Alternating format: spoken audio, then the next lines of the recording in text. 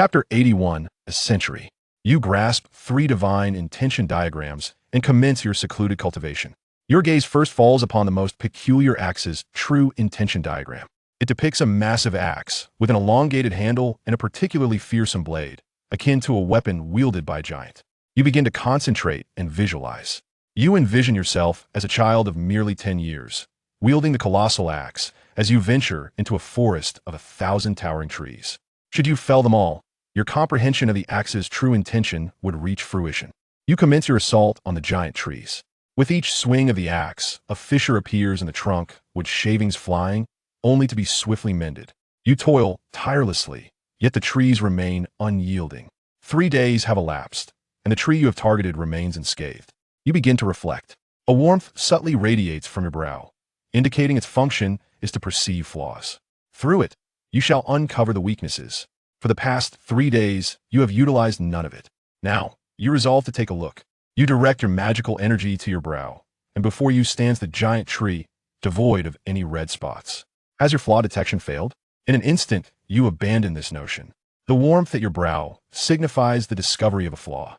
You circle the giant tree thrice, even climbing its trunk, yet find no signs. After much contemplation, you finally conceive an answer that is not an answer. The flaw lies not in the tree, but within yourself. You begin to reflect on your 3 days of tree felling and the essence of the axe's true intention. You identify the greatest issue. Previously, you had meditated upon the essence of the 5 elements by directly observing them. Why, then, does comprehending the axe's true intention not involve observing the axe itself, but rather felling trees? You sense that the true essence you need to grasp is not that of the axe, but something else entirely. You have placed too much emphasis on the axe itself. Your focus should have been solely on the act of chopping wood. You cast aside distracting thoughts, embodying the most ordinary of woodcutters, and begin to chop the trees earnestly. This effort persists for an entire month. Just as before, you make no progress. Yet, you feel no discouragement. Instead, a sense of immense potential fills you. You are 99% certain that Li Changing has hinted at your choice being the right one. You decide to double down. You fully retract your magical energy and commence chopping solely with your physical strength. You recall the tree felling techniques you have learned. Your feet adopt a horse stance, using your legs to drive your waist and your waist to propel your arms, delivering a powerful blow to the giant tree. You fail. You readjust your strength and try again. Time and again, you encounter failure. Initially, you mentally keep track, but eventually, you abandon that notion altogether. After much toil, you spend half a day, finally achieving a perfect exertion in a mundane manner. The axe naturally cleaves into the giant tree, penetrating a full 1.3. A smile involuntarily graces your lips. You have triumphed. Each prior swing had expended a significant amount of magical energy, theoretically offering power several times greater than pure physical strength, yet none succeeded in cutting more than 1.3. Clearly, felling trees is not merely a matter of brute force. You lift the axe to strike again, but this time, it does not penetrate 1.3. The previous success was but a fleeting spark of inspiration. What you now must do is ensure that every swing of the axe ignites that spark. 3 days pass in the blink of an eye. You immerse yourself in the comprehension of the true intention diagram without rest, finally guaranteeing a 100 manifestation of your physical strength. You begin to channel your magical energy. After mastering the nuances, your progress accelerates rapidly. 10 days later, you have grasped the perfect integration of magical energy with physical strength. 20 days later, you barely manage to master the combination of other true intentions with both your body and energy. You successfully fell 12 trees. It is not merely 12. Rather, after 3 minutes, the trees you have felled will regrow. This indicates that you must fell 1,000 giant trees within 3 minutes to achieve true mastery of your abilities. Indeed, you are certain that what you comprehend is not the true intention of the axe, but rather the pure essence of strength. As you topple the first giant tree, your understanding of the essence of strength takes root. Presently, you find yourself temporarily ensnared in a bottleneck. To achieve full mastery, one would require several decades, if not a century. You possess merely 6 months of leave, and time is insufficient. After embedding the essence of strength in the 8th celestial acupoint, you begin to comprehend the true intentions of Jupiter and Qi. The latter two are far easier to grasp. One is the comprehension of Jupiter, and the true intention diagram lies before you. Within a month, you have reached a minor level of success. Although it is a 1-star true intention, its power is not inferior to that of the 5 elements at minor success. At first glance, this seems illogical, yet upon reflection, it feels entirely reasonable. While the 5 elements constitute the fundamental components of the universe, Jupiter itself embodies a realm unto itself. The other true intention of Qi involves comprehending the primordial energy of heaven and earth. It is similarly a pure, true intention diagram, akin to that of the 5 elements. In the span of a month, you successfully ascend to the minor success realm. In the remaining time, you solidify your understanding of the 3 true intentions, and your leave comes to an end. You continue your role as a steward. Fortunately, Xianxia has spared you from further fishing duties, assigning you instead to the monotonous task of patrol. It resembles the oversight of Hai Shuiden. Although there are occasional surprises, you manage to resolve them. Time swiftly passes, and 90 years have gone by. Throughout these 90 years, you have exchanged your accrued contributions for the true intentions of the Sun, Moon, and the remaining 5 celestial bodies, excluding Jupiter. You have placed them in the 11th to 16th celestial positions. Originally, you had wished to comprehend the true intentions of the North Star and the Ziwei Star, but alas, you have not been able to. Xianxia has also issued you a warning. You lament the feudal mindset of Xianxia. He does not even understand the saying, "The emperor takes turns sitting. This year it is my family's turn." Nonetheless, the entirety of the celestial court embodies feudal thinking. Despite your mastery of truth, your strength remains insufficient, rendering you silent. Aside from the essence of strength, all other true intentions have been perfected. Yet, you do not underestimate the essence of strength. Even in a minor success stage, it can integrate the true intentions within you, unleashing 80% of your power. If faced with yourself from 90 years ago, you would undoubtedly defeat him in 3 moves. Xianxia finds you, smiling broadly as he congratulates you. It is likely due to your century-long service in the celestial court, marked by unwavering loyalty and diligence, that you are to be promoted to the rank of centurion. "Oh, great immortal, please. I am but a weak and helpless minor immortal," you exclaim in desperation. No longer are you a naive newcomer. You have spent a century navigating the celestial court, fully aware of the dangers associated with becoming a centurion. Although you have not kept a specific count, you have naturally learned through conversation that many centurions have departed and never returned. Xianxia's expression turns serious. The rules of the celestial court are not to be trifled with. Your task is to explore Xianxia village within 6 months and to bury celestial stones at nearby nodes according to the formation diagram. Reluctantly, you accept the token and formation diagram. As you see Xianxia about to leave, you hastily call out to him. "Wait a moment. If I am to be promoted to centurion, what are the 90 soldiers newly assigned to me?" Xianxia shrugs. "If you want soldiers, you must earn them. If you can defeat me, there's a chance." Chapter 82, Celestial Rice. You ponder for a moment, realizing that Xianxia is at least of celestial tier. You possess over 10 profound truths, yet they remain inadequately refined. In a contest against a typical terrestrial immortal, perhaps there exists a slim chance of victory. However, facing Xianxia is nothing short of torment. Accompanied by your 10 celestial soldiers, you set forth towards Xianxia village. Wu Zhan Yififen's face turned ashen. "Commander, it seems that Xianxia village lies beyond the celestial court."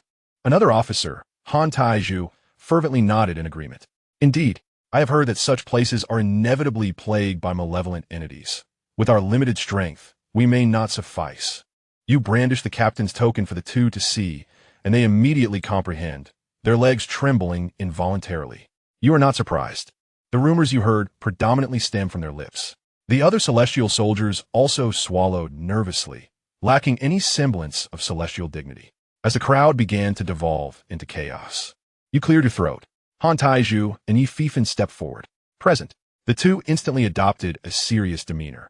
You both have been diligent and selfless in your duties. Thus you were specially promoted to officers. The 2 rejoiced, nearly prostrating themselves before you. You did not show favoritism, promoting an additional 8 ordinary celestial soldiers to the rank of officer. The celestial soldiers were so exhilarated they nearly leaped with joy. Your heart remained unperturbed, for the salaries were dispensed by the celestial court. As the captain, you hold the authority to appoint 10 officers and 20 sergeants. As for why you did not elevate the remaining 8 to officer status, it is only prudent to retain some subordinates. Otherwise, if all were officers, the transmission of orders would be hindered. The group eagerly awaited the arrival of their comrades, thinking that as direct subordinates, they would not suffer any losses. Seeing you prepare to depart, they hastily inquired the reason. You relayed Li Chang's words verbatim. The crowd immediately lowered their heads, their only thought being the hope for promotion and increased pay. 10 days later, you arrived at the boundary of the Celestial Court. You solemnly reminded them, be sure to check your waste tokens. If lost within the Celestial Court, you can simply have them reissued, but if lost outside, it could spell grave peril. Though you were uncertain of the reasons, the manual instructed you to remind your Celestial soldiers. The group promptly checked, and once assured, they stepped beyond the boundary. The sky suddenly darkened. Gloomy clouds obscured the heavens. The ground was a stark crimson, void of even a single blade of grass. The entire world appeared lifeless. Turning back to behold the Celestial Court, vibrant and brimming with life, you suddenly felt that it indeed possessed a semblance of celestial paradise. The group grew anxious. Han Taiju scanned the surroundings restlessly, akin to a startled bird, ready to flee at the slightest hint of danger. You made no effort to deter him. A certain level of vigilance is conducive to survival. As you journeyed onward, a magnificent expanse of golden rice fields suddenly unfolded before you. The glistening grains of divine rice bent the stalks low, and the intoxicating aroma wafted through the air, awakening a primal hunger within you that nearly compelled you to reach out and seize the grains. Yet, something felt amiss. Even divine rice should not possess such overwhelming allure. You promptly issued a warning. Release your true essence. Mask the scent. After enveloping yourself in a thread of the mountain's true essence for protection, you turned your attention to your subordinates. You observed that Han Taiju and Yi Fifan were shrouded in a thick layer of true essence, 3 feet deep. The other celestial soldiers also unleashed their true essence. Although not as formidable as that of the two, it at least enveloped them like a down jacket, leaving no gaps. You silently lamented the cunning nature of your subordinates and continued forward with the group. A gust of wind swept by, intensifying the fragrance of the rice.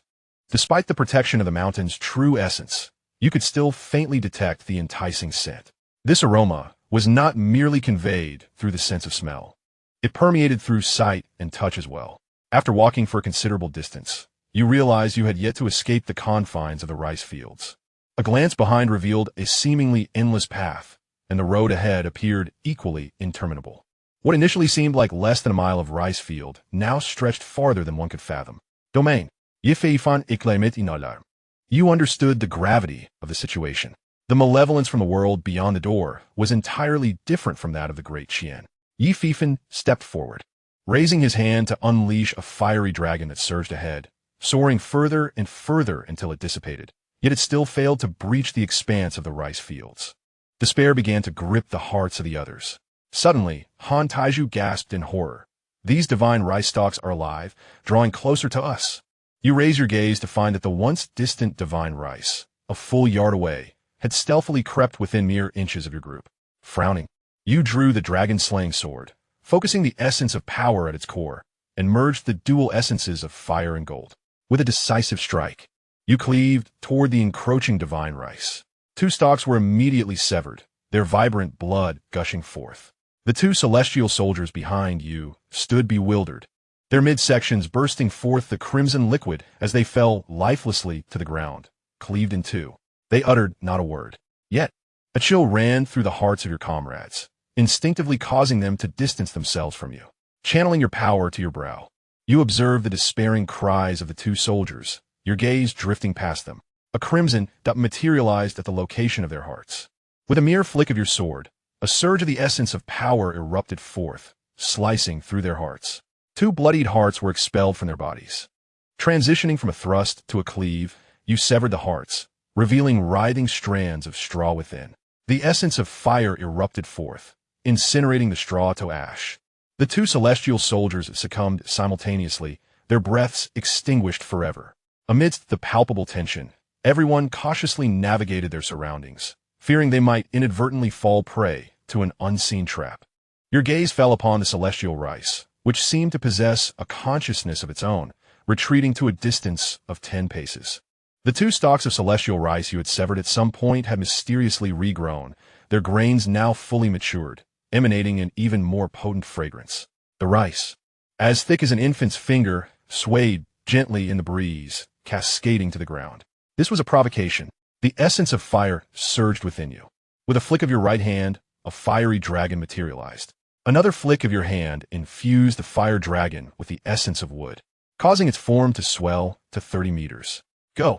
The fire dragon roared as it charged into the rice fields, darting left and right, its four claws slicing through the air while it occasionally exhaled a torrent of dragon flames, enveloping the celestial fields in a blaze.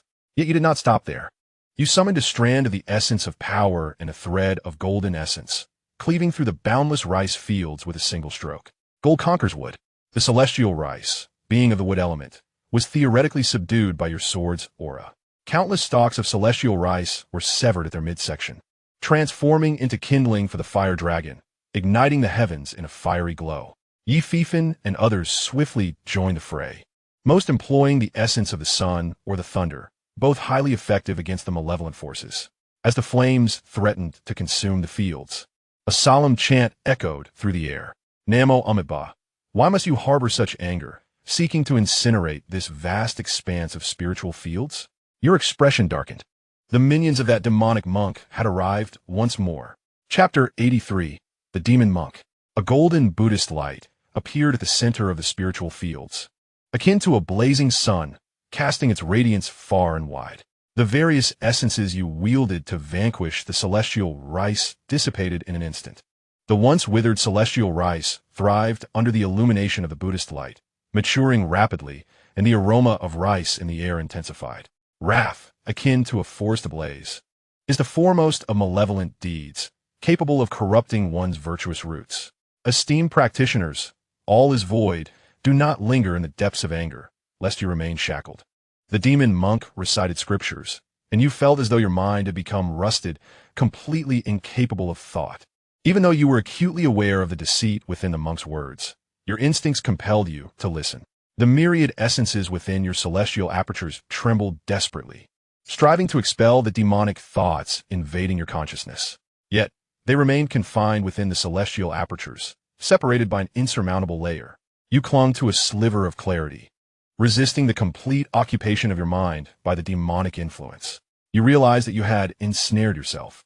Had you identified the dimensional apertures, there would have been at least a glimmer of resistance. But that fleeting regret vanished swiftly. Should you carelessly allow a single essence to occupy the three realms' apertures, true regret would have ensued. You gambled for a future. With the simulator in hand, countless futures lay before you, rendering the pursuit of the present moment unnecessary. With the last vestige of clarity, you harnessed the true essence within the celestial orifice. Initially, the demonic thoughts quivered gently, causing the gathered essence to immediately dissipate. Your gaze shifted to the celestial soldiers beneath you. Han Taizhu and Yi Fifan had vanished, while the remaining 6 captains found their limbs transformed into rice leaves, their heads sprouting rice ears, their faces etched with struggle and despair. The aroma of the rice fields grew increasingly potent. One captain let out a mournful wail, as the rice ears atop his head swelled rapidly, while his skull appeared to wither as if drained of vitality. A final cry of life escaped him, his head entirely shriveled, while the rice ears above became perfectly plump, each grain glistening. A gentle breeze swept through, reducing the captain's body and head to mere dust. Lost in the wind, the rice ears he had become melded seamlessly into the fields, indistinguishable from their surroundings. The remaining captains began to falter as well, their heads succumbing to decay, one by one. Anger brewed within you, akin to a volcano on the brink of eruption. You heard the mocking laughter of the demonic monk and beheld his visage for the first time. Bald, clad in gray robes, he resembled a youthful novice, delicate yet resolute. His expression radiated compassion, and wherever he tread, the scent of rice seemed palpable. The last few captains uttered unwilling cries, transforming into stalks of celestial rice, swaying gracefully in the breeze. The demonic monk approached you, his eyes filled with compassion, nearly moved to tears. Namo Amitabha, all forms are but illusions. Why cling so tightly? Dear disciple, why not let go? He extended a finger, pressing it gently against your forehead. The final glimmer of clarity in your mind threatened to shatter, suddenly reminding you of that tree, that colossal axe. Was this demonic monk not the great tree? And did not the overwhelming demonic thoughts embody the vast forest? Surrounded by ambush and strife, what could be done? I shall cleave through it all with a single stroke, reshaping the cosmos. Your last flicker of clarity transformed into an axe, aimed at the demonic thoughts within your spirit. Like Pangu opening the heavens, or Erlang splitting mountains, or the fragrant journey of seeking a mother. Though merely a remnant of thought, it stirred the true essence within all orifices, striking at the demonic essence. Boom! The demonic thoughts in your spirit were cleaved apart, an endless light flooding in. Your true power reached its zenith. You reclaimed your spirit's sanctuary, drawing upon the dragon-slaying sword technique as a guide. With the true essence of power as your core, you commanded all the true essences within you, striking at the demonic monk before you. The monk's expression of compassion deepened, and he sighed softly. Dear disciple, your obsession runs too deep. Why not release it? The phrase "let go" echoed in your ears like a surround sound, resonating endlessly. Your gaze began to blur. The sword you had unleashed hovered above the monk's head. The scene before you shifted dramatically, as you witnessed tens of thousands of towering, malevolent beings surging towards you. Even when vanquished by skilled hands, they swiftly dissolve into shadows, merging with the bodies of those around you to continue their assault. A foreboding sensation gnaws at your heart, compelling you to remind yourself that this is merely an illusion. You raise your hand to strike, intending to sweep away a multitude of these fiends. But the potency of your sword has inexplicably diminished to the level it possessed before entering the last simulation. Your unease intensifies, for you are acutely aware of the vulnerability within your heart, a vulnerability known as the sorrow of parting. You nearly grind your teeth to dust, deliberately casting your gaze upon the enchanting silhouette beside you. A moment of shock flickers in your eyes as you become increasingly convinced that the demon monk aims to dismantle your mental defenses through the guise of Xianxia. Yet, she has vanished. A figure who ought to have resided in your memory has disappeared, shattering the illusion. You open your eyes and swing your sword with fervor. The demon monk spews forth a stream of golden blood, his expression transforming as the light of Buddha ascends. With a decisive strike, you unleash a sword imbued with profound intent upon the demon monk's head, cleaving through the radiant barrier and severing his skull in two. Before he can utter another sacred phrase, you unleash the essence contained within your sword, obliterating his head into a cascade of crimson. The terrifying radiance of Buddha manifests as countless blades, and your body is flung away as if it were mere fabric. You realize that the demon monk is at least a pinnacle celestial being. Had the illusion not been shattered and the backlash not occurred, your sword, charged with your entire essence, would never have been able to harm him. Though gravely wounded and on the brink of death, you muster the strength to rise. The surrounding celestial rice has been reduced to chaos, yet in the distance, more continues to flow towards you. The flesh on the demon monk's neck writhes. Revealing a grotesque visage. Did you truly believe that your strike would be my undoing? He mocks. I, the merciful Buddha, shall laugh. You cough up blood, feeling countless celestial grains sprouting from the flesh, and you too begin to laugh heartily. Indeed, you retort, your previous facade was far too contrived. This is far more agreeable. You challenge him. Come, let us see whether it is you who perishes, or I. Before the demon monk can comprehend, you glide forward, your essence converging with the truth of power, and you slash again. The demon monk chuckles lightly, extending his right hand as if to pluck a flower, seizing your dragon-slaying sword with ease. The essence you had amassed surges back into you, akin to a frantic rush into a dead end. The explosion of terrifying truth consumes you, and you perish. This simulation concludes, and a harvest is being calculated. Chapter 84. A new simulation. Feng éhulé deeply. Rising to his feet, over a century's worth of simulated memories flood into his mind, the essence within his brow pulsating vigorously.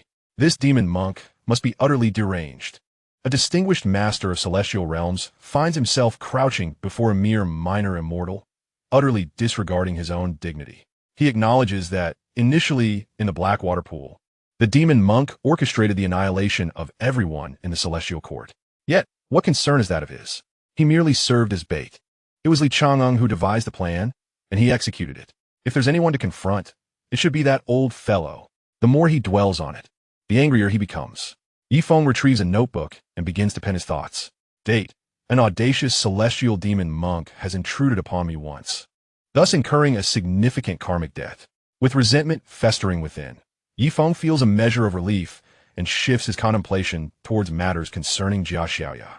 Since the previous simulation, wherein Xianxia ascended to the status of empress and entered the world beyond the door with him.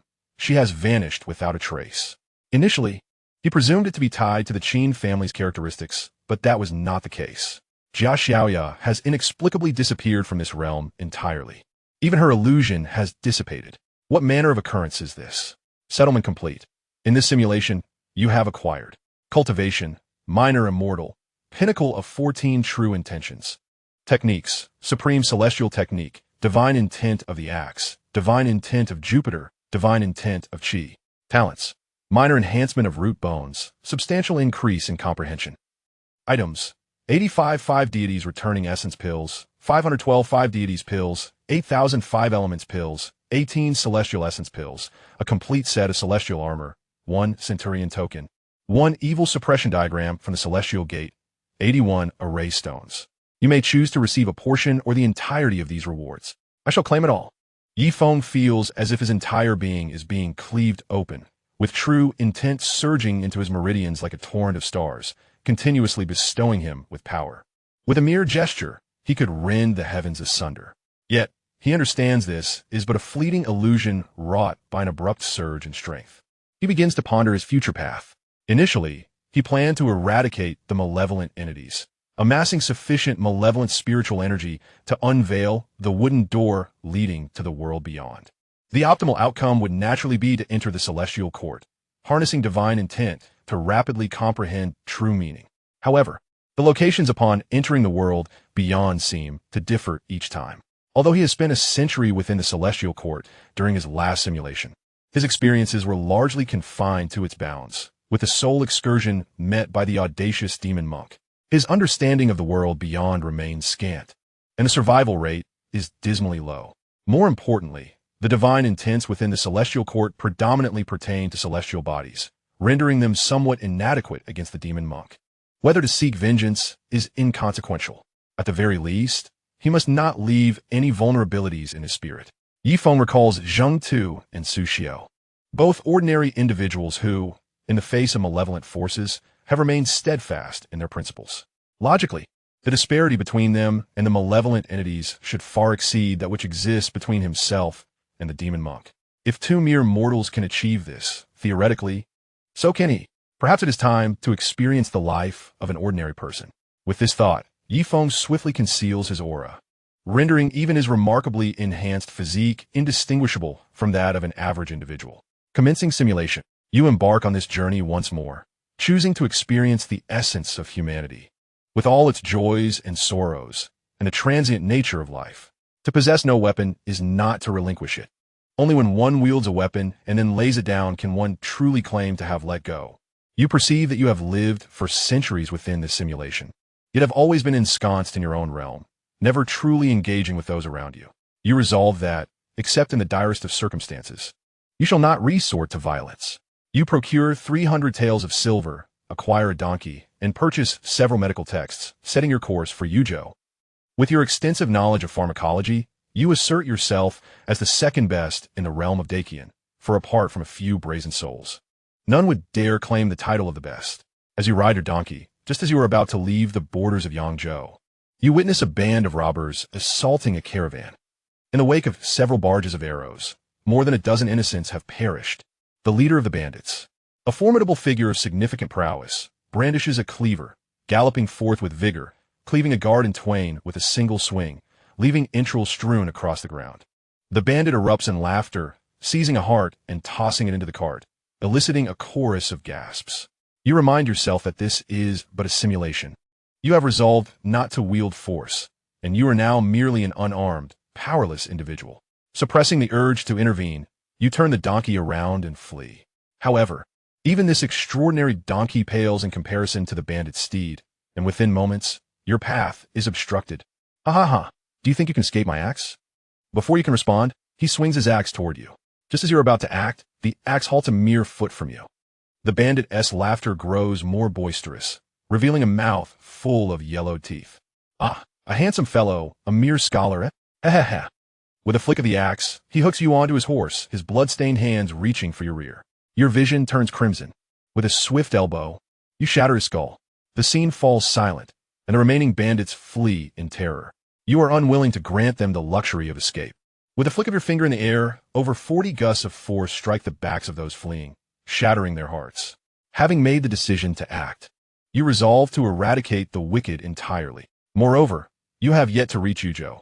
Thus it does not constitute a breach of your vow.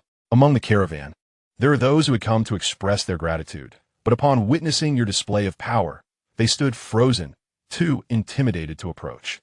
You understand that humanity's inherent fear of the unknown is a fundamental trait, and you have no desire for interaction, continuing your journey on the donkey towards Yuzhou. Along the way, you nurture the donkey's bloodline with your magical abilities, fortifying its sinews and bones to prevent a recurrence of prior misfortunes. You arrive in Yuzhou. You head directly to the capital. Overall, the capital is more prosperous and boasts better security, thereby diminishing the likelihood of your resorting to force. However, the local bandits were rather impolite, forcing you to take action 3 more times. Fortunately, no one witnessed these events, and since you did not settle in one place, it did not constitute a breach of contract. Upon your arrival in the capital city, you quickly realized that your expectations were overly simplistic. Even the most modest shop required tens of thousands of taels of silver. With a mere 300 taels, it was challenging to cover even a year's rent, let alone procure medicinal herbs. You opted to purchase a modest apothecary with a backyard in the impoverished district for 300 taels. Additionally, you spent over 300 taels acquiring relatively inexpensive medicinal materials. After investing nearly 100 taels in renovations, you officially opened your establishment, naming it Hui Chun Tang. As for the source of your funds, they were graciously bestowed by the bandits and did not count as a breach of contract. On the first day of business, no patients arrived. Instead, a group of ruffians approached to collect protection fees.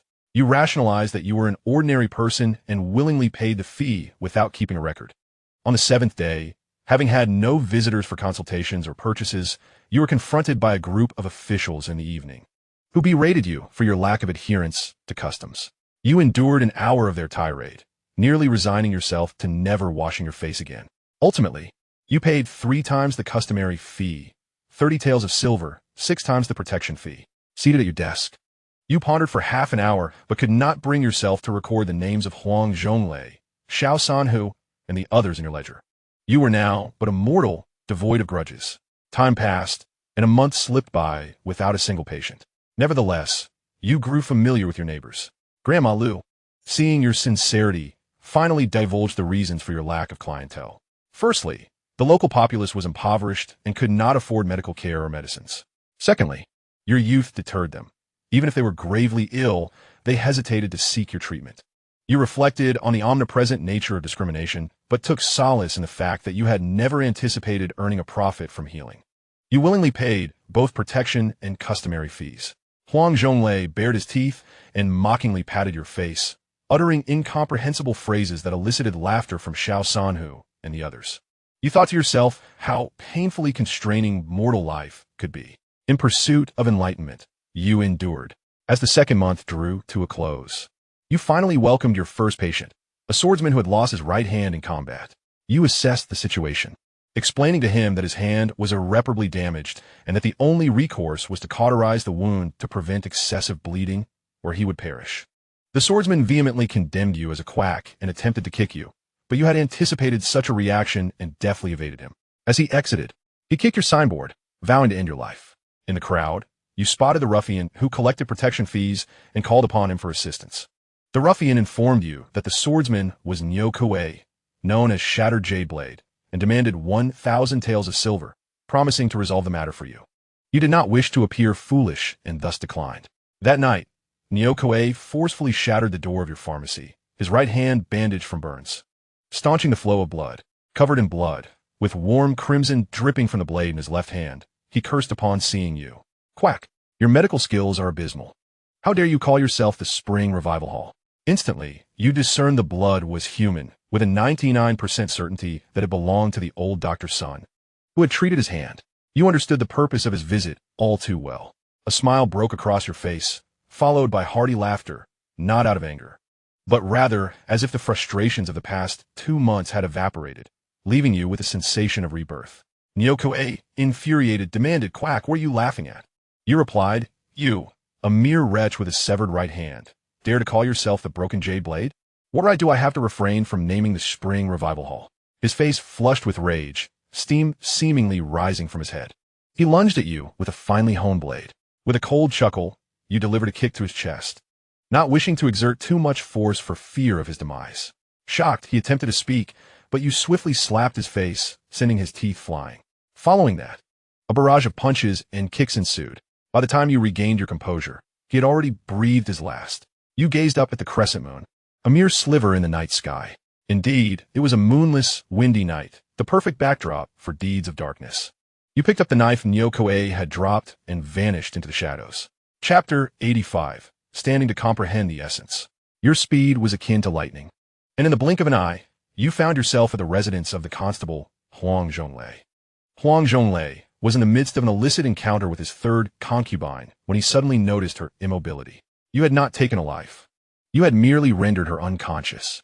Emerging from the darkness, Huang Zhonglei, upon first sight of you, intended to unleash a torrent of curses, only to then notice the bloody knife in your grasp. He chuckled, "Dr. Yi, not everyone can wield a blade. However, if you can rid me of that yellow-faced woman, I shall thank you by granting you a swift end." He lunged forward, seizing his clothing and suddenly attacking with it as a weapon, attempting to ensnare your knife, while his left Huang Zhonglei displayed no restraint, instead bellowing at the top of his lungs, "Murder! Yi Feng has come to kill." However, despite his fervent cries, not a sound escaped the heavy door. The door, sealed with the essence of your aura, rendered any vocalization futile. You shook your head, declaring, "What a scoundrel! He would forsake his own son's life. TSK, TSK. Losing interest, you swiftly severed his head from his body. The night deepened. The very group of officials and ruffians who once extorted protection fees from you were all dead. The following day, as dawn broke, a throng of constables crowded into your apothecary. The head constable, Wu Yi, wore a grave expression. "Dr. Yi, was this your doing?" he inquired. You immediately refuted, "No. It was this fiend who sought my life, breaking down my door and attempting to kill me. Fortunately, a valiant hero descended from the heavens, vanquishing him and saving my life." You further embellish your account, attributing the arrival of the hero to your good deeds, healing the sick and performing acts of charity, thereby enhancing your credibility. Madame Liu, your neighbor, corroborated your honesty, noting that you even paid more in protection fees than others. Following the coroner's examination of the scene, he nodded at Wu Yi. Wu Yi's previously taut features relaxed, and he turned to the surrounding neighbors, inviting them to share their thoughts on you. The neighbors did not hold back, recounting how you had previously been extorted for triple the customary fees and had endured 3 hours of scorn. As they exchanged words, your countenance darkened further. It became clear that in their eyes, you were perceived as a cowardly, kind-hearted quack, lacking in both wit and capability. This was quite the predicament. The more Wu Yi listened, the more his demeanor softened, and just when you thought the matter had reached its conclusion, he clasped his hands in gratitude, saying, "Thank you. Esteemed neighbors, this constable has taken note. However," he added, "this case is of significant gravity, involving the loss of over 20 lives. And I must request that Dr. Yi accompany me to the magistrate to discuss further." The crowd nodded in agreement, though Madame Liu's expression revealed her concern. On the way, Wu Yi suddenly leaned closer. "Dr. Yi, you wouldn't want to face execution over this matter, would you?" You were taken aback, having initially believed him to be a good man. What a turn of events. Wu Yi continued earnestly, "I believe in your innocence. Yet with the lives of more than 20 at stake, if the true perpetrator remains at large, the magistrate will face great difficulty." You recalled that those who had extorted you, including the family of the esteemed Dr. Sun, had all met their demise at the hands of the enigmatic Nyokoe, who was subsequently killed by a mysterious figure. You pondered, who bore the greatest suspicion, who resembled the true culprit. You fell silent. Wu Yi added, "I am willing to assist you, but the number of individuals requiring persuasion is quite considerable." He counted off on his fingers, the magistrate's advisor, the county clerk, the coroner. Seeing you still mute, appearing bewildered, he swiftly concluded, "In total, 8,000 taels of silver would be a reasonable request." You nodded, "That is quite excessive." "Oh." Wu Yi narrowed his eyes, his tone growing icy. "Dr. Yi, I am doing this for your own good, and I have already invested considerable goodwill." You shook your head, remarking, "Generally, those who claim to act in others' interests are merely seeking to fulfill their own ulterior motives. Furthermore, since last night, I vowed to comprehend the essence of understanding while standing." Wu Yi, perplexed by your words, his gaze growing even colder, retorted, Dr. Yi, impulsiveness is a devil. It appears you require a moment of reflection within the confines of your cell. You close your eyes, unwilling to engage further. Such a trivial character was unworthy of your time. For ordinary individuals striving to exist in this place, the intricacies of human relations abound, leaving little time for genuine enlightenment. Today, you dealt with Wu Yi. Tomorrow, it would be Li Yi, Zhang Yi, and Lu Yi, an incessant nuisance, who said that enlightenment could only be a solitary pursuit. If one were to grasp the true essence of death, one could hardly be expected to die oneself. You found yourself imprisoned. It seemed you had garnered some form of attention as several inmates approached, grinning wickedly, with some even brazenly touching themselves. Damn it! You flick your finger, and that individual's pants exploded, leaving a gruesome scene. A scream erupted, only to be abruptly silenced. A hole had been blown through his forehead, and the pain ceased. The other inmates froze in shock. The guards, keeping their distance, were evidently prepared for such an occurrence. You turned to the inmates, commanding, "State your names, the crimes you committed, and the misdeeds you have performed here, one by one." The man at the forefront suddenly faltered. "Please, spare me." Bang! His head exploded. You spoke with dispassion, addressing the second individual. "I have no patience for fools. Your turn." The man immediately knelt. "I am Lu Ergu, a lifelong bachelor. My brother was killed by bandits, and in a desperate attempt to continue the Lu family line, I secretly climbed into my sister-in-law's bed. After further inquiry, confirming his heinous acts, you pointed, ending his life with a mere gesture." The third man trembled, stammering, "I am Xianxia. I accidentally killed a neighbor in a dispute over a plot of land." You probed further, concluding that he was indeed a bully, and with another pointed gesture, you extinguished his life as well. The third man turned to flee, only to meet the same fate. The fourth and fifth followed suit, their lives snuffed out. You realized that these individuals, if not truly wicked, would not have been so easily corrupted by others. After a considerable time, 2 guards finally arrived, clumsily brandishing their sheathed swords. "What is all this ruckus?" they exclaimed. The sight of the carnage left them dumbfounded. You beckoned them closer, saying, "Let us share tales of your misdeeds. Whoever is wicked shall flee, and whoever is guilty shall perish. I only require one to carry a message." Chapter 86, Settling Debts. The 2 guards exchanged glances, and the one on the left turned and fled. You waited patiently. Upon realizing he had been deceived, the jailer hesitated momentarily, yet continued his frantic escape. A swift gust of wind grazed his head as he rounded the corner. The notion of fleeing the corner, let alone the entire city, would still culminate in his demise. You directed your gaze towards the more cunning jailer, inquiring if he understood to whom he would report. The jailer nodded fervently. "Go," you commanded. He then turned and cautiously made his way outside, not daring to flee lest you misinterpret his intentions. As he approached the body of his comrade, he even took a closer look. In less than the time it takes to brew a cup of tea, the county magistrate arrived, flanked by 2 adept enforcers from the town demon subjugation bureau. Upon encountering the corpse of the jailer, the 2 experts paled visibly.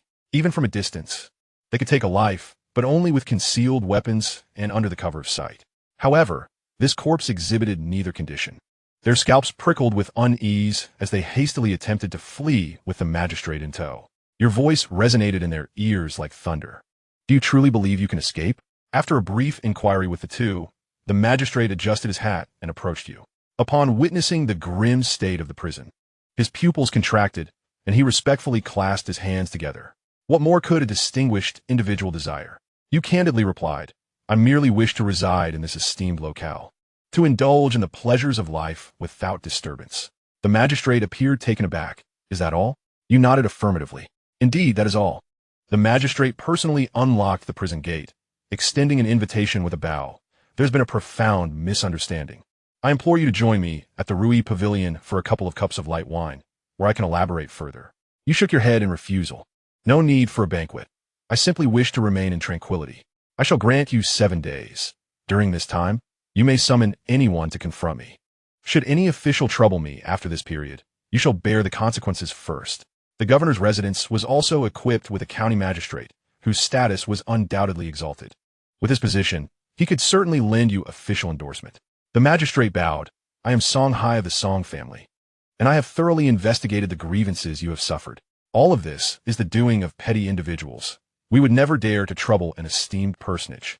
I, Songhai, swear that as long as my family remains intact, and has a voice in Yuzhou.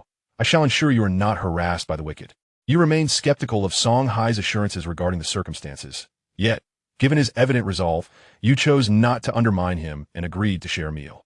You simply requested that he and the Song family refrain from disrupting your life, especially from attempting to solicit clients on your behalf.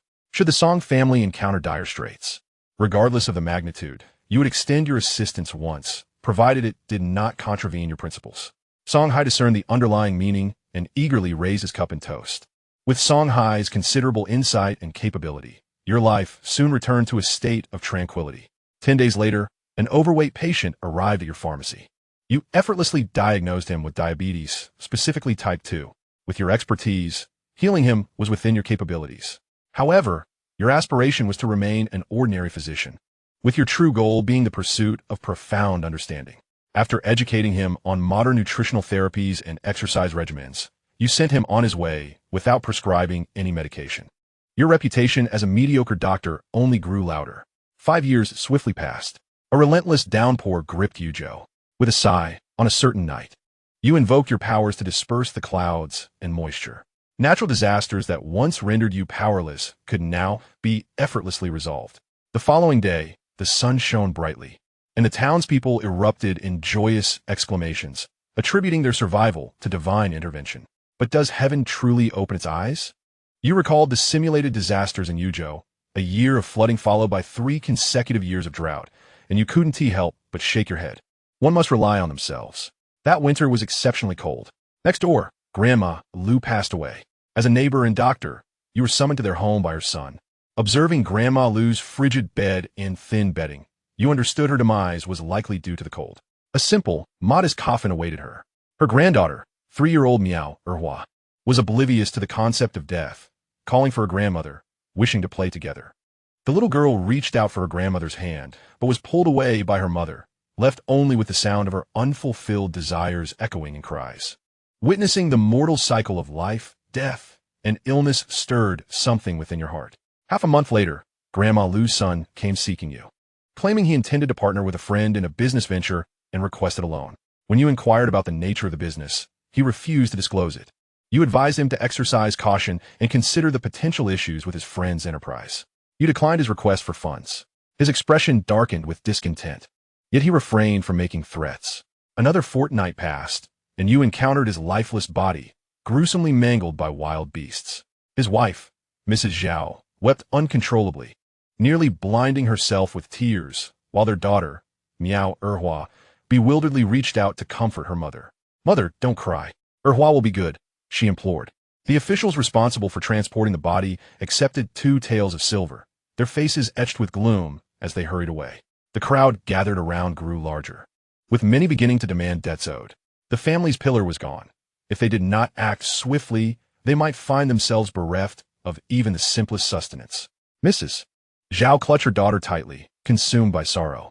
5-year-old Miao Dehua, also stunned, clung to her mother and sister, weeping alongside them. The attitudes of the debt collectors grew increasingly harsh. While Mrs. Zhao and her 2 orphans suffered, they had once generously lent money.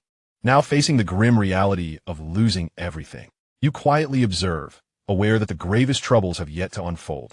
The following day, members of the Miao clan arrived, proposing that the Zhao matriarch and her 2 daughters marry a widower in his 50s.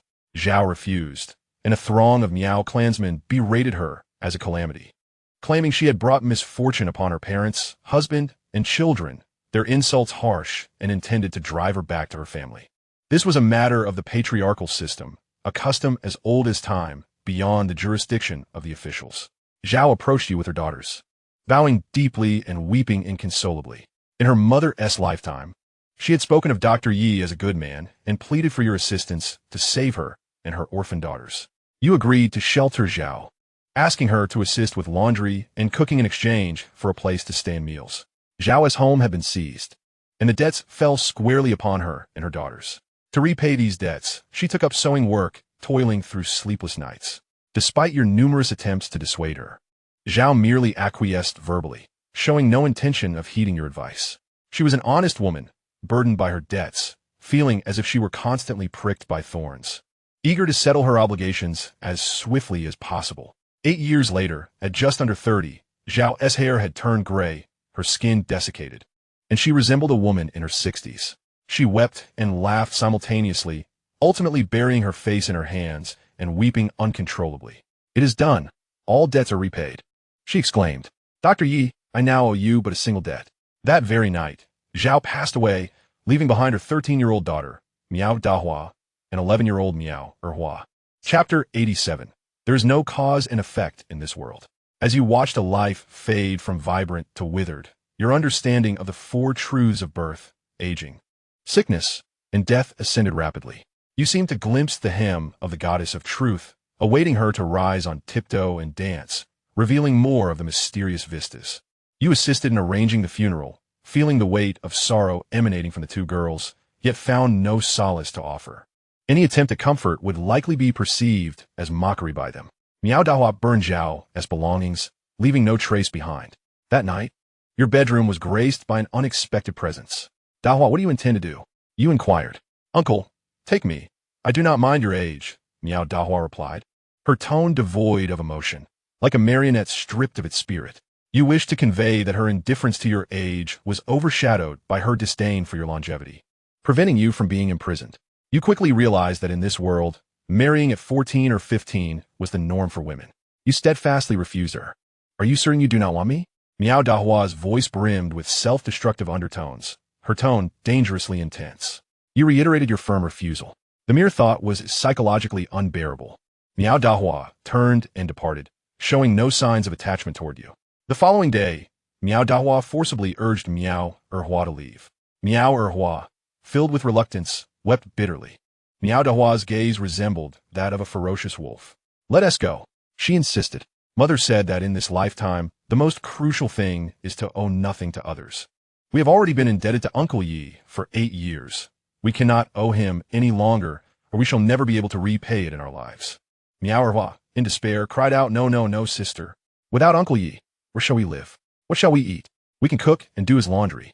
Miao Dahua attempted to pull her along once more. When Miao Erhua proved unyielding, she ran off on her own. A month later, Miao Dahua became a concubine to a wealthy businessman in his 40s and invited you to a wedding banquet. Though it was termed a wedding feast, it was merely a modest gathering of 2 or 3 tables. You visited with Miao Erhua, bringing along 20 taels of silver as a gift. However, Miao Dahua resolutely refused to accept it, returning the money to you. You understood that she was a formidable woman, yet fate had twisted her strength into a dagger that pierced her own heart. She urged Miao Erhua to join her, but Miao Erhua firmly declined. They huddled in a corner, sharing whispers. Out of respect, you refrained from eavesdropping. Miao Dahua did not return home. Perhaps a concubine was not entitled to such customs. 6 months later, she became pregnant, visibly flourishing and glowing. Subsequently, she gave birth to a daughter, and her vitality faded almost instantaneously. By the 15th year, in a previous simulation, Xianxia was about to be born.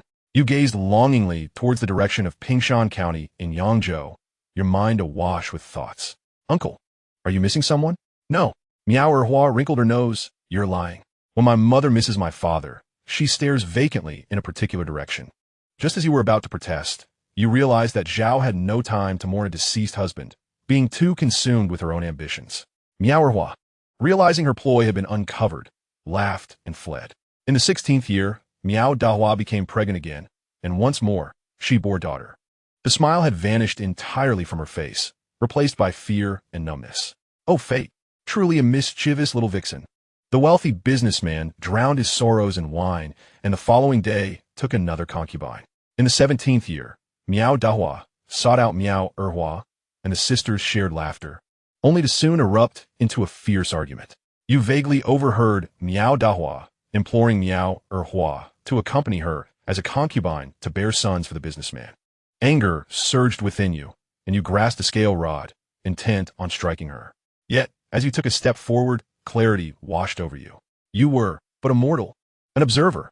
Your goal was to discern the deeper truths. Miao Erhua disagreed, and the sisters parted ways in discord. In the 18th year, Miao Dahua's attire had lost its luster, her countenance marked by an indelible sorrow. She knelt before Miao Erhua, accompanied by her 2 daughters, imploring her to marry a wealthy merchant as a concubine, lamenting that the merchant's new concubine had already borne a son, if they did not act swiftly. The three of them would be left with no means of survival. Miao Erhua resolutely declined, invoking her mother's teachings, asserting that one must rely on oneself. The two sisters engaged in a fierce quarrel. As they parted, Miao Dahua stumbled unsteadily. Your gaze lingered on her retreating figure, silently acknowledging how the once formidable woman had ultimately succumbed to fate's relentless pressure. In the 19th year, Miao Dahua and her daughters plunged into a well. Songhai promptly visited you, inquiring about your thoughts on the matter. You declined his offer of assistance, desiring merely to witness events unfold as they should. Miao Erhua wept inconsolably, only to vanish the following day, leaving behind a letter. The correspondence expressed her profound apologies to her sister and to you, vowing that if there were a next life, she would toil endlessly to repay you. In the 20th year, your business experienced a sudden revival, marking your first profitable turn. By the 30th year, Miao Erhua returned, having joined the Hundred Swords sect, accompanied by a cohort of fellow disciples. She sought to purchase a substantial quantity of healing medicine from you, elevating your reputation to great heights.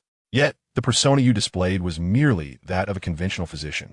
In the 31st year, Miao Erhua burst into your apothecary, bloodied and frantic, urging you to flee at once to avoid being implicated in her troubles. She revealed that during her investigation into her sister's demise, she uncovered the truth behind her father's murder. The culprits were her father's friend, Lu Qian, and the bandit leader Xianxia, who from outside the city, who conspired together, having already caused the deaths of numerous traveling merchants. Lu Qian was, in fact, her wealthy brother-in-law. After a failed assassination attempt, she warned that Lu Qian would soon arrive with a band of enforcers. You refused her plea, providing her with a few vials of ordinary wound medicine and 100 taels of silver, advising her to leave on her own. Miao Erhua, despite your refusal, persisted in her entreaties, cautioning you to remain hidden and promising to return to her sect to devise a plan for your rescue. Miao Erhua departed. The enforcers lurking in the shadows hesitated for a long moment, but ultimately chose not to pursue her, nor did anyone enter to inquire about your situation. In the 35th year, a 9-year-old girl arrived at your door, announcing that her master, Miao Erhua, had died. She revealed that her master was slain by a senior disciple of the Hundred Swords sect, who acted for the 3,000 taels of silver offered by Lu Qian. She warned you to be wary of Lu Qian and the disciple, named Zhou Rou. After delivering her message, the girl departed. By the 45th year, the young girl who had once brought you news perished during an attempt to assassinate Lu Qian. A gentleman avenges himself. 10 years is not too long. Yet she was no gentleman. Her decade-long quest for vengeance ended in failure. In the 61st year, Lu Qian died at the age of 93. You attended his funeral, where 5 sons, 18 grandsons, and 3 great-grandsons gathered, with the daughters and granddaughters beyond count. Among his sons, 3 had reached the pinnacle of martial prowess. Over time, one could imagine this lineage evolving into a monumental legacy. The Miao family, though honest, ultimately faced the extinction of their bloodline. Lu Qian, a man of malevolence, met his end surrounded by descendants. Justice delayed is no justice at all. Can the delayed causation still be regarded as causation?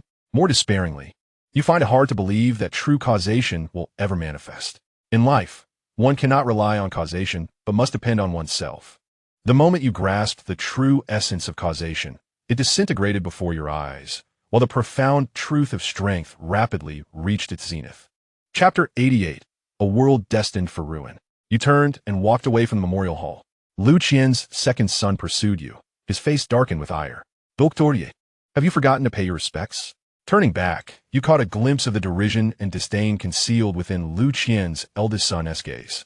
Clearly, he was aware of your unique status, yet he chose to use you as a weapon against his brother. Lu Qian's second son's expression grew increasingly grim, his tone chilling. Dr. Yi, the deceased deserves respect. Regardless of past grievances with my father, he has departed. Is it too much to offer a stick of incense? You shook your head in refusal.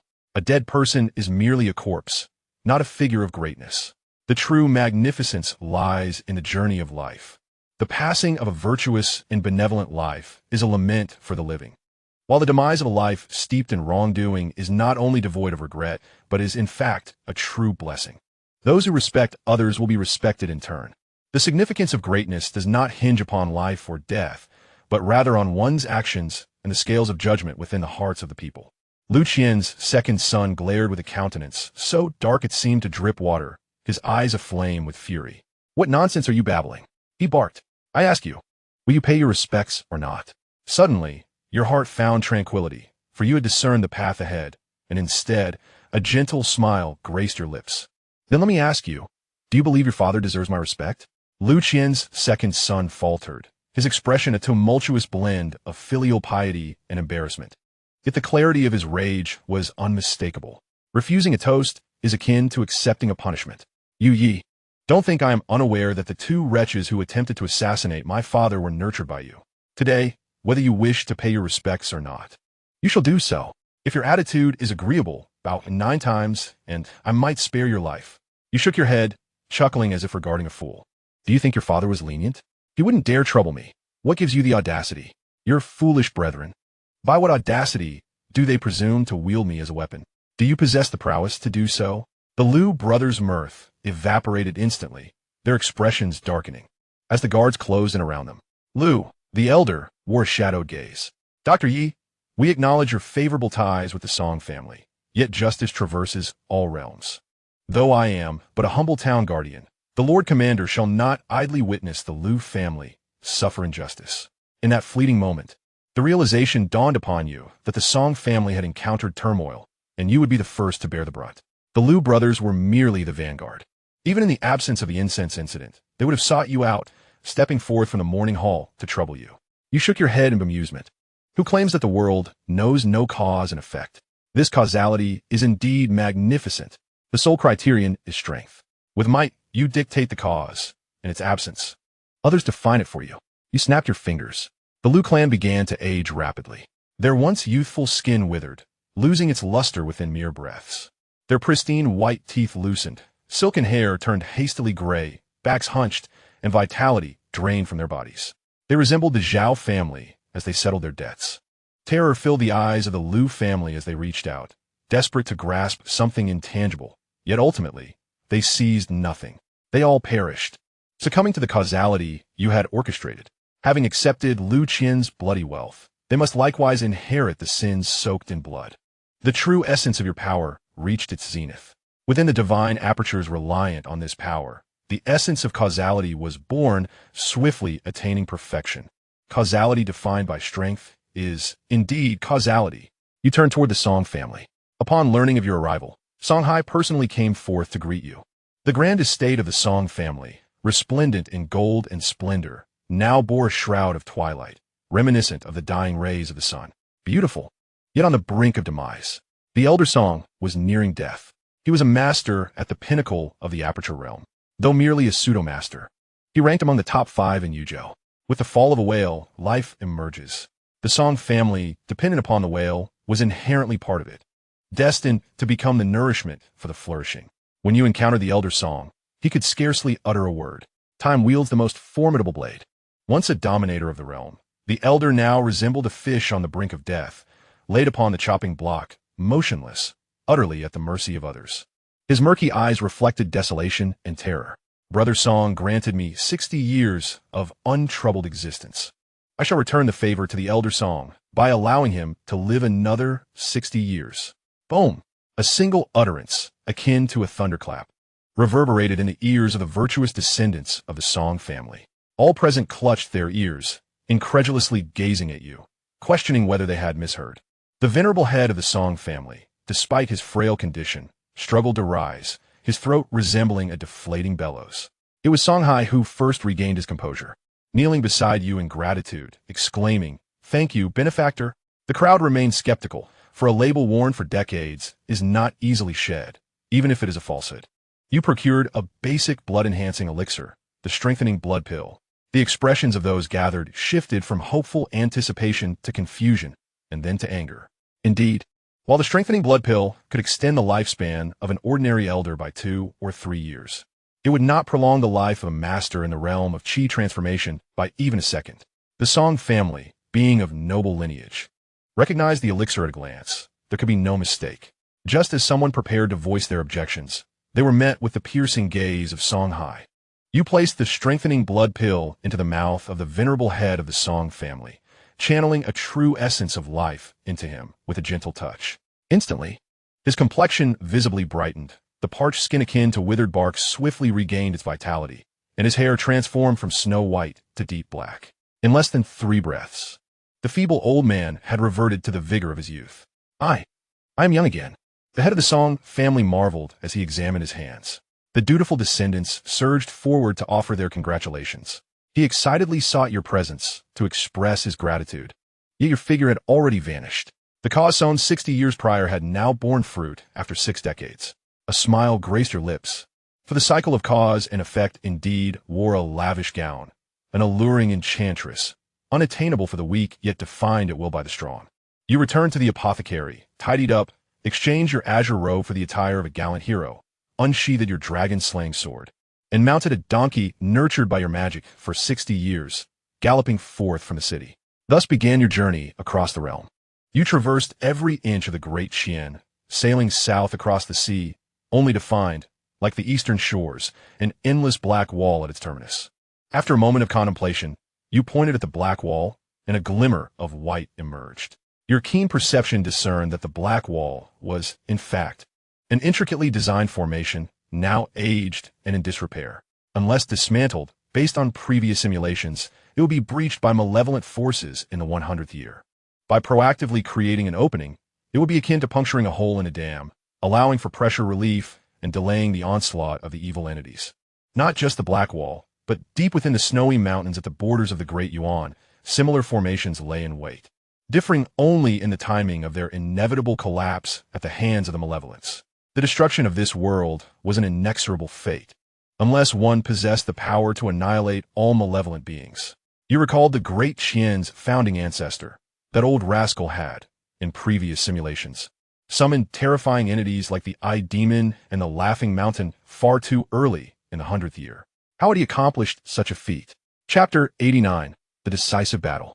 The 90th year. You ride your donkey northward towards the capital. The donkey, having undergone years of enhancement, can outrun even the strongest of blooded steeds. Yet at this moment, it ambles leisurely.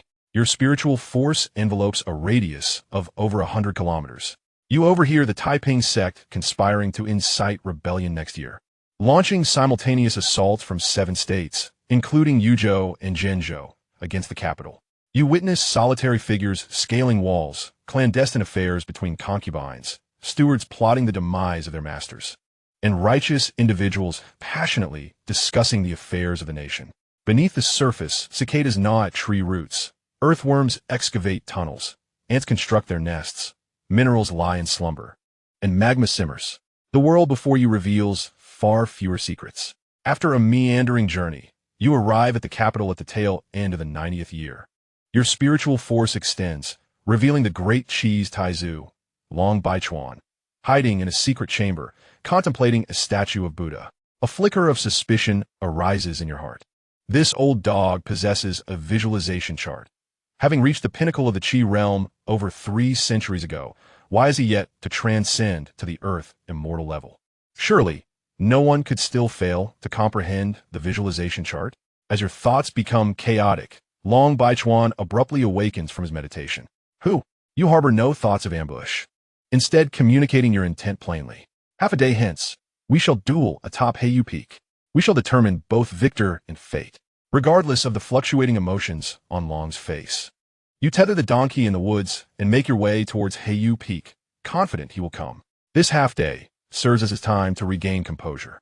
Should he fail to arrive, the formidable adversary lurking nearby will ensure he hesitates to cultivate further. Half a day later, Long Baichuan, donned in a moon-white monk's robe with a clean-shaven head, appears. Had you not encountered him in previous simulations, you might have mistaken him for a venerable monk. Umaba, why does the benefactor harbor such heavy resentment? If this humble monk has erred, I shall rectify it immediately. You smile. You weren't like this before. I prefer your defiant nature. Please return to it. Long Baichuan squints, reminiscing about your visage. Yet after a lengthy pause, he utters another Buddhist chant. Such a stunningly talented individual, I could never forget upon encountering. Is there perhaps some misunderstanding? You are certain that Long Baichuan is afraid. Regardless of his past audacity and unwavering resolve, power and time have devoured his courage. Though his strength has increased, so has his timidity. He dares not take risks, let alone gamble his life. Merely perceiving your spiritual force probing at 100 miles and transmitting thoughts has already instilled fear in him. You applaud with delight. The venerable tortoise, having lived for 7 or 8 centuries, is indeed well versed in the art of retreat. Quite remarkable. Long Baichuan, after all, has reigned as emperor for many years, exuding an air of authority as if he alone were sovereign. Faced with blatant mockery, one finds it increasingly difficult to maintain composure. Surely you must recognize me, good sir? Though I have donned the robes of a monk for many years, I once ruled as emperor for over a century. Is your speech not devoid of respect for both ruler and father? You raise your thumb in commendation once more. Such audacity. Even a dog has surpassed the skills of the Grand Master. During moments of negotiation, you present yourself as an ascetic who has renounced worldly desires. Yet in moments of pride, you claim the mantle of a revered emperor. Will you soon transform into the venerable elder of Nanshan, demanding my reverence? After I have bested you, will you not decry my bullying of the weak? In the realm of Dakian, double standards reign supreme. Your presence is indispensable. Your words are somewhat excessive, and reflecting upon the actions of this old cur, I find my spirit uneased. Long Baichuan may not grasp your words, yet he senses your iron resolve for retribution. He snorts coldly. Do you presume to have me at your mercy? When I once swept through the realms, vanquishing all heroes, you were yet to see the light of day. Dare you bare your teeth against me? Then let us see the depths of my prowess. As he moves, one hand points to the heavens, while the other gestures toward the earth. A golden Buddha materializes behind him, bearing an expression identical to his own, gradually unfurling, embodying the essence of enlightenment to its fullest. A radiant golden sun appears above the Buddha's head, casting boundless light that instantaneously reduces the rocks it touches to mere dust. The gathering of power is slightly delayed, indicating a lack of complete mastery over the true essence of the sun. Yet, it will take no more than half a day. No, it seems the opponent lacks intelligence, likely requiring even more time. 2 strands of true essence merge into the profound enlightenment of the sun. The synergy is unparalleled, not only converting internal energy into the divine power of the sun, but also achieving a staggering strength of 1110. It appears I am indeed formidable. In the heavens and on the earth, I alone reign supreme. Treasonous rebel, prepare for demise. Long Baichuan brings his hands together, channeling the power of the sun's essence into a colossal handprint descending from the heavens. With a thunderous boom, the golden Buddha's palm pushes through the void, displacing the air and generating a hurricane of unimaginable force that shatters the treetops into splinters. The mountains emit a mournful cry as they are swept away, cascading down the cliffs. Kneel before me, and I shall spare your blood. Yet your countenance remains entirely unperturbed. The true essence within you fails to coalesce, unable to yield a result greater than 11. Even with the complete realization of your strength's essence, it only enhances your power by 50%. However, your calculation is not based on 11, but rather on 1111. Apart from the essence of time, you have perfected 15 strands of true essence during your simulation reboot. In the present day, you have perfected the profound truths of life, death, aging, and illness.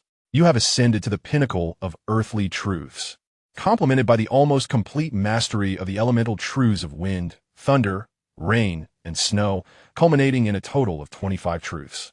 With a mere flick of your finger, these 25 truths, unified under the essence of strength, soar into the heavens.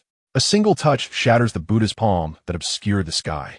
With a splatter, the essence is obliterated, causing Long Baichuan to be struck by backlash, spitting out a mouthful of old blood. He once again clasped his hands together, reciting the Buddha's name.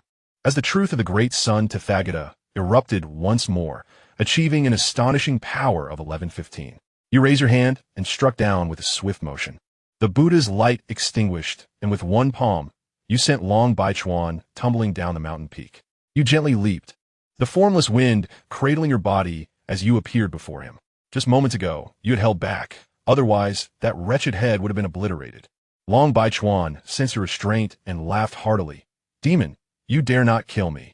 You furrowed your brow slightly. Long Baichuan, you were once a formidable ruler destined to claim the world. Surely you understand the principle that victors are kings and the vanquished are bandits. Pray tell, why do you choose to ally with malevolence? This, indeed, is the reason you awaited his cultivation to its zenith before confronting him directly. Only by utterly shattering his pride would such a person be compelled to cooperate. Long Baichuan's brow furrowed, his eyes blazing with fury as he attempted to rise, only to spit out fresh blood. You may kill me, but you cannot insult me.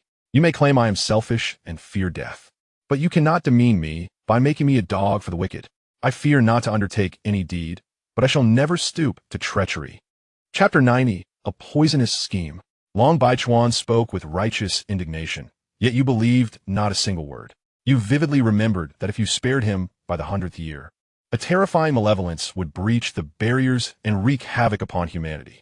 Conversely, by extinguishing him, it would not be until the 110th year that a multitude of lesser malevolences would seep through the gaps in the barriers into the mortal realm. If this matter did not concern him, no one could be trusted. After all, he was once a great hero, and you wished to afford him some semblance of dignity. Alas, it was futile. You raised your hand, and the essence of aging flowed around Long Baichuan, before the great sun Tathagata's truth within him could mount a passive resistance. You preemptively suppressed it with the essence of the 5 luminaries. Long Baichuan, now a dispersed immortal, possessed a lifespan of 3,000 years. He immediately perceived his lifespan cascading away like a dam burst, to say nothing of 3,000 years. Even 3 billion years of life could not be consumed in such a manner. Panic set in. What have you done? Stop this at once. Cease. You did not relent immediately. Rather, you waited until his lifespan dwindled to a mere year before finally withdrawing your hand.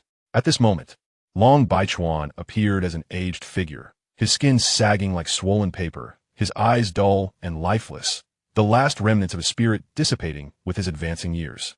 He resembled a withered tree. The greatest sorrow lay in a heart that has ceased to feel. His heart, indeed, felt utterly extinguished. You furrowed your brow, harboring doubts about whether the corpse before you was genuine. Could such a person truly unify the realm? With a mere touch of your fingertip, the essence of life surged through him, granting him an instant 10 years of vitality. A fleeting ripple crossed Long Baichuan's deadened gaze, only to culminate in a bitter smile. After a prolonged silence, he resignedly closed his eyes. Ask whatever you wish. I merely seek a swift demise, he uttered. True to his word, he answered every forthcoming question without a hint of concealment. He wielded the might of the nation to slaughter sects, eradicate alchemists, and incinerate various scriptures. He even employed deception, widely disseminating altered methods and elixirs, only to later suppress them through force when they spread across the land, confiscating all manuscripts and formulas. More insidious was his alteration of the core principles, rendering the methods difficult to master and weakening the potency of the elixirs, which were often a mix of truth and deception, thus significantly reducing their efficacy. Ultimately, he eradicated the cultivation of spiritual herbs altogether. As you listened to his account, a chill crept down your spine. The line between truth and falsehood had become utterly indistinguishable. This man could have thrived even in the treacherous realms of northern Myanmar, ascending to the status of a formidable figure. Had he been delayed until the ancient battlefield, even Jia Su would have revered him as a patriarch. What a venomous scheme. You steeled yourself and began to pose more sensitive inquiries. After all your efforts aiding the malevolent forces for over 300 years, you have yet to attain even the status of an earth immortal. Is it worth it? Long Baichuan suddenly leapt up in indignation. What do you mean, aiding malevolent forces? I act solely for my own sake. What I have done, I shall not deny, but do not presume to slander me for actions I did not commit. You scoffed dismissively. If not for the malevolent forces, would you have withheld the teachings for your descendants? Long Baichuan retorted with an air of entitlement. As long as there are successors, there lies a risk of exposure. I possess unparalleled talent and longevity. I do not require filial descendants to honor me. I alone suffice to live until the end, sharing my lifespan with the heavens. You shot him a cold glance. Then how did you end up as a prisoner? Long Baichuan fell silent, closing his eyes to recite a mantra. You questioned him for quite some time, employing the essence of aging and the truth of death to compel him. Yet he stubbornly denied any collusion with malevolent forces. With a gesture, you extinguished his life. Gazing at the heavens, your doubts only deepening. Judging by his demeanor, he indeed did not seem to be in league with the malevolent forces. But why did his survival herald the arrival of the malevolent forces in the 100th year? Could it be that you recalled the elderly eunuch within the palace? That is the sole individual possessing the authentic cultivation technique of the true practice realm. A sense of foreboding washes over you as 3 yards ahead. A wooden door hovers in midair. How can one dare to claim allegiance to evil forces under such circumstances? As you stealthily enter the imperial palace, you discover that the eunuch has already taken his own life. A torrent of curses floods your mind, yet you utter not a word, instead slipping in along Baichuan's secret chamber. Inside, hundreds of Buddhist statues of varying sizes are arranged. Your gaze sweeps across the room, ultimately resting upon an inconspicuous corner where the golden Buddha of the sun, Tathagata, resides.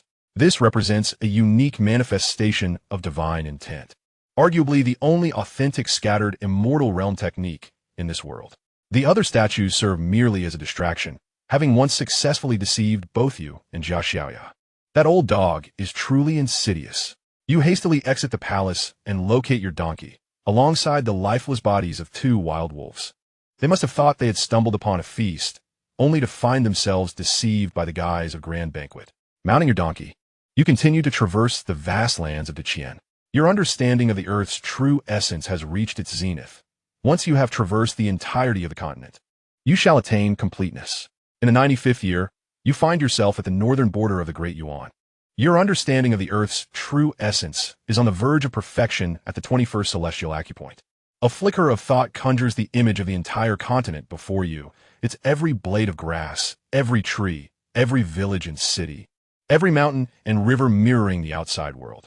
The only missing piece is the current boundary. Once you complete the final puzzle piece, it shall be wholly perfected. People of Deqian, hasten your departure. A guardian warrior of the Great Yuan calls out, noticing your lingering presence. This place is a forbidden zone of the Great Yuan. Even its own people cannot approach. Yet, you are unwilling to depart so easily. Not only because the Earth's true essence awaits its last piece, but also because this is the final bastion against evil forces on the continent. How could you leave without casting a glance? As you ponder, a long spear thuds into the ground before you, a warning. You choose to retreat for the time being. You harbor no fear of the Great Yuan warriors, yet to slaughter them in pursuit of enlightenment and force your way in would be a violation of your principles.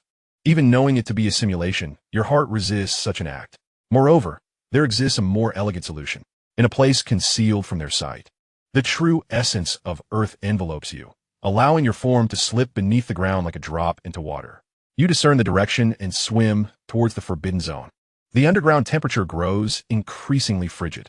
Unlike the soul-freezing cold of the snowy mountains, this chill is akin to the dampness of a shadowy place, reminiscent of a hospital's morgue.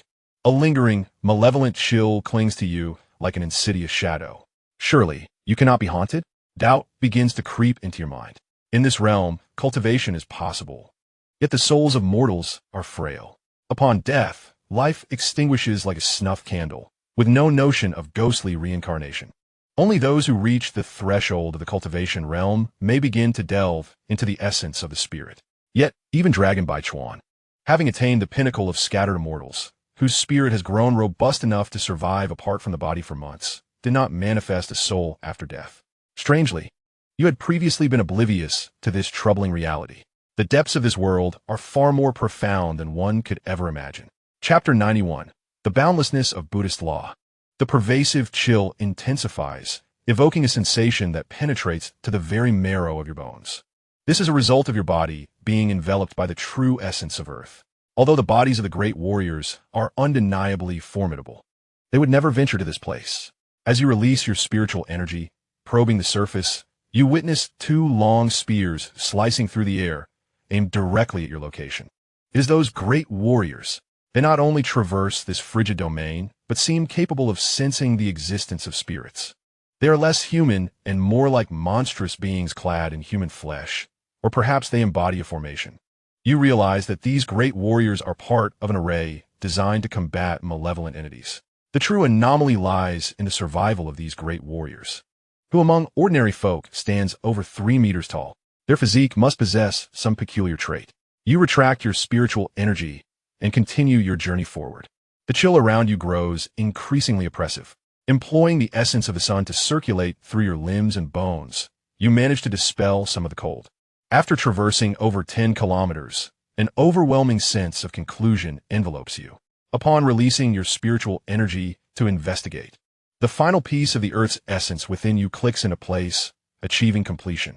as your spiritual energy extends above ground. You witness a fierce confrontation between great warriors and malevolent spirits. A squad of 11 great warriors charges at two shadowy entities. In an instant, two wooden spears impale the shadowy apparitions to the ground, followed by 4 bone arrows that easily pierce through them, creating several massive gashes. The remaining warriors wield long spears and hefty blades to strike. In less than a minute, the shadowy entities, akin to livestock, are ruthlessly dismantled. Those great warriors, whose combat prowess barely grazes the initial stages of the cultivation realm, exhibit the strength of scattered immortals against these spirits. Not only do they inflict damage, but their speed is astonishingly swift. Whoosh, whoosh, 2 wooden spears hurtle toward the location of your spirit. You hastily retract your essence, refraining from lingering, and retreat with urgency. Utilizing Earth Escape to its fullest, your speed remains scarcely slower than that of the ground beneath you. 2 hours later, you finally return to the surface, experiencing a surreal sensation of rejoining the realm of the living. Based on previous simulated memories, it is anticipated that around the 120th year, the malevolent forces within will breach the defenses of the great Yuan warriors, seizing their corporeal forms and unleashing devastation upon the world. You begin to contemplate strategies to infiltrate the ranks of the great Yuan warriors and alter this grim fate. Your height poses a significant obstacle, rendering conventional methods of disguise ineffective. You recall the essence of true disguise. However, having always upheld integrity and presented yourself authentically, the sudden endeavor to grasp the concept of disguise proves to be a formidable challenge. The image of the Buddha statue of the Sun Buddha in your arms comes to mind. You extend your hand, prepared to erase your flowing locks, for the essence of life within you would allow them to regrow in an instant. Thoughts of the demonic monk from the previous simulation surface. That monk, with a gleaming bald head, would chant Nama with every breath and Amitabha in silence, appearing more devout than anyone, yet secretly colluding with evil forces. You resolve to take a contrary approach. Wine and meat may pass through the body, yet the true Buddha resides within the heart. You decide to embrace your long hair, indulge in wine and meat, while earnestly cultivating the essence of the Sun Buddha. Is this not a form of disguise in itself? In due time, merging the essence of the Sun Buddha with the essence of disguise would yield a double advantage. Yet, it still seems insufficient. The level of disguise required is somewhat lacking.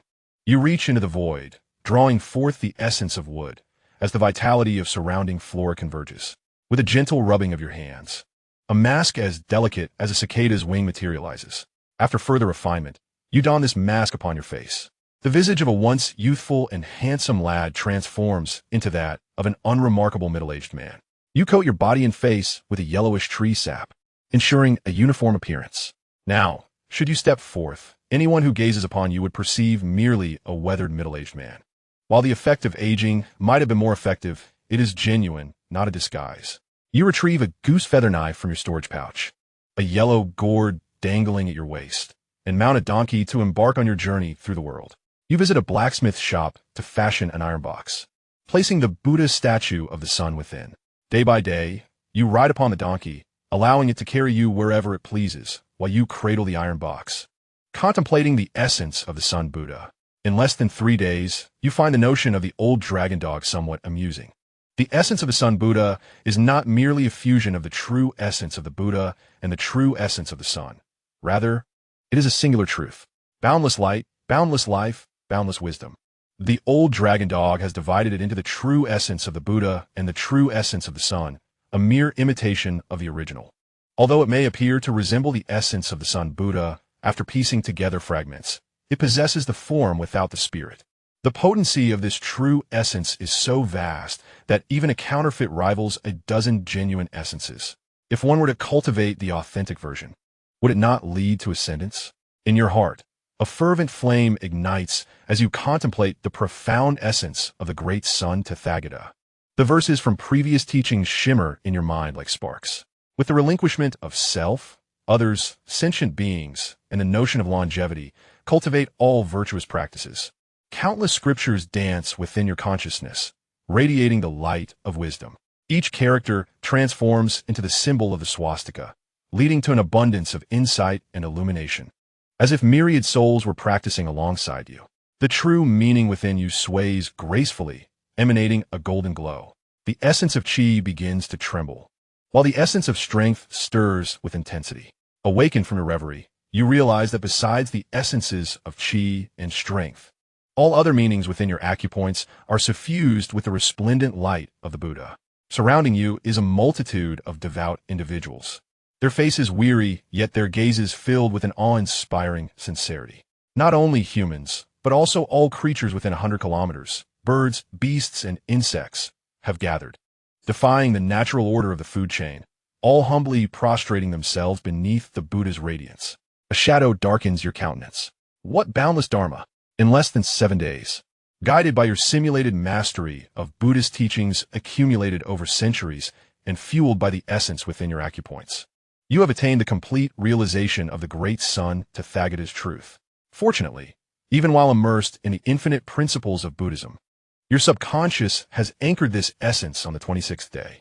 Had it overtaken the acupoint of the realm, the corresponding essence would have been corrupted into that of the great Son Tathagata, thrusting you into despair. The dog-like dragon Baichuan claims he has not allied with malevolent forces. This technique must have been acquired through his servitude. Even in death, he seeks to deceive. I long to unearth his remains and torment them 1,000 times over. Alas, he has long been reduced to dust by your hand. O Buddha, the assembled throng gazes upon you with reverence. They have been transformed into fervent zealots, ready to comply with your every thought, even to the point of self-destruction without a moment's hesitation. You grit your teeth silently. What boundless dharma!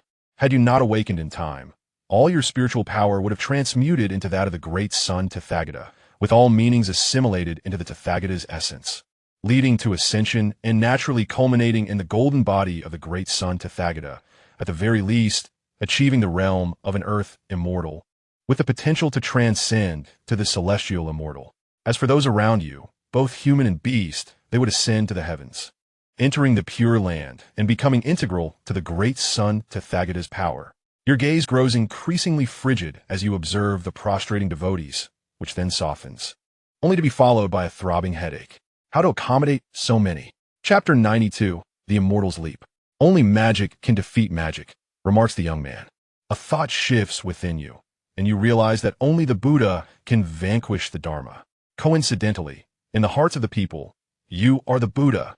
A look of disdainful compassion graced your countenance as you extended your right hand, suffused with a golden radiance of the true essence of life, transformed by the profound nature of the great Son Tathagata, bathing all creatures and beings in its light.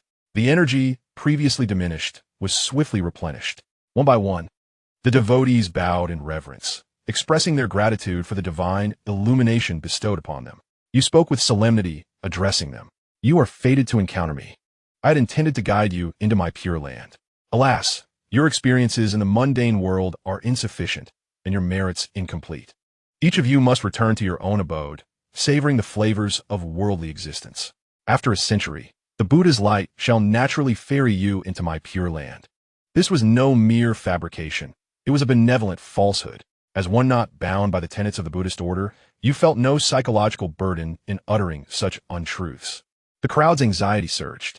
A few elegantly attired men and women cried out in desperation, "O Buddha, our merits are lacking. I am willing to offer my entire fortune, half to the temple and half to build bridges and roads to aid those in distress." While you silently admired their perfect cooperation, your demeanor turned grave, your voice firm and commanding. Monastics cherish the void. In the eyes of the Buddha, gold and silver are no different from refuse. How can donating refuse yield merit?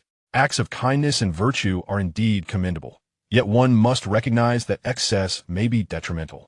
You continued, you must immerse yourselves wholly in the mundane world, reclaiming the days of yore, achieving transcendence of body and mind through experience. This is the true essence of enlightenment. Do not hastily seek rewards, attempting to gain early liberation through charity. This is the path of demons. The crowd's faces paled. They sensed a dissonance in your teachings compared to the familiar doctrines they had heard, yet they could not articulate what felt amiss. Yet you, the true Buddha, stood in stark contrast to the false. After expending further effort, you finally sent them all back to their homes. However, the myriad of creatures that surrounded you, unable to comprehend human speech, could not accept the teachings of the true Buddha, which posed a certain dilemma. Seething with frustration, you retrieved the statue from the iron box, poised to shatter it with a single blow. Suddenly, a thought crossed your mind regarding the peaches of immortality you had previously obtained. As long as you could extricate them from the simulation, they would pose no harm. You carefully placed the golden Buddha into the iron box, encasing it in a chain as thick as your thumb, securing it with 10 locks before stowing it in your storage pouch. You resolved to remain in the forest, simultaneously erasing the remaining Buddha's light from the other true essences while devising a means to cleanse the creatures of the controlling methods imposed upon them. To your surprise, those creatures you had sought to guide were not as you had envisioned.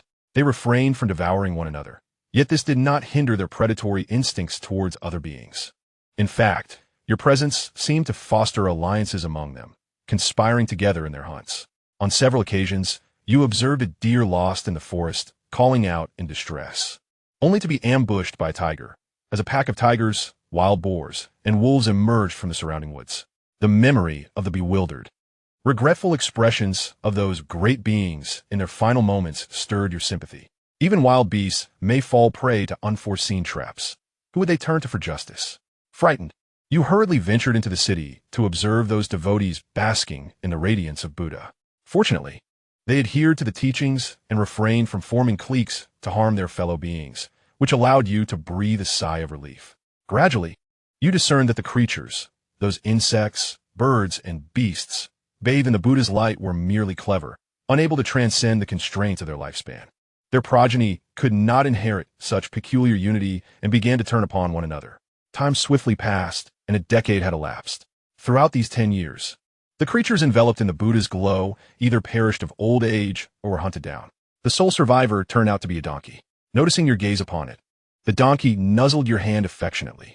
You patted its head, harboring no thoughts of extinguishing its life, for it was a donkey you had nurtured for 100 years. Days later, you finally ground away the last semblance of the true essence of Buddha's light. Overcome with emotion, tears welled in your eyes. 10 long years. A decade spent honing this essence, its trials and tribulations far too profound to share with outsiders. Feeling the time was ripe, you mounted the donkey and embarked on your prior plan to navigate the martial world.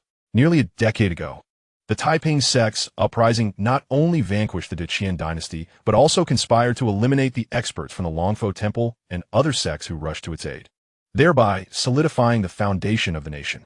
The new state was named Wu, widely propagating the martial arts of the Taiping sect and abolishing Deqian's prohibition on spirit-enhancing elixirs. Martial arts flourished, yet the martial world grew increasingly chaotic. Even the mountain bandits managed to acquire the Taiping sect's secret teachings. Many feared that in a few decades or centuries, a malevolent figure would emerge to slaughter the masses. As you sat upon the donkey, listening to the myriad discussions around you, you could not help but shake your head. The very endurance of this world for decades remained an enigma. A fierce clamor of battle erupted ahead. Unable to suppress your inner conflict, you abandoned the pretense of being a high monk who had broken his vows, resolving instead to embrace the role of a seasoned yet unwavering swordsman. You did not unleash your spiritual power, but urged the donkey to gallop headlong. Before you stood a convoy, marked by a towering flag inscribed with the words 4 Cs. The leader of the escort was a woman clad in red, wielding her sword with remarkable precision as she defended against the onslaught of mountain bandits. Yet, only 8 escort members remained, while the bandits numbered 50 or 60, with 3 masked leaders lurking nearby like venomous serpents, poised to ambush the woman. Should you remain passive, the outcome was already sealed. The 3 bandit leaders spotted your approach and bellowed from afar, "Get lost." Your anger flared, in broad daylight, amidst the clear heavens. You dare to rob and take lives openly? Is there no law? No justice? The bandits scoffed, one of them riding an unusual blood horse charging towards you. "Get lost." Are you lost? Your gaze turned as cold as ice, and you struck first with your blade. The mountain bandit chuckled. A mere farmer dares to emulate the righteous and heroic? He wielded his blade with remarkable finesse, countering your attack while concealing an array of 32 variations within his movements. With a sharp crack, the bandit was cleaved in 2, his masterful technique failing to parry the initial strike, thus leading to his downfall. Old 3, 2 masked figures cried out in despair, abandoning the red-clad woman to rush toward you. One of them cautioned, "Old 2, that man possesses immense strength. He has likely practiced the Buddha's physical cultivation techniques. Do not engage him directly. Understood. The two assailants flanked you, launching simultaneous assaults, targeting your vital points with seamless coordination. You swung your blade, but they deftly evaded your strikes, employing intricate maneuvers to exploit your weaknesses. Suddenly, your weapon accelerated, and with a swift motion, two heads soared into the air, using the body of a transcendent being to dispatch two fledgling warriors. A pang of guilt flickered within you, and your lips involuntarily curled into a smile. Is this considered a level-up kill? Chapter 93. The Path to Penance Phobia. The donkey sensed your exhilaration and galloped into the throng of bandits. With swift precision, you eliminated every last one of the assailants, leaving no survivors, blood pooling around you. The red-clad woman, fatigued and staggering, approached you with her sword raised in gratitude. You merely waved her off, mounting the donkey and riding away. Gritting her teeth, she pursued you on her exotic blood horse. Hero, please wait. I owe you my life, if I do not repay this kindness. How will my fellow friends in the Jianghu regard the Four Seas Escort Bureau? You dismissed her with a wave. My assistance to you pertains not to our relationship. With a squeeze of the donkey's belly, it sprinted forward, quickly leaving the escort behind. Not just the escort, but throughout your travels, you rescued countless souls and vanquished evildoers without leaving a single one alive. In less than 6 months, you earned the moniker of the Ruthless Blade. 3 years later, you enter a roadside tea shop to rest and allow your donkey to graze. Coincidentally, you overheard a storyteller recounting the tale of the Ruthless Blade. The storyteller described the blade's merciless strikes and heart of cold iron, prompting applause from the audience. Suddenly, a burly man seized a pair of chopsticks from the table and hurled them at the storyteller's face. Cease your vile slander, he shouted. Our benefactor saves lives without seeking reward, his heart ablaze with warmth. How dare you claim he is cold-hearted? I demand to know if you are a spy for bandits. Your heart surely darkened. The crowd clamored, attempting to reason that the storyteller was merely an ordinary man, prompting the man to relent, though he left the storyteller battered and bruised. You pondered, trying to recall if you recognized the man. Later, it became evident that you had rescued the father of that man. Coincidentally, the number of storytellers being assaulted increased significantly. Gradually, you acquired the moniker of the romantic swordsman. In the year 105, at the age of 122, you were in the prime of your life. However, the bandits across the land had all ceased their activities, leaving you to roam freely, with the sole purpose of vanquishing malevolent spirits. You mused aloud, reflecting on the wisdom of employing substantial means in chaotic times. Within less than 5 years, bandits and robbers had nearly vanished from the world. You transformed your identity, swapping your sword for a wooden peach tree sword, donning a Taoist robe, and wielding a painted talisman to exorcise evil spirits. You refer to yourself as Master Geo, charging a mere penny for your assistance. The title of the penny Taoist spread throughout the land in less than a year. Riding a donkey, you could distinctly sense the faint white light emanating from the copper coins. This was the power of faith, a delightful surprise indeed. As the reputation of the penny Taoist grew, the white light on the coins intensified, almost becoming tangible. With a faint smile, you began to comprehend the true essence of faith. Rather than placing this power within the celestial apertures, you chose to confine it to the sacred apertures governed by the true essence of Buddhism. The essence of faith is derived from the people and is also bound by their will. When the people love, the power grows. When they despise, the power wanes. When the people perish, the power is extinguished. The ties were too deep, yet you clearly had more advantageous choices. One day, you encountered a familiar stranger, Huang Sheng. Greetings, Taoist. Huang Sheng bowed respectfully, his gaze fixed intently upon you. A fleeting thought illuminated your understanding of his intentions. The first action of Old Zhao upon assuming power was to dissolve military authority over a cup of wine, while Old Zhu's initial decree was to prohibit the Ming sect. Fear of path dependency is a common sentiment. After pondering for 3 seconds, you opted for the simplest method of persuasion. I am already aware of your intentions. Draw your sword. Angered, Huang Sheng raised his hand to unleash his favored dragon, slashing sword technique. A sword aura nearly 10,000 meters long manifested. Yet before he could concentrate it, it dissipated into spiritual energy. Under the true essence of Qi, no one could forge sword energy without your consent, unless their intent equaled yours. Huang Sheng, still grappling with his understanding, looked bewildered. He attempted several more times. But even the true energy within him would disintegrate the moment it departed his body. Do you not comprehend? You snapped your fingers, causing the spiritual energy surrounding Huang Sheng to disperse, transforming the area into a realm devoid of spirit. Huang Sheng's eyes widened, as if struck by lightning, leaving him frozen in place. You reached out, using the true essence of wind to retrieve his treasured sword. Reflecting on the characteristics of the Taiping sect's martial arts, you inscribed the true essence of the earth and the true essence of the sun upon it. You returned the sword to Huang Sheng and were about to depart when you heard splash. O celestial being, I beseech you to accept Huang Sheng as your disciple. You remained silent for a couple of seconds before reminding him. Return and contemplate the sword in your possession. Soon, you too shall attain mastery. Leaving behind this benevolent falsehood, you resumed your previous quest to vanquish evil. Within a mere 3 months, the name of the martial sun true monarch began to circulate throughout the martial kingdom. Martial refers to the vast martial territory, while sun signifies the sun itself. The meaning is clear, yet it incites an urge to strike. You did not record Huang Sheng's name in your ledger, but continued your pursuit of malevolent spirits. In the year 119, your mastery of the facade's true essence barely reached the threshold of proficiency, which you then placed into the auxiliary acupoint. Had it been the true essence of illusion, you might have considered inserting it into the celestial acupoint, yet the facade's essence fell significantly short. You masqueraded as a citizen of the Great Yuan, living among them for 6 months without arousing suspicion. However, upon approaching the forbidden grounds, you were immediately unmasked. In our clan's sacred domain, those who trespass shall face execution without mercy. Your lips quivered as you turned to leave, but you had already memorized the nearby Great Yuan warriors. Under the cover of night, you stealthily infiltrated and incapacitated one of the Great Yuan warriors. Before you could execute your next act of disguise, you were promptly discovered. You thought to yourself, all for their salvation, as you transformed into the likeness of that Great Yuan warrior and, employing the essence of wind, hurled him 100 kilometers away. This was the extent of your control, just as a smile appeared on your face. You were met with the swift flight of 2 wooden spears for bone arrows and the precise targeting of 6 blades. It was evident they had discerned your disguise, compelling you to flee hastily. You then assumed the guise of another Great Yuan warrior, only to awaken the one you had previously subdued, who immediately launched a fierce attack against you.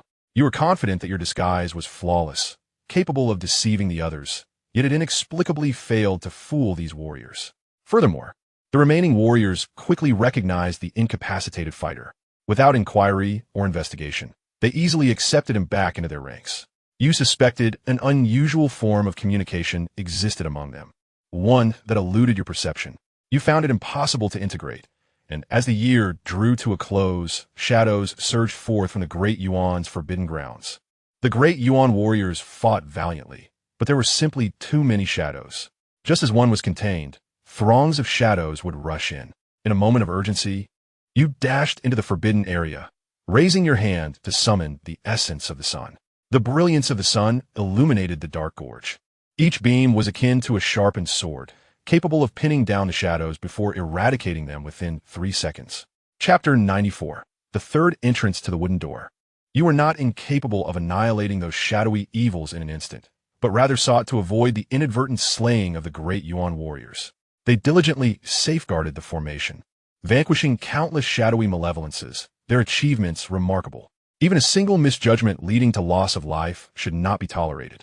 You shone like the blazing sun in the heavens, your hands radiating intense light, deftly avoiding the mighty warriors while casting illumination into the dark chasm below. The malevolent energies within the gorge hissed and writhed like melting snow, the encroaching evils shrieking as tendrils of smoke emerged, swiftly transforming into ashes. As the warriors withdrew, you unleashed your full power, enveloping the entire gorge in the profound essence of the sun.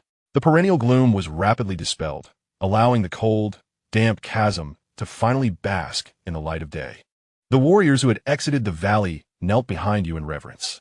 Buddha, you have returned. You flick your hands, nearly striking the head of a warrior with the radiant essence of the sun. After a year of clamoring for your demise, they now hailed you as Buddha? You sought the commander, inquiring about the reason for such a transformation in sentiment. A flicker of surprise crossed the commander's eyes before he lowered his head and replied. 500 years ago, you bestowed a divine edict, proclaiming you would return with boundless brilliance to eradicate the malevolence. How long? You stammered. Not too long, he replied. Rather, is too short. In merely 500 years, while even the monkeys had not escaped the five-finger mountain, the evils had managed to break free. What kind of Buddha is so feeble? Your astonishment grew even greater. Are you suggesting this formation was established 500 years ago? The curiosity in the commander's eyes intensified, yet he nodded earnestly. Indeed, your skepticism lingered. Is this authentic? The commander nodded foolishly. You felt a dryness in your throat. Who told you this? What does a year signify? The answer you received nearly caused you to leap in disbelief. The commander himself had lived through it. A year was indeed a normal year. You pondered asking why he had mistaken you, but your heart tightened suddenly. From the depths of the gorge emerged a terrifying figure. Towering 100 feet, cloaked in darkness, with twisted horns extending several meters, exuding a menacing aura. It was a dreadful, bull-headed malevolence. Wielding a colossal axe several dozen feet long, its steps causing the chasm to quake and the black walls to fracture. Fury ignited within you. You concentrated your essence and summoned all of your power to conjure an illusory axe 100 feet long. With a fierce strike, you aimed for the mountain. Yet in your current state, your moves had become mere adornments lacking substance. Combat relied solely on the unadulterated essence overpowering the foe, unless one's strength and realm were comparable. Techniques held little efficacy. The massive axe cleaved through the void, creating rifts in space, and the fierce winds swept through, reducing the surrounding gorge to mere powder. The bull-headed fiend across from you appeared somewhat flustered, hastily raising its axe to defend itself. A thunderous impact reverberated as true intent collided with true essence, making you feel as though you had struck an impenetrable wall. Gritting your teeth, you summoned the true essence within, pouring every ounce of strength into your physical form, hoping to overpower the bull-headed fiend with an extra surge of force. A cacophony of crackling echoed as you sensed your muscles and bones lamenting. Even with the perfection of your Tao body, the backlash from the celestial level power was nearly too much to bear. The meridians within you were incessantly torn apart. Cracks began to surface on your robust Tao bones, and your flesh was on the verge of disintegration, just as you felt yourself teetering on the brink of collapse. The bull-headed fiend retreated a step. Your colossal axe slipped from your grip, crashing into the ground, cleaving a chasm of unfathomable depth, with surging magma erupting skyward. You swiftly gathered the essence of life, witnessing your meridians, flesh, and bones mend at an astonishing pace.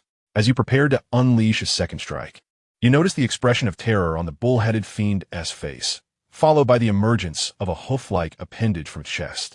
The bull-headed fiend was violently torn asunder, revealing a head reminiscent of a tiger, which began to feast voraciously. The fiend caught sight of you, and with a single glance, you felt your blood freeze and your spirit shatter. Fortunately, it only spared you a fleeting glance before indulging in the bull-headed fiend before it. Regaining your composure, your scalp prickled with unease, and without hesitation, you dashed through the wooden door. Instinctively glancing back, you noticed the tiger-headed fiend seemed to acknowledge your departure, but made no effort to impede your escape.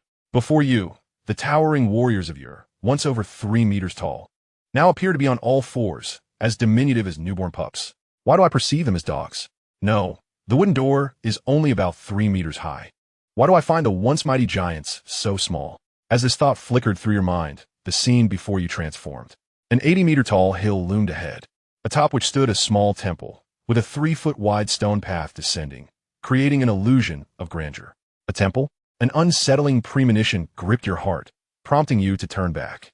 However, upon glancing over your shoulder, you found the same hill, the same temple, and the same path. No matter how you adjusted your direction, the hill remained directly in front of you. Fiend! You silently gritted your teeth, realizing why the tiger-headed fiend did not pursue you. It was aware of your inevitable demise. Your attempt to intervene had not only failed to delay the world destruction, but had seemingly hastened it. Upon reflection, you surmised that your destruction of the mist within the canyon had compromised the formation, which had been integral to its stability. The destruction of the formation had prematurely unleashed such a formidable fiend as the bull-headed one. Taking a deep breath, you ascended the stone path towards the hill.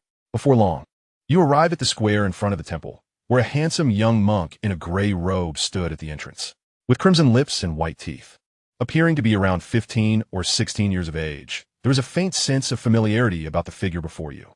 A wave of astonishment surged through your heart. Goodness, this is the demon monk. The corners of the demon monk's mouth curled upward as he uttered a Buddhist chant. Namo Amitba, little novice.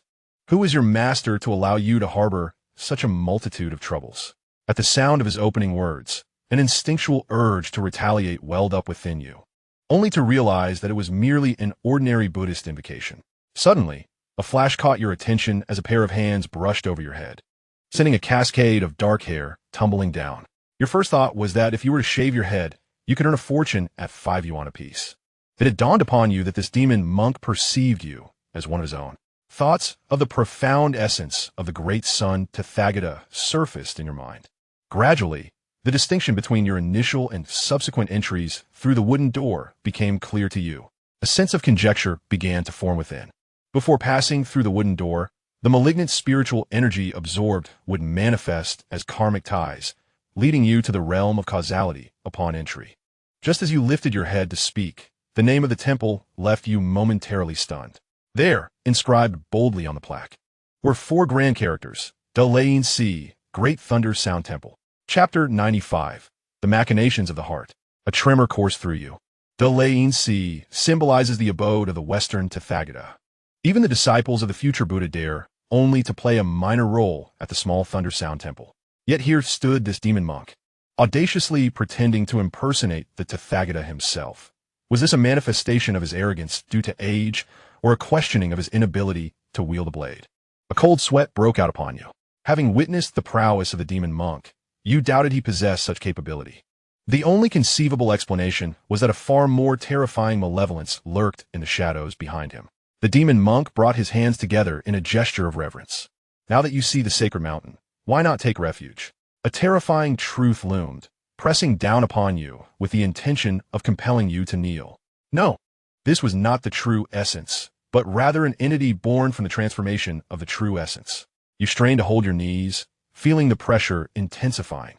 Should you refuse to yield, your very bones would be crushed beneath the weight. The demon monk, at the very least, was a celestial-level expert, far beyond your capacity to contend with. You clasped your hands together in haste and replied, "With the Buddha in my heart, what need have I to take refuge?" The demon monk echoed your words, his eyes sparkling, repeating them thrice with a hearty laugh. "Little novice, how remarkable it is that you possess such a Buddha nature. Marvelous, marvelous."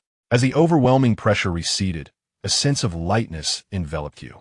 The demon monk guided you into the Great Thunder Sound Temple. As you stepped inside, the seemingly modest 20-square-meter temple instantaneously expanded into an infinite expanse. At the center sat the Tathagata, flanked by the Buddhas of the past and future on either side. Below them were the 8 great bodhisattvas, followed by the 500 arhats and the 3,000 transcendents. In an instant, the scene transformed once more, and you found yourself back in the small temple. In the center, there sits a statue of the Tathagata Buddha, while 2 handsome monks stand behind it. Upon closer inspection, you realize they resemble the infamous demon monk.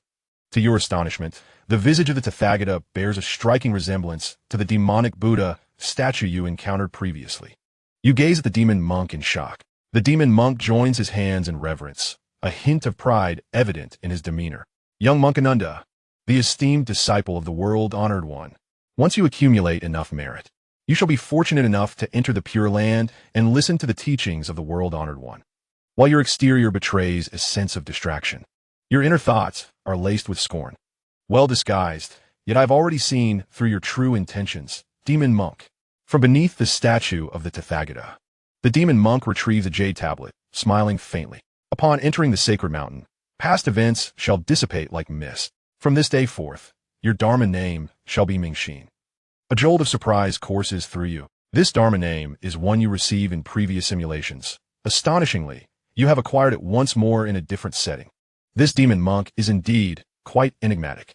The demon monk leads you forward, and you collide with a wall, which surprisingly yields like air, allowing you to step through effortlessly, revealing an entirely new vista. Before you stand a colossal Buddha. One hand points heavenward, while the other touches the earth, murmuring, "In heaven and on earth, I alone hold supremacy." As the light fades, you find yourself amidst vast stone carvings. Countless illustrations of Buddhist scriptures adorn the surfaces. Each scene appears vividly real. Clearly, they are divine representations. Your eyes sweep across to behold the image of the Buddha offering his flesh to an eagle. The ravenous desire of the eagle, the frantic flight of the pigeon, the compassion of the Buddha as he offers his flesh. Each detail is rendered with breathtaking clarity. With just a glance, you are enveloped by an overwhelming desire to attain true understanding. You murmur to yourself, Illusion, mea illusion. This is the lair of the demon Buddha. Should I genuinely pursue this truth, I may find myself offering my flesh piece by piece to the so-called Ananda, the demon monk. Moreover, sacrificing oneself to save a pigeon is not in my nature. If I were to intervene, it would be to eliminate the eagle. I have heard that eagle stew with chick is quite delectable. What a pity that I cannot indulge. The demon monk chuckles. This is the hallowed ground of the myriad Buddhas, filled with divine representations aplenty. The true essence of your practice, the Dei Rulai, has strayed into the demonic path. You may choose 3 authentic representations to counteract the evil. You dare not trust even a fragment of the demon monk's words. Though he speaks truthfully about your Dei Rulai straying into the demonic path, the most skillful lies often contain a kernel of truth. To believe that he would guide you in cultivating 3 authentic representations would likely lead to your utter consumption. However, outright rejection is not an option. Having unwittingly entered the lair of malevolence, failing to extract valuable information could spell your doom, leaving you with profound regret. As a thought stirred, the figure of the old dragon hound emerged, and an idea took shape. You deftly sidestepped the potential pitfalls of altruistic intentions that could lead to your own undoing, ultimately selecting the celestial visions beneath the Bodhi tree, aimed at subduing the Dragon King. Each of these visions featured multiple characters. You resolved to employ the old dragon hound's method of division, fragmenting them into countless pieces, ensuring that even if ensnared, you could salvage something. In 10 years, I shall bring you forth. With a wave of his hand, the demonic monk left behind 10 vials of fasting elixirs and turned away. Your initial choice was to visualize the image of the Dragon King's subjugation. The opponent's status as an Arhat rendered him comparatively less formidable. You opted to first envision the Dragon King. A fearsome visage of the malevolent dragon materialized before you, its burning gaze, sharp fangs, and glistening scales vividly alive. It seemed that you were not merely perceiving an artistic representation, but confronting a genuine malevolent dragon. The acrid scent of sulfur wafted from its maw. You pondered, should the dragon's mouth not exude the fragrant essence of dragon saliva? Why then the sulfur? Could it be that this dragon's lineage was tainted? The fearsome creature dissipated. You recognized that your profound skepticism regarding the demonic Buddha and the celestial visions had given rise to a tumult of distracting thoughts during your visualization. Gathering your composure, you embarked on the visualization once more. Time passed swiftly, and a decade slipped away. In the final year, you successfully completed the visualization of the 3 celestial images. However, each was divided into 4 or 5 segments, which you dispersed within your auxiliary meridians. Of course, you did not forget to reassemble the 3 celestial images, placing them within the divine meridian of the great sun Tathagata. Over the years, more than 30 monks had entered the stone chamber. Though their stays were fleeting, ranging from a month to 3 years, yet you became somewhat familiar with their presence. Throughout the decade, you abstained from the fasting elixirs provided by the demonic monk, opting instead for your specially prepared versions. You sensed that, given his formidable power, he could easily take your life. But what if? The world beyond the door was too enigmatic. Death did not signify an end. True to his word, the demonic monk returned to escort you out. Upon seeing you, his expression darkened, and he shook his head with a sigh. Mingxin, I once believed you possessed profound Buddha nature and exceptional talent, yet your deep cunning may thwart your attainment of enlightenment. He presented you with 2 additional celestial images. Take these and cultivate diligently, lest you disappoint my expectations. You glanced at them, noting they depicted the subjugation of the 3 poisons and the image of Manjushri wielding a sword to enlighten the ignorant and wicked. You mused internally, what a revelation. The former teaches restraint against greed, aversion, and ignorance, while the latter, with Manjushri's sword, reveals the emptiness of all evils and folly. This was a blatant provocation. However, you had long since discerned the monk's true intentions. The enigmatic monk did not immediately send you back to the stone chamber for meditation. Instead, he rambled on for quite some time. Though you paid little attention, surmising he was advising you to cultivate less cunning. He brought you before 3 monks, urging you to observe and learn before departing. You found yourself bewildered. What was he asking you to do? You had scarcely absorbed a word. Chapter 96, The Malevolent Dragon. The 3 monks were all of the Ming lineage, named Mingcheng, Mingshi, and Mingxin. You sensed the monks' intentions were directed towards you once more. Mingcheng and Mingshi appear to be in their 40s or 50s, exuding a sense of maturity and composure. Mingxin, however, seemed to be around your age, appearing no older than 18 or 19, and he eagerly initiated a discussion about the task at hand. Through your conversation, you learned that the mission was to subdue a malevolent dragon terrorizing the Qin family stronghold. The Qin family stronghold bore a resemblance to the villages within the Celestial Court, infused with ethereal energy and flourishing spirit crops. Upon your arrival, the village chief, accompanied by the townsfolk, immediately knelt in reverence. We humbly welcome the holy monk. Please intercede on our behalf and rid us of the man-eating dragon. The dragon has wrought havoc. We shall not show it mercy. Mingcheng clasped his hands in gratitude, his expression one of compassion. Thank you, holy monk. I have prepared a modest feast of vegetarian dishes. I kindly request you do not refuse. The village chief led you to his home, where the meal, though simple, was extravagant in its quality. The rice was celestial rice, fragrant and enticing. After 10 years of consuming elixirs, merely inhaling its aroma caused your mouth to water uncontrollably. There were only 4 vegetarian dishes, yet they were all spirit plants. Alongside them were 2 plates of celestial jujubes, of mediocre quality but ripened over a century, harboring rich spiritual energy. In a previous simulation, you had barely managed to consume 2 after 100 years of waiting. To your surprise, here, in the domain of the monk, such celestial fruits were readily available. Mingxin picked up 2 jujubes and placed them before you with a smile. Quickly eat. Do not let the village chief's kindness go to waste. The village chief laughed in agreement. Seeing the 3 monks partaking, you felt at ease and began to enjoy the jujubes. Their flavor was reminiscent of those in the simulation. While their appearance was unremarkable, their quality far surpassed the mundane. One bite sent your very cells dancing with delight. Exquisite. You noticed the village chief standing nearby and beckoned him to take a seat. He politely declined. All holy monks are true Buddhas from the spirit mountain. A mere mortal like me dares not sit alongside such esteemed company. Mingxin, with a cheerful demeanor, handed 2 jujubes to the village chief, who expressed endless gratitude as he exited. This self-proclaimed old man, nourished by the celestial aura for years, might not even be outmatched by an ordinary practitioner of the opening of the meridians. Yet at this moment, he appeared exceptionally humble. Perhaps he sought something from you. You pondered. By the time the meal concluded, you felt your internal power significantly refined, and even your physique seemed to have subtly improved. You commenced the search for the malevolent dragon that terrorized the villagers. You formed pairs and ventured in 2 distinct directions. Accompanied by Mingxin, you headed southward toward the village. There lies a small river, deemed one of the most likely locales for the dragon's appearance. Legends speak of dragons that may vary in size, capable of becoming invisible, soaring through the clouds, and commanding the mist. You unleashed your spiritual energy to scour the riverbank, leaving no patch of water, grass, or crevice unchecked. Alas, your efforts yielded no discoveries. Mingcheng and his companion returned empty-handed as well. The village chief, visibly disheartened, greeted you with a forced smile and offered a modest yet exquisite vegetarian meal. He sat beside you, speaking cautiously, just as you were about to enjoy a date. A cry pierced the air. You dashed out of the house, only to behold a black dragon clutching a half-eaten body, preparing to take flight. Disturbed by the cries, it tossed its head back and devoured the remaining half before lunging towards the weeping little girl. Vile beast, how dare you?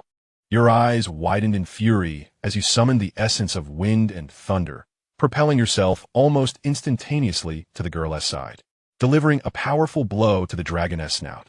Though the strike was executed in haste, the essence of your strength had become instinctive, unleashing a significant portion of your true power.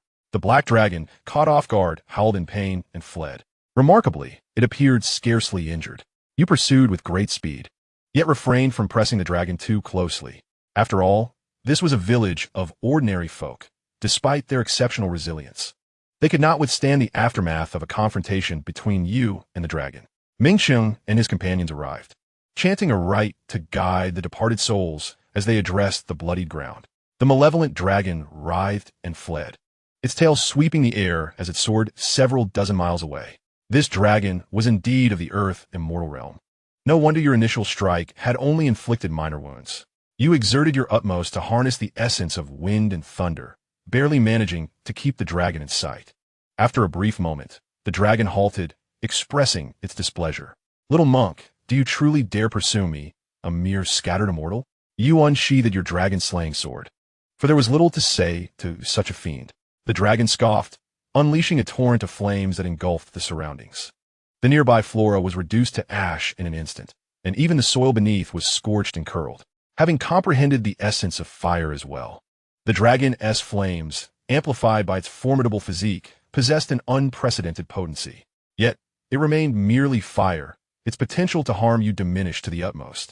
You charged into the inferno, consolidating all your true essence into a singular point, aiming directly for the dragon's tongue.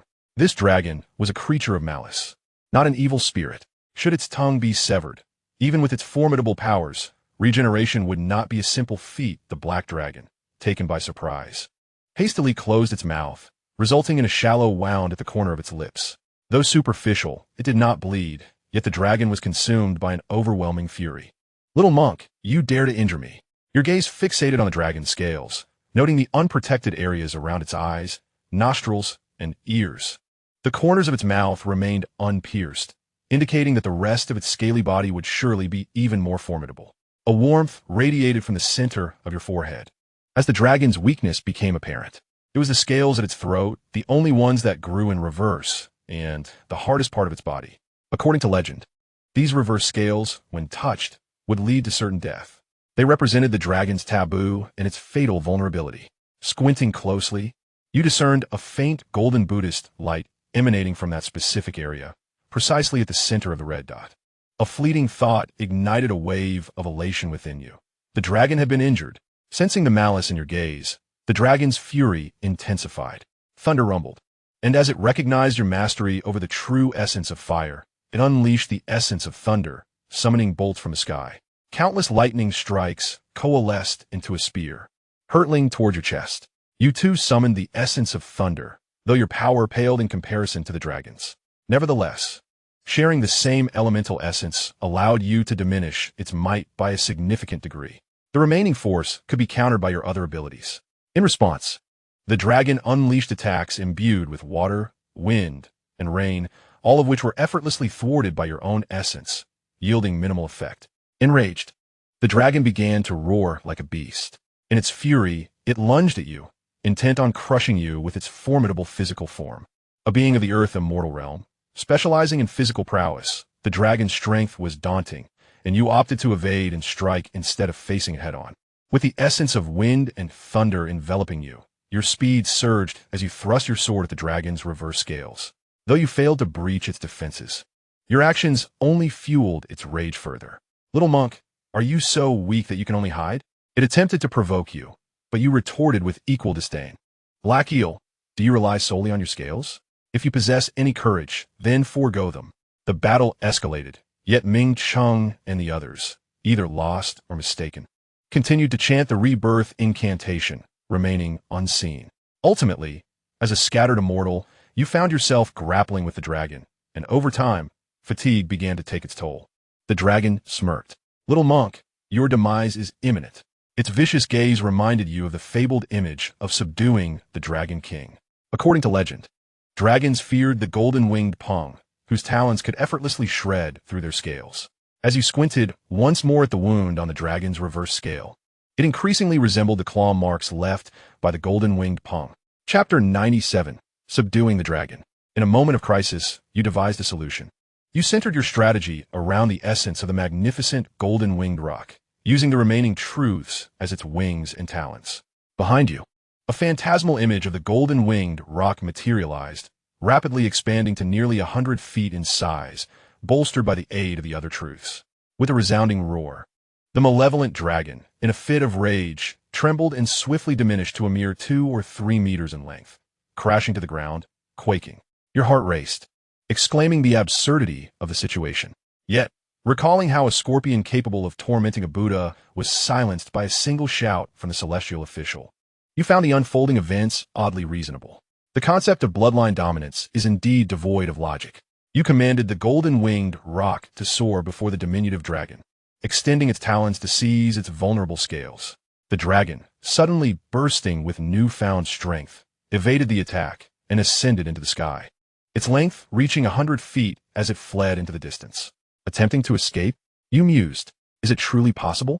A smirk graced your lips as the roc flapped its wings, conjuring a tempest that in an instant closed the distance to the dragon that had fled hundreds of miles away. You deftly maneuvered the roc's talons, capturing the dragon upon its back. Sparks flew as the talon failed to penetrate the dragon's formidable scales. Moreover, the claws forged from the essence of gold suffered damage in the process. You comprehended the situation clearly. While the golden-winged roc imposed a bloodline advantage upon the dragon, it could not diminish its defenses according to the rules of combat. Your singular opportunity to vanquish the foe lay in exploiting the wound along its vulnerable scales for a decisive strike. You orchestrated the golden-winged roc to intercept and pursue the dragon relentlessly. You witnessed the dragon's rage intertwined with profound fear, yet you felt no pity. The predator inevitably becomes the prey. This dragon not only dared to consume humans, but also had the audacity to heed the cries of others as it devoured them. Such malevolence could not be left unpunished. To spare would only serve to fuel your own wrath. You guided the golden-winged roc to strike at the dragon's eyes, nostrils, and ears, those unprotected areas devoid of scales, while plotting a calculated assault on its armored hide. Time passed slowly. The dragon became battered and bloodied, a near miss leaving one of its eyes perilously close to being gouged. Instead of anger, the dragon's response was one of twisted delight. "Ha! You are far too weak. You cannot harm me, and I fear you not," it boasted, its body quivering, yet it finally initiated a counterattack. You effortlessly evaded its strike. The dragon cackled maniacally. "Spring has arrived for us. Once I conquer my fear, no, even if I can conquer it just halfway, I shall lunge at your true form and rend it to shreds." Tremble, quake. You press your lips together in silence, the fear on your face intensifying. In truth, you are awaiting the opportune moment, when it believes the situation is firmly in its grasp and has completely relaxed its guard over the vulnerable scale. That will be your moment to strike decisively. After a while, the malevolent dragon retaliates with increasing confidence, roaring with laughter as it turns to attack your true form. A spark ignites in your eyes as you summon the essence of wind and thunder, commanding the great roc to transform into a streak of light that pecks at the dragon's eye. The dragon, dismissive and scornful, raises its claw to shield its eye, entirely oblivious to the fact that its true fatal weakness lies in the wound on its vulnerable scale. Now is the moment. You lift the right claw of the great roc, and at the instant it strikes the wound on the vulnerable scale, your entire being transforms the essence into a colossal axe, centered on the true essence of strength. You have simulated the conversion of the great roc's essence into the essence of strength countless times in your mind, and in a swift turn, the transformation is complete. With a powerful swing, the terrifying giant axe cleaves through chaos, dozens of essences harmonizing under the dominion of strength, erupting with nearly twice the power. The axe blade accurately strikes the wound on the vulnerable scale, relentlessly tearing through flesh, ripping through dragon sinew, and cleaving against the hardened dragon bone. A piercing howl emanates from the dragon, its immense body rapidly shrinking as it plummets downward, dragon blood splattering in all directions. You exclaim in exhilaration, as if you can see countless hopeful gazes. The glory of your predecessors continues through you. You behold the third prince, Zhou, and the 8 immortals Li Bing, Dan, and Tai, extinguishing the brightness. You suddenly feel an urge to laugh. Cry out all you wish. No one will come to your rescue, even as your throat is torn. With a surge of energy beneath your feet, you grasp the giant axe transformed by divine will and raise it high once more, striking again at the previous wound. Further expanding it, the dragon, finding strength from an unknown source, twists its body and shakily ascends into the heavens once again. You smirk coldly within, realizing that you need not even transform into the golden-winged roc to easily catch up as you swing the axe, the sounds of Buddhist chants ringing in your ears. "Beast, how dare you harm the people of my sacred mountain?" Ming Chung has arrived. Your gaze hardens, and your actions remain relentless as you deal another blow to the prior wound. After numerous strikes, you finally sever half of the dragon's head. Still, it is not enough. You raise the axe once more, but the dragon is preemptively struck away by a golden handprint. Ming Shi and Ming Xian approach. One releasing the essence of the sacred mountain, while the other unleashes the essence of the fish blue guanyin, firmly pinning the dragon to the ground. You rush forward with the axe in hand, but Ming Cheng blocks your path. Namo Amit Ba. Hatred cannot quell hatred. Only compassion can dissolve it. Junior brother, do not stray into the path of darkness. The coldness in your gaze deepens. Ming Cheng, your timing is impeccable. Were you lost on your way here? Ming Cheng, seemingly oblivious to the fury reflected in your eyes, offered a faint smile that bore a semblance to the serene wisdom of the Buddha. Ming Xian hurried over, explaining that they had been assisting the departed villagers in their transcendence, to prevent them from descending into malevolence. He repeatedly expressed his apologies. A thought stirred within you. In this realm, do the deceased transform into sinister entities? You quietly recited a Buddhist chant and joined in the effort to bind the malevolent dragon. However, during the binding process, your hand slipped, inadvertently pouring the essence of death and the concept of aging into the dragon's wound. The dragon, ensnared by the binding ropes, found its powers restrained. Yet, the essence of aging and death you had inadvertently infused radiated a layer of Buddhist light, harmonizing with the binding rope's inherent strength beyond your control. The malevolent dragon thrashed desperately. Ming Xian shook his head. Junior brother, the binding ropes are fortified by Buddha's power. They're sufficient to restrain this beast's limbs without needing to bind its mouth. Even if it were to bite for a millennium, it could never break free. You tightened your grip, ensuring the dragon's jaws were thoroughly wrapped, preventing it from uttering a single word. The dragon's struggles intensified. You clenched your fist, deliberately distancing yourself from the wound, and struck its head with a powerful blow, admonishing, "Wretched dragon, already subdued, how dare you act arrogantly?" You sensed the dragon's resistance growing stronger. Without the binding ropes, you doubted you could contain it. Ming Cheng, radiating compassion, chanted a Buddhist invocation and began reciting the Diamond Sutra. The dragon's thrashing grew increasingly violent until, just as Ming Cheng neared the end of his recitation, its movements began to wane. Upon completing the final verse, the dragon finally ceased its struggles. Ming Xian remarked with a smile, "Senior brother, your profound Buddhist teachings have finally shattered the dragon's obsessions. How remarkable! This dragon seems as if it has passed into death." Chapter 98, Misty Shadow Street. Ming Cheng, taken aback, rose to untie the binding ropes, only to discover that the flesh exposed at the dragon's wound had turned black. And even the once white dragon's sinew had become a dark, lifeless yellow. The once sturdy dragon bones had turned gray, with the gashes upon them riddled with brownish cracks. The malevolent dragon had perished, a victim of the laws of death. Ming Cheng cast a surprised glance your way before commencing the recitation of scriptures for the souls of the departed. Not only Ming Cheng, but also Ming Shi and Ming Xian bore solemn expressions, encircling the dragon's corpse as they chanted the scriptures for its transcendence. As time flowed slowly by, after the passage of an hour, you finally heard an unwilling howl as a shadowy dragon form dissipated. The dragon's corpse on the ground further decayed. It was only then that Ming Cheng and his companions broke into a sweat, rising to wipe their brows. After properly tending to the dragon's remains, they escorted you back to Spirit Mountain, the journey marked by a profound silence. Even the typically effervescent Ming Xian refrained from speaking. A thick wall of silence had arisen between you and the others. It was not until the depths of night that Ming Xian discreetly handed you a booklet. Only then did you realize that in this realm, after the passing of life, one must recite scriptures to aid in transcending. Otherwise, there exists a grave likelihood for malevolent spirits to manifest. The deeper the obsession, the more arduous the transcendence, and the more terrifying the resulting malevolence. Previously, when you vanquished the dragon, it was already afternoon. Had you delayed until dusk, the dragon would undoubtedly have transformed into a vengeful spirit, potentially leading to your annihilation. A sudden revelation struck you. So this is the essence of guilt-ridden education. Regrettably, your own experiences of guilt are scarcely less than those they have encountered, rendering you indifferent. Clearly, the matters that should have been conveyed prior to confronting the dragon were only whispered to you by Mingxin after the calamity had unfolded, expecting you to feel remorse. How could such matters be so easily manipulated? You recalled that in your previous simulation, after nearly a century of existence in the celestial court, you had never once heard such notions. When life ceases, it is final. None transform into malevolent spirits. Bah! This cursed demon lair must be a case of the thief shouting to catch the thief. With a sense of peace, you settled down to sleep.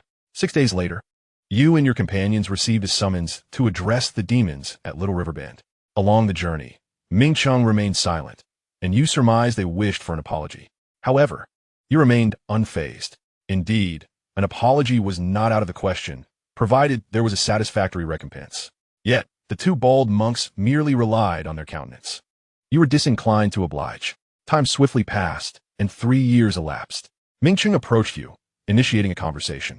Junior brother, one must understand that all phenomena are but illusions.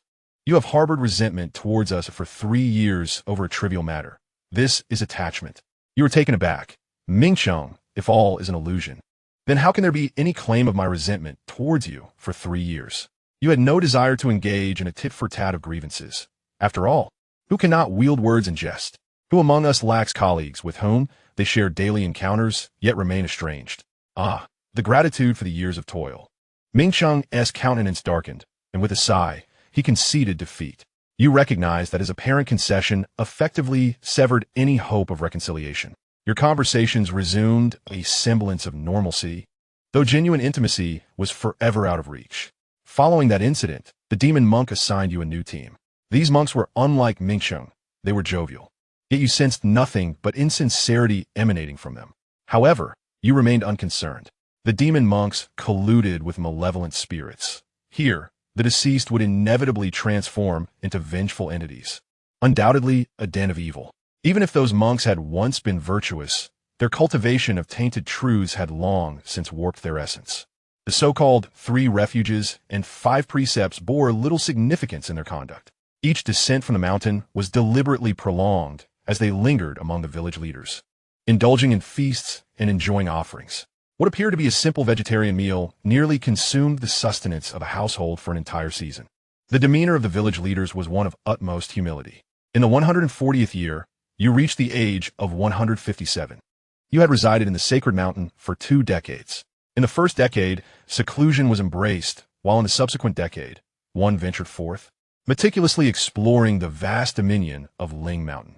Although this territory did not quite rival the Celestial Court's 13 realms, it remained extensively expansive, at least 100-fold that of the Great Xian realm.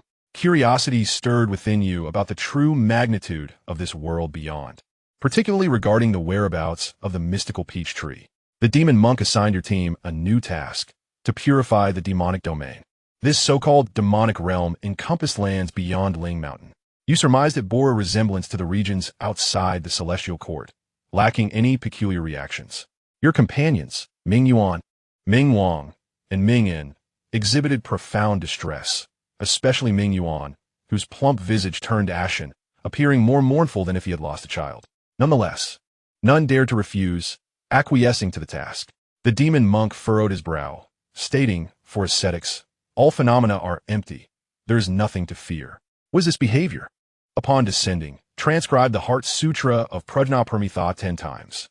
The 3 monks joined their hands in reverence, exclaiming, "Thank you, venerable master. We shall diligently adhere to your teachings." The demon monk then turned to you, and you declined, asserting, "I harbor no fear within my heart. There is no need for transcription." The demon monk nodded, "Very well. Prepare yourselves. In half an hour, accompany me to purify Misty Shadow Street." Upon hearing that the demon monk would also attend, the 3 monks' countenances brightened, only to pale once more after comprehending the gravity of the situation. An unease settled in your heart, suspecting that this simulation was nearing its conclusion. Misty Shadow Street, known as the most terrifying locale near Ling Mountain, had never been traversed by you. Its infamous reputation was enough to instill fear even in the hearts of scattered celestial monks. Various eerie and horrifying legends circulated among the monks of Ling Mountain, claiming that even high-ranking celestial beings struggled to exit once they entered. The demon monk distributed a relic to each of you, instructing you to hold it. The relic in your hand, a segment of a finger bone, was pure and flawless, emanating a gentle golden glow. You tested its resilience by squeezing it, discovering it to be extraordinarily solid, impervious to any attempt at crushing. Suddenly, the demon monk remarked, "That is a remnant from my previous life, left behind at the moment of my enlightenment. It bears my karma and spiritual power. Indestructible. How could a mere scattered celestial like you hope to shake it? The three monks, all of Earth's celestial rank, gazed at you in astonishment. Unfazed, you calmly stored the relic away. After departing from the territory controlled by Ling Mountain, the scene mirrored your previous exit from the celestial court. The sky was a dreary gray, and the crimson earth appeared lifeless, devoid of any greenery. The entire world was suffused with an aura of death, resembling a soulless corpse. Following the demon monk, you traversed 100 kilometers, arriving at an ancient street. Shadows flitted about, and on either side of the dusty path, vendors peddled their wares. Their forms indistinguishable from the shadows surrounding them. Restore your spiritual power. After a cup of tea, follow me inside, the demon monk instructed. You began to recover your spiritual energy, only to realize that the air was thin with celestial essence. Despite minimal consumption of your power, restoration would require several hours. At the very least, as the three monks began to utilize their sacred relics, you swallowed a single pill of divine essence. The demonic monk cast a fleeting glance, but refrained from further commentary. Time had arrived. You followed the demonic monk into the alley of ghostly shadows. In the scene before you transformed instantaneously, the previous specters morphed into ordinary humans. Scholars engaged in lively discussions while common folk busied themselves with their livelihoods. And young ladies deliberated over their choice of cosmetics. This did not resemble a sinister realm, but rather a passage into an ancient thoroughfare. The expression of the demonic monk darkened. Remember, do not stray more than 10 paces from me, preferably within 3. Chapter 99, Matters of the Pleasure Pavilion. Candied hawthorn. Sweet and crisp, a delightful treat that beckons for another after one is devoured. Dumplings, with ample filling and delicate skin. The cries of vendors ushered the two of you into the bustling human realm, devoid of any sinister undertones. You dared not be complacent. Anything that could instill vigilance in the demonic monk was undoubtedly of formidable malevolence. You concentrated your essence at your brow, scanning the crowd, yet found no alterations among them. The demonic monk forged ahead, and you remained steadfastly by his side, your nostrils filled with the rich aroma of steamed buns, awakening an insatiable hunger within you. How I longed to indulge. With a flicker of thought, you wielded the sword of disillusionment to sever your cravings. The demonic monk regarded you with mild surprise, causing your heart to skip a beat. Upon observing the other 3 monks, they were all intently reciting Buddhist scriptures. Those are the true monks. The demonic monk uttered no more words, but continued onward. Your gaze drifted over the passers-by and vendors, resting upon a scholar clad in azure robes. He radiated a crimson glow. A realization dawned upon you. This was malevolence. It was your first encounter with such a vividly sinister being. Surely, he was fraught with vulnerabilities. The demonic monk approached the scholar directly, hands clasped in prayer. Namo Amitabha, esteemed patron, you share a karmic bond with the Buddha. Why not accompany this humble monk to the sacred mountain for spiritual cultivation, thus liberating yourself from the sea of suffering? The scholar chuckled lightly, fanning himself with a paper fan. I believe, Master, that you are more attuned to the mortal realm. How about joining me at the Orchid Pavilion for a drink? So as not to squander the fleeting beauty of youth? You thought to yourself, good heavens, this malevolence dares to entice the demonic monk to a brothel for indulgences. Is this truly permissible? You anticipated the demonic monk would employ some exorcistic methods, yet to your astonishment, the monk readily acquiesced. Indeed, since you have such intentions, please lead the way. The scholar erupted in laughter. Master, you truly are a remarkable person. The scholar guided you around the corner, where a throng of beautiful courtesans awaited. The madam, upon seeing the scholar enter, maintained an indifferent demeanor until she beheld the demonic monk and your party, at which point she approached with warmth. I heard the magpies calling this morning. It turns out 5 esteemed monks have graced us with their presence. Welcome, welcome. The scholar, disregarded, remained unfazed, and proactively instructed the madam to arrange a private room for you on the 2nd floor. Upon entering, the scholar inquired, Mother, where is the lovely Ru Yen? The brothel keeper cast a sidelong glance at the scholar, swaying her ample hips as she departed. Upon her return, she was accompanied by an elegant beauty, followed by a throng of enchanting maidens. A mere glance stirred something within, for the graceful lady beside the brothel keeper radiated a crimson glow, rivaling that of the scholar himself. Another manifestation of the sinister. Ru Yin sat across, delicately playing the zither, while the other maidens rushed towards them like famished wolves. The three monks appeared uneasy, save for the magic monk, who exuded an air of calm and affectionately embraced the two women. Noticing your retreat to the side, you wore a somewhat mischievous expression. Ming Xian, you once professed that your heart holds the Buddha. Why seek refuge? Now, as you hide away, what thoughts occupy your mind? You understood that the magic monk was imparting wisdom. With a heart devoid of color, the alluring maidens before you would cease to exist. There was no need for restraint. Yet, while you could engage in banter, the reality was far removed from the indulgent pleasures of flesh. You were on the verge of retreating further when a chill crept up your spine. An ominous presence. You had not witnessed the scholar and the enchanting Ru Yin take action. Turning your head, you found a woman named Tao Hong playfully resting her hand on your lower back, her smile enchanting. Master, are you still holding back while out for a bit of fun? Your mind raced, for you realized you were in Misty Shadow Street, a realm rife with malevolence. The radiant glow surrounding the scholar and Ru Yin suggested they were but flaws within this sinister domain. The vividness of the surroundings was so profound that you unwittingly mistook it for reality. With a gentle smile, you wrapped your arm around Tao Hong's shoulder, inching closer to the magic monk as the oppressive chill gradually dissipated. A playful smirk graced the magic monk's lips as the two maidens leaned in to kiss the corners of his mouth, their laughter sweet and beguiling. Master, you ascetics often speak of the emptiness of the four elements. Do you think we are empty? The magic monk erupted in hearty laughter, sliding his hand beneath the garments of the two women. A little exploration will reveal the truth. Witnessing this, the other two monks grew bolder. Though lacking the audacity of the magic monk, they engaged in their own embraces without hesitation. Your gaze shifted toward the scholar and Ru Yin, only to find Ru Yin absorbed in her music, seemingly indifferent to the scholar's affections. The scholar, akin to a lovesick fool, produced a plethora of verses, all lavishing praise upon Ru Yin. Even you, after hearing just a few, felt a shiver run down your spine, sweat pouring down. Ru Yin, with her chin held high, continued to play, her expression unyielding and as frigid as ice. The scholar began to share tales of his life. Ru Yin, today I visited Lan Gui Feng, specifically selecting the finest rouge for you. The magic monk, with a hearty laugh, tore away the garments of the two maidens beside him.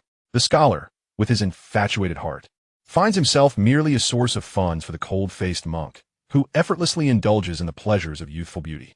Let go. The world is adorned with countless blossoms. Why fixate on a single one? The two women, stripped of their garments, display no anger, but instead pose alluringly, casting flirtatious glances at the scholar. He observes the monk's actions with keen attention. This presents a rare opportunity to learn the art of vanquishing malevolence. His hesitation to act directly surely conceals a deeper motive. Though his demeanor may appear frivolous, as he claims, his heart remains untainted. His hands may wander, yet his gaze is clear, akin to caressing grass, stone, and wood. The monk's persuasive words are met with the scholar's unwavering resolve. Not like Ru Yin. Ru Yin halts her playing, delicately covering her hands, stifling a yawn. I am weary. I shall retire for the night. The scholar dutifully sees her off, but the monk hastily interjects, wait. Miss Ru Yin, is it appropriate to depart after but a single tune? Ru Yin yawns once more, casting a disdainful glance at the surrounding women. What does the master desire? I'm not one to drink or flaunt. You ponder. The sycophant possesses nothing, yet spends lavishly, only to receive disdain in return. The monk regards the scholar. Scholar, do you desire Miss Ru Yin for a fleeting moment of intimacy or for endless entanglements? Ru Yin replies coldly, Monk, have some self-respect. The monk, undeterred, gazes intently at the scholar. The scholar hastily gestures. Oh no, I merely wish for a genuine smile from Miss Ru Yin. The monk inquires further, Scholar, how much gold or what sacrifices would you make for that smile? The scholar beams foolishly, everything. The monk then turns to Ru Yin. Miss Ru Yin, what price must be paid to earn the scholar's heartfelt smile? Ru Yin's expression grows increasingly frigid, the ambient temperature visibly dropping, a thin layer of ice forming upon the window panes. The monk remains seemingly oblivious, steadfastly staring at Ru Yin. You feel a stirring within, faintly grasping the monk's intentions. Chapter 100. The Transaction. The thin ice on the window resembles a demon, slithering and spreading towards the hall. The ground and ceiling near Ru Yin and the scholar are cloaked in frost. The chill deepens, and the ice continues to advance until it halts beneath the monk's feet. This frost, seemingly a manifestation of pure ice, exudes an extreme coldness, harboring a sinister essence that corrupts everything it touches into darkness. What sends shivers down your spine is the faint trace of malevolence contained within, an insurmountable force. The monk remains motionless, seemingly oblivious, fixated on Ru Yin. Finally, Ru Yin speaks. I am a wanderer, forlorn and alone. My only companion is the little white creature. Regrettably, Little White was lost 3 days ago. If the monk could assist in retrieving Little White, I would naturally be willing to smile sincerely. However, if it cannot be found, the monk should also comprehend that the women of the brothel should not be treated with disrespect. As the last words were spoken, the white frost on the ground spread further, freezing the toes of the demon monk, a blatant threat. You glanced at the others. Whether it was the frost-covered scholar or the fluttering courtesans, they all appeared to be oblivious. Were they truly unaware? You sensed that the demon monk was not blind to it. He smiled and assured, I shall not disappoint the lady's request. With that, the frost vanished, and Ru Yin turned to leave. The scholar shivered and attempted to pursue, only to be intercepted by the demon monk. You have heard the lady's conditions. Why don't we seek Little White together? The scholar shook his head, incredulous. How can this be? A smile gained through trade cannot harbor true sincerity. The demon monk expounded on Buddhist teachings, but the scholar stubbornly considered it blasphemous. You interjected, indeed, one cannot exchange sincerity for mere transactions. That is sacrilege. However, if we genuinely assist Lady Ru Yin, exchanging sincerity for sincerity, then it is entirely feasible.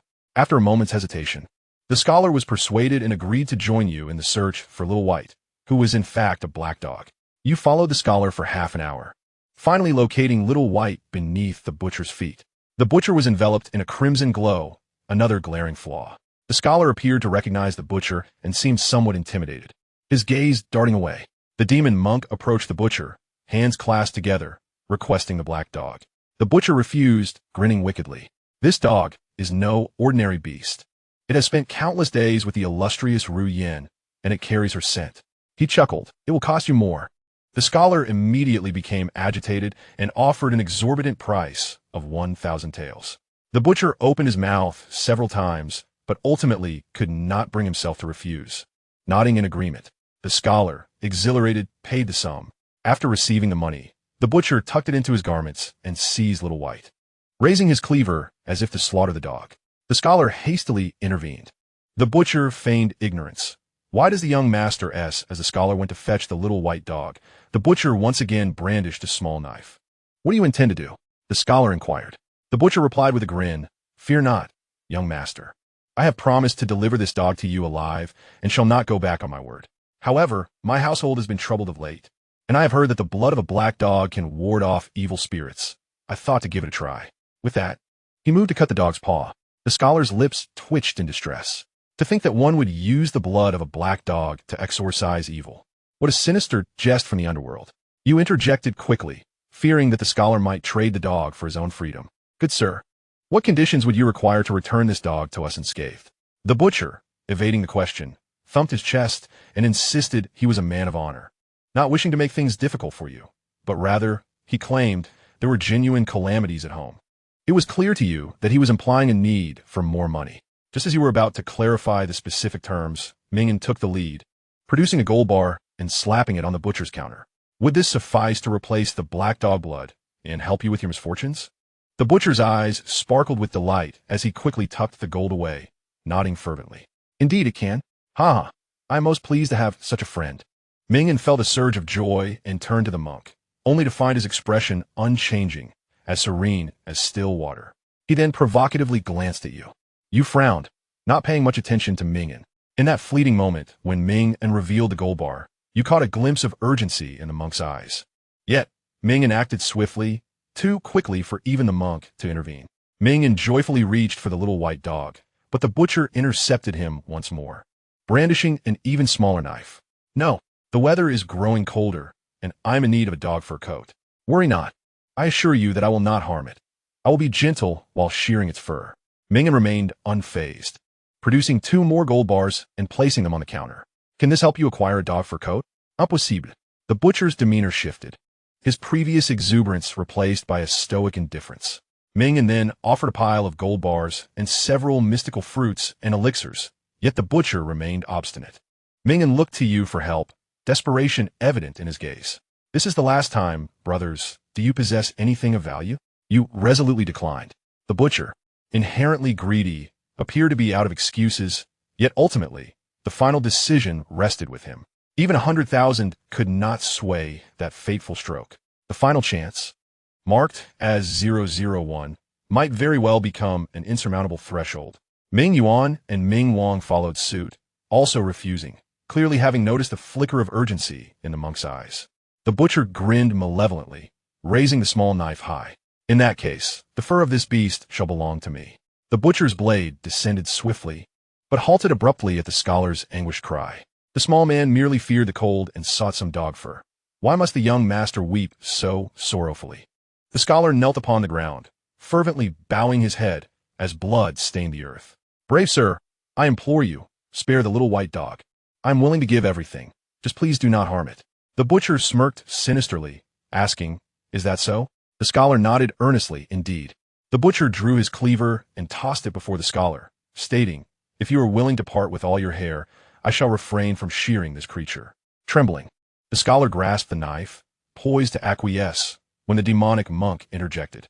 Namo Amitba, esteemed benefactor, I seek to acquire that white dog, untouched and unharmed. What price must I pay? Upon closer inspection, it became evident that beneath the butcher's garments lay another white dog, identical to the black dog on the chopping block, save for its differing coat color. The scholar, sensing something amiss, touched a strand of the black dog's fur. As he gently rubbed it, his fingers turned black, while the tip of the fur transformed to white. The dog on the block was, in fact, a mere imitation.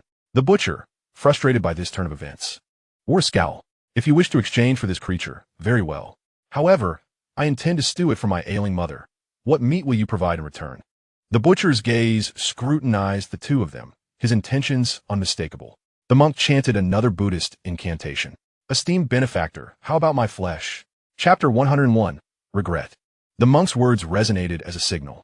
Your spiritual essence intertwined with the dragon-slaying sword within the simulated realm, coalescing your true intent into a singular, powerful force. In an instant, you could unleash an unparalleled strike. The remaining 3 monks similarly tensed, ready to unleash their formidable power in a heartbeat. Only the demonic monk continued to gaze at the butcher with a serene smile. The butcher cast the knife before the monk, declaring, I harbor no desire to harm a master, but if the master intends to emulate the Buddha by sacrificing flesh to save this creature, I would not dare to impede. The monk raised the cleaver, gesturing to his left arm, and inquired with a smile, Might this left arm suffice to exchange for that dog, unharmed? The butcher shook his head. How should I know? However, this dog weighs 40 pounds. If the master wishes to trade, the flesh relinquished must surely exceed that weight. The monk then asked, Do bones count? The butcher nodded, They do. The monk lifted the cleaver, his expression impassive, and with a single stroke severed his left arm.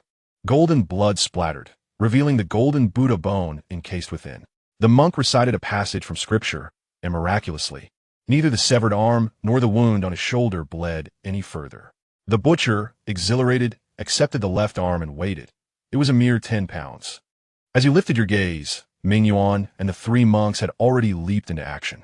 The demon monk, with a physique forged in the crucible of adversity, possessed an arm that weighed 1,000 pounds. Yet, on the butcher's scale, it registered a mere 10 pounds. Mingen, filled with rage, exclaimed, Is there something amiss with your scale? We demand you weigh that dog for us, once more. The demon monk's expression darkened as he retorted, Observe and learn, but refrain from needless chatter.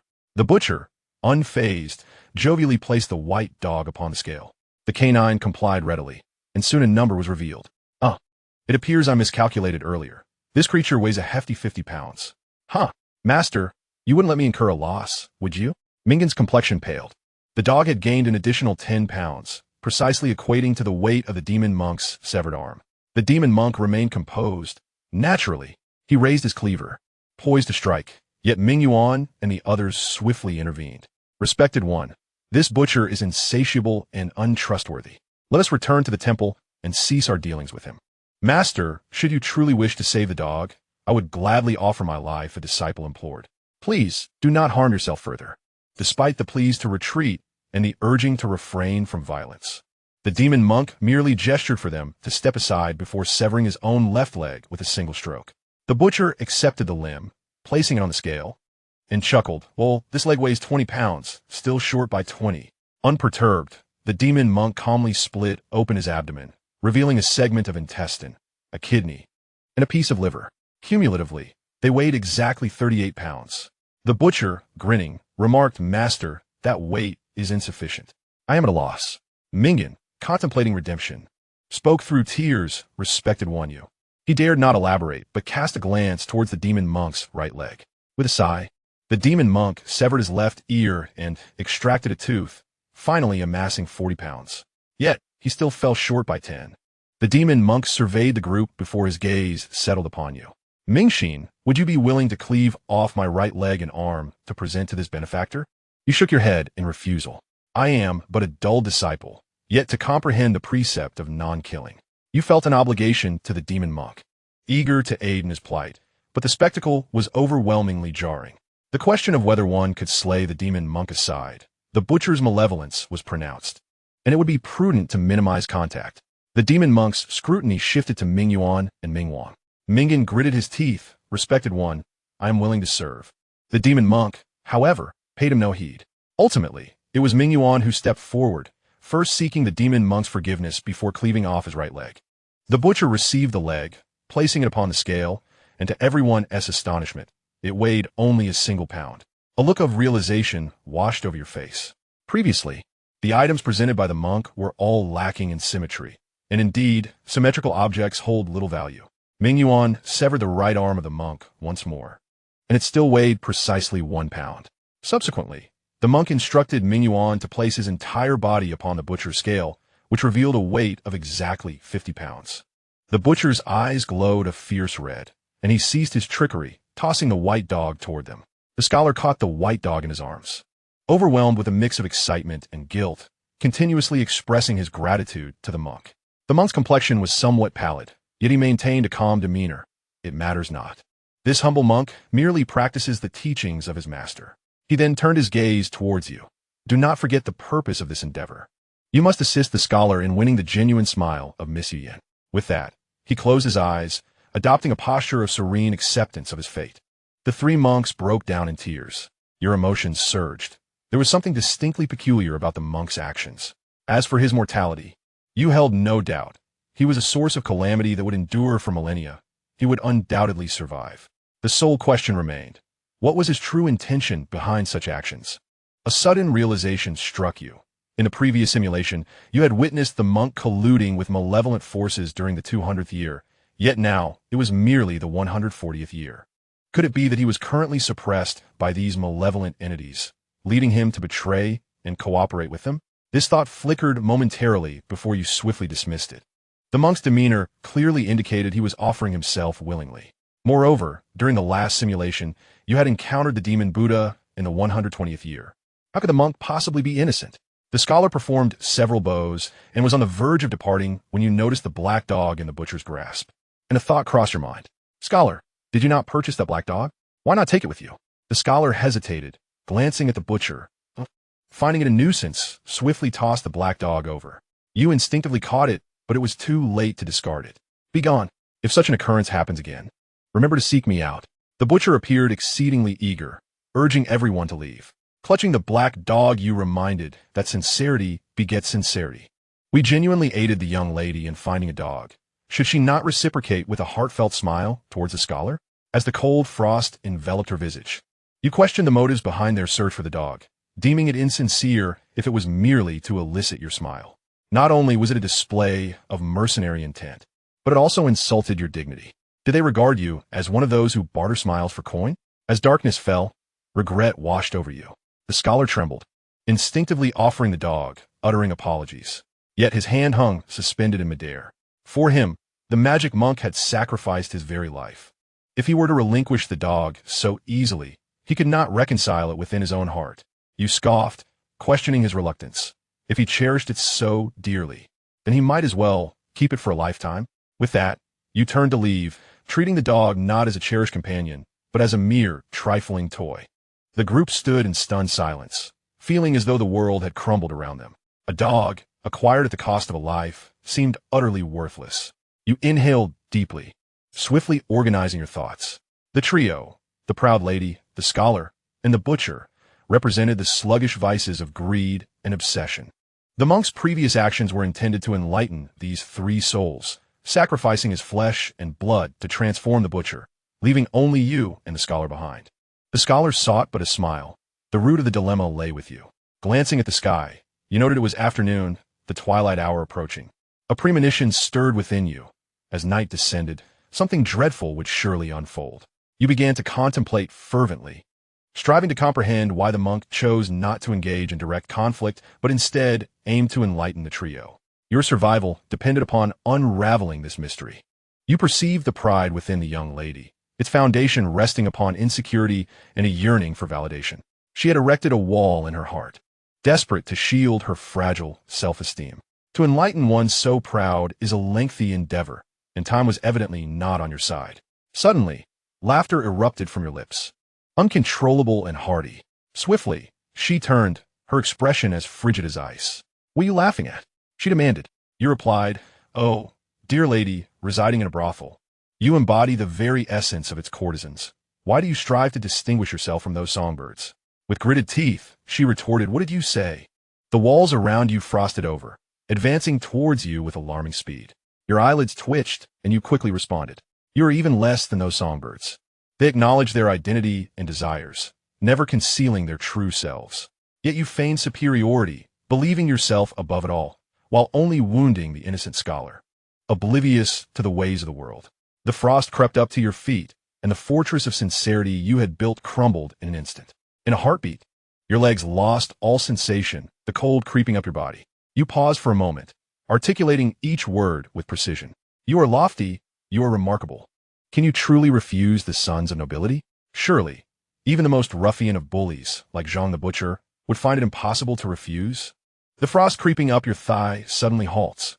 Ru Yan's complexion pales, her eyes lose their luster. The scholar wears an expression of anguish, disbelief etched across his features. "Ru Yan, is what he said true?" A smile escapes your lips, ready to retort. Yet, Ru Yan's sudden radiant smile, akin to spring's warmth melting away winter's frost, blossoms like pear flowers upon branches, illuminating the world by twofold. A wave of warmth surges through your heart, the sensation returns to your legs, and the pervasive frost vanishes. As if all that transpired was but a fleeting illusion. How beautiful! With a smile, Ru Yan captivates hearts, and even if I were to perish at this very moment, I would find fulfillment in this life. The scholar, enraptured, recites his whimsical verses as he strides toward the door. When you glance at him again, the crimson glow surrounding him has completely dissipated. A flutter stirs within you. Could this be a remedy for the malevolent? Surely, the astute monks of the Buddhist order would be unparalleled. And how could evil endure in such a world? Ru Yan claps her hands. "Master, your words strike at the essence of this humble girl, truly enlightening and profoundly resonant. I am in awe." Looking back at Ru Yan, she appears tranquil. Yet the crimson glow around her churns like magma beneath the ocean's surface, poised to erupt at any moment. The scholar has accomplished his task. Should he utter words of praise or continue his tirade? Reflecting on Ru Yan's status, she has undoubtedly heard countless compliments, yet mere flattery will not suffice. One must speak words that touch her very soul. Why must you deceive yourself, Miss Ru Yan? Can you truly conceal your heart from others or even from yourself? Those midnight dreams. Silence, monk. Remember your words. I hope you, too, can one day confront your true self. Ru Yan grits her teeth. The crimson glow flickers, some dissipating while others surge toward you. You are prepared, drawing the dragon slayer's sword. You unleash a powerful strike, yet the red light pierces through your essence. Vanishing within you, the entire 100 Flowers pavilion suddenly dims. Ru Yan has disappeared. With her departure, the room loses all color. Not just the room, but the entire 100 Flowers pavilion has faded, as if aged by decades in an instant. The songbirds and madams within have vanished without a trace. Ming Yuan and the others were expressions of bewilderment, inquiring what transpired. You shake your head in silence, your countenance dark as a pot's bottom. The situation is undoubtedly more complex than it appears. Lowering your gaze, you notice the faint red glow shimmering upon your hand. You too have become a flaw within the misty shadow street. Yet, you feel no sense of anomaly whatsoever. As you emerge from 100 Flowers pavilion, the sun dipped below the horizon, casting a crimson glow upon the street where scattered pedestrians hurried by, the entire world seemingly fast-forwarded. Having barely resolved 3 of the 5 afflictions, your gaze continued to scan the crowd, yet the red light was nowhere to be found. In a fleeting moment, the last vestige of the sunset vanished, plunging the entire misty shadow street into darkness. Mine, what are your thoughts? After the previous events, Ming Yuan and the others had grown to trust you more, eager to heed your counsel. Let us return to the 100 Flowers Pavilion. A profound sense of unease surged within you, compelling you to take the lead and dash back.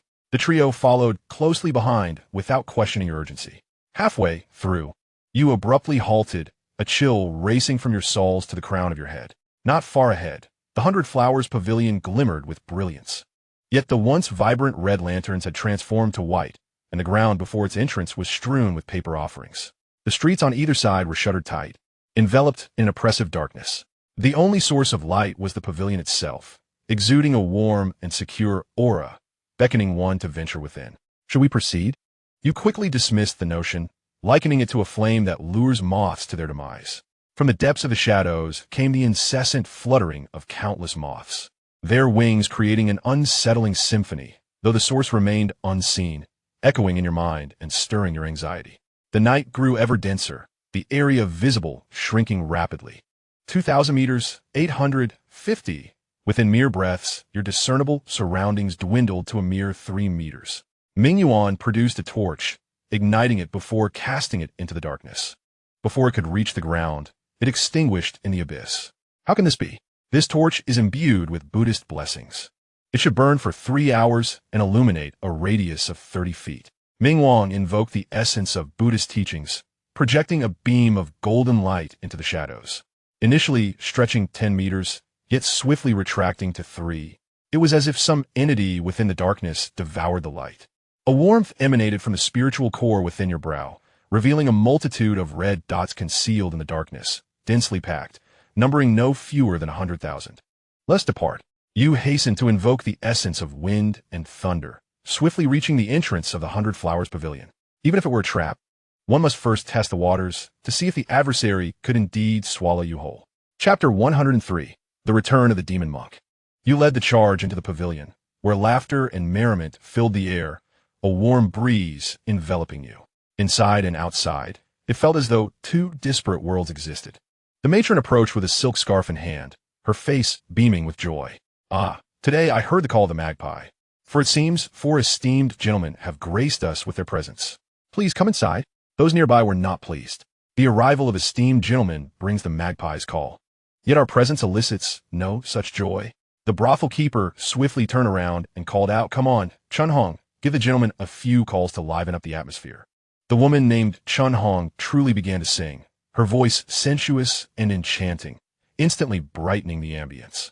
The brothel keeper wore a broad smile, seemingly devoid of any memories from the day before. "Gentlemen, do you have any familiar girls here?" Ru Yan came to response. "You wish to see again the one who deceived you earlier?" The brothel keeper laughed heartily, casting a flirtatious glance your way. "Are you perhaps a novice? Here, pretending to be a regular offers no discount. However, for a newcomer like you, there might be a red envelope from the girls." She clarified, noticing your discomfort.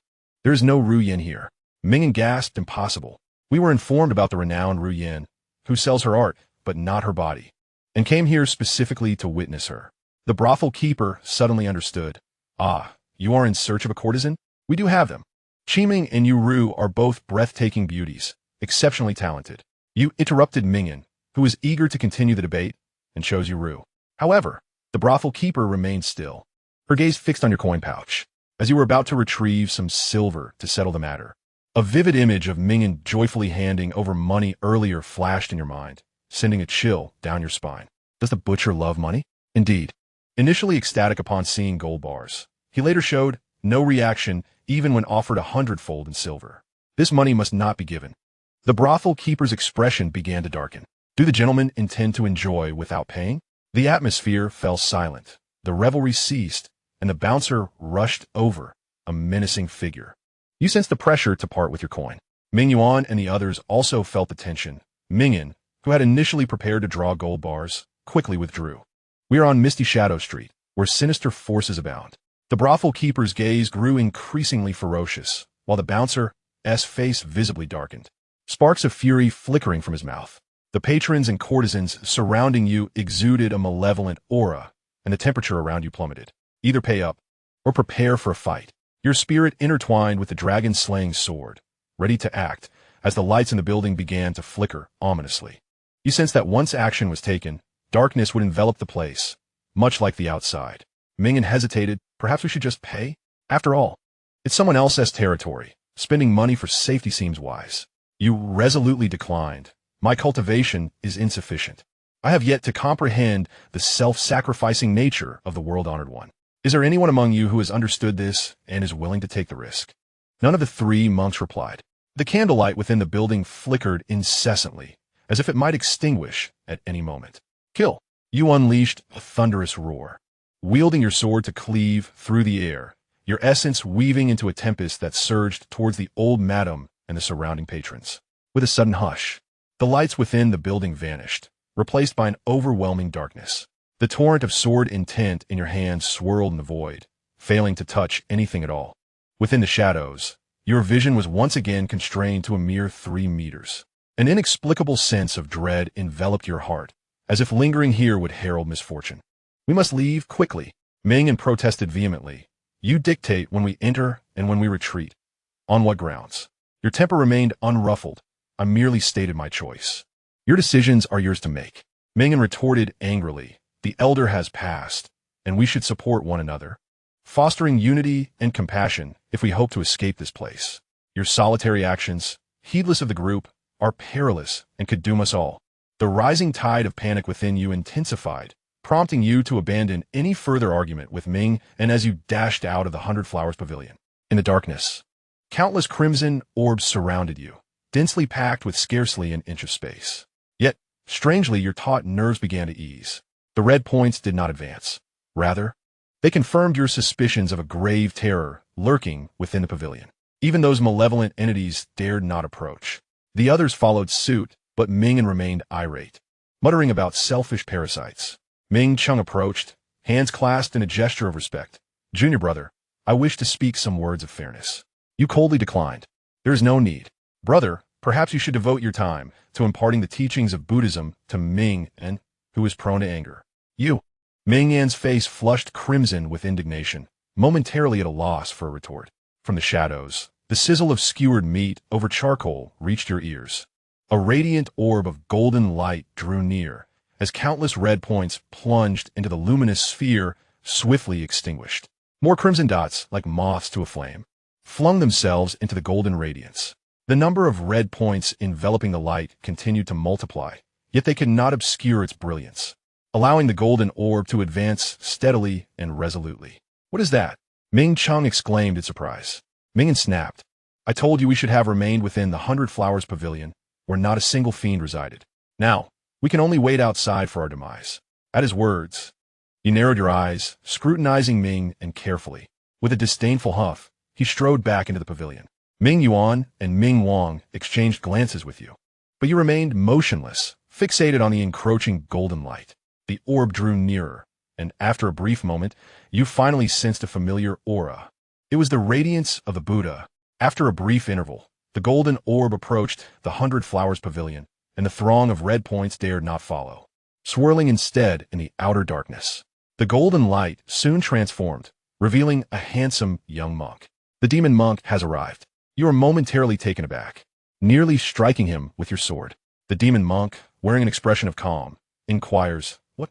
Do you not recognize me? Ming Yuan and Ming Wang hastily bow, addressing him as respected one. The demon monk nods and asks about the events that have transpired since their last encounter. The two monks disclose everything without reservation. The demon monk glances at you with mild surprise, praising your prowess. You have done well, simultaneously vanquishing both the slow and the bewitched. There is a 90% certainty that we can eliminate this fiend. Before you can ask further, he strides towards the 100 Flowers Pavilion, urging, Come, let us eradicate this demon. Remember, do not stray more than a meter from me. You convey your true intent to the Daobone, failing to discern any peculiarity in the demon monk, and after a moment's hesitation, you follow him. Chapter 104, Guiding the Evil Spirit. Inside the pavilion, Mingen is pacing restlessly. Upon seeing the demon monk, He quickly approaches. The demon monk says little, instructing you to recite the Ksitigarbha Bodhisattva's fundamental vows. Ming, puzzled, asks why. The demon monk offers no explanation but simply utters 4 words. Do more, ask less. You begin to chant the sutra. As you recite, you sense your spirit seemingly pulsating with the verses. Suddenly, a chill envelopes you. You open your eyes to catch a glimpse of the demon monk pointing, a golden radiance descending upon the 4 of you. Cursed! This wretched creature has indeed conspired with the malevolent.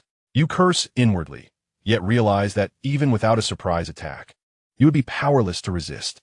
You can only inwardly rebuke the treacherous monk for his cunning, for he seeks to strike at the heart as well as the body. Before you, the scene shifts, revealing a mist-laden realm, where a delicate white figure stands in the distance. Merely the silhouette evokes the essence of unparalleled beauty. No amount of poetic expressions, such as drowning fish or falling geese, could encapsulate her allure. Only the supreme creator, with a flicker of divine inspiration and a deft touch, could conjure such an enchanting visage. Yet that silhouette inexplicably feels familiar. The figure slowly turns. The sensation of familiarity intensifies. The slender shoulders, the flawless neck, the radiant face, and the sparkling eyes coalesce in your mind. You gasp Xianxia. In an instant, her visage crystallizes, revealing none other than Xianxia. As she prepares to offer a gentle smile, her form disintegrates into fragments. No! Amidst a piercing scream, you faintly discern the presence of Ru Yin alongside an unfamiliar woman. The malevolent does not perish without reason, and your heart races. Xianxia, where are you? I miss you dearly. A surge of potent spiritual energy suddenly manifests within your mind's eye, the realm you define as the colorless world. One of the realms has been occupied, and there is no need for you to intervene. The true essence within your body has begun to resist. The 26 types of heavenly apertures and the dozens of divine apertures simultaneously exert their power, a tremendous tide of true essence surging forth, seeking to expel the spiritual energy. Yet, the spiritual energy remains unmoved. Can spiritual energy truly withstand the onslaught of true essence? A foreboding sensation arises in your heart. The spiritual energy left behind by the malevolent entity has undergone a qualitative leap in this realm. You organize all the true essence within you and charge towards the spiritual energy in the Niwen Palace. 1 wave, 2 waves, a 3rd wave. The spiritual energy, infuriated, begins to retaliate. In a mere confrontation, all your true essence is shattered, akin to a snowball colliding with steel, scattering upon impact. You cease further attempts, as hope for victory eludes you. Continuing would merely squander time. The malevolent forces in this realm are undoubtedly stronger than anticipated. Were it not for Xianxia, you surmise you would have been compelled to restart. As the mist dissipates, your eyes naturally open. The demonic monk sits cross-legged on the ground, Ming Wang standing behind him, while Ming Yuan and Ming emit a thick aura of malevolence. It is a familiar scent. It is the butcher. Upon closer inspection, you increasingly perceive that the faces and figures of the two are transforming into that of the butcher. The demonic monk explains. You have fallen victim to the slow curse's treachery, which has now been removed. You are more remarkable than I had imagined. Is this truly how you remove the curse? You feel an urge to curse. The monk replies, having touched the taboos of demonic entities, one must either endure or perish. My timely detonation serves as the best assistance I can offer you. Ming begins to scream, his visage twisting rapidly, on the verge of transforming into the butcher. The monk points a finger at his forehead. Thud! A blood hole appears on Ming An's forehead, his breath extinguished. That single touch not only penetrated Ming An's earthly divine body, but also utterly obliterated his vitality. You cannot help but elevate your estimation of the monk's power by 2-fold. Ming An's corpse does not morph into malevolence, prompting you to recall the monk's earlier insistence on reciting scriptures. Preparing oneself for transcendence in advance is indeed audacious.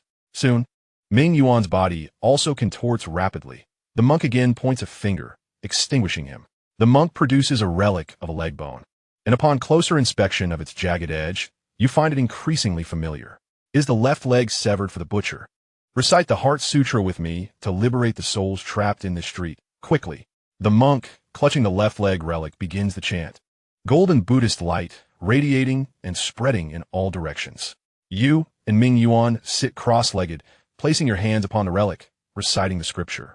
You feel the true essence within you flowing into the relic like a river breaking through its dam. As you endeavored to control the consumption rate of the true essence, you finally unleash your full power. The endless flow of true essence transformed into the radiance of the Buddha, intertwining your spirit with the relics, revealing a vastly altered world before your eyes. The 100 Flowers Pavilion ceased to be the 100 Flowers Pavilion and morphed into a colossal, sinister maw. Your gaze pierced through the darkness, where you beheld a myriad of moths fluttering their wings, yearning to rush into the 100 Flowers Pavilion, yet paralyzed by fear. Upon the wings of each moth, there astonishingly appeared diminutive human faces. Your spirit swiftly scanned the vicinity, soon recognizing several familiar visages from your daytime strolls.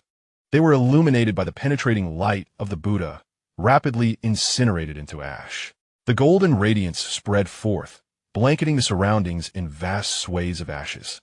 Continuing your gaze, you spotted the butcher's stall, a manifestation of the malevolent creature's teeth. You discerned the creature's tongue, which likely belonged to the scholar's abode. In two other directions lay the creature's hands and feet. You speculated they represented wrath and doubt, yet, akin to the 100 Flowers Pavilion and the butcher's stall, they too had presumably been eradicated. You recalled glimpsing another woman earlier. She must have perished at the hands of the smoke. Would the specters in the creature's grasp turn upon one another? No, that would be termed digestion. Once this malevolence consumed all the specters, its terror would escalate further. The multitude of moths was reduced to ashes as the Buddha's light advanced outward, its potency diminishing and speed slowing. It was not that the Buddha's light was weakening. Rather, as the circle expanded, the number of moths it could transform increased.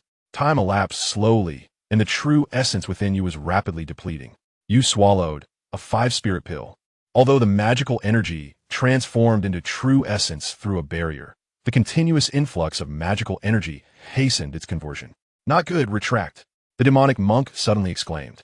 By the time both of you reacted, you swiftly withdrew your true essence.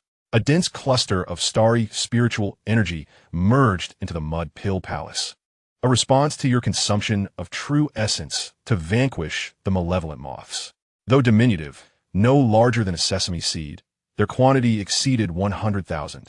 The mass production triggered a qualitative change, and the terrifying sesame spiritual energy fused with the previous energy, imparting upon you a sensation of rapidly ascending true essence. Chapter 105. The True Form of the Malevolent Beggar. The demonic monk seemed to sense something, turning to you with a mysterious smile. Stay close to me. You must survive. A weight settled upon your heart, understanding that the most perilous malevolence was about to reveal itself. The earth trembled, buildings crumbled, and misty shadow street resembled a slumbering giant, shaking itself awake. The 100 Flowers Pavilion was shattered effortlessly by the giant's hand, reduced to mere fragments. You promptly unleashed the true essence of wind and thunder, narrowly escaping the calamity of the 100 Flowers Pavilion.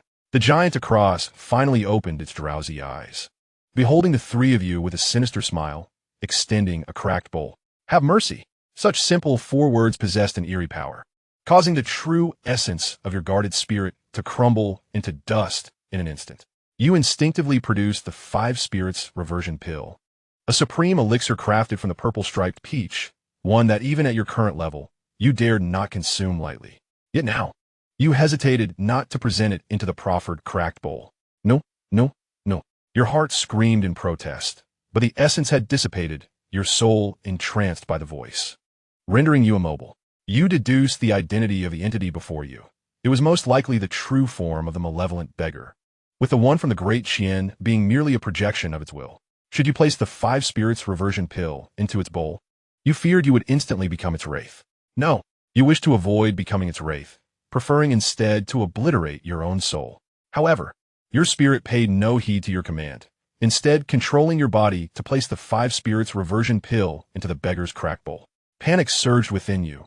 Suddenly, you recalled the peculiar spiritual energy within the Niwen Palace, disregarding any potential contamination it might inflict upon your remaining essence and spirit, and directly drew it into your sea of consciousness. In a fleeting thought, the bizarre energy manifested in your mind, washing over your soul. The invisible shackles shattered, and you regained control of your body in an instant. You promptly withdrew your hand, retrieving the elixir back into the simulated space, swiftly distancing yourself from the cracked bowl, allowing you to finally survey your surroundings. The demonic monk sat cross-legged, reciting scriptures. Ming Wang placed a Vajra pestle into the cracked bowl. In an instant, he froze in place, subsequently transforming into a streak of light that surged into the giant's form. Have mercy! The giant extended its bowl once more. For a fleeting moment, your spirit, momentarily dazed, regained its clarity, while the demonic monk remained steadfast, seated in silence, continuing his recitation. The giant called out several more times, and upon seeing your and the monk's indifference, it resembled a petulant child in a fit of rage, seizing the cracked bowl and beginning to smash it wildly. Like falling meteors, the void erupted. You exerted all your might to control the essence of wind and thunder, your form darting like lightning. Yet, compared to the giant's chaotic onslaught, your speed felt painfully inadequate. If all went as expected, you could survive, but for one more breath. Gritting your teeth, you infused a strand of the bizarre spiritual energy into the essence of wind and thunder. Your speed surged exponentially. Still insufficient. It was still not enough. You could evade the giant's strikes, but the tempests they conjured were unavoidable. You concentrated your essence, calming the storm before you, your form momentarily stalling uncontrollably. This is the end. Your heart raced. A hand grasped your shoulder, and in the next moment, you found yourself a kilometer away. It was the demonic monk who had teleported you a distance. Do not stray too far from me. Survive, at the very least, to protect your bodhisattva fruit position. The voice of the demonic monk resonated in your ears, only to vanish in the next instant. The giant grew increasingly enraged, rampaging wildly, while the monk deftly dodged, occasionally striking back, nearly driving the opponent to madness. You found yourself evading in every direction, and when your timing faltered, the monk would pull you back, sparing you from peril. Time became an indiscernible blur until the giant suddenly halted, as if weary, and its form erupted into a multitude of shadows. Among them were Buddhas and Arhats, celestial deities and heavenly warriors, spectral spirits, dragons soaring and phoenixes dancing, along with a myriad of beings. In that moment, countless figures emerged within the void. The monk rejoiced. Come forth to protect me. Before you could react, he was already seated in the void, cradling a demonic Buddha. Your expression was one of complexity, yet you ultimately positioned yourself behind the monk. In his hands, the demonic Buddha radiated golden light, conjuring an imposing silhouette of the Buddha. The sound of the Buddha's teachings echoed, enveloping you in a three-dimensional embrace. The radiance illuminated everything, and you felt as though your body had been purified. The expended powers of the Buddha effortlessly restored to their peak within mere breaths. Even the formidable, enigmatic spiritual essence recoiled, retracting all its tendrils obediently into your dantians. Where the Buddha's light shone, the shadows birthed by the giant humbly bowed, repenting their past misdeeds. Most of them transformed into a cascade of golden light within moments, merging into the Buddha's visage. In less than a minute, only a few thousand figures remained. You caught a glimpse of Ming Wang, who offered you a subtle smile before dissolving into golden light, merging with the Buddha's form. A thunderous roar erupted from within the shadows, as a colossal golden dragon, towering tens of thousands of feet, charged forward, propelled by the Buddha's radiance. Your heart raced. The previous small dragon had exhausted all your efforts, and now this dragon was at least 1,000 times more formidable. But could you retreat? With a hearty laugh, you transformed your essence into a golden-winged roc, boldly soaring toward the dragon. Utilizing the enigmatic spiritual essence as your talons, you manifested a wing upon the dragon's back and struck downwards.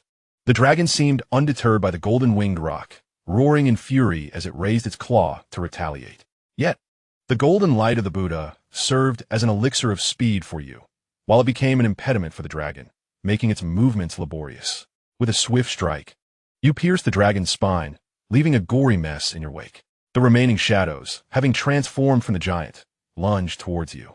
You flapped your wings, deftly maneuvering left and right, pecking and clawing with unparalleled agility. These figures, like the dragon, struggled to move, soon bearing wounds. You observed that their defenses remained largely intact. Your beak, forged from the essence of power, could not breach their defenses, so you resorted to attacking with your claws. You concluded that it was better to sever one finger than to injure all 10, and thus, you focused your onslaught upon the giant dragon. It is nothing but familiarity. 3 minutes later, the dragon's reverse scale was shattered, and a long, thick dragon tendon was extracted by your sharp claws.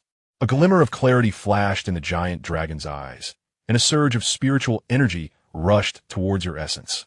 You hastily commanded the rock to flap its wings in interception, yet that surge of spiritual energy was unaffected by the Buddha's light, swiftly penetrating into your body.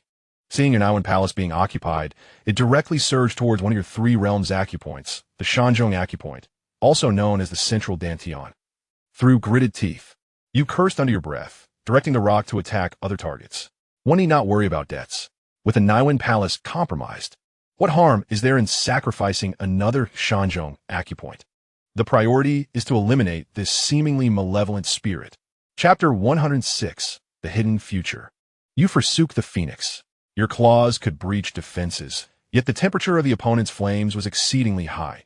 Even claws formed from strange spiritual energy could be incinerated. Your target was a female celestial being.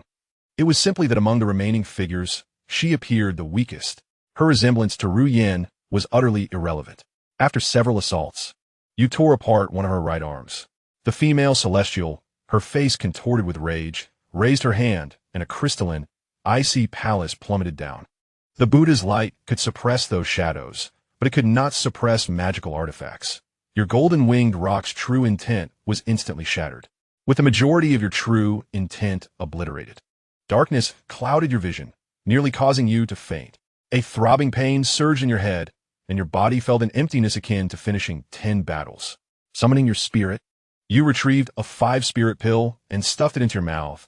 An unending flow of magical power surged forth, transforming back into true intent, filling the void. Were it any other loose immortal, with your extraordinary amount of true intent, recovery would likely take 3 to 5 months. Yet you, as a superlative Tao body, aided by a 5-spirit pill primarily composed of purple patterned peaches, alongside the assistance of the Buddha shadow, had already restored 10% of your true intent within mere breaths. You harnessed the newly acquired sinister spiritual energy, utilizing it as a framework, directing your restored true intent to transform into the true intent of a dragon, charging once more at the female celestial. After she summoned that magical artifact, she appeared even weaker. Soon, you seized the opportunity, commanding the true dragon to strike her into a pulp with its tail. Another surge of spiritual energy raced towards your essence, but you were disinterested in interception, directing the true dragon towards an arhat. After several probes, you sent him sprawling with a tail swipe just as you were about to lunge and bite his head. A resounding Buddhist voice echoed. Above and below, I alone am supreme. With a clap, the remaining dozens of figures instantaneously vanished, merging into the Buddha's shadow. You withdrew your true intent, discovering that the spiritual energy from the deceased female, celestial indeed, occupied the position of the lower dantian in one of the 3 realms. The 3 realms you defined were all composed of sinister spiritual energy. How could this possibly be? Fortunately, you'd already made plans and were unconcerned. As the dust settled, the surroundings resumed the appearance of misty Shadow Street. The demonic monk rose, his face brimming with uncontainable joy. He raised his hand, and with a mere gesture, the streets and houses around them turned to dust. Namo Amitabha, this filth has finally been cleansed. The demonic monk returned with you to Spirit Mountain. Through this great battle, you earned his recognition. He began to recount ancient tales. It was primarily about the invasion of the outer demons, the shattering of the 3 realms, the disappearance of the sages, and the celestial beings either perishing or being possessed by the demons. He obediently followed the Buddha's will to rebuild Spirit Mountain and eradicate the evil forces of the world. You listened with a mix of skepticism. While the shattering of the 3 realms and the demise of the celestial beings seemed plausible, the notion that the Buddha commanded him to rebuild Spirit Mountain was less certain. Although he claimed to be Ananda, the foremost disciple of the Buddha, in your heart, he was merely a demonic monk colluding with sinister forces. In this chaotic existence, identities are self-assigned. To believe fully is to risk the consequence of deception. You initially expressed your willingness to sacrifice yourself for the 3 realms, then subtly brought up the heavenly court. In your last simulation, you had spent 2 centuries within the celestial realm, and you sought to understand the connection between the celestial court and the heavenly court. Indeed, the demonic monk spoke forth without hesitation. The heavenly court had been a primary target of the outer demon's assault. The Jade Emperor led the celestial beings in a desperate battle, but the Lingxiao Palace was shattered, and the celestial beings suffered catastrophic losses, leaving no heavenly court behind.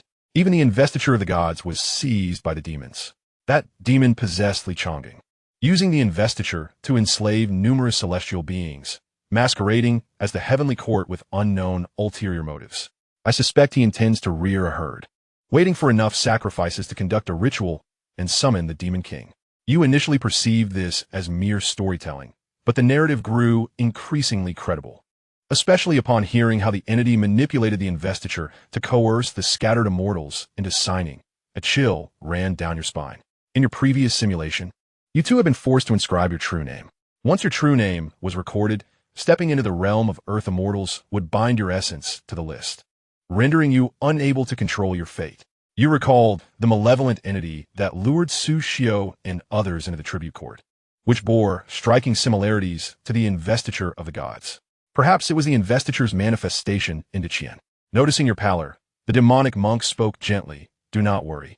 Although the Buddha is in silence, he prophesied that 1,000 years hence, the sages will return, the celestial beings will come back, and all the demons will be swept away. Though you held skepticism towards the monk, you instinctively inquired, how many years have passed now? The monk calculated with his fingers. It has been over 500 years. We need merely endure for more 100 to achieve victory.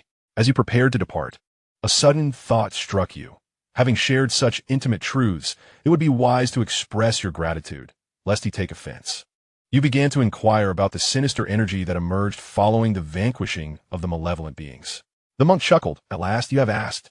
Those otherworldly demons hail from beyond the heavens, and upon their defeat, one can acquire the merits of the celestial path.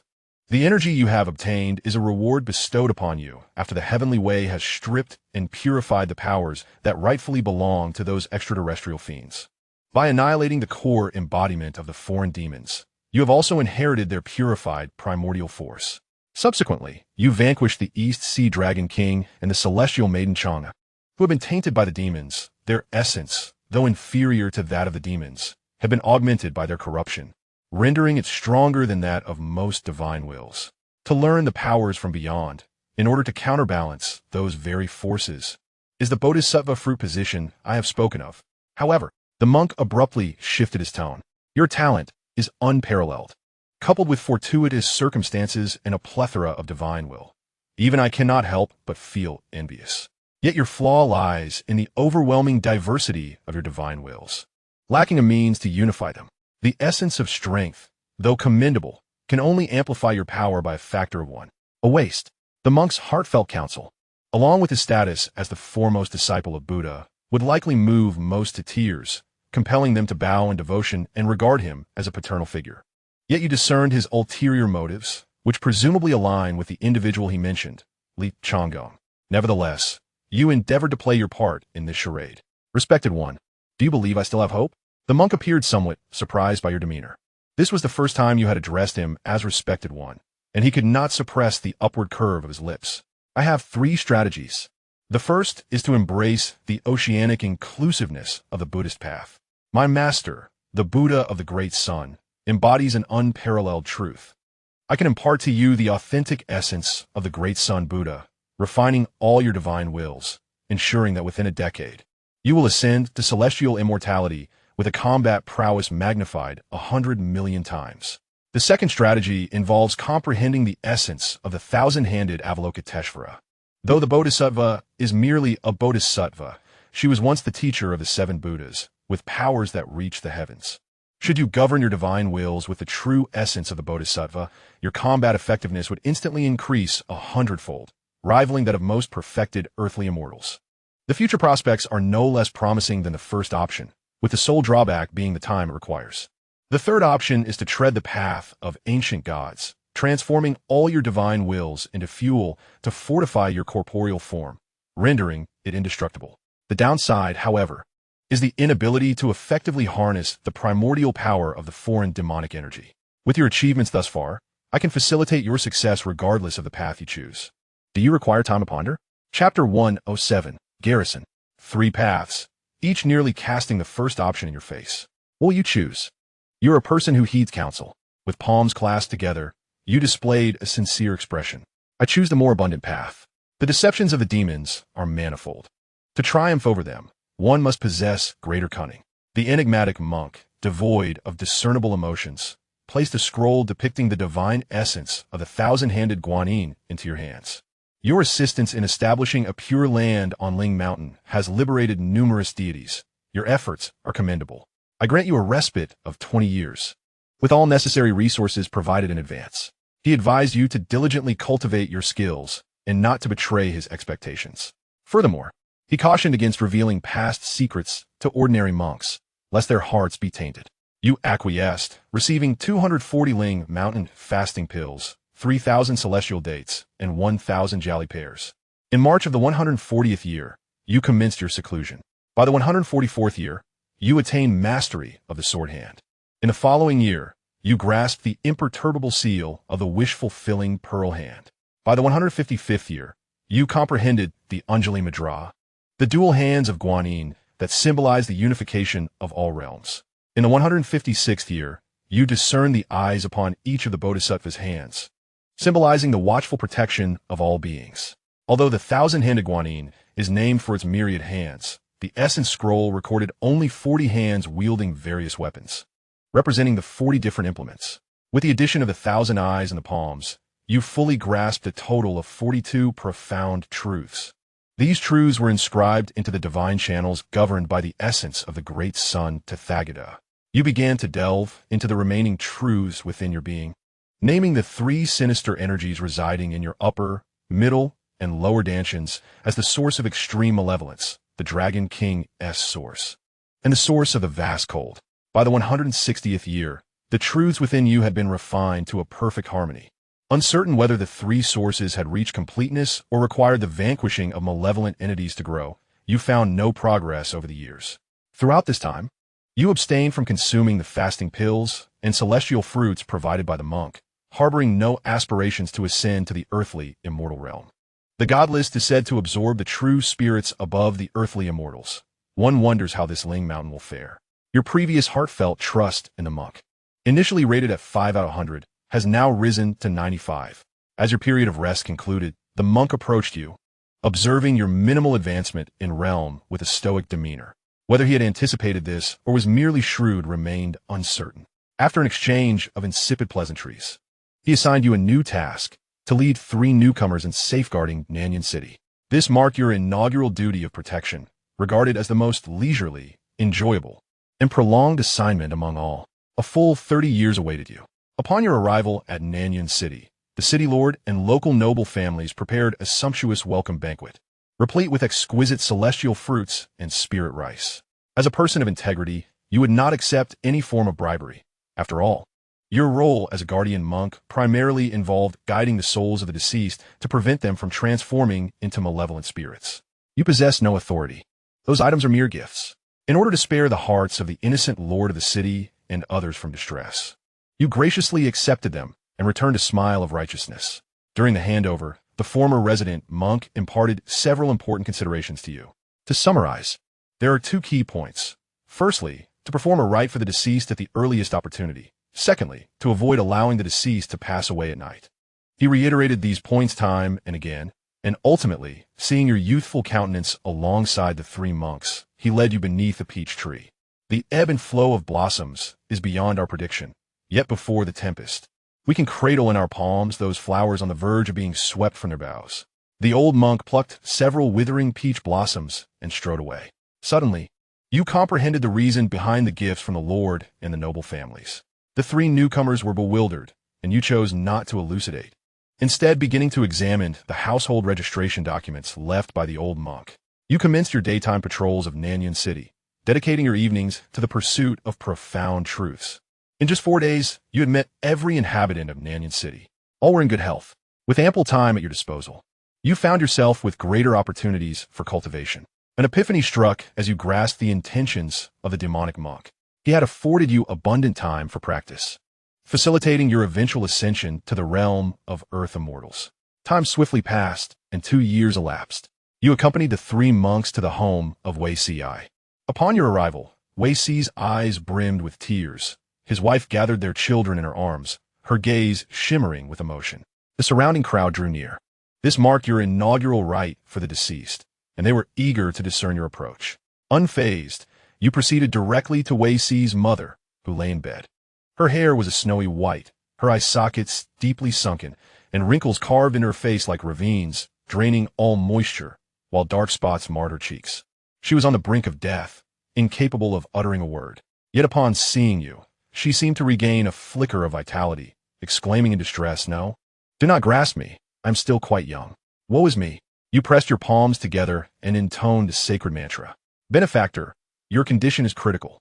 You may only endure for another day or two." No, holy monk, I'm still very healthy. I can still walk." Wei Si's mother struggled to rise, yet she clearly lacked the strength. You spoke again. "Do not panic. I wish to propose a bargain. I can grant you 7 days of health, but in exchange, your life will conclude entirely after these 7 days." The onlookers widened their eyes in astonishment. This was not the script they had envisioned. Many faces broke into smiles. To possess 7 days of vitality at the brink of death, to arrange matters of consequence with composure, to fulfill life's regrets. What a profound gift this was. Many individuals immediately knelt and called out to the living Buddha. Wei's mother was overwhelmed with emotion, nodding in agreement. The natural laws of life swiftly rejuvenated her decaying body. Although her youth was not entirely restored, she appeared at least 20 years younger.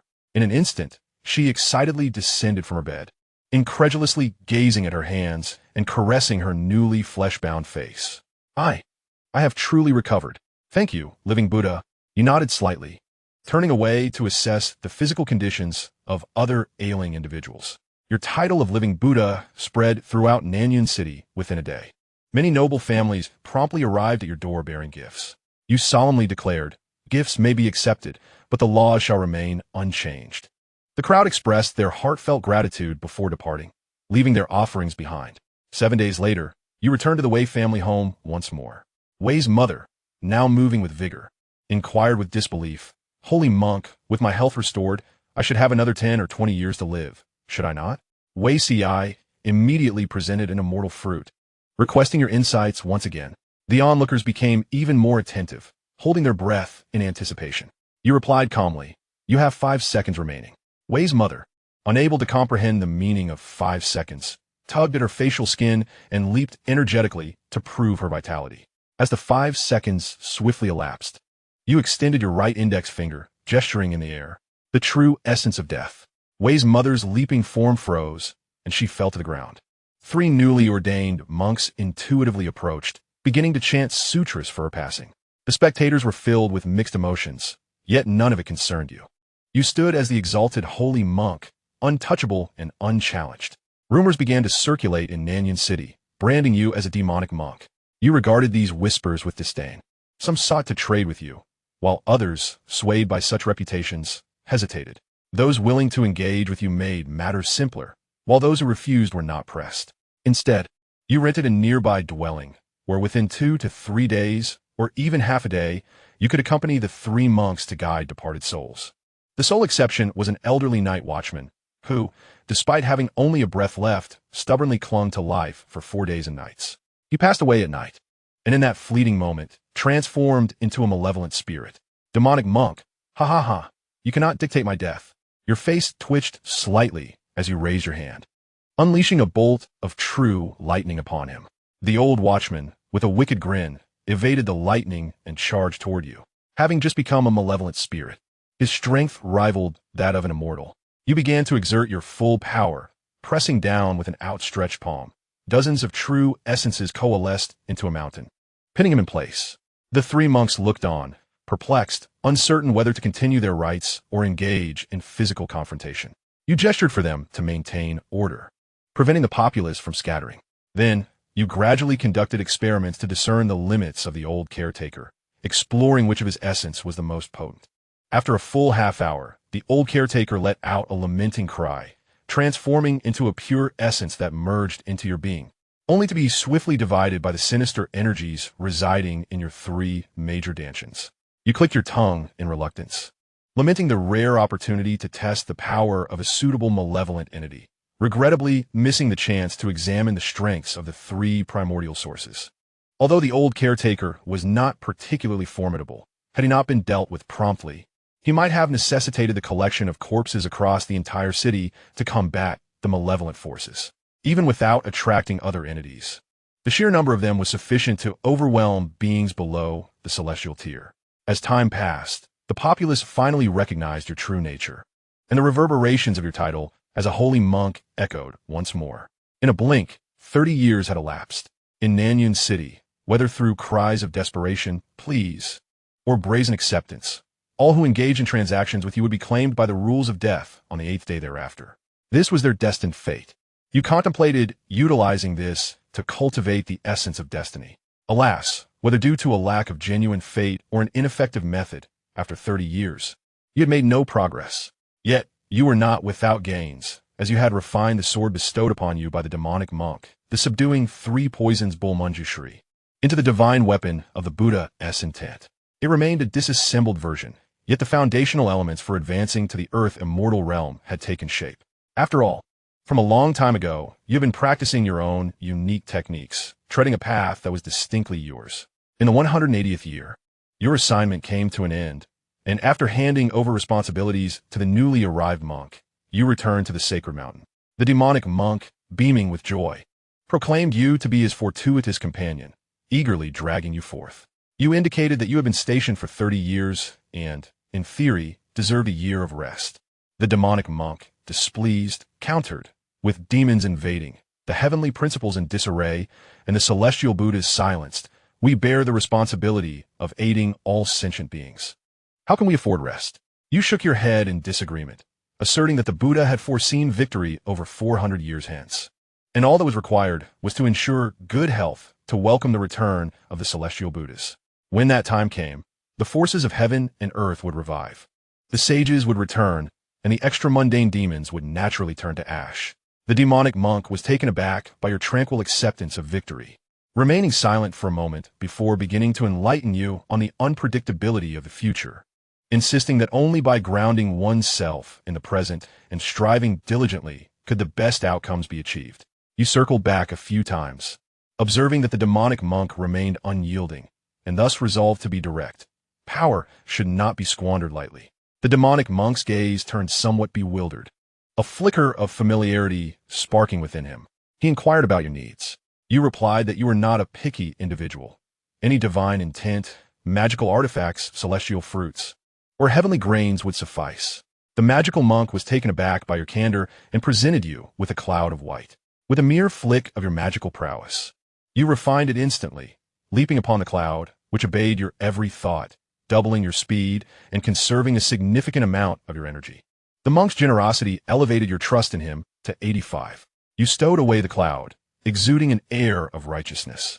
It is our inescapable duty to aid the suffering and uphold the heavenly principles. Please lead the way, and we shall converse as we travel. The monk remained silent, producing a golden lotus to guide you ahead. It was not until you departed from the domain of Ling Mountain that he cautioned you not to stray from his magical influence. You plunged into an abyss of darkness, surrounded by an oppressive blackness devoid of light, wind, or spiritual essence. The monk informed you that this was the void, a remnant from the great calamity that befell the celestial beings over 500 years ago, when the heavenly realm was shattered and the void ruptured, despite the passage of years. It had yet to heal. In the void, there was no sense of direction. Should one become lost, they might remain trapped for eternity. Approximately half a month later, you burst forth from the void, and only then did the monk reveal the purpose of your journey. Li Changgung has recently discovered a village that must be claimed. You contemplated countless possibilities, yet this was not among them. Are those villages not tainted by the malevolent forces from beyond? What use is there in seizing them?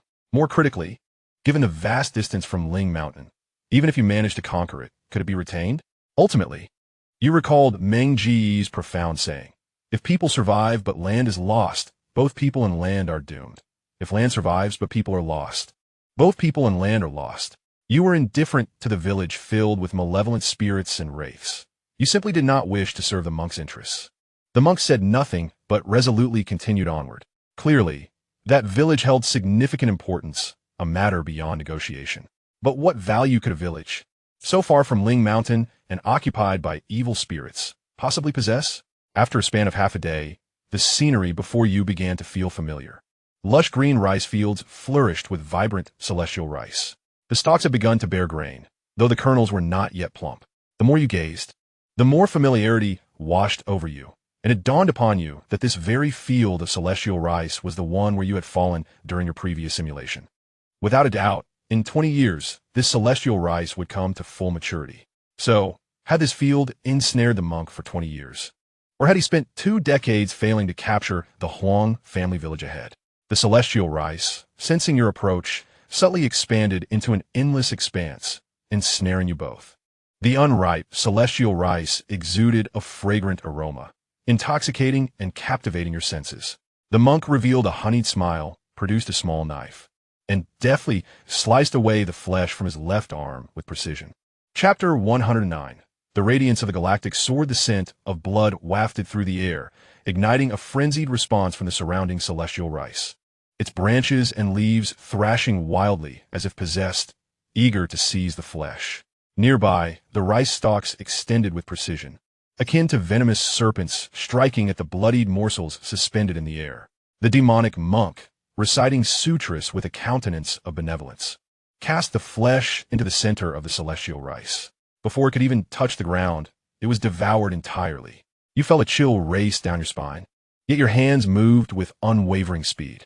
With a flick of your wrist, you summoned a thunder dragon and a fire dragon, entwining them within the fields of celestial rice.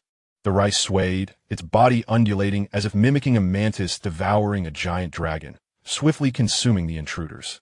You winced at the sight. You recalled from your previous simulation that a fire dragon, born of true fire essence, could engulf a vast expanse of celestial rice. Yet now it struggled against even a single stalk. Surely, it could not be that in 20 years the celestial rice would grow old enough to resist you? You prefer to believe it was the handiwork of the demonic monk. However, despite his 20 years of suppression, had he still failed to quell the celestial rice? Your thoughts raced, yet fear did not grip your heart. Over a century had passed, and although you remained in the realm of scattered immortals, your strength had multiplied manifold.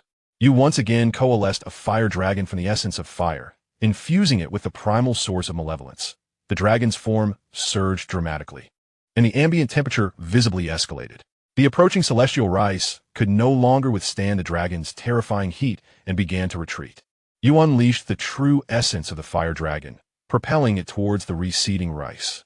Wherever the fire dragon passed, it was as if boiling water had poured into an anthill, leaving a path of destruction in its wake, turning the dense mass of celestial rice to ash. The fire dragon twisted and writhed, quickly incinerating a swath over 1,000 meters wide. You guided the fire dragon onward, preparing to pierce through and repeat the process until the celestial rice was obliterated. The fire dragon soared forward, yet it seemed there was no end to the inferno. A wave of panic surged within you, intensifying rapidly. Just as it reached its zenith, you stepped onto the 7 stars, leaping hundreds of meters ahead. A crimson glow brushed past the spot you had just occupied, your fire dragon essence. Then it dawned on you that this celestial rice possessed a domain. Ascending on white clouds to the heavens revealed a vast ocean of celestial rice surrounding you, save for a void carved by the fire dragon's essence. A warning alarmed your senses further. You maneuvered swiftly on your cloud to evade, sending another fire dragon essence forth. Initially, you believed the fire dragon essence would circle back like a comet around a minuscule star to strike your back, yet it appeared otherwise. This malevolent force could wield your fire dragon essence against you. You summoned your will, retracting the fire dragon essence.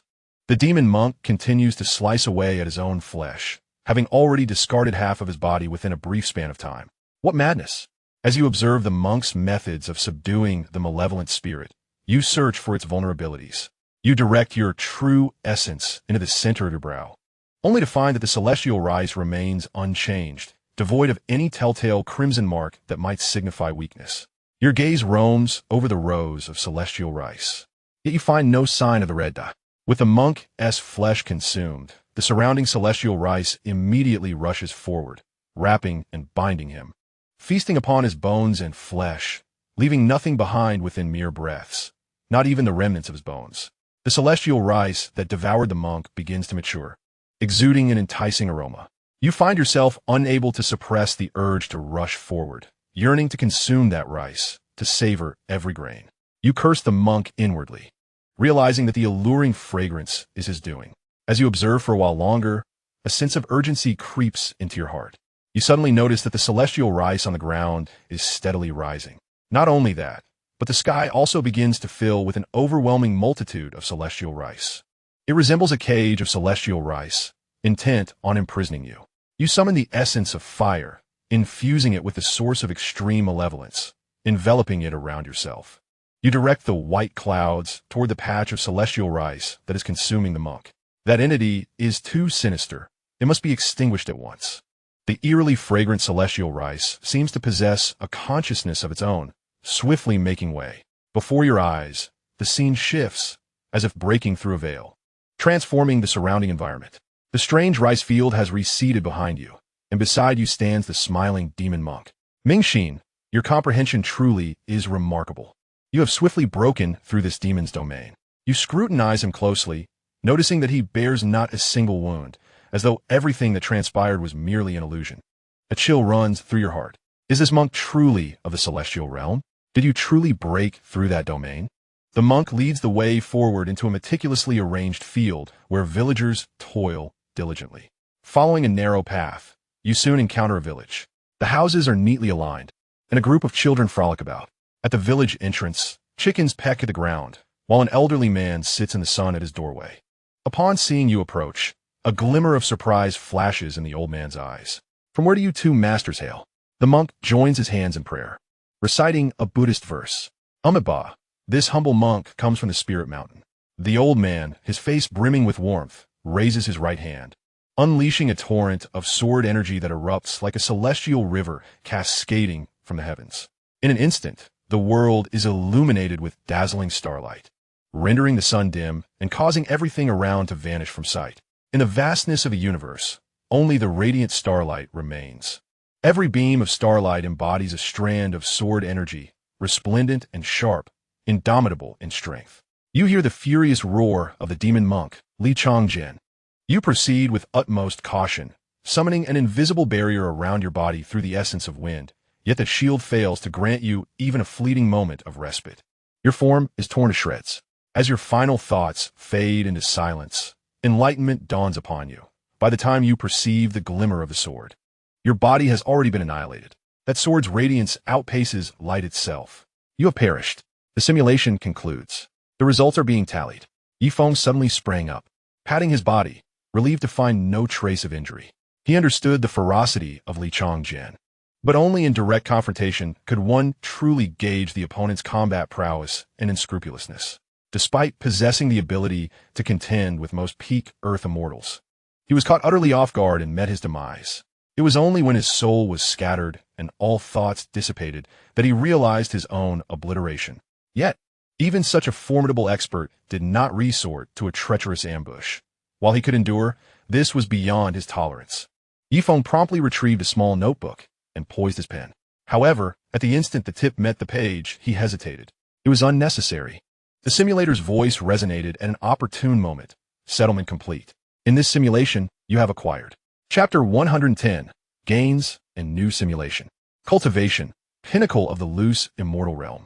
Techniques. The great sun Tathagata's divine intent Bodhi tree's enlightenment, heavenly maidens floral dispersion dragon king subjugation, through gaze, three poisons bull god subjugation, Manjushris, sword compelling the Buddha thousand-handed Avalokiteshvara intent. Talent. Minor enhancement in root constitution, moderate elevation in comprehension. Items. Statue of the great sun Tathagata, illustrations of the three poisons bull god subjugation, Manjushris, sword compelling the Buddha.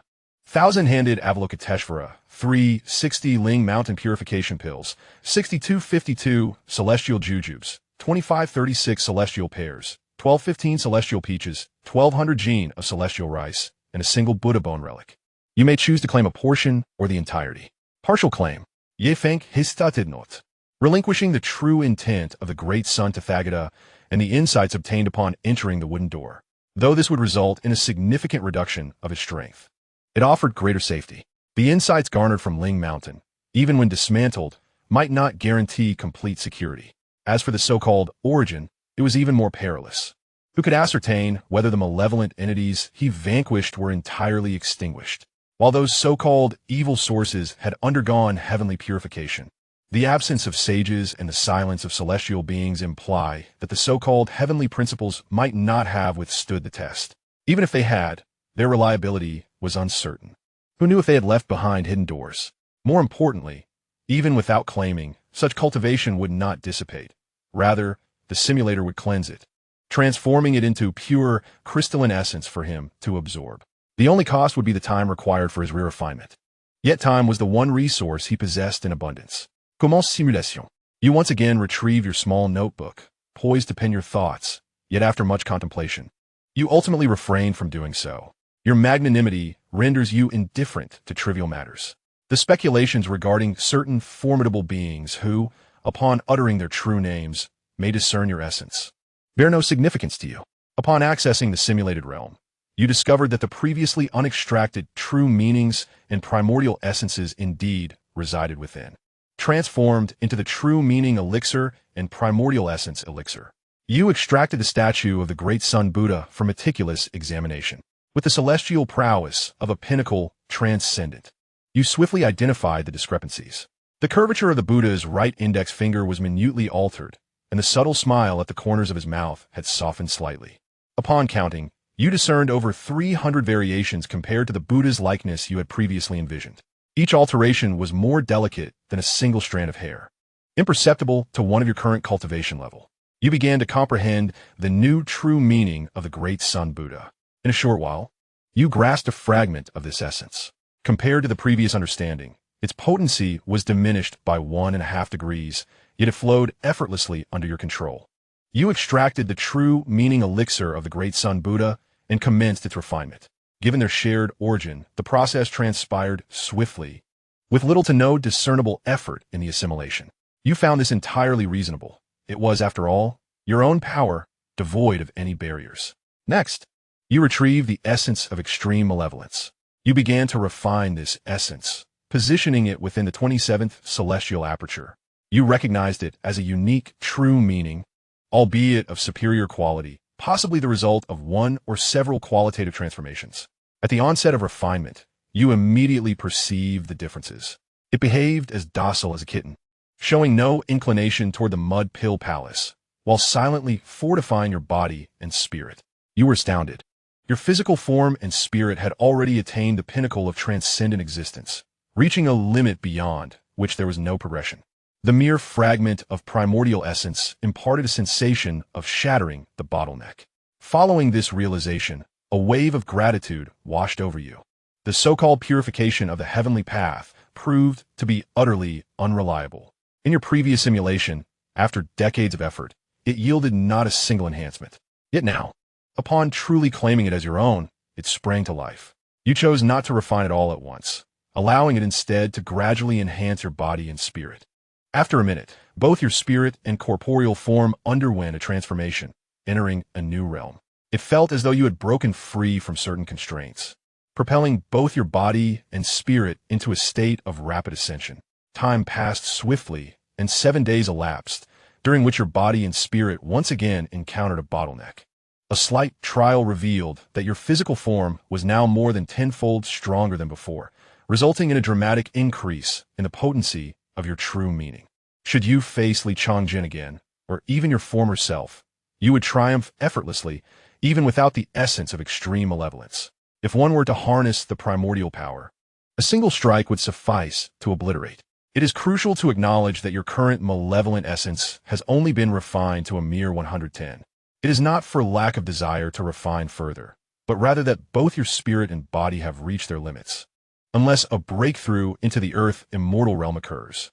You stowed away the remaining 910 malevolent essence pills and commenced the refinement of the Dragon King essence and the Guanghan essence. Both were absorbed swiftly, yet after refining 13, progress ceased. You placed the two essences in the 28th and 29th heavenly acupoints, respectively.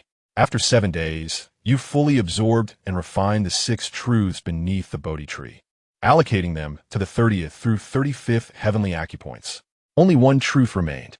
You glanced at the malevolent essence, contemplating whether to comprehend a benevolent essence to achieve balance, but immediately dismissed the thought.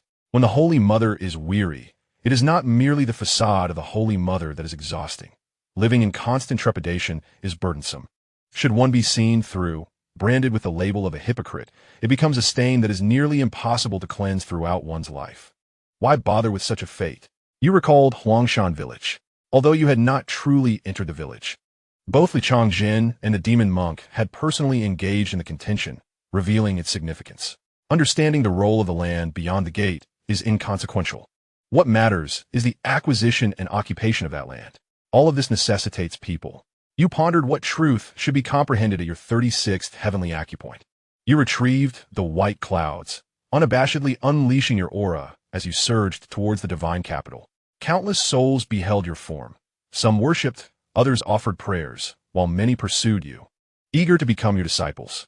In just half a day, you arrived at the divine capital, standing upon the clouds, resembling a deity of exalted stature.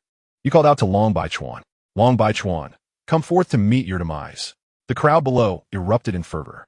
Long Baichuan was the great ancestor of the Qin dynasty, the architect of a flourishing era. Though martial arts are currently suppressed and malevolent entities lurk, they remain distant from the lives of the majority. You overheard whispers questioning your discernment or suggesting that you had been incited by nefarious individuals. Even the oppressed martial practitioners could not help but wonder if you had lost your way, as it had been over 3 centuries since Long Baichuan's ascension, until, from the depths of the palace, emerged a gray-clad elder monk, leaving the crowd in astonishment. The great ancestor was indeed present. Could he have descended again to enlighten us? Was the ancestor here to rid us of malevolence? Upon hearing the murmurs below, Long Baichuan felt a sense of favorable reputation and refrained from recklessness, a smile unconsciously forming on his lips as he pressed his palms together, intoning a Buddhist mantra. Namo Amitabha, benefactor, come fort. With a resounding impact, Long Baichuan was reduced to a spray of blood. Explanation? Confrontation? Such notions were non-existent. The other party, after all, is the founding emperor, a venerable figure nearing a millennium in age. Engaging in debate with him is likely to result in more defeats than victories, rendering the endeavor a mere waste of time.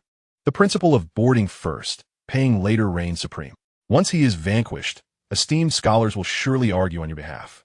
Indeed, 2 rows of guards parted the crowd, and the old emperor, riding a rare steed, charged forth, promptly kneeling and bowing his head. Thank you, immortal, for ridding the Long family of this great calamity. Chapter 111. The Celestial Technique of Governance. The old emperor, fully aware of his ancestors' formidable prowess, unhesitatingly offered his knee in submission. Trembling, he fabricated a myriad of accusations against his own forebear before the eyes of the world, fully aware of his desire to survive, for himself and for future generations. He was willing to endure hardship for his ancestor. Ultimately, he succeeded in his gamble. Your aim was solely the old dragon, with no connection to him.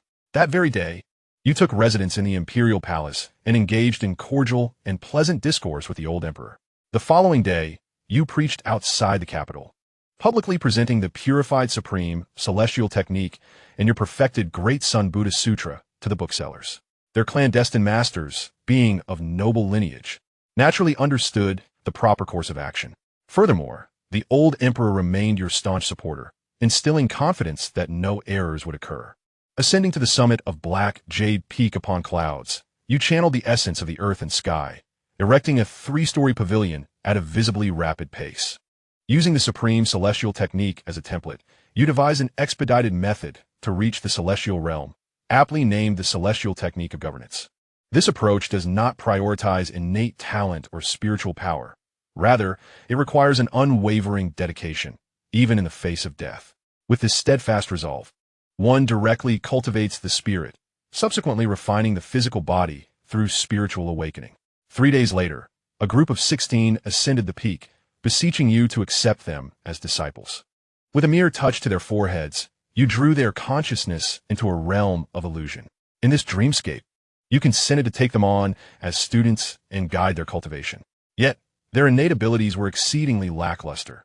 Despite their arduous efforts, they would glean no rewards. As they aged and became frail, lying on their deathbeds, they would remain devoid of any enlightenment. They would pass on, yet retain the memories of their previous lives. In their second life, should they still wish to seek your mentorship, they would be condemned to relive their past experiences, ultimately dying once more without any gain. Among the crowd, 10 chose to abandon their pursuit of apprenticeship, and the world before them began to shimmer with illusion. Once they resolutely renounced their quest, the illusion dissipated. 9 awakened, surveying their surroundings, and quickly comprehended the events that had transpired. Each bore a pained expression, yearning to plead their case, yet understanding they had been eliminated. They could only gaze with complex emotions at those still entranced. As the illusion before the 10th individual approached its dissolution, it suddenly solidified. Upon sensing this, you discerned that his wife and children had vanished, which fortified his resolve, prompting him to seek you as his master at the Black Jade Peak. The outcome remained unchanged. He succumbed to despair and perished. In the third life, 7 individuals endured 2 failures, with 5 ultimately opting to surrender and awaken from the illusion. Just when you presumed the 2 would succeed, the previously mentioned 10th individual devised new tricks. With no path forward at the venerable age of 80, he chose to descend the mountain, leveraging his financial prowess to take 4 concubines. As the illusion teetered on the brink of collapse once more, his newly acquired concubines began to fade from existence. Just as he was about to be expelled from the illusion, enlightenment struck him. He hastily made his way to the Black Jade Peak, confessing his transgressions, and you graciously accepted him into your fold once again. In the 4th life, the 5th life, and the 9th life, the 2 persevered. What set them apart was that each time Xianxia perished and was reborn, his first thought was to seek you as his master, whereas Xianxia incessantly indulged in diversions, marrying and taking concubines without pause. Yet, in each instance when the illusion threatened to shatter, he experienced a moment of clarity, turning to you for guidance in his pursuit of immortality. Once again, the 2 met their demise, but this time they did not reincarnate. Rather, they awakened. Observing the envious gazes of their peers, they attained sudden understanding. Master, I beseech you, allow your disciple to pay his respects. Despite feeling somewhat conflicted, you ultimately admitted Xianxia into your ranks as well. You erased the memories of the illusion from the minds of the failures, informing them that they were fated to be apart from you. And with a wave of your sleeve, you enveloped them in a gentle breeze and sent them down the mountain. The 2 disciples commenced their training in the immortal seizing technique. Upon hearing rumors of successful discipleship, those around them frantically ascended the mountain. The celestial techniques imparted by the immortal were alluring, yet they paled in comparison to the true celestial mastery. Half a year later, you took on another disciple named Guoxiao. You journeyed with your 3 disciples to Jizhou, where you encountered Huangsheng. Hearing that you possessed the ability to ride the clouds and had once struck down the founding emperor of this dynasty with a single punch, he humbly requested to learn a few techniques from you. Facing your former master uncle, you chose to acquiesce. Huangsheng unleashed a sword aura that soared towards the heavens, captivating your 3 disciples with its brilliance. While they had encountered skilled practitioners before, they paled in comparison to Huangsheng. You refrained from countering, allowing him to condense his true energy and deliver a devastating strike. As the essence of the wind swept through, Huangsheng's formidable sword aura dissipated. Stunned, he knelt before you, proclaiming, "Master, I beseech you, allow your disciple to pay his respects." A twitch at the corner of your mouth betrayed your amusement. In previous simulations, he had served as your master uncle. Now, he stood before you as your disciple, perfectly embodying the Taoist principle of mutual transformation. However, while qualifications may vary, the necessary trials must still be endured. As you gradually siphoned the life force from Huangsheng through the essence of aging, it was only when he teetered on the brink of death that you beckoned him into a realm of illusions. This bore no relation to the causality previously simulated. His spirit, remarkably robust, posed a challenge to your illusions, which were merely auxiliary pathways, fraught with the risk of being unraveled. Indeed, as you anticipated, Huangsheng's resolve was unyielding. Each cycle of rebirth only fortified his determination. By the 9th reincarnation, he astonishingly arrived a month earlier than expected, crawling to seek your mentorship. Although it was merely an illusion, the experience was undeniably striking. Thus, you acquired your 4th disciple. Unlike your previous 3, Huangsheng had achieved perfection in the realm of qi training, prompting you to personally guide him in the cultivation of the grand celestial arts. Huangsheng, taken aback, inquired, "Master, is this technique truly of your own creation, capable of leading to the celestial realm?" You nodded in affirmation. Instantly, he was rendered speechless, and, after a prolonged moment, he sighed deeply. "Your demeanor is unparalleled throughout the ages. In every locale you visited, you imparted wisdom for 3 days, either expounding upon the grand celestial arts or elucidating the great sun Tathagata scripture. Only then did the masses comprehend that those two extraordinary texts were indeed the teachings you had bestowed, causing a fervor for knowledge to sweep the land. As you continued your journey of enlightenment, Huang Sheng procured a carriage and took the reins himself, while Shen Zhong and the others trailed behind on horseback. While traversing familiar paths at night may spare one from encountering spirits, the mountain trails inevitably brought forth bandits. A band of over 30 marauders obstructed your passage, jeering to instill fear and compel you to surrender without resistance. Huang Sheng reined in his horse, seeking your counsel. Master, how should we handle these bandits? A thought stirred within you. As a teacher, your role encompasses imparting wisdom, nurturing understanding, and resolving doubts. A commendable mentor not only educates their disciples in their studies, but also instills in them the principles of humanity. You recalled your own mentor, Huang Yuan, who had guided you for a decade. Like a gentle spring rain, he infused his life's wisdom into your heart. A true teacher does not merely pour knowledge into their students, but awakens and ignites their potential. In that fleeting moment, the essence of your pedagogical philosophy crystallized. Chapter 112, The Essence of Teaching. Your eyes sparkled with enlightenment as the final celestial acupoint was aligned. Once perfected, you could embark on the path of the realm acupoint, rapidly advancing towards the divine realm. At that juncture, even celestial beings might be within your reach.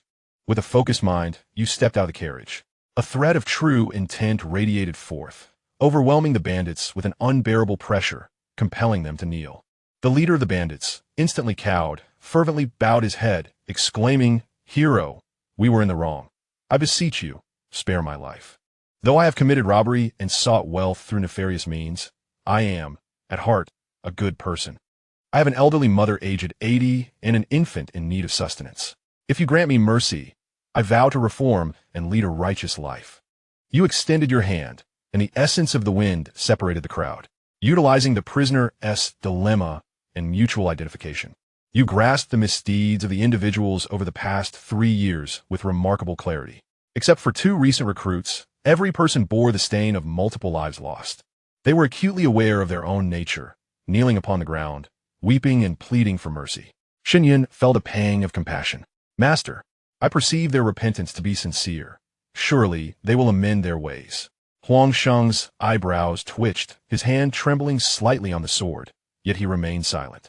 You replied, "They do not seek repentance. They are merely terrified of their impending demise." The leader of the bandits trembled uncontrollably, hastily imploring for mercy. "Hero, you cannot take my life. If I perish, my 80-year-old mother and my 1-year-old son shall surely follow." Shen Yun, agitated, exclaimed, "Master, you gently shook your head. Ask them if they ever considered whether the innocent mothers and children of bystanders could survive." The bandits clamored, "Yes, yes. We never harm women and children." Shen Yun, though innocent, was not foolish. He understood that the survival of those women and children was not a testament to the kindness of these men. He clasped his hands in gratitude. "Thank you, Master. I understand now. You stated, a wise monk once said, to take life in the name of preserving life. To sever karma is not to sever humanity." The sound of blades echoed.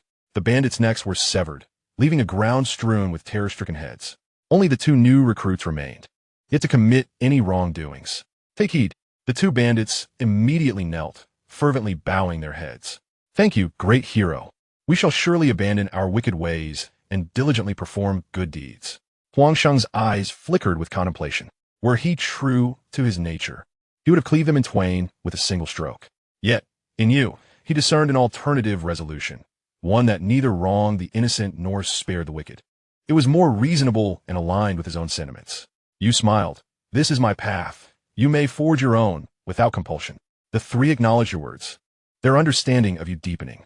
Huang Sheng drove the carriage at a leisurely pace, while you unabashedly revealed your thoughts to them, not demanding they mirror your ways. You were a guide, not a saint, nor a mere conveyor of uniformity. With each step, you imparted teachings to the locals. Those who sought to learn from you, provided they passed your assessments, were welcomed into your fold. As the years flowed by, 10 swiftly elapsed. Alongside Huang Yuan and Huang Sheng, your direct disciples numbered 16. As for those who revered you as their teacher after hearing your teachings, they were in the millions. Your true essence of mentorship had finally attained a measure of accomplishment. Those who listen to your teachings find it easier to grasp your thoughts, and their mastery of your methods accelerates. However, due to your principles, their minds are not ensnared by you. Instead, they are free to cultivate their own thoughts and understanding. You silently acknowledge that the true essence of your teachings is indeed not a mere imitation. On this day, your carriage arrives at Xianxia County, and you commence your discourse as usual. Zheng Tu, who has practiced martial arts for a decade, yet remains unable to break through to the skin refinement stage, kneels before your carriage. The disciple earnestly seeks immortality, yearning for the grace of the celestial beings. Not only Zheng Tu, but a multitude of over 10,000 others kneel nearby. You extend a finger, and the essence of your teachings spreads forth, drawing everyone into a realm of instructional illusion. Most can endure for only 2 or 3 lifetimes, yet Zheng Tu alone perseveres. What astonishes you further is that he dedicates himself to 9 lifetimes of cultivation. Though he has yet to achieve success, he remains undeterred and has never contemplated vengeance. Curiosity stirs within you. With unwavering focus, why has he never thought of revenge? Zheng Tu, taken aback, asks, "Have you heard my tale, esteemed master?" He reflects, though the Yin family is despicable, they have not resorted to extreme measures. If I can live, why should I wish for their demise? You gaze into Zheng Tu's tranquil eyes, suspecting he must be aware of the Yin family's intent to obliterate his lineage, especially given their choice to marry him to a woman like Yin Ping'er, implying a complete disregard for his autonomy. Yet, he remains steadfastly composed. Though you do not comprehend his mindset, you support him nonetheless. You pass on the teachings of the Immortal Sutra to him and continue on your journey. You recall a scholar named Xianxia, who faced repeated failures, yet possessed remarkable resilience. Accompanied by your disciples, you traverse the world, sharing your teachings in every city and village you visit. While it cannot be said that all the heroes of the world have fallen into your grasp, those who aspire to the path of immortality and wish to be your disciples have become your direct students. Time swiftly passes, and 70 years elapse. Your direct disciples number 34, including the impoverished Xianxia. Your teachings have finally reached their zenith, though progress has stalled in the final stretch. Your carriage enters the Great Yuan. Many common folk of the Great Yuan are curious, though your name has not yet spread in this region. The aura of your teachings draws the locals to gather around during your discourses, listening intently. In the 90th year, you reach the northern border. As you settle down to speak, you are confronted by numerous Great Yuan warriors who withstand your teachings and demand your departure. You quell your disciples' rage, and, invoking the essence of the great sun Tathagata, dispel a dark aura. The warriors, perceiving you as the prophesied Buddha, become devout, awaiting your guidance. You resume your teachings, and after several days, the commander, wishing to speak further, contemplates requesting you to accept disciples. He effortlessly navigated through the ethereal realm you designed. You resolve to take him as your disciple. After several attempts, you discovered that he resonated most profoundly with the Sutra of the Great Sun Tathagata. He thus became your 35th direct disciple. A tremor coursed through your heart. Inclusivity in teaching. Although you acquired the true essence of the master-disciple relationship relatively early, all your disciples were human. At this moment, with the addition of this disciple, your understanding of the Master's way finally transcended its limitations, taking a significant step towards completeness. Chapter 113, Inclusivity in Teaching. After accepting the commander as your disciple, he became increasingly forthcoming with answers to your inquiries. These so-called Great Yuan warriors are not of the Great Yuan race. Rather, that is the appellation bestowed upon them by the Deqian. Their true designation is Asura. 500 years ago, they were created by the Buddha to intercept the malevolent spirits lurking at the gates of the underworld. They have resided in this place since the very beginning, never departing for 5 centuries. The external Asuras serve to conceal and safeguard their existence. Should an enemy invade, they would rise as one. As for more details, he was unaware.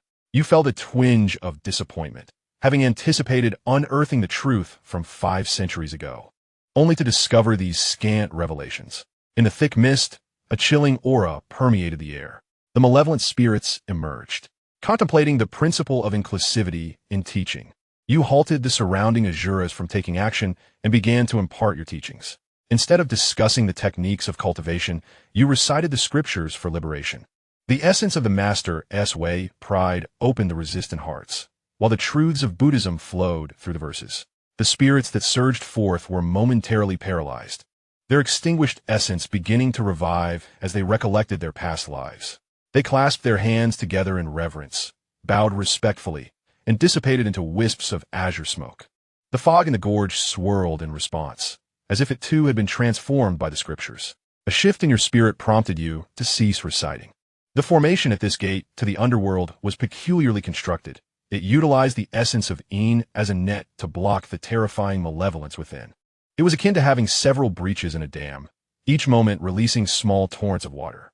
By allowing the weaker, malevolent spirits to escape, and then dispatching the station de juras to eliminate them, the pressure on the formation could be alleviated. This was similar to breaching the Black Wall Formation in the Eastern Sea, allowing some weaker malevolence to emerge prematurely, thereby delaying the complete destruction of the wall. Yet a breach is a breach. As time extends, it will widen, until one day, those large openings will permit formidable malevolence to traverse freely, rendering the formation ineffective. Trouble loomed. You sighed inwardly. This formation possessed terrifying energy, yet was exceedingly crude, resembling the hasty scrawls of a careless artist. You could only passively await the emergence of the malevolent spirits, while meticulously controlling the force of your own actions. Otherwise, an inadvertent misstep could jeopardize the formation. This was also the reason why the Buddha, who left the formation, did not impart the Asura techniques. If the malevolent spirits are allowed to roam freely, the breach will only widen, rendering the entire formation increasingly ineffective. The most prudent course of action is to allow the Asura to guard it personally. What sort of solution is this? You may not currently envision a more effective strategy. However, you're no longer alone. You possess 35 disciples. Huang Yuan and others began to ponder deeply, devising one plan after another. As time swiftly passed, 2 years elapsed. You experimented with dozens of methods, such as enhancing the formation from the outside, yet all clashed with the original array. You even refrained from sealing the existing vulnerabilities, fearing that a misstep could lead to the array's destruction. Over the course of 2 years, you have transformed thousands of malevolent shadows. Despite the absence of spiritual energy absorption, you still observe the cursed wooden door. Suspended 3 zhang above, it beckoned you to explore its mysteries. Not only you, but even your disciples nearby could perceive the ethereal image of the door. On this day, as customary, you continued to transform the shadowy malevolence. 3 of the emerging shadows were transformed and dissipated without a trace. However, the 4th survived. Not only that, but its form began to radiate a golden Buddhist light, and its eyes became clear. The shadow approached you, bowing thrice in reverence. Disciple Xianxia, I thank you, Master, for awakening my true spirit and liberating me from ignorance. Your gaze was cold as you fixed your eyes upon the entity claiming to be Xianxia. This place is known as the Ghost Gate. It resembles a soul, capable of possessing the living, akin to the legendary ghostly messengers. Yet, its essence is that of malevolence. Although it is likely only a projection of the malevolence behind the door, it remains a malevolent entity. Xianxia respectfully bowed again. Though I am now a being of malevolence, I shall never forget that I belong to the human race. I beseech you, Master, grant me an opportunity. I am willing to assist you in eradicating all malevolence from the world, restoring clarity to our realm. You place greater value on actions rather than mere words. Beautiful rhetoric often masks a different reality when it comes to action. Xinyan clasped his hands. Master, with Brother Qin joining us, we will have exactly 36 individuals, embodying the number of the heavenly gang, which is auspicious. Many disciples who joined later also pleaded for mercy. Yet, you remain steadfast. Xianxia, being a malevolent spirit, could theoretically be sent away using scriptures, yet he lingered, indicating a profound obsession. Xianxia explained, behind me lies the abyss of torment. Once transformed by you, Master, my obsessions will be cleansed. I fear not the prospect of dying once more. However, the malevolent spirits in hell are nearing their capacity, if not resolved swiftly. Within 30 years, the mortal realm shall be in peril. The disciples gazed at you with admiration, echoing your prior assessments precisely. In the abyss known as the infinite hell, the boundless space is paradoxically filled with an overwhelming number of malevolent entities. It is hardly astonishing that these sinister beings can drive away the saints and occupy an infinite expanse. Xianxia, in a moment of initiative, spoke of the conditions within this hellish realm. Due to its strength and a previous state of disarray, it had merely roamed the periphery, guided by instinct. The most formidable being it had encountered was a towering, bull-headed creature, the very one you had faced in your previous simulation. At present, there was no indication of deceit in its words. After a moment of contemplation, you raise your hand and summon the three fundamental forces simultaneously. Xianxia's face contorted with fear, yet it resolutely refrained from moving. Without hesitation, you directed a single finger to shatter its skull, coldly uttering, "Evil is evil." You are indiscriminate in your teachings, yet you would never instruct a malevolent being more dangerous than the wicked. Even the celestial energy you acquired after slaying malevolent specters, once purified by the Tao, could lurk within you, exerting no effort, biding its time to awaken unexpectedly. How could one trust the deceased malevolence, let alone the living? You lack the confidence to claim the absence of misguided students.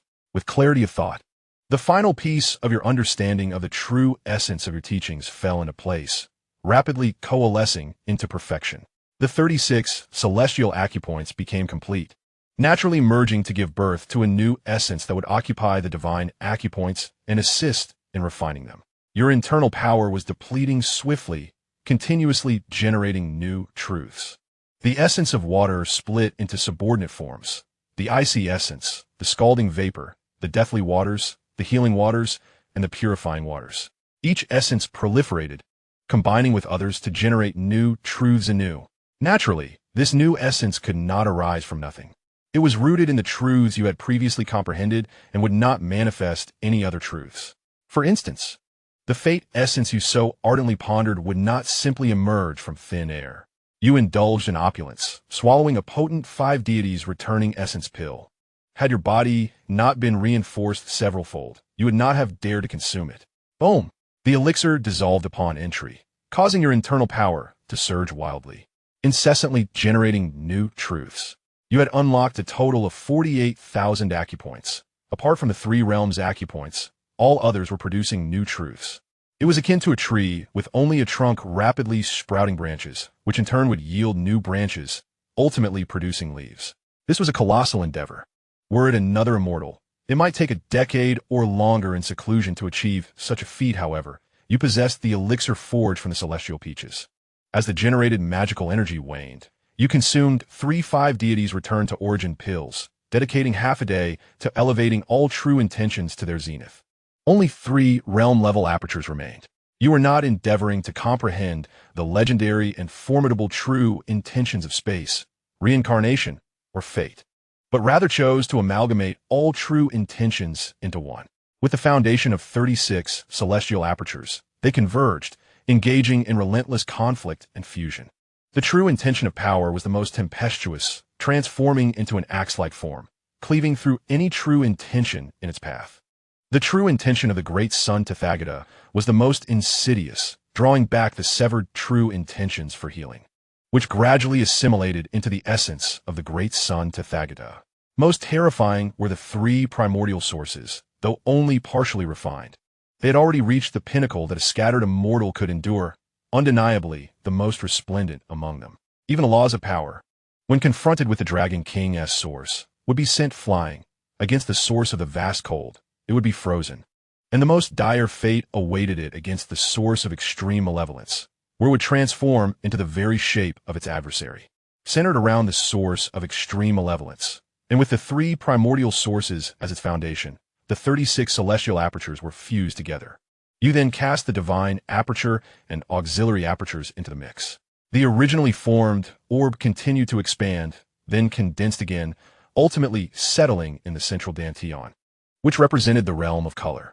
You named it the primordial true intention, symbolizing the present. You swallowed another 5 deities returned to origin pill. The vast magical energy began to replicate the primordial true intention ceaselessly, and your consciousness began to ascend. You aggregated all the memories of the simulator, the first, second, and third iterations.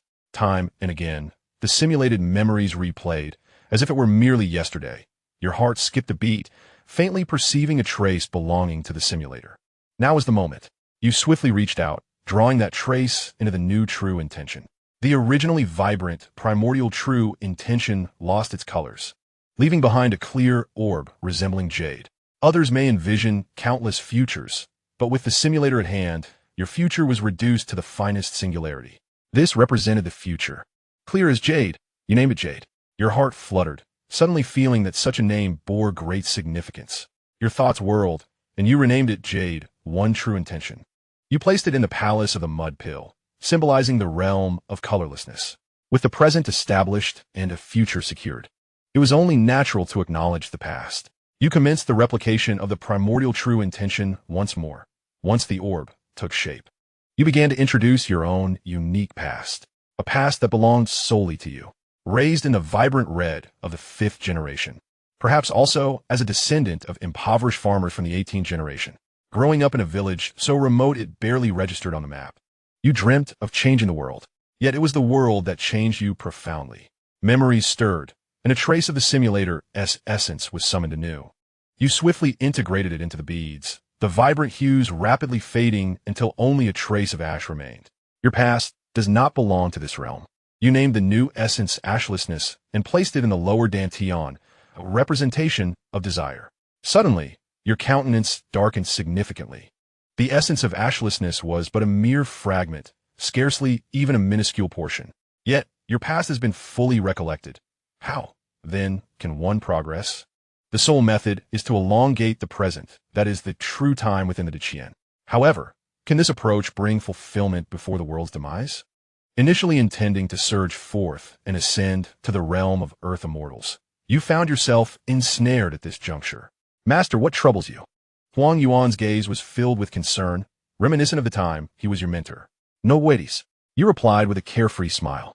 In the absence of techniques, you managed to forge ahead, so you trusted that a mere past essence would not bring about your downfall. Now, both past and future are intertwined. The mixed essence of gray and white jade is one. The true essence of the 3 realms, which you once believed would yield threefold enlightenment, turned out to be a mere 23 times. Nonetheless, even so, it possesses boundless power. You now have the courage to challenge the realm of celestial immortals. Victory is not guaranteed. The disparity between realms is akin to the vastness of the cosmos. However, you can confidently assert that in the Earth immortal realm, no one is your match, even the malevolent entities of that level. Xianxia's breath grew heavy as he ultimately knelt before you, bowing repeatedly. Master, I am an unfilial disciple. My heart is unstable, indecisive, fearing that I may tarnish your sacred name. Hence, I humbly ask for your pardon. You are not surprised by Xianxia's choice. Paths diverging, there is no collaboration. His ability to uphold his convictions and stand forth marks him as a true warrior. You did not respond directly, but inquired, can you promise not to impart the celestial techniques I have taught you to malevolent beings? Xianxia's gaze was resolute. I can. You nodded and inscribed a lock upon his chest.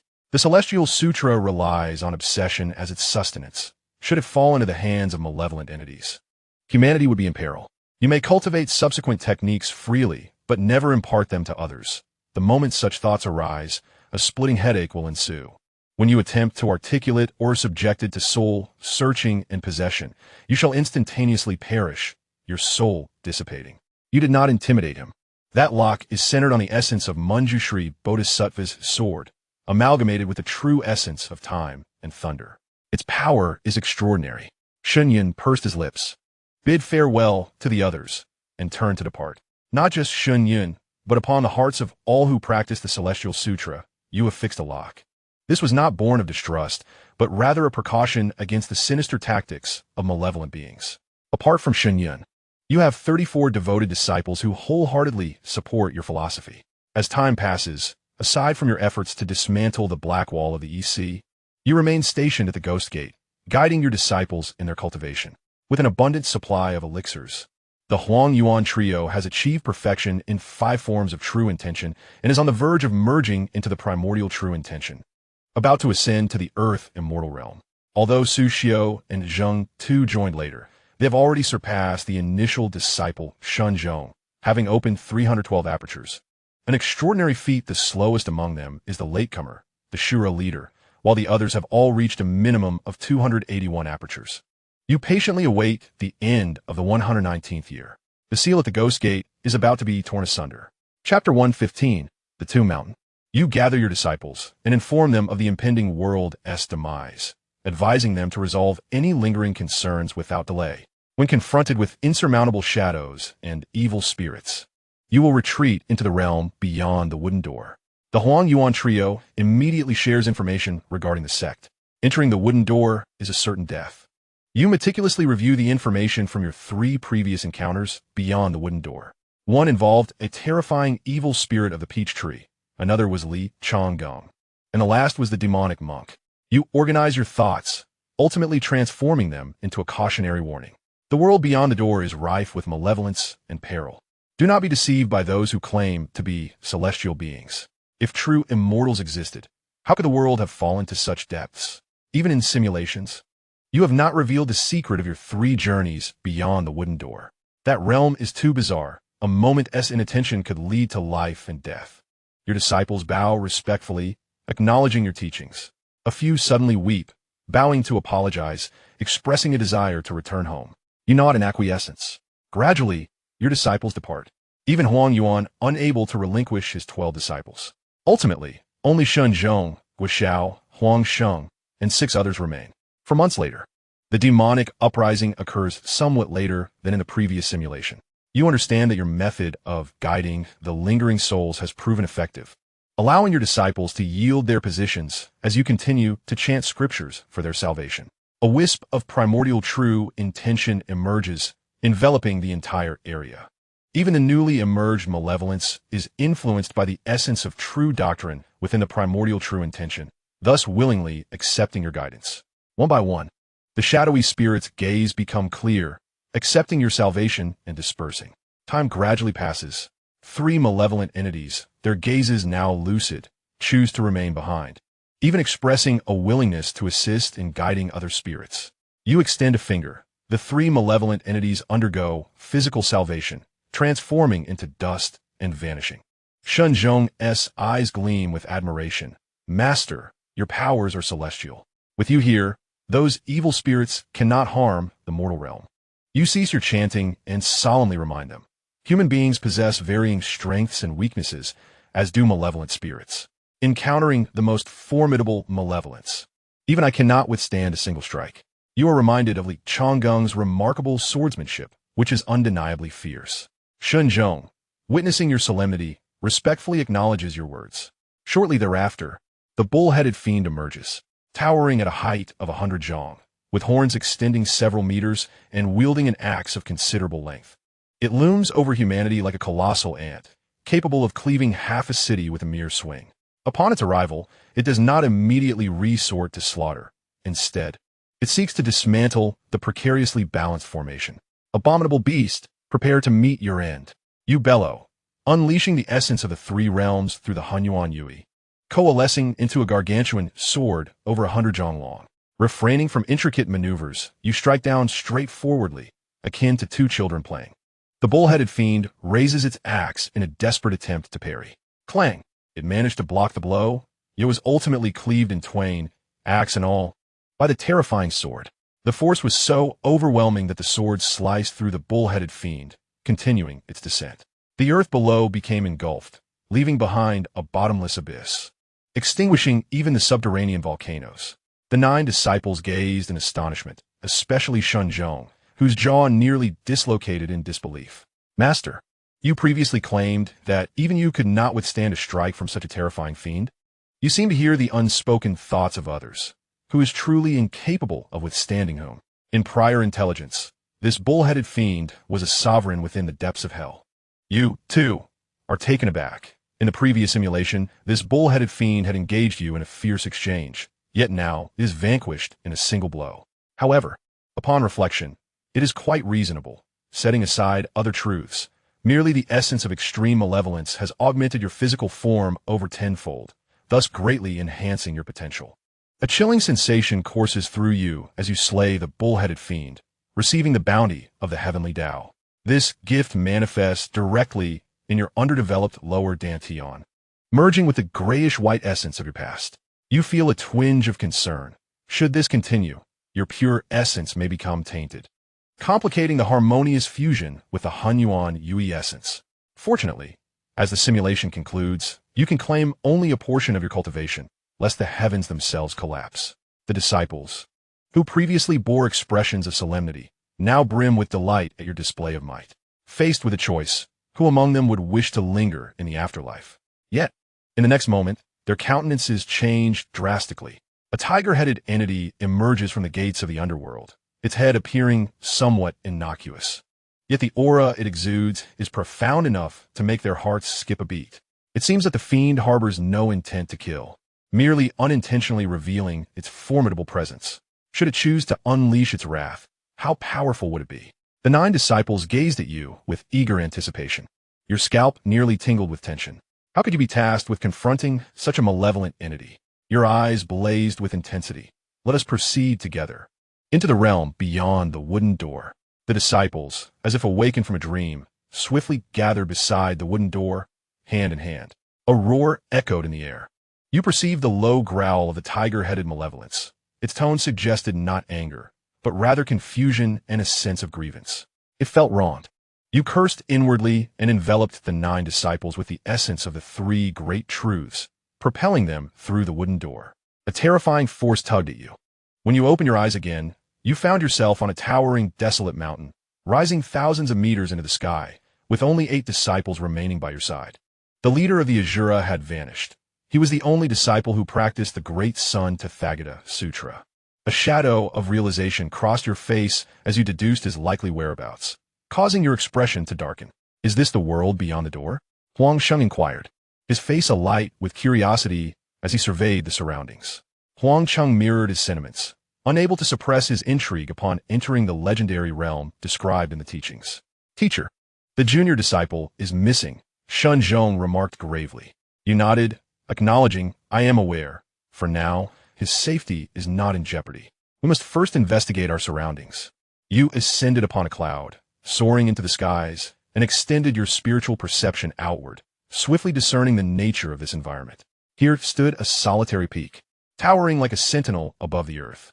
The mountain appeared desolate and lifeless, devoid of any vitality. The air was devoid of spiritual energy, akin to discarded refuse. Utterly without purpose. Surrounding the singular peak was an expanse of void, rendering the mountain an isolated isle shrouded in silence and nothingness. Logically, this place should be utterly uninhabited. Yet at the mountain's base, an unsettling number of graves clustered together, as if freshly buried. In this world beyond the door, you were tasked with only 3 objectives: to cultivate your skills and survive. The graveyard was eerily strange. By all accounts, you should have retreated swiftly. But where in the world beyond the door could you find safety? The seemingly secure spiritual mountains and celestial abodes concealed countless traps. And once you transcended into the realm of earth immortals, the implications were too daunting to imagine. Having conquered Misty Shadow Street, you understood that to claim dominion over a territory, one must first exploit its vulnerabilities and then vanquish the lurking malevolence. Surely, that should suffice. In your initial conquest of Misty Shadow Street, you had not witnessed the beginnings nor the ends of the conflict. You could only navigate step by step. The path ahead was shrouded in uncertainty, yet the road lay beneath your feet. As long as you were willing to tread, you would surely carve out your own way.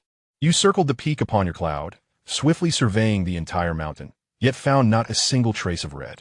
Teacher, have you uncovered anything? A disciple inquired. With profound eyes, you pointed downward. Dig up the graves. The disciples looked at each other in confusion, soon realizing that you had discovered nothing at all. Since the surface yielded no results, it was time to delve underground. Clearly, the graves at the foot of the mountain represented the optimal choice. Upon arrival, it became evident that although numerous, these graves were merely mounds of earth, devoid of tombstones or offerings of paper money and incense. Shun Zhong, the senior disciple, took the initiative without waiting for instructions, leading Guo Xiao and Huang Sheng to commence the excavation. The essence of the earth was suppressed, compelling them to utilize swords as their tools. Their target was the smallest grave nearby. Even malevolent spirits would be easier to confront if they emerged in diminutive forms. The trio diligently excavated the modest grave, unearthing a small coffin. Measuring less than 3 feet in length, it was entirely black, reminiscent of a child's casket. There were no signs of decay upon its surface, as though it had been interred only moments ago. You directed your true essence to your brow. Yet no discoveries were made. Remaining vigilant, you concentrated your essence, prepared to strike with thunderous force, before allowing the 3 to open the coffin.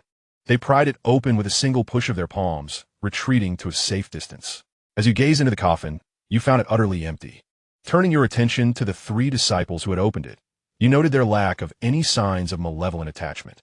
"Master, what is the meaning of this?" Guo Xiao inquired, his eyes reflecting confusion akin to that of an elderly man peering through a ring. You shook your head, indicating your uncertainty. Lacking the necessary strength, there was no need to feign knowledge. Could it be a grave for clothing? One disciple ventured. You furrowed your brow, contemplating. That seems implausible, even in such a case. There should be garments within. This location was distinctly different from previous experiences. Do not apply past knowledge here, for scarcely anything good could stir in this place. The disciples nodded in understanding. You resolved to incinerate the coffin, for regardless of its origin, it was undeniably a sinister object, summoning a wisp of fiery essence. What could have been a blaze hot enough to incinerate gold and transform iron was subdued to a mere flicker, barely capable of producing smoke. Infusing it with a hint of malevolence, the flicker erupted into a conflagration, igniting the coffin and reducing it to ashes. "Let us excavate another site," you instructed, gesturing towards a slightly larger mound nearby. The 3 resumed their digging. Drawing from their prior experience, they soon unearthed the coffin. It spanned 7 feet in length, its surface of vivid crimson. A relatively commonplace coffin. They opened it only to discover it was similarly devoid of contents.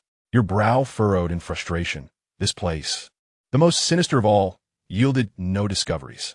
Your gaze shifted to the central, grander mound, resembling a small hill.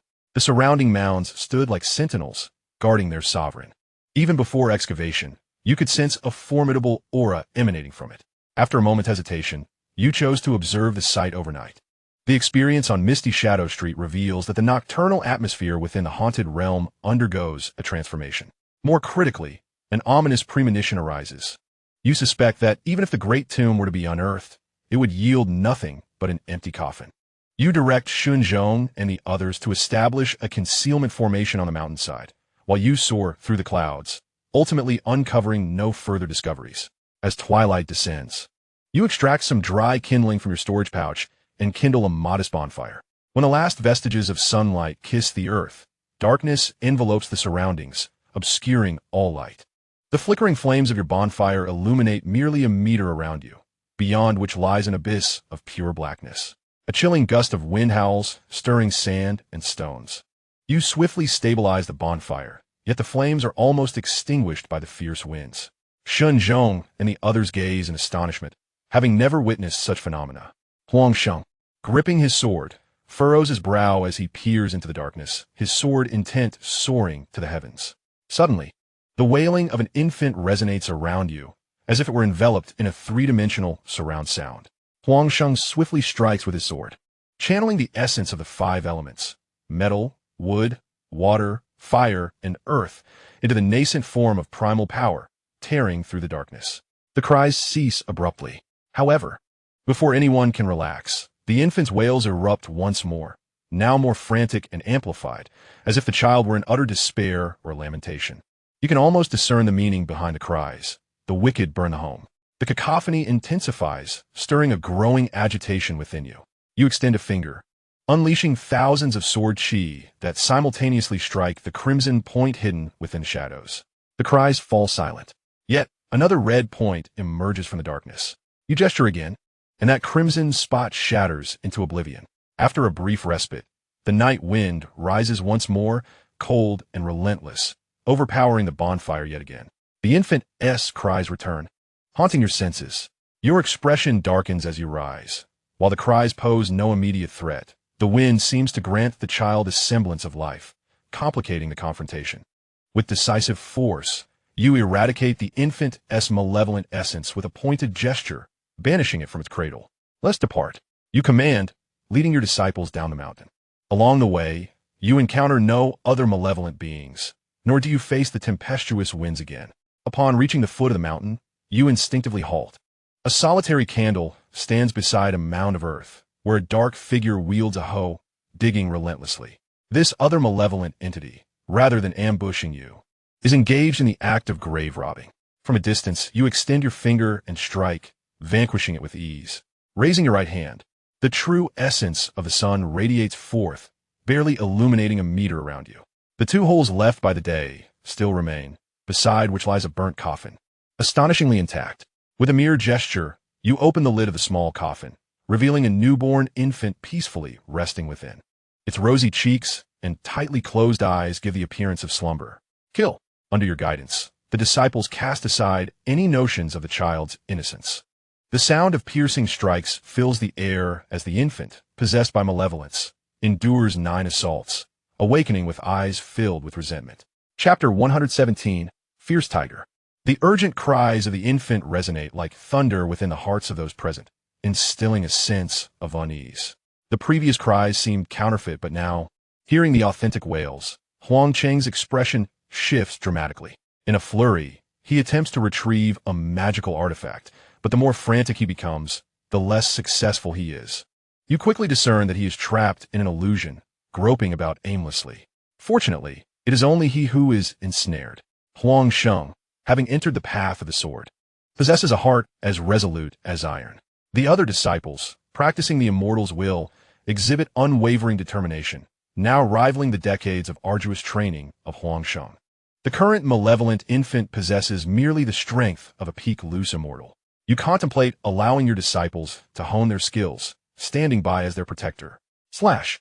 Huang Sheng's command reverberates like thunder, breaking the infant's wailing assault and rousing the others from their stupor. Huang Sheng, observing his torn garments, feels a flush of embarrassment as the others remain unscathed. He clumsily retrieves a metal nail and hurls it forth. The 9 unite, gradually transitioning from individual combat to coordinated teamwork. As the infant prepares to unleash another wail, Huang Sheng produces a foul-smelling black stone and forcefully shoves it into the child's mouth, abruptly silencing the cries. What follows is a righteous onslaught. Despite its diminutive stature, the infant is ferocious, enduring the disciples' strikes while repeatedly lunging at Huang Sheng. Am I a soft target? To redeem himself before his peers, Huang Sheng reveals an array of magical artifacts. The evil-breaking sword, the shattering hammer, the poison needle, the fire oil arrow, the rusty dart, and the ice sphere. 3 minutes later, the malevolent infant is finally vanquished. A mass of primordial essence splits into 10 fragments, merging into your beings. A pallor washes over your face. In the previous simulation, you were spared the backlash of the primordial essence, yet it has already proven itself untrustworthy. Unfortunately, slaying the malevolence will inevitably grant you a boon from the heavenly Tao. This presents a latent threat. You have identified a 4th task, to purify the primordial essence or discover a means to reject the heavenly Tao's gift. The infant's essence, familiar with the process, seamlessly integrates into your gray true intent. For now, the gray true intent holds dominion, yet as time progresses, the balance of power is destined to shift. The disciples were acutely aware of your intent to cultivate their minds, and had taken the initiative to approach the coffin of the malevolent infant spirit, contemplating its destruction. Huang Sheng poured oil over the coffin, igniting it with the essence of fire. Instantly, the coffin was engulfed in fierce flames, yet showed no signs of combustion. Furthermore, the flames began to diminish, ultimately extinguishing completely. Huang Sheng brushed against the coffin, revealing remnants of the oil. Not only did the coffin resist being ignited, but it also possessed the uncanny ability to quench fire. The group attempted various methods, striking with axes and swords, or employing other forms of true intent to wear it down. Yet the coffin remained impervious, as if it were made of indestructible adamantine. Compared to daylight, it appeared as 2 entirely different entities. You attempted to strike it with the essence of thunder, causing a slight rupture in its surface, only for it to rapidly mend itself. This coffin proved to be even more sinister than the malevolent infant spirit itself. You unleashed the essence of primordial unity, delivering a forceful strike upon the coffin, which shattered it into countless fragments. The disciples immediately lavished you with praise, while Huang Sheng and Huang Cheng were utterly astounded. In their perception, you were a peak celestial being, and they believed you were within reach. However, after witnessing that strike, they realized they had not even glimpsed your full prowess. Furrowing your brow, you reflected on that strike. You had been confident it could vanquish a peak earthly immortal, yet it had failed to reduce even a coffin to dust. You summoned the essence of primordial unity, merging it into a single powerful strike. One realm comprises 48,000 forms of true intent. The convergence of 3 realms granted 23 times the might of a single realm, all true intents coalescing into a singular force, crashing upon the coffin. With a resounding impact, the point of your strike obliterated the coffin into fine dust, vanishing from sight. The disciples erupted in cheers, yet your expression remained grim. A full-force attack had only managed to obliterate a single coffin. How much time would it take to shatter them all? You gathered the pieces of the coffin together and unleashed another full-powered strike. Perhaps due to the breach in its defenses, now devoid of impenetrability. Your strike pulverized all the coffins into dust. The residual force struck the ground, creating a deep imprint of your palm. The earth was harder than you had anticipated. A cry of despair echoed, seemingly the last vestiges of resentment from the malevolent infant spirit being extinguished. Indeed, the primordial power was purified by the heavenly path and bestowed upon you. The vast majority of this primordial energy merged into your lower dantian, rapidly expanding and attempting to expel your essence of nothingness. Fortunately, you simultaneously utilized the essence of primordial unity, barely managing to suppress it. The other disciples, having noticed the primordial energy, began to whisper among themselves. You cautioned them that such energy, derived from the death of the malevolent spirit, might not be a boon, advising them to exercise caution and not to become reliant on it. Subsequently, you and your companions eradicated another malevolent entity. Its size is somewhat larger, with enhanced strength, speed, and defense. However, the crowd, empowered by the primal force, swiftly subdued it. After you and your disciples combined efforts to destroy another coffin, a substantial amount of primordial energy flowed into your lower dantian. Master, what shall we do now? Shenzhong gazed at you with a hint of anticipation. It must be said, the allure of the primordial energy is indeed compelling. You selected a medium-sized earth mound and called upon everyone to commence excavation. To your surprise, beneath the mound, the coffin was larger than anticipated. Measuring 12 meters in length and 5 meters in width, it emanated a terrifying aura. Upon careful sensing, you discovered it was still at the peak of the scattered immortal realm, yet its presence was significantly more formidable than the previous two malevolent entities. Continue digging, you declared resolutely. Once the coffin was unearthed, your disciples stood ready, and you stepped forward to strike the coffin lid aside with a single palm. A 10-meter-long, nearly 4-meter-high, striped tiger sprang forth. Before it could roar, a flurry of attacks surged towards it. The malevolent tiger shook its body, shedding the onslaught of true intent like rain, sustaining no injury to its fur. The disciples, undeterred, unleashed the two types of primordial energy they had just acquired. The deluge of true intent surged in potency nearly 100-fold, forcing the tiger to retreat from its intended pounce. Roar! The malevolent tiger bellowed, its terrifying sonic waves sweeping like a hurricane, causing the crowd to stagger.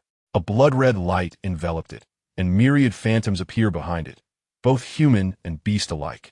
A growing sense of unease gripped your heart. Yet, you sensed that while the tiger's strength was commendable, it did not warrant alarm just yet. Channeling true intent to your brow, you surveyed the surroundings, only to feel a chill that nearly froze your heart. Beneath the surrounding graves, countless red dots lay hidden.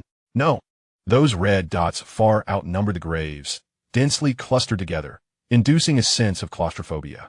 You estimated that there were not millions, but certainly hundreds of thousands. Chapter 118, Bright Moon. You hurriedly urged your disciples, give it your all. The primordial jade, leading with the three realms of true intent, gathered all energy into one. Boom! The terrifying momentum was as profound as the abyss, shaking even your disciples with its formidable presence. The enraged, malevolent tiger raised its tail, eyes wide, cautiously observing you while growling softly, attempting to intimidate you into retreating. Lacking the spell to unleash all your power in one explosive burst, you instead concentrated all your true intent and hurled it at the malevolent tiger. With immense force, the tiger was struck back, black blood seeping through its once gleaming fur, which now became filthy and unkempt. In a more dire situation, your body crackled with the sound of bones, uncertain of how many had been shattered. Unleash the most powerful assault, you commanded. It was only upon your urgent reminder that the disciples awakened from their stupor, infusing the essence of their being into their true intentions, launching a formidable strike against the fallen tiger. You too could not afford to hesitate, fearing the emergence of all the crimson points. The myriad of phantoms surrounding the tiger were the malevolent spirits, loyally shielding it from harm. Your true intentions flowed like molten iron, while the spirits surged forth like an unending tide, persistently intercepting your efforts. They were continuously reduced to ashes by your intentions. Yet they pressed on relentlessly. In a brief span, to vanquish the malevolent tiger seemed as arduous as ascending to the heavens. A glance at the dense cluster of crimson points revealed their unsettling movement. Unlike the inept beings of Misty Shadow Street, many of these crimson points possessed strength far surpassing that of the tiger's malevolence. Particularly the entities lurking beneath the small hill, the extent of their power was unfathomable. In this precarious predicament, your mind remained astonishingly lucid. You began to recite the scriptures of salvation.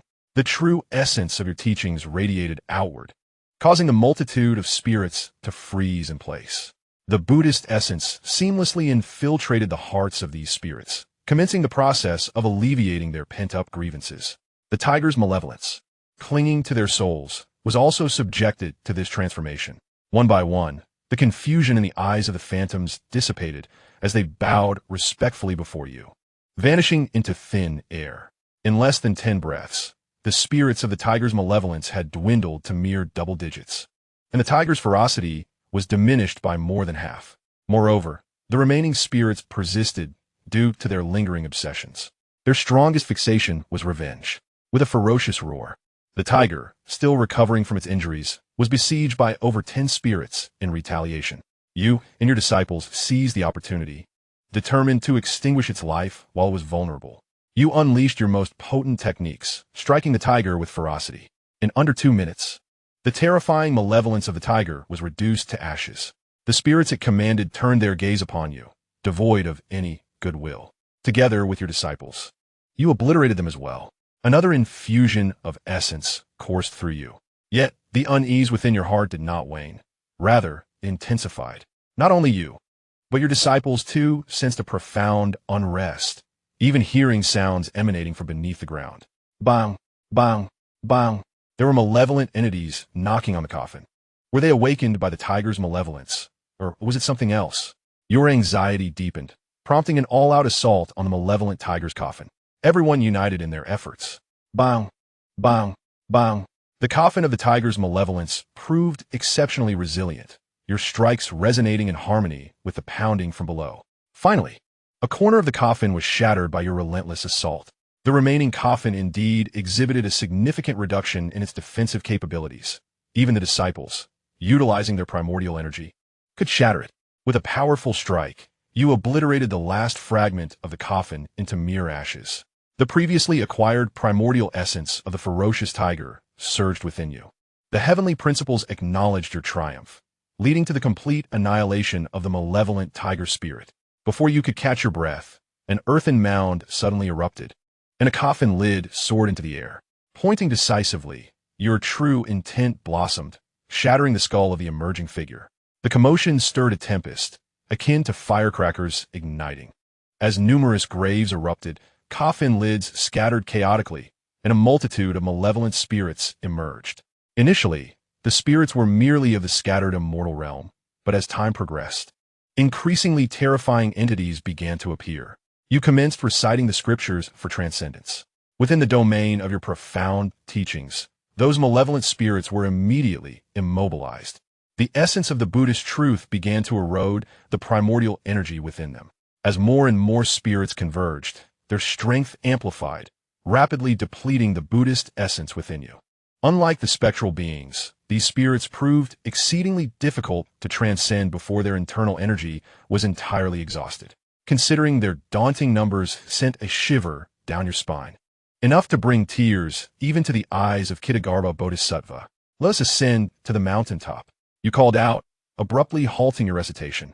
Your disciples looked upon you, tears welling in their eyes. Noticing their concern, you furrowed your brow. What is this? Do you wish to stage a melodrama with me? Should we keep the spirits waiting for 3 minutes? At your frown, a tremor of fear rippled through your disciples. Huangsheng raised his hand decisively. Brothers and sisters, our master possesses profound abilities, and with the aid of the white cloud, let us promptly heed his command and ascend the mountaintop, lest we become a burden. Under Huangsheng's leadership, everyone hastened towards the summit. Sweat began to bead on your forehead. The sheer number of spirits surrounding you was overwhelming. Although your Buddhist essence was abundant, it was rapidly siphoned away by their overwhelming presence. Spirits of the celestial realm began to emerge, and the earthen mounds trembled more violently. Even the entire solitary peak shook with intensity. It was difficult to fathom the terrifying spirits buried below. You sensed your body growing increasingly hollow as the Buddhist essence was swiftly depleted. I cannot hold on any longer. You swallowed a 5 deities returning to origin pill, rapidly converting vast amounts of magical energy into Buddhist essence to continue guiding the myriad malevolent spirits. Glancing, you saw your disciples had managed to escape halfway up the mountain, and you leapt onto the white cloud, hastening to catch up with them. The spirits roared in fury, charging forward with reckless abandon. The towering peak of over 10,000 meters was no obstacle for them. You summoned your true intent, attempting to intercept their advance. However, it soon became apparent that your strength was insufficient. Intercepting a single malevolent spirit is a formidable task. Intercepting a multitude of them, nearly boundless, is even more daunting. You stand resolutely in front of your disciples, while the others remain vigilant, guarding the remaining directions. Bang! The largest mound of earth beneath you is violently uprooted, followed by a coffin lid hurtling toward your head. The malevolent spirits along the path crumble like soft tofu, disintegrating into a splatter of viscous liquid upon contact. You swiftly crouch, and the coffin lid narrowly grazes your scalp, burrowing deep into the mountainside for dozens of meters. On the exposed fragment, a multitude of dark blood oozes forth. You unleash the true essence of the sun, and under its faint glow, the half-revealed coffin lid appears boundless in size. A dense swarm of malevolent spirits is momentarily cleared, yet this is merely a drop in the ocean. Countless more surge towards you. You exert your utmost effort to vanquish the surrounding spirits, yet remain helpless against those besieging your disciples. Just as you perceive the horror of this place surpassing even the sacred mountain and celestial court, the surrounding spirits dissipate like smoke. A full moon hangs in the high sky, its luminous glow illuminating the solitary peak, rendering the world breathtakingly beautiful. Chapter 119, Conquering Malevolence. The world appears dreamlike and absurd. Mere moments ago, there was a violent struggle for life and death, and now it transforms into a scene of picturesque beauty. Yet everything feels strikingly real. Your inner essence of the Buddhist path feels hollow, and your disciples are gravely injured. Huang Sheng has lost his right arm. Lin Yang has been devoured to the knees, and Su Xiao has lost part of his posterior. You step forward, channeling the essence of life to heal their wounds. Then you make your way towards the graveyard. To your astonishment, the countless graves have vanished, along with the erratically flying coffin lids. Your disciples are all taken aback. Huang Sheng swallows hard. Master, is this the world beyond the door? Truly bizarre and perilous. After a moment's contemplation, he finally finds the appropriate words, and the other disciples nod in agreement. You begin to review the previous events, analyzing the cause of the spirit's agitation. You gaze skyward, invoking the essence of your Tao, yet do not see any red dots upon the bright moon. This is not a flaw in this realm. Time swiftly passes, and 10 days elapse. You gradually discern the patterns of this place. Graves unearthed during the day, regardless of whether the coffins are destroyed, will unleash malevolent spirits at night. No matter how many times you vanquish them, once the wind stirs, they can resurrect, unless their coffins are destroyed at night. Doing so not only obliterates the malevolent spirit, but also permanently erases its grave. Some mischievous spirits may even emerge at night, even if their graves were not disturbed during the day. Some are strong, while others are weak. However, once their coffin is destroyed, their grave can be entirely eradicated. The greatest taboo here is to disturb the restless spirits at night. Once the earth is disturbed or graves are excavated, it will incite all malevolent entities, resulting in a chaotic dance of evil. Huang Sheng gazed at the dense array of tombs, and even with a heart of steel, he felt a twinge of anxiety.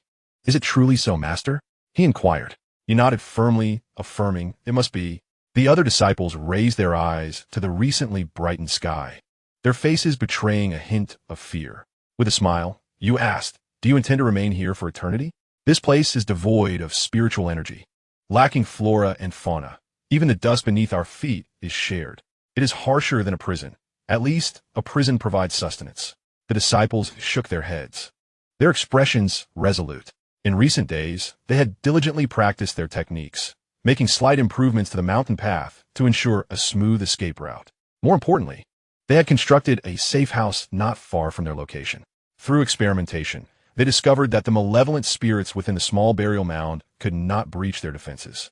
With determination etched on their faces, the disciples began to excavate the mound. Unlike before, this time, the quantity they unearthed was substantial. Since morning, all 10 of you had worked together. With the assistance of primordial power, you could directly manipulate the earth through the true essence of soil, revealing the buried coffins beneath. A single push would suffice to open the coffins. The only challenge was the considerable consumption of true essence, necessitating the ingestion of elixirs to restore your magical energy and essence. As time passed and dusk approached, you had unearthed nearly 1,000 coffins. Master, Huangsheng exclaimed in astonishment.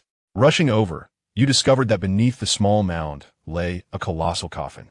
Huangsheng had excavated the surrounding soil for 10 meters, but could not discern the boundaries of the coffin. You turned to Huangsheng, your gaze filled with inquiry. His face flushed with embarrassment as he admitted, I uncovered the soil and found that this coffin seemed boundless. There happened to be another small mound nearby, and I thought it marked the end.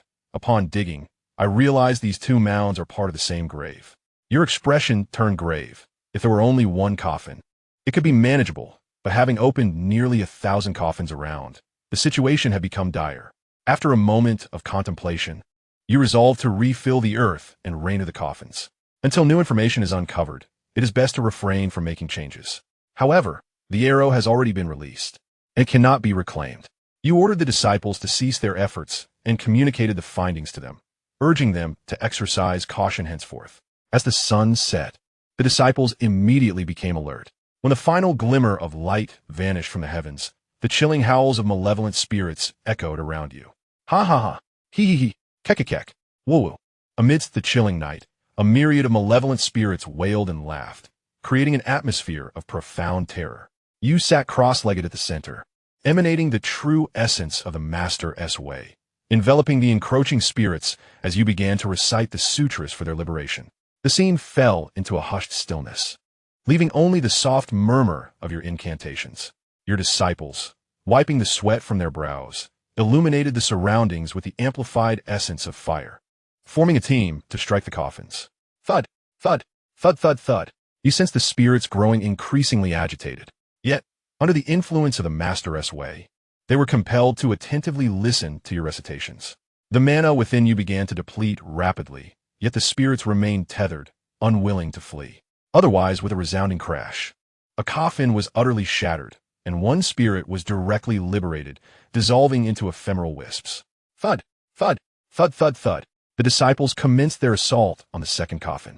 The spirits grew even more restless. Steadfast as a rock, you continued the process of liberation. With another incantation, yet another spirit transformed into wisps and vanished completely. Time gradually elapsed. The graves excavated during the day were relatively small, and the coffins within were not particularly sturdy.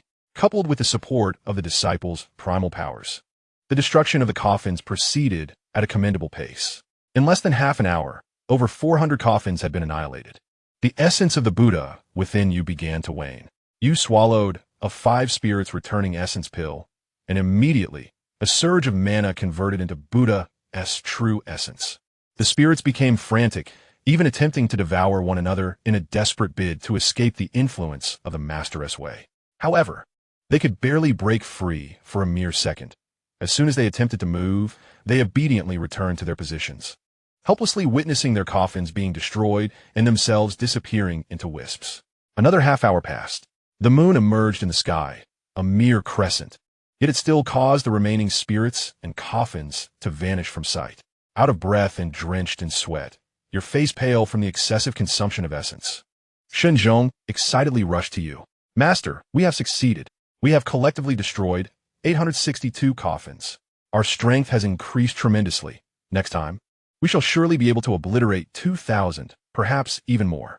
The 862 strands of primal essence were evenly distributed among the group, although they were merely celestial-level spirits. The enhancement for everyone was nothing short of miraculous.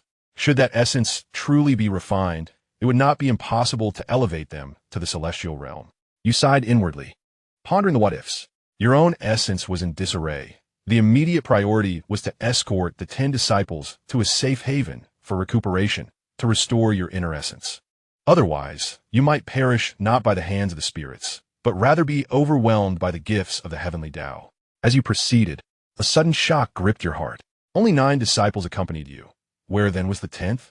Chapter 120, The Return. A chilling sensation surged from the soles of your feet to the crown of your head. You swiftly turned around to regard the disciples trailing behind you. They were no ordinary individuals, well aware that beneath the moonlight, no malevolent spirits lurked, yet they understood that your instincts were seldom misguided. You urgently commanded, "Scatter."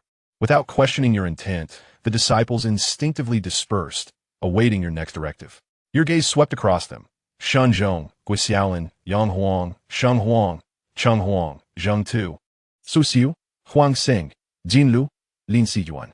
2 Huang Shengs. A slight relief washed over you. Identifying the anomaly was paramount. You feared that all would resemble the figures etched in your memory, leaving you unable to discern the 10th individual. You began to harness your inner energy, scrutinizing the 2 Huang Shengs, and soon discovered a faint red mark at the tailbone of the one on the right. Having ensured the others bore no abnormalities, you finally exhaled in relief. You recounted your previous experiences, but just as bewilderment clouded their faces, you suddenly struck. Your profound intent manifested as a sword of celestial cleaving, descending upon the false Huang Sheng's head. In a moment of impact, a wisp of true intent silently drifted down, piercing the red spot at his tailbone. The sword shattered the false Huang Sheng's head into fragments. He scoffed dismissively, "Good eye." Grasping his rear, he transformed into a shadowy figure. You swiftly advanced, channeling all your inner energy into a powerful strike. Yet, the shadow swiftly burrowed into the earth, vanishing from sight. The air was filled with a parting taunt. "Your discerning heavenly eye is impressive, but I shall return." All transpired in the blink of an eye. The disciples finally regained their composure. Astonishment and fury etched upon their faces. Shenzhong glanced at the moon above, his expression grave. "Master, what shall we do?" The moon symbolized absolute safety, but it was clear that the earlier confrontation shattered that illusion. You pointed towards the safe house. "Cultivate." The world beyond the door was inherently perilous. Where, then, was the safety zone? Only by augmenting one's strength could one hope to secure greater safety. You recalled your first venture into this realm, nearly unable to penetrate the illusion set by the peach tree. Now, after 10 days, merely being alive and well was a testament to your progress. Upon returning to the safe house, you began to examine the over 800 spheres of essence that had merged within you. In the lower dantians of the 3 realms, the grayish-white true intent had been relegated to a corner, reduced to a mere speck. The middle upper dantian, having achieved the perfection of the primordial true intent, managed to survive. The essence, lacking a dwelling, had been forced into the heavenly acupoints. Except for the exceedingly malign sources, the Dragon King essence and the Guanghan essence, 33 other heavenly acupoints were violently compressed and fused with the new essence. The remnants have merged into the divine apertures. The newly integrated essence has not yet caused chaos, but as the true meanings within the heavenly and divine apertures fluctuate, the primordial essence within your realm's aperture begins to waver. They represent the present and the future. Thus, the changes in the true meaning of the heavenly divine aperture will naturally affect both now and what is to come. The gray essence remains unaffected, for it has been compressed and rendered immutable. Hundreds of sources have merged, yet rather than enhancing your strength, you find yourself weakened. A solution must be sought to transcend into the earth immortal realm. Otherwise, amidst that terrifying number of graves, you risk being slain by malevolent spirits or suffocated by the primordial essence bestowed by the heavenly path after death. You begin to utilize the primordial essence to crush the essence within your lower dantian. Like a millstone, you gradually reduce it to powder, subsequently refining and absorbing it anew. You start to share your experiences with your disciples, encouraging them to combat primordial forces with their own, and then absorb the remnants left from their conflicts. The first to achieve success is Huang Sheng. After refining a bit of powder, he finds a marked increase in his physical strength, overwhelming him with joy. The other disciples, inspired by his progress, double their efforts. In the span of a single night, you effectively grind down 10 portions. The following day, instead of sending your disciples to excavate graves, you distribute 5 divine pills, employing your mana to refine the primordial powers within their bodies. At noon, A figure suddenly appears upon the hillside. It is Huang Yuan. Upon seeing you, his face reflects a mixture of sorrow and joy. Master, I have finally found you. Huang Yuan begins to recount his experiences. After gathering the disciples and addressing various matters, he had intended to return to the Ghost Gate. Little did he anticipate the impending doom. His eyes filled with terror. He recounts, trembling as he speaks. A disciple encountered a malevolent spirit cloaked in black mist. Wherever it roamed within a 10-zhang radius, all who beheld it met with inexplicable death. Bai Zhong, one of your disciples, attempted to lure the spirit away from the city. Firing an arrow from 100 zhang away, the spirit merely glanced at him, and like the others, Bai Zhong succumbed to an inexplicable demise. It was meant for me. Zhonger sacrificed himself in my stead. Huang Yuan's voice quivers with emotion. He then leads the remaining disciples through the wooden door. Huang Sheng frowns and asks, "What about the other apprentices?" They scattered after entering. Huang Yuan replies, still stricken with grief, suddenly realizing something amiss. "Not only have you and the other senior brothers kept your distance, but even Huang Sheng and Huang Cheng, his own younger brothers, regard him warily. Is this because of my betrayal?" Huang Yuan looks at you with uncertainty, yet he cannot reconcile this notion with the person he believes you to be. How could someone who traverses the world, spreading wisdom, possibly harbor such narrow-mindedness? Huang Cheng began to recount the private matters concerning the three brothers. Huang Yuan, not one to be easily fooled, managed to respond despite his discomfort. It was astonishing to learn that this disciple, both a student and a master, had such a past. However, observing Huang Yuan's tightly clenched fists, it was apparent that once the conversation was over, a sparring session between the brothers would ensue. You examined Huang Yuan for quite some time, finding no flaws in his demeanor, and temporarily allowed him to rejoin the group. You did not withhold any information and recounted the events of the previous night. Huang Yuan understood, subsequently distancing himself from the others. Time swiftly passed, and 20 days had gone by. Though you did not actively seek out trouble, several malevolent entities had appeared during the night. Huang Yuan had also acquired the power of 8 fundamental origins, thus earning the recognition of his peers. Through the arduous training over these 20 days, you had refined and absorbed 3 sources of power anew. Summoning your disciples, you inquired about their progress and shared insights, concerned they might err in their practices. You then presented a jar of celestial wine alongside a collection of divine dates and pears, instructing Yin Lu to prepare a pot of celestial rice for everyone. Previously, everyone had relied on the fasting pills to sustain themselves while engaging in rigorous training. This evening, with the full moon illuminating the sky, it was a perfect opportunity for relaxation and a balance of work and leisure. "Come, let us all raise a glass," you declared, lifting your cup as your disciples eagerly clinked theirs against yours. As you downed your drink, an unsettling sensation washed over you, prompting you to grasp Su Xiu's arm with urgency. "No way, you recognize this?" you exclaimed. Su Xiu deftly shook off your grip, seizing a celestial fruit in the process, and darted towards the mountain's peak. Chapter 121. The Earth Temple. "Pursue him," you commanded. Leaping onto a cloud, you swiftly positioned yourself before Su Xiu, unleashing several waves of true intent in his direction. "Ah, em doomed," Su Xiu cried out, slipping through the gaps between your attacks like a slippery fish. You retreated swiftly, conjuring a tempest that enveloped the area, with numerous wind blades hidden within, aiming to force him back. He, too, was shouting and hollering, yet he boldly charged through the blades of wind. His disguise was torn away, revealing his true form. His tattered Taoist robe enveloped a frail, diminutive figure, with wild white hair resembling tangled weeds. His features were sharp and rat-like, his movements furtive and unseemly. He bore little resemblance to a Taoist priest, but much more to a long-time thief. The old Taoist exclaimed in surprise, "Little brother, we are on the same side. I merely took a couple of fruits. I mean no harm." Seeing you relentlessly pursue him, he flailed his legs in a desperate bid for escape. One hand delving into his pocket, he fumbled and produced a celestial date. "If you mind, I can return it to you right away," he shouted, tossing a dark object in your direction as he ran away, the enticing aroma of the celestial date wafting through the air, albeit intensified by a factor of 10. You deftly evade the shadow, continuing your assault on the old Taoist. Your gaze instinctively drifts towards the shadow. Alas, the celestial jujube, though celestial, has been gnawed upon, leaving but a fragment of its flesh. A glance back reveals that the old Taoist has vanished without a trace. Your disciples soon catch up, stating, "Master, Su Xiu is unharmed. merely knocked unconscious and discarded. A sigh of relief washes over you as you lead your disciples in search of the old Taoist once more. Yet, upon investigation, you discover that the remnants of the celestial jujube have also disappeared. Very well, I shall accept this provocation. You declare. Channeling the power of the breaking illusion heavenly eye, you meticulously scan the area, yet find no sign of him. Huangsheng attempts to utilize the earth escape technique, but despite the enhancement from primal energy, he remains unable to merge with the mountain. You unleash your true essence, creating a shockwave around you.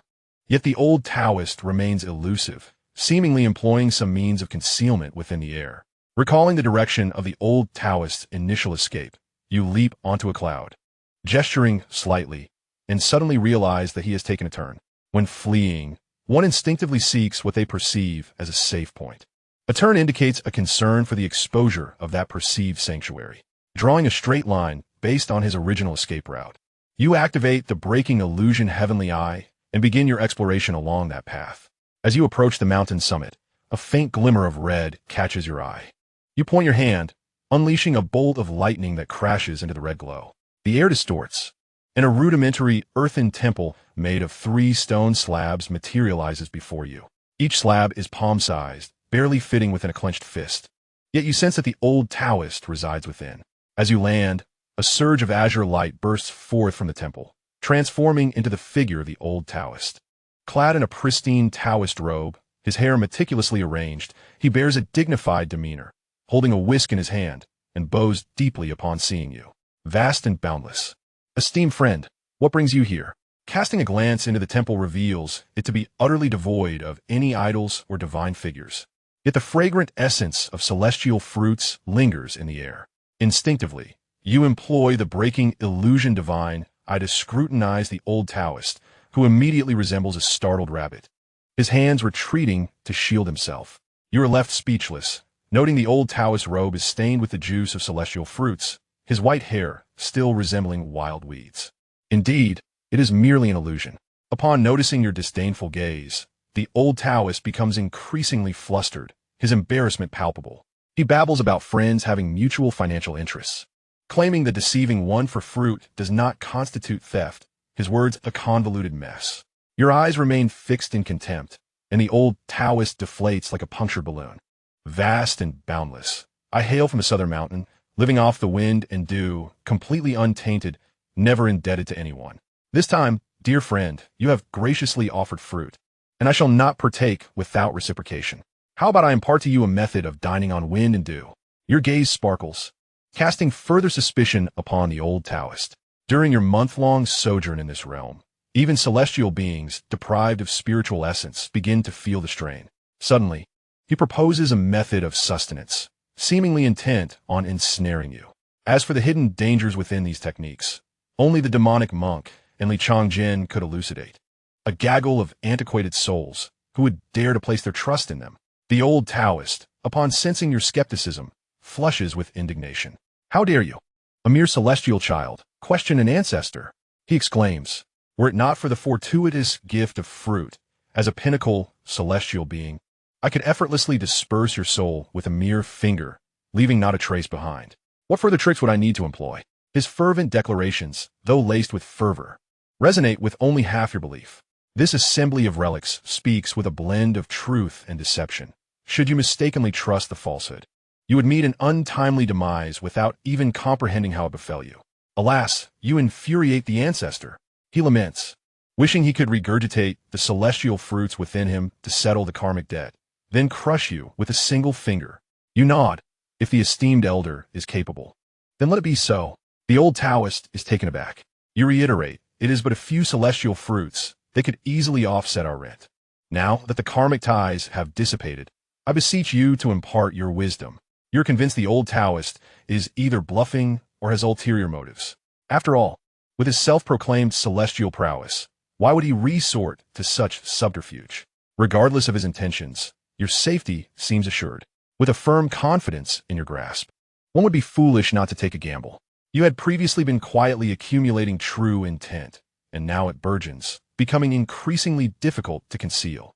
The aura surrounding you grows ever more formidable, akin to a celestial collapse. The old Taoist twitches at the corner of his mouth, attempting to maintain an air of nonchalance, standing with hands clasped behind his back, embodying a grandmaster's demeanor. Child, your greed knows no bounds. He chides, with over 30 varieties of true intent, combined into myriad forms. I have never encountered such foolishness in my lifetime. Had you devoted yourself to a singular or a few forms of true intent, you might have already rivaled my own realm. Alas, despite your multitude of true intents, you cannot fully harness them. To strike, one must conserve energy. Remarkably, it is the old ancestor who supports the youth, otherwise, who would stand idly by to receive your blows. Could it be that you are the love child of Xianxia? Were it not for her lofty ambitions, would the position of Buddha have fallen to the Tathagata? Would she have met her demise, her path extinguished? Little one, do not emulate your mother. One cannot bite off more than one can chew. Time is fleeting. Seize the day.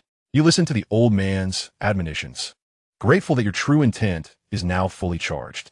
With a single palm strike, you unleash your power towards the old Taoist, though it appears as a hand. The technique embodies the essence of swordplay, concealing over 30,000 variations within a strike. As long as his realm does not surpass yours by much, that strike is bound to hit. Chapter 122, Breakthrough. The silver vase shatters, and the iron cavalry emerges. With your palm thrust forth, it seems as though the heavens and earth are lamenting. The furious essence tears through the tempest, reaching the old Taoist before the sonic boom resounds. Yet, the old Taoist neither flinches nor avoids, allowing your palm to strike his crown unhindered. The raging storm is abruptly silenced, dissipating in an instant. The old Taoist brushes your hand aside, revealing an inscrutable smile. How is it? Your gaze turns icy. It is nothing. You unleash another palm strike, followed by yet another. One move after another. Your attacks nearly envelop the old Taoist's entire being, even including a kick directed at his groin. The old Taoist continues to smile warmly, displaying no hint of sorrow. The younger generation lacks martial virtue, but considering the vast difference in our levels, exerting yourself a bit more is permissible. Realizing you cannot overcome him, you clasp your hands and salute. Farewell. You turn and leave, without hesitation. The old Taoist does not pursue, with a wave of his hand. Both he and the earthen temple vanish without a trace. Returning to the safe house, Su Xiao feels a twinge of shame. Master, I apologize. At that moment, I was caught off guard during a brief respite and did not expect to be struck unconscious. After inspecting him and confirming he has no other injuries, you finally feel at ease. The banquet continues, yet a shadow looms over everyone's hearts, dampening their spirits. You do not force the continuation of the festivities. Instead, you divide the remaining celestial fruits and allow them to return and cultivate. You prepare to enter seclusion. That old Taoist claimed to be at the pinnacle of celestial immortality, speaking extensively and densely, showing little reverence for Guanyin Bodhisattva, yet his lofty perspective contains some sense. The multitude of true essences you possess is the greatest you have ever encountered.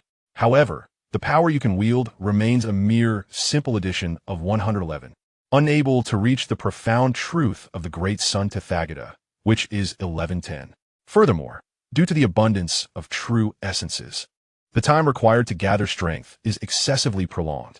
You initially intended to unify all with the three great true essences of the primordial jade.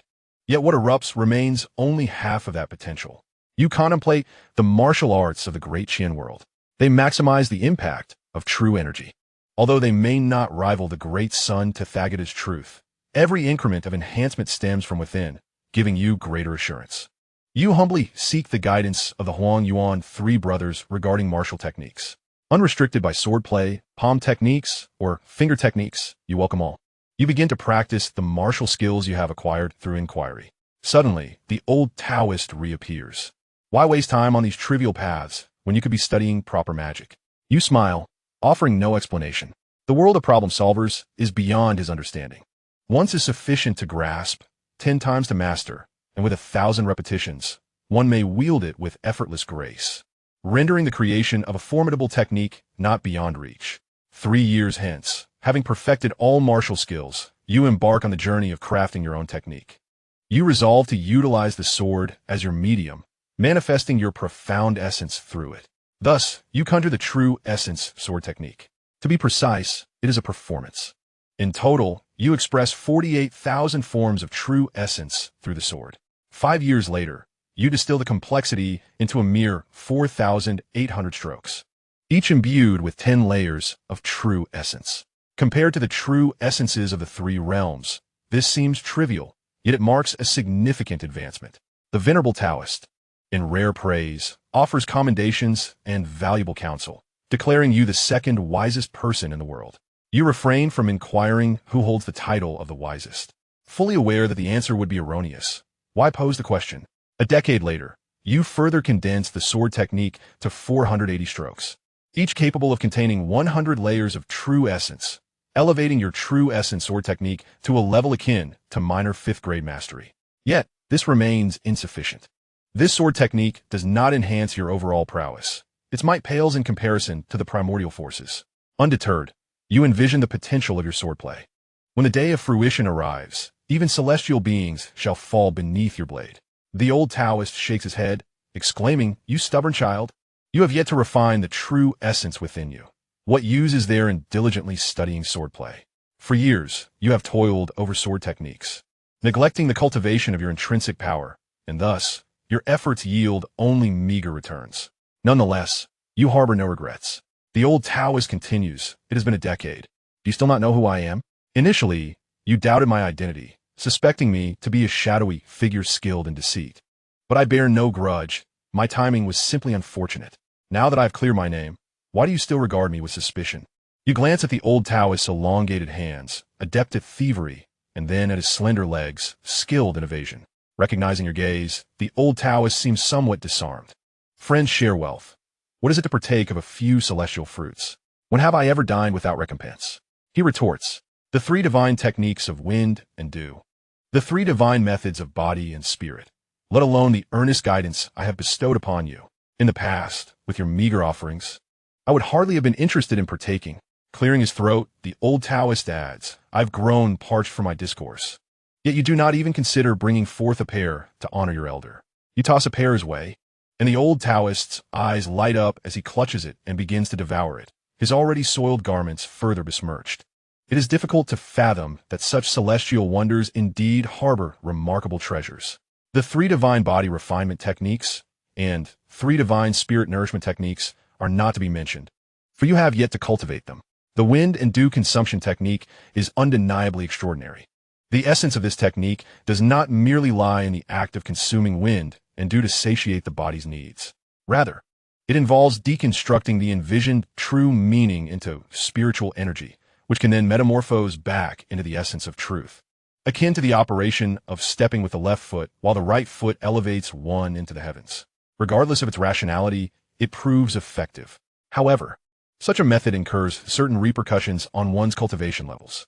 Its optimal application is in refining the primal energy, allowing one to directly absorb this energy from the source, a process that is exponentially faster than the gradual refinement. You have experimented with it, indeed experiencing remarkable effects, albeit only superficially. The disciples exhibit a profound understanding, justifiably skeptical of anything that appears to be free. They further refine the primal energy acquired through the wind and dew consumption technique before transforming it into magical power. After their attempts, they discover exceptional results, with their physical forms rapidly enhancing. The Huang Yuan trio has even completed the refinement of their primal energy ahead of time, advancing to the pinnacle of the earth immortal realm, while the other disciples also make extraordinary progress, many nearing the peak of the loose immortal realm. Only you remain singularly focused on swordsmanship. The old Taoist, exasperated, tears at his scalp, lamenting your lack of potential. In the 180th year, all 10 disciples have broken through to the earth immortal realm, with the Huang Yuan trio attaining the pinnacle of this realm. Yet, you remain unchanged in your cultivation. Hundreds of primal pathways remain obstructed within you. After 60 years of honing your sword on the solitary mountain, you finally condense your sword technique down to 9 strokes, each capable of embodying over 5,000 strands of true essence, with a series of crisp sounds upon completing a set of sword techniques. The obstructed primal energy within you shatters like glass, grinding into powder. You sense a stirring within, and with a single stroke, 48,000 strands of true essence coalesce into one sword, cleaving through the void. The remaining primal powder is utterly pulverized, taking on a form uniquely yours. A terrifying surge of magical power engulfs your being in an instant, culminating in the perfection of the loose, immortal realm. The earth immortal realm becomes as effortless as eating or drinking, a natural breakthrough. The bottleneck is shattered, and the compressed primal energy rapidly fortifies your true essence and magical physicality. Your realm ascends with remarkable speed. In chapter 123, the revelation unfolds. In less than 10 breaths, you attain the consummation of the earth immortal realm, with only a step remaining to enter the celestial immortal realm. The earth immortal realm signifies a true celestial existence, primarily aimed at shedding the mortal coil and honing the immortal form. Under normal circumstances, such cultivation would require 800 to 900 years, or at least 300 to 500 years. Yet, through the refinement of your sword techniques, the primal energy is transformed and mastered, naturally becoming the purest energy to nourish your body. Compared to before, your physical form has grown immensely by at least 100-fold. You possess such unwavering confidence that even standing motionless before the dragon old dog, enduring his assaults for a decade, you believe he could not inflict a single wound upon you. You continue to execute your newly conceived sword technique. Alas, you can no longer unleash the 48,000 true intents with a single stroke, unless you first deliver 9 strikes. You perceive the initial motion to be rather prolonged, yet your swordsmanship has reached a bottleneck, making any immediate breakthroughs exceedingly difficult. The might of your previous strike has inevitably drawn the attention of numerous disciples and the venerable old Taoist. Huang Sheng fixates on the sword in your grasp, his throat bobbing as he gazes longingly. You are a lover of the blade. Though you have cultivated the grand celestial immortal technique, your true affection remains with the sword. Congratulations, Master, on the breakthrough in your swordsmanship and a significant advancement in your cultivation. The other disciples exclaim in unison, offering their heartfelt congratulations. Shun, overwhelmed with joy, inquires, Master, with your newfound prowess, do you intend to dismantle all the graves at the foot of the mountain? This has been your long-standing plan. Over the years, the disciples have unearthed numerous graves, yet in the face of the vast quantity, their efforts appear but a drop in the bucket. You chuckle, there is no rush. Even if we were to dismantle them, we must first consult the rightful owner. The old Taoist, taken aback, frantically gestures, what do you mean by owner? I am merely a hapless soul, eternally trapped here due to the shattering of the heavenly court. He recounts his past as an immortal general, while battling the malevolent forces from beyond, became ensnared in the void when a fragment of the heavenly court drifted into the abyss, despite centuries of attempts. He has yet to comprehend the boundaries of the void. The disciples' expressions shift dramatically. Though they have been singularly focused on vanquishing the malevolent entities within the graves, it does not imply they lack the desire to escape. If even the pinnacle of celestial immortals has been ensnared for centuries, how could they possibly discover a way out? You shake your head with a smile. While it is true that one's identity is self-bestowed when venturing beyond, the elder's lack of honesty makes collaboration exceedingly challenging. The old Taoist wishes to argue further, yet upon witnessing your confident demeanor, he ultimately concedes. In truth, I'm the land of the grave mound. You exclaim, raising an eyebrow. Oh, a mere patch of land dares to conspire against the Bodhisattva, Guanyin? The old Taoist retorts indignantly, Child, do you comprehend the significance of a minister's standing before a chancellor? Though I am but a land spirit, I am no ordinary one. Before you can inquire further, he voluntarily reveals his unique distinction. This may appear to be a mountain, but it is in fact a grand tomb specifically designated for the interment of deities. Upon their demise, the divine bodies are entrusted to the stewardship of this old man. Do you consider such a status sufficient to conspire against the Bodhisattva Guanyin? You shake your head, not sufficient. While the notion of a grand tomb for the celestial beings seems impressive, it is merely a facade. Mortals are bound to perish. Yet deities are not. Even in death, it is only the heavenly soldiers and lesser deities who meet their end. Beings of great stature, such as the Bodhisattva Guanyin, theoretically possess a lifespan coextensive with the heavens, and will never find themselves within the confines of a divine tomb. The old Taoist chuckles. I would never dare to conspire against a living Bodhisattva, but who would hesitate against the silent ones? The venerable Taoist priest, with a gesture of his hand, summoned forth a resounding rumble, and countless new graves emerged. Beside the previously mound-like graves, another small hill arose. That was the sacred body of Guanyin Bodhisattva. Long ago, Hundreds of years passed. He had attained nirvana, and his sacred form manifested in this realm. The old Taoist finally revealed the truth, declaring that this was the divine tomb, situated within the boundless void. The divine tomb is indestructible, forever severed from the heavenly realm. The annihilation of the divine tomb is nearly impossible. As the guardian of this sacred land, the Taoist cannot inflict harm upon the tomb or the divine body it contains. Although his power is formidable, he is unable to act. The most troublesome aspect is that the rules of the divine tomb dictate that once one reaches the immortal ascendancy, they must inevitably appear here after death. Every moment, countless corpses are brought forth. For the past 60 years, he has kept these corpses suppressed, fearing that their sight would instill dread and despair in the hearts of the living. Should the graves become uncontrollable, spreading throughout the mountain, he too would meet his demise. You began to analyze the words of the old Taoist, coupled with the presence of the earthen temple above. The identity of the opponent convinced you to believe about 80% of his claims. Yet there remained points that defied explanation. Guanyin Bodhisattva, esteemed as one of the 5 elders, how could a mere land spirit dare to comment? Surely, he could not be so audacious as to speak freely after partaking in false spirits. Noticing your indifference, the old Taoist scratched his head in irritation. Though I cannot act, I can provide intelligence. I will assist you in identifying your enemies, ensuring that no unforeseen events arise. You remained unmoved. The old Taoist continued, in return, I can impart to you the secrets of transcending to the celestial immortal realm. Your heart stirred profoundly, yet your demeanor remained composed. After all, it was a rare opportunity to be in a position of power. How could you not take the chance to extract a greater price from him? As expected, the Taoist gritted his teeth and presented another condition. In times of dire need, I can summon the bright moon to help you suppress the malevolent forces. However, this contradicts my identity. Each time I intervene, I must recuperate for at least a month. In the meantime, you must continue to eliminate the evil spirits to alleviate my burden and share with me some celestial fruits.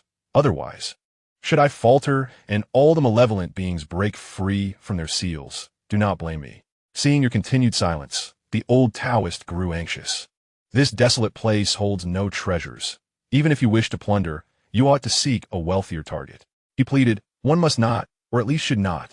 Surely, you could leave me with a shred of dignity. Recognizing that there were no riches to be extracted from him, you boldly demanded that he provide intelligence. The pressing matter at hand was to identify the entity that could withstand the suppression of the bright moon that night. This would serve as a test of his capabilities. Fortunately, the old Taoist remarked that the malevolent entity was the sole anomaly. The other malevolent forces, even if tainted by the essence of the Guanyin Buddha, could never contend with the illumination of the bright moon. The old Taoist guided you to a grave site, indicating a medium-sized earthen mound. He instructed, utilize swords and knives for excavation, but refrain from employing the true essence of earth to manipulate the soil. Although a sense of doubt lingered in your heart, you led your disciples to unearth the earth and stones with blades. Having resolved to collaborate, you chose to place your trust, albeit temporarily. Soon, a coffin measuring approximately 8 meters in length and 60 centimeters in width came into view. This coffin, nearly the same size as the one beneath the smaller mound, starkly contrasted with the coffins previously encountered. The old Taoist expressed unwavering certainty. This is indeed the coffin of that malevolent being. There can be no mistake. Chapter 124, Annihilation of Demons. As evening descended, you quietly stood guard beside the grave. Taking advantage of the last vestiges of the setting sun, you began to execute the true essence sword techniques. There is no rule forbidding the initial use of 9 swords. When the enemy appears, you can directly unleash the 10th. With a thrust of your sword, the majestic mountains extended beneath which roared tumultuous rivers. The mountains were densely forested, while below, the waves surged fiercely. Beyond the mountains lay the vast expanse of the Qian, with villages and towns interwoven with pavilions and pathways. In finer detail, the river's waters transformed in myriad ways, some frigid to the bone, others boiling into vapor, some sweet and nourishing, while others were deadly and corrosive. Ancient trees bore branches that were either sharp, vibrant with life, desolate and withered, or as resilient as iron. With the veins of mountains, rivers, earth, and celestial apertures as a framework, you melded over 5,000 forms of true essence into one. The true essence flashed briefly, manifesting as a shadow of a sword. with over 5,000 phantoms converging to strike into the void. Yet peculiarly, the sword that should have devoured mountains and rivers in its might was utterly silent, devoid of killing intent. Yet Huang Sheng and the others understood that this was due to the extreme refinement of true essence. They had only mastered the primordial true essence formed from the fusion of the 5 elements, and even so, they could not achieve such an ethereal composure. The master is indeed unparalleled, Huang Sheng and the others exclaimed with wide-eyed admiration. You thrust forth another sword, amalgamating over 5,000 forms of true essence once more. With each sword struck, the astonished gasps of Huang Sheng and his companions echoed. When you unleashed the 9th sword, the final glimmer of light at the horizon was consumed. The eerie coffin materialized. With a shift of your sword's momentum, 48,000 strands of true essence coalesced into one. Figures of the great Sun Buddha, the 1,000-armed Guanyin, the sword-wielding Manjushri, and countless Buddhas and Arhats emerged, resembling a sacred realm upon Ling Mountain. In the starry sky, Venus radiated brilliance, Jupiter brimmed with vitality, Mars burned fiercely, Mercury exuded a chilling cold, and Saturn embraced all creation, with the 5 planets at the core, accompanied by thousands of stellar phantoms, gazing down upon the earth. The cycles of birth, aging, sickness, and death turned, and the path of the Tao remained merciless. Among the 48,000 strands of true essence, harmoniously aligned with no trace of waste, they arranged into a celestial formation, transforming into a single sword thrust. This sword, born from the pinnacle of the earth immortal realm, wields power that transcends that very domain. Under the influence of the essence of time, the moment it was unleashed, it descended upon the coffin without the slightest pause. In the instant the eerie coffin materialized, it was struck, offering no opportunity for evasion. With a chilling sound, the terrifying essence tore the coffin into a myriad of fragments, which were then swept away by the essence itself, transforming into ephemeral illusions that danced through the air. Only a piece, no larger than a fingernail, remained, seemingly imbued with consciousness as it fled into the distance. Escape? Is that even possible? With a mere twist of your sword, you advanced toward the fragments with unyielding resolve. Almost without a moment's hesitation, the fragments, now in a state of alarm, cried out, "Halt! How dare you, a mere junior, launch a sneak attack on our ancestor? Do you not fear that I shall slay all your disciples?" You retorted, your heart as cold as iron. With a flick of your wrist, you ensnared that fragment. Over 5,000 strands of true essence rapidly sliced through, and just before the fragments were utterly obliterated, Huang Sheng's hand darted into the web of sword intent, capturing the shard.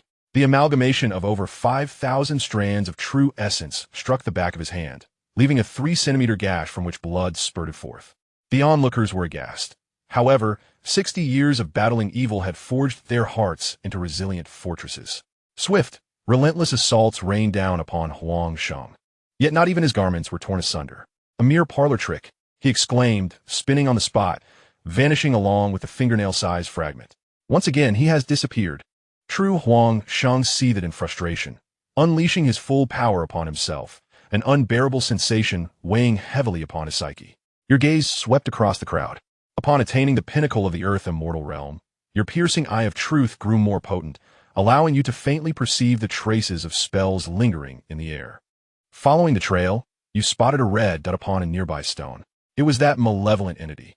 Feigning nonchalance, you unleashed the mightiest of your 9th sword techniques.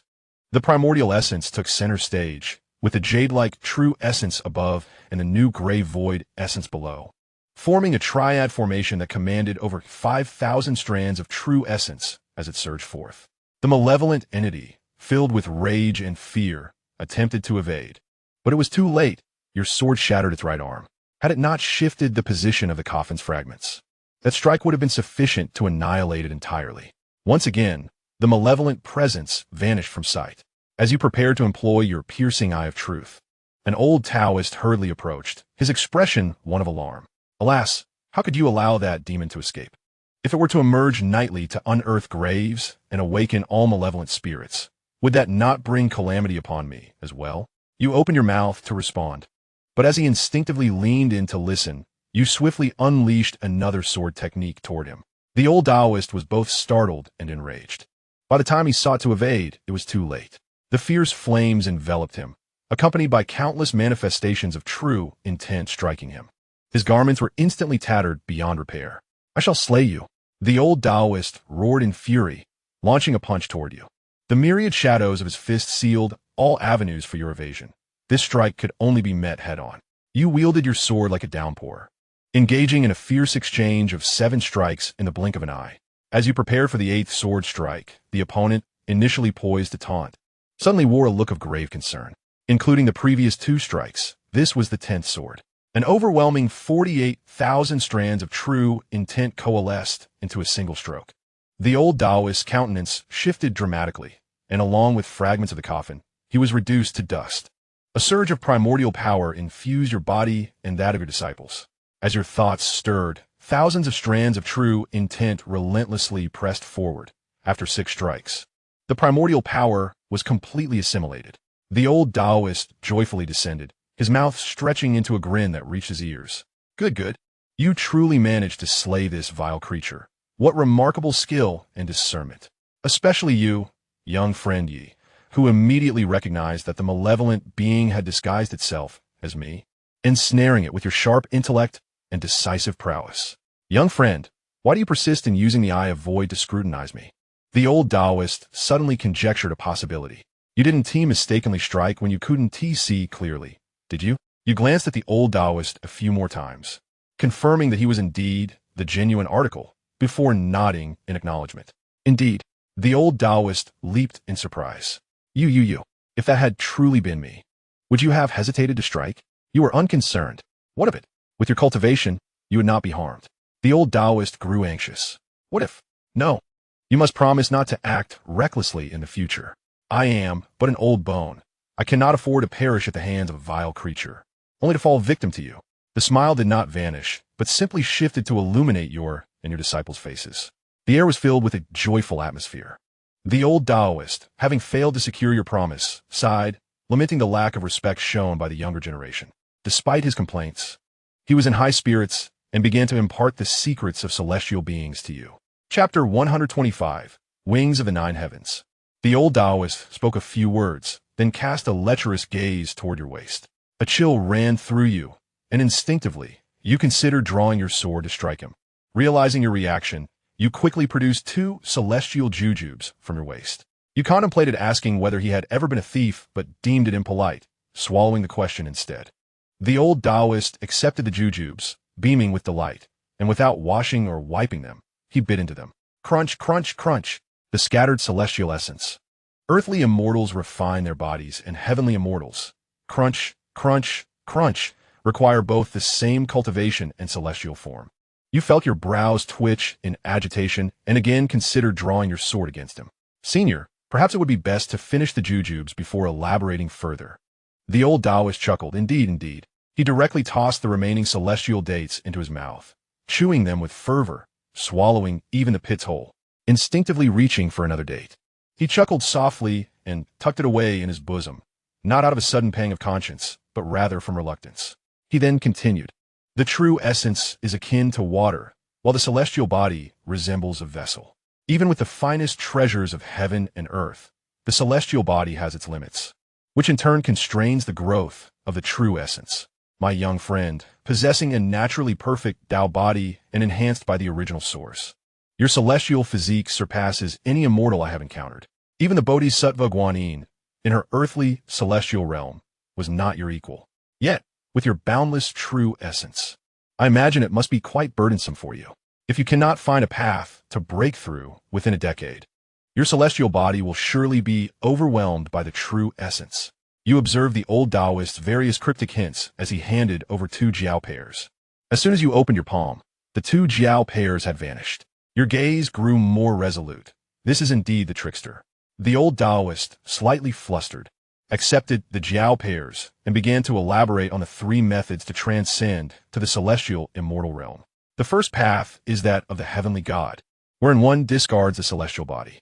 Without the constraints of a physical form, the true essence can grow more swiftly and reach the pinnacle of celestial immortality without any bottleneck. However, the downside is that the soul becomes vulnerable without the protection of a physical body, making it susceptible to targeting. The second path is that of the heavenly witch, which entails forsaking the true essence.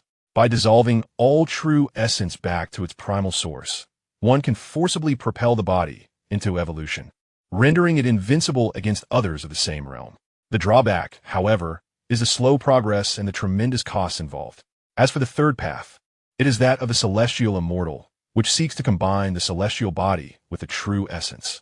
By transforming the vessel into the form of water, one naturally frees the essence from constraints on its growth. The downside, however, is that it requires exceptional understanding and vast resources. The old Taoist expounded on these three paths with great interest, eager to see your choice. You inquired specifically about the path of the heavenly, which, given its reputation for invincibility within the same realm. However, you soon discovered that this path is one of initial ease followed by difficulty. Early on, the true essence is rapidly refined, leading to a swift ascendance in realm, but in the later stages, devoid of true essence, one is left to merely consume endlessly. Although you had grasped the secrets of the world beyond the wooden door and knew that locating your dear friend, the peach tree, would be effortless, he would likely bestow upon you a bounty of peaches to aid your breakthrough into the perfection of the heavenly witch realm. It was the Tai that posed a significant challenge. The Daluo was absolutely unattainable. Even the mightiest of witches, such as Ho, Yi, and Xing Tian, were merely at the initial stages of Tai. The 12 ancestors of witches, born of Pangu's blood, also only reached the pinnacle of Tai. Perhaps Pangu was the only being of the Daluo realm within the witch clan.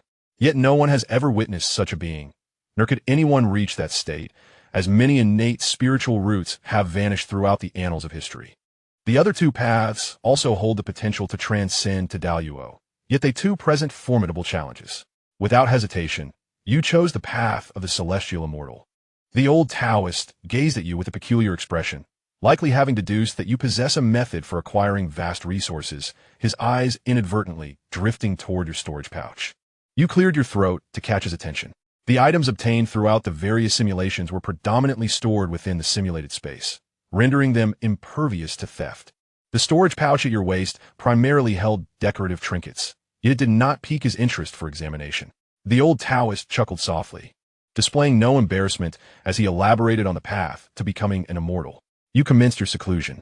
Upon entering the realm of immortals, the most profound realizations were those grounded in tangible existence, facilitating comprehension. After a period of contemplation, you discerned that the most accessible breakthrough lay in the essence of the Dragon King. Since it inherently belonged to the source and was accompanied by the buried remains of the Dragon King, it proved to be the most conducive to understanding. The old Taoist was exceedingly accommodating, casually sketching a depiction of the Dragon King upon the mountainside. You immersed yourself in the visualization, finding it far more vivid and expressive than the representation of the Dragon King in the divine intent of subjugation. Within this grave lay the remains of 2 Dragon Kings and 12 young dragons, ready to guide you whenever necessary. Let's seek out a young dragon, you declared without hesitation. Unused authority is wasted authority. The old Taoist pointed, and as you calculated the time, you realized the full moon was about to rise. Just as you were about to soar towards it, the old Taoist halted you. Stop. Those entities cause quite the ruckus. It takes me half a month to recover. Let us discuss this tomorrow. Very well. You nodded in agreement. Time flew by, and 3 years passed in the blink of an eye. You finally transcended into the realm of immortals. With a mere thought, you transformed into a Dragon King, soaring through the heavens. This was no mere illusion.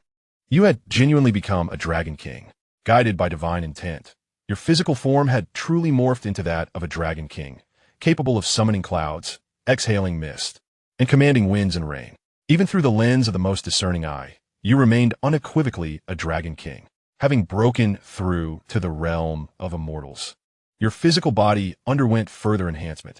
The once congested source of power swiftly transformed into nourishment for your growth. Among your disciples, Huang Cheng, the most accomplished, chose the path of the celestial god, utilizing the malevolence of the grave as sustenance, propelling him to the pinnacle of the celestial god realm. The remaining disciples all attained the earth immortal realm, yet under your influence, they opted for the path of immortality. Of course, realms are one thing, while strength is another. The more profound the understanding, the more formidable the power. After surpassing the realm, You, alongside your disciples who had yet to reach their limits, began excavating graves and vanquishing the malevolence within. Time passed, and a decade slipped by, during which your understanding of the essence of the Dragon King reached consummate immortality. You began to delve into other truths. Here, resources were plentiful. The greatest challenge was not the accumulation of magical essence, but rather the qualitative transformation of that essence. The old Taoist approached you, saying, "My young friend, you and your disciples have made significant strides in strength. Why not eliminate that small mountain, so I may enjoy a restful slumber?" You turned to regard the small mountain and inquired, "Who lies within the golden-winged rock? Who?" Are you enraged? The celestial being you comprehend embodies the true essence of the Dragon King, sending you to vanquish the golden-winged rock. This is akin to a gift, is it not? In the previous simulation, you were acutely aware of the dragon's demeanor before the golden-winged rock. It was utterly feeble, rendered a mere shrimp in its presence. That was merely the essence of the golden-winged rock. Were you to encounter the genuine article, you would likely resign yourself to a swift demise.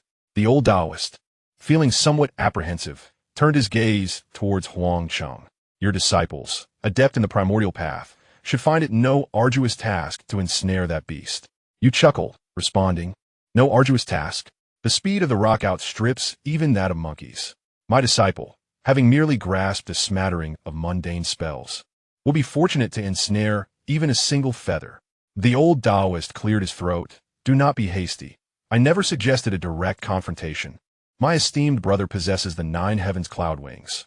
Once mastered, one can traverse the skies at unparalleled speed, no less swift than that beast." Chapter 126. The old Taoist. I truly am foolish. The 9 heavens cloud wings transform the essence of wind and clouds into wings, augmented by the great Tao inscriptions, rendering its speed formidable. After 3 days, you successfully made your initial foray. Subsequently, you devoted yourself entirely to studying that great Tao inscription. A year later, the old Taoist grew anxious. Is it not time to take action? Having reaped the benefits from my brother, you cannot simply bask in the rewards. You raised your hands in a gesture of helplessness. You too wished to avoid taking advantage. Yet your disciples needed to grasp the essence of wind and clouds from the ground up. Even presenting them with divine diagrams would require time for thorough comprehension. Yin Lu and Lin Yuan still lagged slightly behind, while the others barely managed to initiate their training. You contemplated offering a comforting pat on the old Taoist's shoulder, but upon noting his tattered Taoist robe, you opted instead for a sincere gaze to persuade him. The golden-winged rock is not the last of the malevolent beings. Should my disciples charge in recklessly and incur injuries, it would be akin to severing a limb. Spending additional time honing their skills now will enable them to assist you more effectively in the future. This is what we call sharpening the axe, does not delay the work of chopping wood. Wait 3 more years, and surely they will be able to help you annihilate that golden-winged rock. The old Taoist, quite stirred, was ultimately convinced by your eloquent persuasion. 3 years hence, the old Taoist returned. Yet, the disciples had only just reached a minor accomplishment. There lay a considerable distance between them and the golden-winged rock. You once again employed your persuasive tongue to sway the old Taoist, even gifting him 2 celestial peaches. Another 3 years passed, and then 3 more. After a decade, you finally comprehended the profound Tao inscriptions concealed within the 9 heavens cloud wings. You perfected the 9 heavens cloud wings to its utmost realm. Your understanding of the essence of wind and clouds ascended to the level of celestial beings. With a mere thought, you transformed into a gust of wind, capable of being expansive or diminutive, fierce or gentle. With another thought, you became a cloud, drifting in the skies, free and unrestrained. As clouds billowed and gathered at your whim, your gaze is drawn to the earthen temple nestled among the hills, igniting a fervent warmth within you. The temple is indeed marvelous and deserves to be revitalized. The old Taoist, sensing your intent, lifts his gaze and precisely locks onto your cloud-like manifestation. Your heart skips a beat. Although your true essence in the celestial realm is merely nascent, you have transformed into a tangible cloud. Even your transcendent vision cannot penetrate this disguise. The fact that he sees through it at a glance is a skill worth learning. The old Taoist, with hair resembling wild grass, stretches lazily and descends the mountain nonchalantly. You scoff internally, thinking still pretending, yet you refrain from immediately exposing him or demanding any spells. When seeking assistance, one must not appear overly eager. First, you must demonstrate your strength alongside your disciples. Everything can be negotiated thereafter. Now that your disciples have perfected their cultivation of the 9 heavens cloud wings, it is indeed the opportune moment to eliminate the golden-winged great Feng. Upon returning to your safe haven, you readily acquiesce to the old Taoist's request. The old man, visibly taken aback, stutters, You won't try to persuade me any further? You respond with righteous gravity, What nonsense is this? After 10 years of honing my sword, my disciples and I are prepared. Today, we shall vanquish that great bird and relieve your burdens. The old Taoist steps out of the door, still incredulous, and turns back to inquire. You truly want to delay any longer? You suddenly realize, do you wish for us to postpone our actions for a couple of days? The old Taoist shakes his head vigorously. No, no, no. I want you to strike immediately. You and your disciples unearth the coffin of the golden-winged great Feng. Measuring 300 meters in length and 90 meters in width, the coffin appears rather ordinary. Yet, the true essence contained within must be far more formidable. After demolishing the empty coffin, you begin to wait in silence. As the sun begins to set, you commence the execution of your true sword intent. From the first sword to the 9th, the last vestiges of light in the world are devoured. All your disciples stand poised for action. In a fleeting moment before the peculiar coffin materializes, you all strike simultaneously.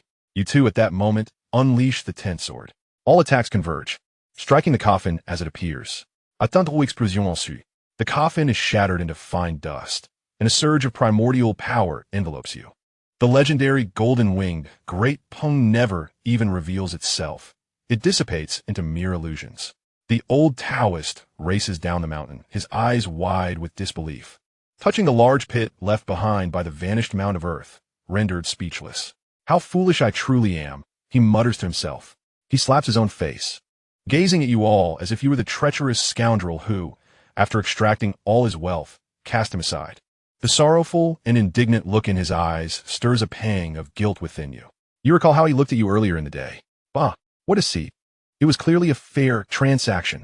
The burden of guilt within your heart dissipated.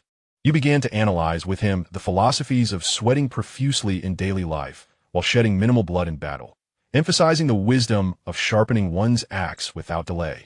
You extolled his selfless dedication and the remarkable display of the 9 heavens cloud wings technique, affirming the diligence of the disciples, and painted a vivid picture of a splendid future. The old Taoist, akin to a fledgling author delighted by praise from readers, soon found himself buoyed by your words, lifting his head high and departing with a beaming smile. 3 years elapsed as you diligently cleared the small earth mounds, achieving significant progress. You attained renown by mastering the true essence of the winds and clouds to perfection, while also grasping the true path of mentorship at the entry level of celestial immortality. With a wave of his hand, the old Taoist finally summoned forth all the earth mounds, which included 2 extraordinarily large and numerous medium-sized mounds. Among the 2 colossal mounds, one represented the Bodhisattva Guanyin, while the other embodied the merit of the sandalwood Buddha. Your eyelids flickered at the mention of Guanyin, whom you had heard of before. But the sandalwood Buddha, wasn't that the monk Tang Sung? The timid, weak, and obstinate figure from the journey to the west, known for shirking responsibilities and displaying emotional fragility both internally and externally, even if he had achieved Buddhahood. How could he possibly be compared to the resting place of Guanyin after her parinirvana? Surely, a righteous soul burdened by grievances, tainted by foreign demonic influence, will be far more terrifying. Instead of succumbing to inner turmoil, you inquired of the old Taoist. He solemnly replied, the sandalwood Buddha possesses boundless power, excelling in the discourse of Buddhist sound and guiding demons. Even Sun Wukong, the great sage equal to heaven, who wreaked havoc in the heavenly palace centuries ago, was transformed into a Buddha by him. After death, he fell victim to foreign evil spirits, capable of awakening all demons and providing them protection. He emphasized that this demon must be dealt with last for any chance of victory. The following day, after ensuring that the old Taoist could summon the bright moon to safeguard you, you finally opened the tomb of the Bodhisattva Guanyin. That night, you unleashed the 9 heavens cloud wings, delivering your most formidable strike towards the location of the peculiar coffin. However, as the sword's edge reached its destination, the coffin failed to materialize. Your expression shifted dramatically, and you hastily executed your strongest 9th sword as a remedy. Yet, the coffin remained absent. The old Taoist rushed down the mountain, breathless, exclaiming, You are too powerful. Even the Bodhisattva, tainted by foreign evil, could be vanquished with a single sword. Your gaze turned icy as you unleashed the second most potent eighth sword, transforming the essence of the Dragon King into a blade that silently aimed for the old Taoist's neck. Caught unawares, the old Taoist was struck at the throat by your sword. With a clang, sparks flew, and the sword that had accompanied you through numerous simulations shattered into two. The old Taoist touched his neck and screamed, Have you lost your mind? You would strike me as well? You drew forth the demon-slaying sword and executed the remaining techniques. The old Taoist shouted in exasperation, It's me. Are you insane? If you strike me again, I will retaliate. However, neither you nor your disciples believe that the figure before you is the old Taoist priest, Guanyin Bodhisattva, with her myriad faces, eyes, and hands, effortlessly transformed into the old Taoist. Ultimately, it was the old priest's summoning of the bright moon that vindicated him. I have stated that you dispatched the extraterritorial demons, tainting the Bodhisattva, with a single move. Why did you not heed my words? If you ponder this, your mind becomes unmoored. We have never witnessed the coffin of the Bodhisattva's emergence. Chapter 127, The Discourse of the Great Luo. The old Taoist was left speechless. Are you suggesting that the coffin containing the Bodhisattva has never appeared? You nodded to your disciples. The old Taoist, in disbelief, raked his fingers through his hair and, after a prolonged silence, exclaimed, Marvelous! The Bodhisattva has indeed comprehended the great Luo, transcending past and future, achieving eternal immortality. The great Luo can encompass the past, present, and future, existing in realms beyond comprehension, in a state that defies description. To think otherwise is to err. To guess is to be misled. This is an existence utterly incomprehensible beneath the great Luo, also known by another title, the Sage. A flutter of realization struck your heart as you thought of Little Flower. After entering the world behind the door, Little Flower vanished completely. More precisely, since that simulation concluded, you have not laid eyes on her. Not even the illusions conjured by the demon monk or the primordial constructs of the Moon Palace could replicate her visage. Any attempt to align with Little Flower's appearance would inevitably result in backlash and failure. Could it be that Little Flower has ascended to the great Luo? But why has she not returned to seek me? Is it that she cannot return, or that she does not wish to? Surely, she cannot be lost? Your thoughts were in disarray, and you recognized that the old Taoist was not much better off.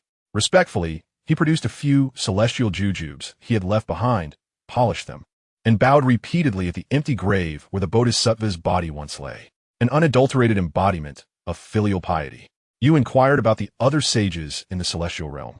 The old Taoist merely shook his head, stating, The sages reside high above, unknowable and unspeakable.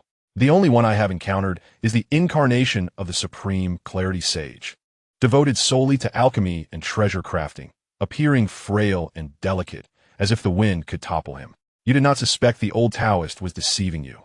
His current state of mental turmoil was the opportune moment to extract the truth. Elder, I see that most of the techniques you impart carry the term three gods. Thus, the earthen temple should also be called the temple of the three gods. What is the significance of this? Indeed, the three gods, naturally. The old Taoist expression suddenly turned wary as he realized his own state, and without uttering a harsh word, he fled. 7 days later, the old Taoist sought you out of his own accord. You welcomed him warmly, inviting him to sit, preparing tea and even celestial rice for him, but refrained from discussing the subsequent extermination of the evil spirits. Unable to maintain his composure due to his restless heart, the old Taoist spoke first. You resolutely shook your head. I cannot gamble with the lives of myself and my disciples. The Bodhisattva of Sandalwood is even more formidable than the Bodhisattvas themselves. Having attained the Grand Tao, the Bodhisattvas are surely formidable. One can only imagine how terrifying the malevolent spirits that could defile such a being are. A thought too dreadful to entertain. The old Taoist was growing anxious. If he had not witnessed the dawn, he might have endured the darkness. The sight of the seemingly insurmountable Bodhisattva being vanquished stirred a sense of urgency within him. If he could muster the strength to guide the last great Buddha to liberation, he would be free. Yet, here you are, refusing to act. How could this be endured? Even if he knew, with a high degree of certainty, that this situation was a manipulation against him, he begrudgingly accepted it. My young friend, what is it that has caught your eye? Speak freely. Whatever I possess, I shall not refuse. After performing 3 circles of Tai Chi, Observing the other party growing anxious, he finally spoke in a calm manner. My friend, you should not inquire about our desires, but rather what you possess that you can offer us. Given our current lifespans, we could certainly bide our time until the world returns to order, expelling malevolent forces from the realm. The old Taoist, flustered, began to earnestly plead. My dear brother, please do not heed the prophecies of the old Buddha. They are unreliable. He once proclaimed that the journey to the West would gather the world's righteous energy and redeem the sins of the world, asserting that even in the face of calamity, the essence would remain unharmed. Yet what transpired? In less than a century, the heavenly realm shattered, the Jade Emperor fell, the underworld was obliterated, and the Buddhas fell silent. Was the essence truly unharmed? It was lost entirely. And what of the assertion that a millennium later, a sage would return? Hundreds of years have passed. Do we see any signs of the sage's return? Will the three realms even endure for another 1,000 years? You find the old Taoist words somewhat reasonable in your heart, yet you adamantly deny it with your lips. What Buddha possesses powers beyond the heavens, even surpassing Guanyin Bodhisattva? The Buddha's plans are foolproof. The Buddhas have merely fallen silent, not perished. Surely, the essence remains unscathed, you assert without hesitation. The old Taoist, exasperated, nearly rolled up his sleeves several times before ultimately covering his forehead in resignation. The following day, the old Taoist returned. My young friend, I am an honest man. Whatever you desire, do not hesitate to express it. Anything I have, I shall provide. No, no, no. Please do not beat around the bush, my friend. I am sincere and cannot bear your jest. You sense that the moment is ripe. With genuine intent, you gaze into the old Taoist's eyes and declare that your strength is insufficient. The old Taoist comprehended. He found a stone and inscribed upon it a symbol of the great Tao, depicting the true essence of the primordial unity formed by the 5 elements of gold, wood, water, fire, and earth. It was at the celestial fairy level. Inwardly, you mused that indeed, this old man still wished to feign ignorance. From the moment you entered, you suspected a connection to the grand celestial technique. When Huang Yuan arrived, your suspicions solidified. Yet, the old man continued to feign. The old Taoist then proceeded to draw separate symbols of the 5 elemental paths before finally halting his efforts. Seeing your dissatisfaction, he immediately spoke. Y pusas no extraordinari habilitas. My initial ability to pinpoint the cloud that embodies you is solely due to my dominion over this land, where every stone and grain of sand is under my control. To assuage your disbelief, he waved his hand, causing the clouds above to form into a human shape, then a single character, transforming into a dragon, and then into a rainbow, all with remarkable fluidity. You grasped the old Taoist hand. Brother, there's no need for such words. We are but grasshoppers on the same string, trapped in this endless void. Let the tombs here resolve this. It serves not only to aid you, but also ourselves. The old Taoist chuckled, though his smile bore a hint of bitterness, and turned to leave. You called out to the old Taoist, requesting that he impart the profound truths of the wind and cloud. Only then did you allow him to depart. You stored the teachings away, fully convinced of the old Taoist's benevolence, yet still retained a sliver of caution, intending to examine the great runes of the Tao upon your return. Together with your disciples, you began to comprehend the runes inscribed upon the ground. 220 years had passed. Over the course of 20 years, utilizing the fundamental gifts acquired from vanquishing malevolent entities, you achieved a complete understanding of the true essence of the 5 elements, reaching the pinnacle of celestial immortality. Most of your disciples followed the path of the celestial gods and ascended to the late stages of that realm. Only Zheng Tu and Huang Sheng, through immense perseverance, broke through to the early stages of celestial immortality. The old Taoist sought you out once more, imploring you to eradicate the malevolent spirits that tainted the body of the Buddha of Chandon's merit. You regarded him with a skeptical gaze, sensing that he still held many secrets. To this day, you lack the confidence to harm him. Thus, you feigned reluctance, stating, "We are merely a group of celestial gods and immortals, not even golden immortals. How can we possibly contend with the extraterrestrial malevolence of the Taiyu realm?" The old Taoist seemed disheartened. My friend, please do not test me. As the guardian of the divine tomb's land, as long as the tomb endures, so shall I. There is nothing left. I have emptied all that I possess. Chapter 128. First, a bug to fix. To eradicate the malevolence that sullies the Buddha of Chandon's merit, it was imperative to first eliminate the surrounding graves. You began to exert all your efforts daily to vanquish the malevolent spirits within the tomb. Time flowed swiftly, and 30 years passed. The entire grave mound now consisted of but a single earth mound. After 30 years, aside from Huangsheng and Zhengtu, all disciples had ascended to the complete realm of celestial gods. However, the golden immortal stage remained an insurmountable chasm, with no one managing to break through. According to the old Taoist, one must transform their understanding of the true essence into laws. In this era of celestial deficiency, seeking to ascend to the golden immortal stage was akin to scaling the heavens. Huangsheng and Zhengtu, like yourself, remained at the early stages of celestial immortality. Although they had cultivated the true essence of the 5 elements to completion, the abundance of their true essences made achieving total perfection without the support of the great runes of the Tao exceedingly arduous. After 3 decades, you have merely cultivated the true essence of the mountains to the pinnacle of the celestial immortal realm. To date, you possess 10 manifestations of true essence that have reached the celestial completion, barely qualifying as a mid-tier celestial immortal. The old Taoist priest descended with a flask of wine, claiming it was to fortify your spirits as you endeavored to eradicate the last remnants of malevolence. You accepted the wine, suggesting that a celebratory feast would be held only after the final evil had been vanquished. The following day, you practiced various formations. The old Taoist stood aside, several times on the verge of speaking, yet ultimately refraining from urging you onward. When the sun dipped below the horizon, he lowered his head and returned home.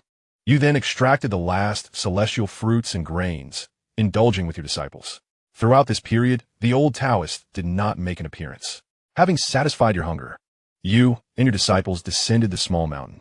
Drawing forth the sword of evil extermination, you commenced digging. The old Taoist hurried down, inquiring about your intentions.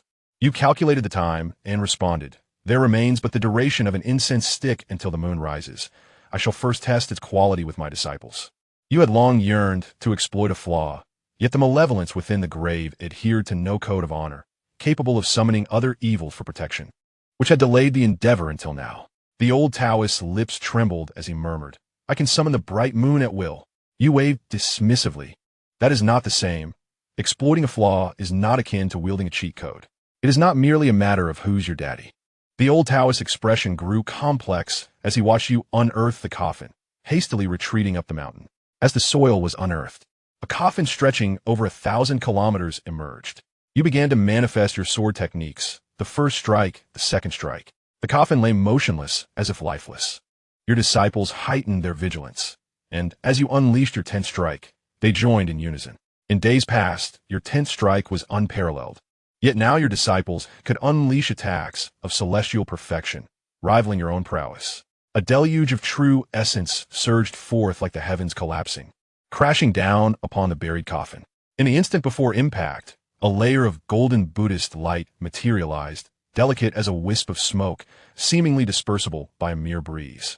Yet the cataclysmic forces of thunder, fire, and ice, akin to the apocalypse itself, struck the Buddhist light, dissipating into nothingness in an instant. The mightiest of assaults failed to even graze its surface. More precisely, they did not touch it at all. Astonishment struck all present. Even you began to question the reality of the situation. You understood that fleeing at this juncture was not an option. If you were to be overwhelmed individually, it would spell absolute doom. With a twist of your body, you transformed into a dragon king, 100 feet in length. Opening your mouth, you unleashed a torrent of searing dragon fire, enveloping the coffin. The terrifying heat scorched the nearby land, transforming it into a crimson expanse that flowed like molten lava. Yet the exterior of the coffin remained enveloped in a faint, ethereal radiance, seemingly untouched. "Master, I am here to assist you," Huangsheng bellowed, rousing the others from their stupor. With a flourish of his long sword, he merged over 3,000 forms of true intent into a single strike aimed at the coffin. You control the dragon flames to part a narrow seam, allowing the sword's intent to descend. The Buddhist light flickered slightly, rendering the sword's intent formless. A voice emanated from within the coffin. "Amitabha, I wonder what transgressions have led you to seek my demise." The tone was neither angry nor joyful, akin to a simple declaration. "But this is a malevolent spirit." Your gaze grew cold, just as you were about to advance and test with your dragon claws. you realized that the true intent directed at the coffin had diminished significantly. Looking up, you saw Huang Yuan and the disciples of the heavenly divine path kneeling on the ground, weeping in repentance. Within their crystalline tears lay their profound understanding of true intent. If their tears were to dry, would not their mastery dissipate into nothingness? Master, save me. The faces of those disciples were filled with desperate pleas. Yet they could utter not a single word, only allowing their tears to flow freely. You soared forward, unleashing all your strength in a claw strike against the coffin. But the Buddhist light obstructed you as if you had struck a balloon. The light merely sank slightly, dissipating all your power. The gentle murmur of Buddhist chants echoed from within the coffin, indistinct and elusive. Suddenly, you felt as though your head were ensnared by iron, the ends pulled by two excavators, as if your very skull were on the verge of explosion. Forget fighting. Even the slightest exertion of power eluded you. Huang Sheng and Zheng Tu were similarly clutching their heads, rolling on the ground. The disciples of the heavenly divine path wept even more sorrowfully, their tears cascading like a torrent. With every drop, their realms diminished, plummeting from perfection. The expressions of pleading and struggle were fading away. It hurts, it hurts. Your head felt as though it were being cleaved in two. Not only your body, but your very soul seemed on the brink of being torn apart. I must find a way. Gathering your strength, you strained your neck and let out a furious roar, your dragon's cry exploding into the void, entirely drowning out the chants. Yet the excruciating pain showed no signs of abating. Upon closer listening, one could discern the chanting entwined with the echoes of your dragon's roar. Huang Sheng suddenly surged, striking the coffin with all his might, but it was as if he were scratching through a thick boot. The Buddhist light quivered gently and rendered everything to nothingness. Without the suppression of true intent, he collapsed to the ground, writhing in agony, the intense pain of his soul making fainting a distant luxury. You gazed at the pitch-black night sky. Logically, the moon should have risen, yet it did not appear as expected. The old Taoist seemed to have vanished completely. The chanting must be interrupted. Your heart roars within you, yet under the relentless agony, devising a plan proves to be an arduous task. Just as the torment becomes unbearable, rolling on the ground, you finally grasp the essence of what you once believed to be formidable, yet is in truth merely a superficial insight, the true essence of time. Thus far, it can only accelerate or decelerate within a confined space, encompassing both yourself and your adversaries. Its utility cannot be entirely dismissed, yet it remains exceedingly limited. The notions of traversing the future or retreating into the past are mere fantasies. You even contemplate that it should be termed the essence of speed rather than that of time. However, at this moment, it appears to hold some utility. With great fortitude, you endure the excruciating pain and accelerate for a second using the essence of time, causing the anguish to diminish slightly. You then immediately employ the essence to decelerate for another second. The chant reverberates, akin to a stuttering record, fluctuating between haste and lethargy. The disciples gradually regain their composure, their faces still etched with fear. Evil spirit, receive my blade. Huang Sheng, though stricken with terror, thrust his sword forward. Following suit, Sengtu, Susiu, and Huang Yuan rejoin the fray. In the wake of the essence of time's influence, the movements have all become comically erratic, alternating between rapidity and slowness. Yet, everyone springs into action. In the narrow confines of conflict, the brave shall triumph. Since battle has commenced, one must inevitably fall. Even Huang Cheng, whose composure is comparatively fragile, brandishes the fire fan artifact, fighting with all his might. The entity within the coffin, realizing the futility of chanting, lets out a sigh. Amitabha, dear practitioner, lost in delusion, do not blame this humble monk for unleashing his wrath. The chanting resumes from within the coffin. Unlike the previous scriptures, this incantation, once uttered, conjures dense clouds of white smoke around. Even if you accelerate or decelerate the essence of time, the surrounding smoke remains unaffected. Form ranks. You bellow, rallying the disciples to assemble the 9 heavens demon-slaying formation. Positioning yourself as the focal point, you channel the power of 9 celestial beings, converging their true essence towards the coffin in a powerful strike. Boom! The terrifying essence collides with the Buddha's light, igniting a violent explosion. Yet the Buddha's light merely trembles slightly before returning to its former state. Despair envelopes you. A sense of helplessness washes over. You shout once more. A relentless surge of magical essence flows forth, And as you consolidate it, you refrain from unleashing it immediately. Instead, you summon the remaining insights you have gleaned, the essence of the 5 elements, the essence of storms, the essence of power, the essence of mountains, and the essence of the way of the master, merging them into a singular force. The ferocious energy shatters your dragon claws, sending dragon scales flying, blood cascading from your body. Were it not for your transformation into a dragon form, you might have been obliterated in an instant. Yet, you still do not release it. Instead, you cry out once more. The disciples wept, immediately heeding your command, channeling their power and true intent towards you. Now, you cried. Despite your body being battered and bloodied, your eyes sparkled with determination. In the instant the true intent surged forth, you unleashed all your strength. A thunderous roar echoed as the ferocious true intent shattered your right forepaw and simultaneously tore a fissure in the radiant light of the coffin. Yet in a mere moment, the gap began to mend. Huangsheng's eyes widened in desperation. Master, allow me. With a furious shout, Huangsheng detonated his entire essence, directing the explosion at the seam of the coffin. Several heavenly true intents and thousands of earthly true intents erupted simultaneously, their power rivaling your previous strike, further widening the rift and shattering the coffin within. The cost was steep. Huangsheng was rendered crippled, his meridians shattered, and his comprehension of true intent obliterated. Inside the coffin sat a handsome, serene monk, his gaze filled with compassion. All beings cherish life and bear no grudge. Why do you harm yourself? He intoned. Let me guide you to peace. May you ascend to paradise and escape the cycle of rebirth. As the scriptures flowed from the monk's lips, the surrounding white mist seemed to come alive, morphing into the very malevolence that had been vanquished before. The shadow of the golden-winged rock transformed into countless dragon kings, millions of wicked spirits.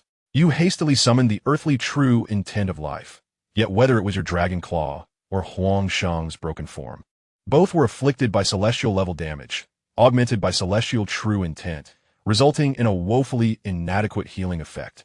You swung your dragon tail, attempting to strike the monk within the coffin, but felt as if you had encountered a formidable foe. Your limbs felt like dough, your mind like mush. Not only was combat impossible, even standing was a challenge. A sharp cry pierced the air as the golden-winged rock unfurled its wings, appearing behind you. Flee! Every cell in your body quivered, rendering even rational thought elusive. This was primal instinct. Just as a centipede feigns death upon encountering a predator, you knew that a dragon confronting the golden-winged rock would face true demise. Your heart screamed in defiance. You are human, not a dragon. You fear not the golden-winged rock. A tremendous crash resounded as Zheng Tu shielded you from an attack, only to be swiftly battered into the throng of malevolence. Shenzhong roared and charged. Yet the monk merely smiled faintly and resumed his incantation. Instantly, Shenzhong and the others froze in place. The sharp agony barely roused you from your paralysis of fear. The wicked spirits surged forward, especially the golden-winged rock, whose razor-sharp wings and unparalleled speed dispatched the incapacitated disciples with ruthless efficiency. Upon regaining consciousness, it displayed a mocking, anthropomorphic gaze, unfurling its wings to appear behind you. With ease, its claws shredded the tough scales of dragon, extracting a strand of white dragon sinew.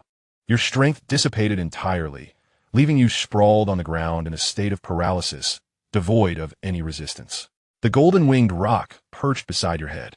Moving with grace akin to a gentleman at a banquet, wielding a knife and fork, it delicately sliced, plucking out your eyeball and swallowing it in a single gulp. The murmured incantations of the monk grew increasingly clear. All conditioned phenomena are like dreams, illusions, bubbles, and shadows. They are as fleeting as dew or lightning. One should view them thus. A cold smile flickered within you. This was an invitation to relinquish attachment, yet you found yourself unable to do so. You had perused countless scriptures, your understanding of their teachings rivaling that of any esteemed monk. However, comprehension and application are two distinct matters. You yearned for freedom, a transcendence not defined by others within a so-called divine realm. In your world, you wished solely to be the master of your own fate. If, after traversing dimensions, you were still bound, what would be the purpose of that journey? It was either death or battle, an endless cycle of conflict. With a roar, an inexhaustible power surged within you. The essence of strength melded with the form of the Dragon King. You howled to the heavens, banishing the surrounding malevolence into ash. Before you, there were no monks or golden-winged rocks. All was but an illusion. The coffin lay silently on the ground, while several disciples furrowed their brows, their eyelids fluttering, indicating they would awaken shortly. Except for the Huang Yuan trio, the remaining 7 were practitioners of the immortal technique, their resolve not inferior to yours. Indeed, Zheng Tu was the first to awaken, followed by Huang Sheng, Shun Zhong, and Su Xiao. Within 30 seconds, 9 out of 10 disciples had regained consciousness, leaving only Huang Cheng still ensnared by the illusion. His character surpassed that of most, yet his excessive cleverness and reliance on artifacts rendered him somewhat lacking in spirit. Was this what was meant by enlightenment? Hardly. You infuse the essence of strength into your dragon claws, dual celestial level truths coalescing, crashing against the coffin. The gentle radiance of the Buddha flickered, dissipating the attack effortlessly. Most of the illusions were false, yet the coffin possessed unparalleled defenses. The disciples followed suit in their assault, yet their efforts bore no fruit. You began organizing the disciples to set up an array. Even if the illusion were real, you would fight with all your might. A terrifying force of magic fused with true intent as you swung your dragon claws, striking the pitch-black coffin. With a resounding boom, the Buddha light flickered, leaving it unscathed. In contrast, your dragon claws were violently rebounded by the fierce, true intent, shattering in a manner identical to that within the illusion. A gentle voice emanated from within the coffin. A monk, illuminated by the supreme light of the Buddha, is impervious to calamities.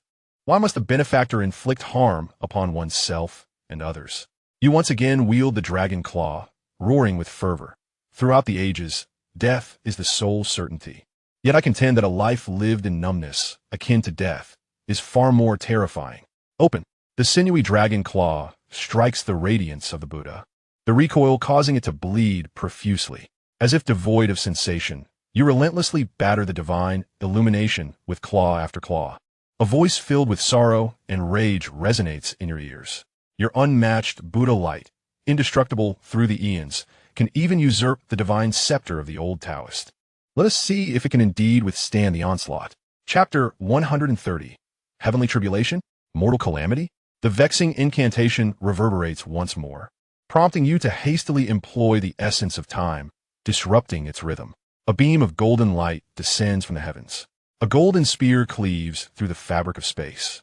Striking the golden Buddha light is the old Taoist. Even though you altered the speed of the incantation with your mastery over time, he seemingly remains ensnared, engulfed in excruciating torment. The old Taoist's visage contorts, golden threads constricting around his head, threatening to sever it in twain. Yet he grits his teeth and thrusts the spear once more. A tremor courses through your heart. You fear the old Taoist had bested you. To your astonishment, the true terror lies within the coffin, the essence of the sandalwood Buddha. It manipulates the celestial phenomena, rendering the moon absent from the night sky. No wonder. If it so desires, the moon may never rise tonight. With this realization, your eyes blaze with determination, since there is no retreat for me. Let the battle be fought with fervor. Excellent. I lament not having deceived you for another celestial peach. The old Taoist cackles, his laughter twisted by the intensity of his agony. Yet he grits his teeth and unleashes another strike. The spear, crooked and unsteady, bears a force that, even against mere immortals, falls short of the prowess of a perfected dragon claw. You are consumed with righteous indignation, contemplating the possibility of unleashing your essence. With a piercing sound akin to a nail puncturing a balloon, the resilient Buddha light is pierced by the spear, dissipating into ethereal wisps. You refrain from delving into the reasons behind this occurrence, channeling all your essence into a strike upon the coffin. Clang! The sturdy coffin remains unscathed. In contrast, the spear that accompanied your effort, though seemingly feeble, punctures a hole. You discern that the spear is indeed a celestial weapon. Yet it pales in comparison to the perfected dragon claw. The old Taoist thrusts the spear once more, creating another gaping hole in the coffin. You glance between the coffin and the old Taoist, sensing that you have been ensnared in a trap. You and your disciples cease your attacks in unison. A voice emanates from within the coffin, tinged with anger. Fools, do you not comprehend? The old Taoist begins to cackle ominously. Comprehend what? What does it matter whether I do or do not? The venerable Taoist today is determined to shatter your impenetrable shell. Another shot, ask you and lacking power. Yet once more pierce the uniquely formidable coffin. The voice from within resounded again. Release it. Do you still not comprehend? The one sealing you is not I, but yourself. In this world, apart from you, no one else possesses the power to break this seal. The old Taoist clutched his head, his eyes nearly popping out, yet he persevered. I care not who has sealed whom. All I know is that I must obliterate this coffin. His weapon, imbued with unwavering resolve, struck the coffin, instantly reducing it to dust. Yet, the entity within did not vanish into oblivion. Instead, it manifested directly before you. A bald figure, not tall, clad in monk's robes, bore a striking resemblance to the old Taoist, yet appeared considerably younger. The monk's gaze held no trace of anger, only profound compassion. Do you still not awaken? Your sins are grave. You have slain your master and extinguished the Buddha. Cast aside your weapon and become a Buddha this very moment. Suddenly, the old Taoist erupted into a bizarre cackle, seeming both mad and possessed. I do not believe it. I seek but one truth. He raised his gun, aiming at the monk's head. The monk stood unflinchingly, the barrel piercing his forehead, yet no blood flowed. Release it. These sins are too deep. Let me bear them for you, he implored. The old Taoist turned to you. Dear friend, what do you think I should do? Without a moment's hesitation, you replied, to awaken and die is better than to live in numbness. The monk shook his head. Awakening does not lead to death. It brings only suffering. Forgetting is not numbness. One can gradually atone for their sins, and once they are repaid, awakening will naturally pose no hindrance. You shook your head in disagreement. I do not believe in karma. I do not believe in sins. I certainly do not believe that forgetting pain and confining oneself can lead to atonement. If one has sinned, they must repay. If one has erred, they must amend. What sins can be atoned for by locking oneself away? The monk responded, not all transgressions can be amended, nor can all sins be repaid, he continued. You interrupted without hesitation. Then let there be no amendment, no repayment. Once I successfully enter the realm, there will be great scholars to debate for me. The old Taoist's eyes sparkled with growing brilliance, radiating a golden glow as he erupted with terrifying might. The monk closed his eyes in prayer. As he was enveloped in golden light, he disintegrated into ash. The old Taoist, too, underwent a transformation. His tattered robe morphed into a resplendent golden armor. The branch adorning his head transformed into a phoenix-crowned diadem of purple gold, and his foul shoes became exquisite silk slippers. His gaunt visage morphed into that of a thunder deity, with a sharp nose, sunken cheeks, and a pointed chin. A golden tuft of fur revealed itself on his hand. You stood there utterly astonished. Monkey King, you are the great sage, Sun Wukong. With a flick of his wrist, Sun Wukong transformed his golden spear into a resplendent staff. What great sage are you talking about? Merely a wild monkey that has been manipulated. You inquired about the great calamity of heaven and earth. Sun Wukong's gaze deepened. Do you truly believe it to be a calamity? Is the monkey capable of posing such questions? Before you could respond, Sun Wukong answered himself. In the past, who among the favored of heaven did not spend thousands of years in cultivation to attain immortality? And even then, it would take tens of thousands, or even hundreds of thousands of years to achieve the status of celestial or golden immortal. And how much time have you all spent? He continued. The Bodhisattva Avalokiteshvara is known as the thousand-armed Guanyin, possessing insight into myriad paths. Do you know how many years he has dedicated? He is older than the Buddha, the master of the 7 Buddhas, after all. Now, calculate how many epochs you have spent. And you, how long did it take to comprehend such profound truths? Your expression shifted. Are you suggesting that the extraterrestrial demons are a human tribulation, rather than a heavenly one? Sun Wukong shook his head. I, the old monkey, do not know. However, the Buddha once prophesied that the journey to the West would resolve the heavenly tribulation. But in the end, the tribulation was not dispelled, and my flawless golden body has gained several flaws. He paused. Enough of this. Time is of the essence. If you assist me, I shall not be stingy. With that, Sun Wukong plucked a tuft of fur, blew on it, and transformed it into 11 small sticks, each the size of a match. These sticks contain the full force of my strike. They should aid you in advancing further. Remember to keep your distance. If you wish to ask more, you would find Sun Wukong's form suddenly enlarge, becoming a giant towering 10,000 meters high. The ground beneath you began to tremble, and when you looked up, the towering solitary peak appeared as a golden stone monkey, propped up by a towering golden staff, as if awakening from slumber, its eyes opening wide.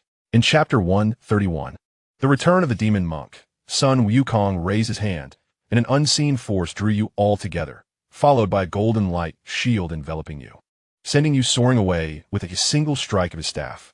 The action seemed slow, yet transpired in less than a second, as smooth as if practiced a billion times in your mind. You glimpsed the shadow of the staff, and then the scenery rapidly receded, plunging you into an endless void. There was no light, no sense of time, only the sound of your heart pounding.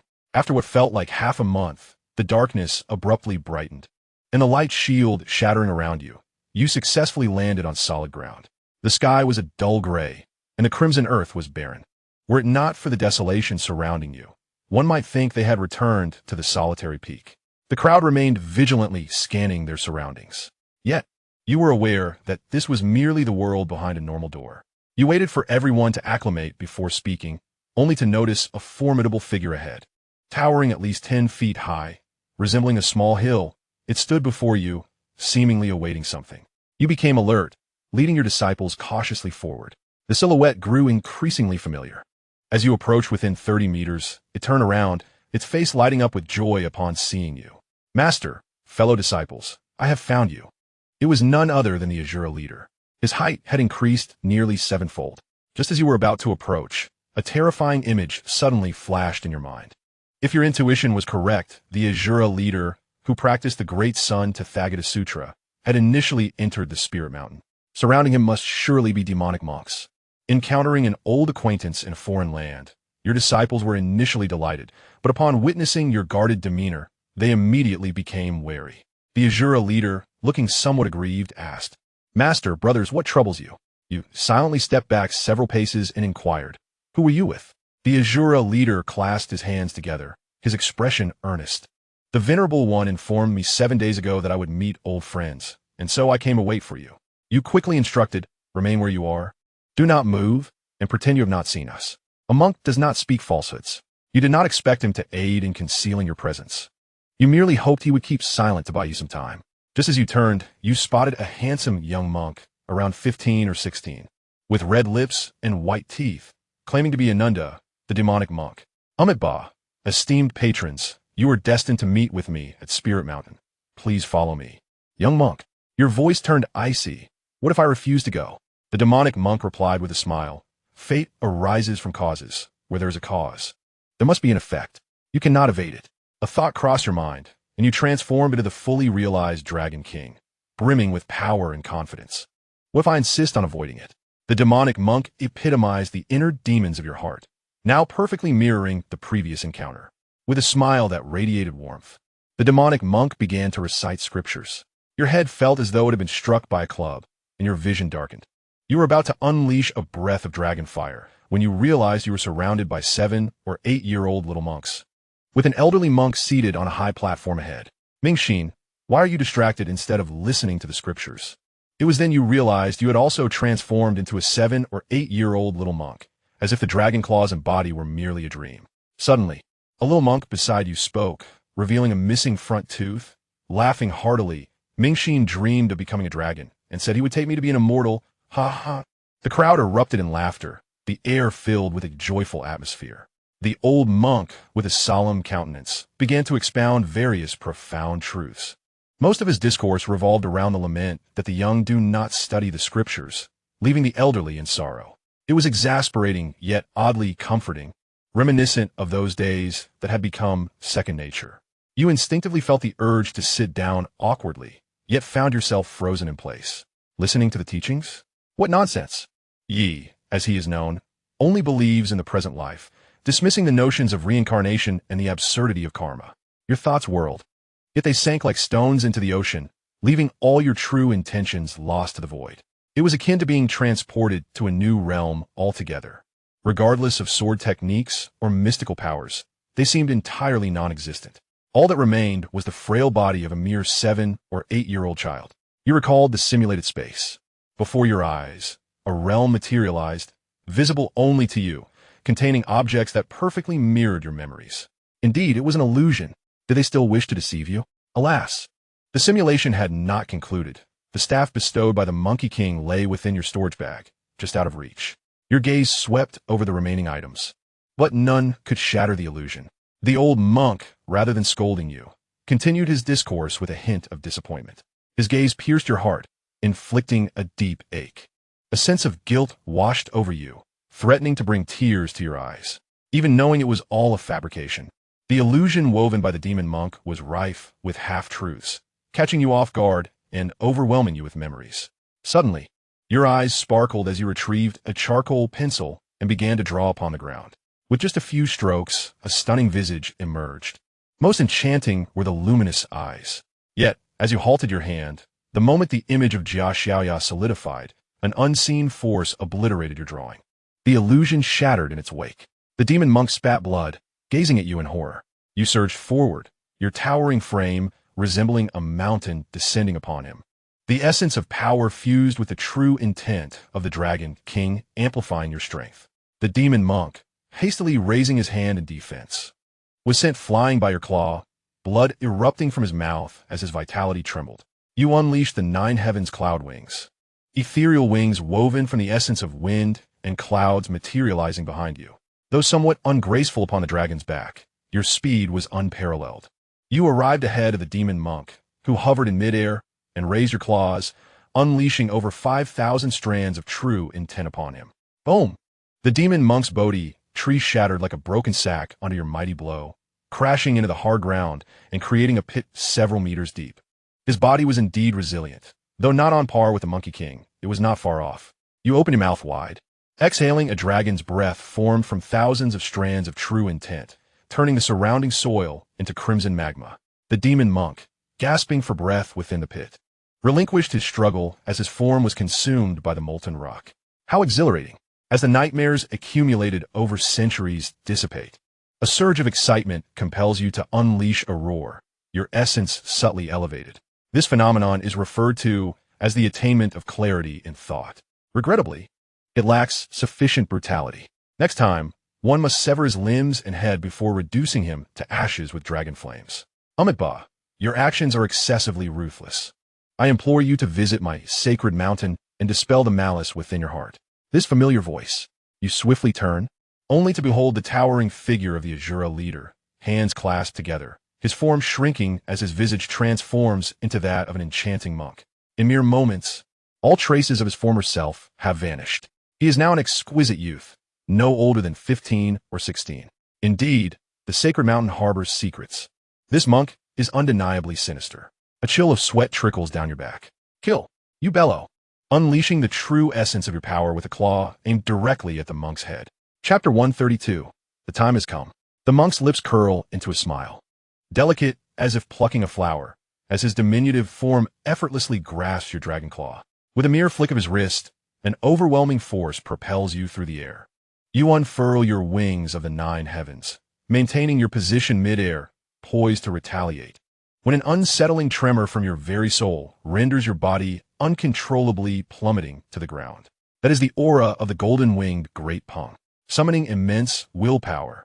You manage to lift your dragon head, only to find the monk still resembling the youthful figure with crimson lips and pearly teeth.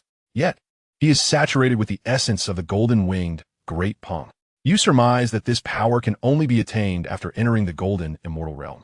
In the celestial immortal stage, one perceives mountains as mere mountains.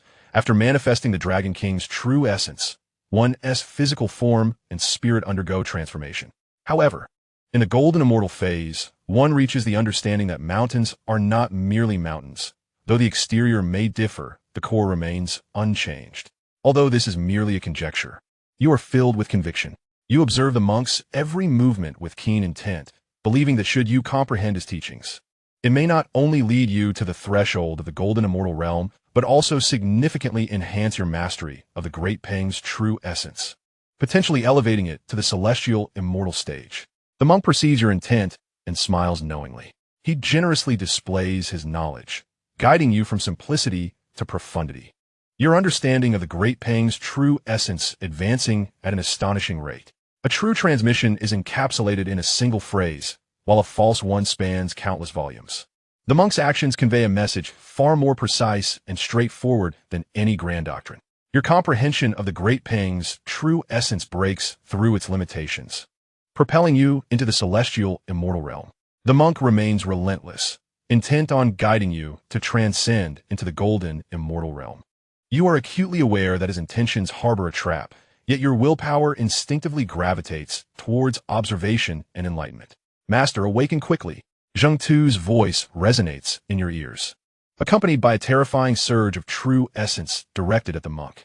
The monk's smile remains warm as he gently sways his hands, dispersing the overwhelming true essence like a tempest, sending Zheng Tu hurtling thousands of miles away. Something is amiss.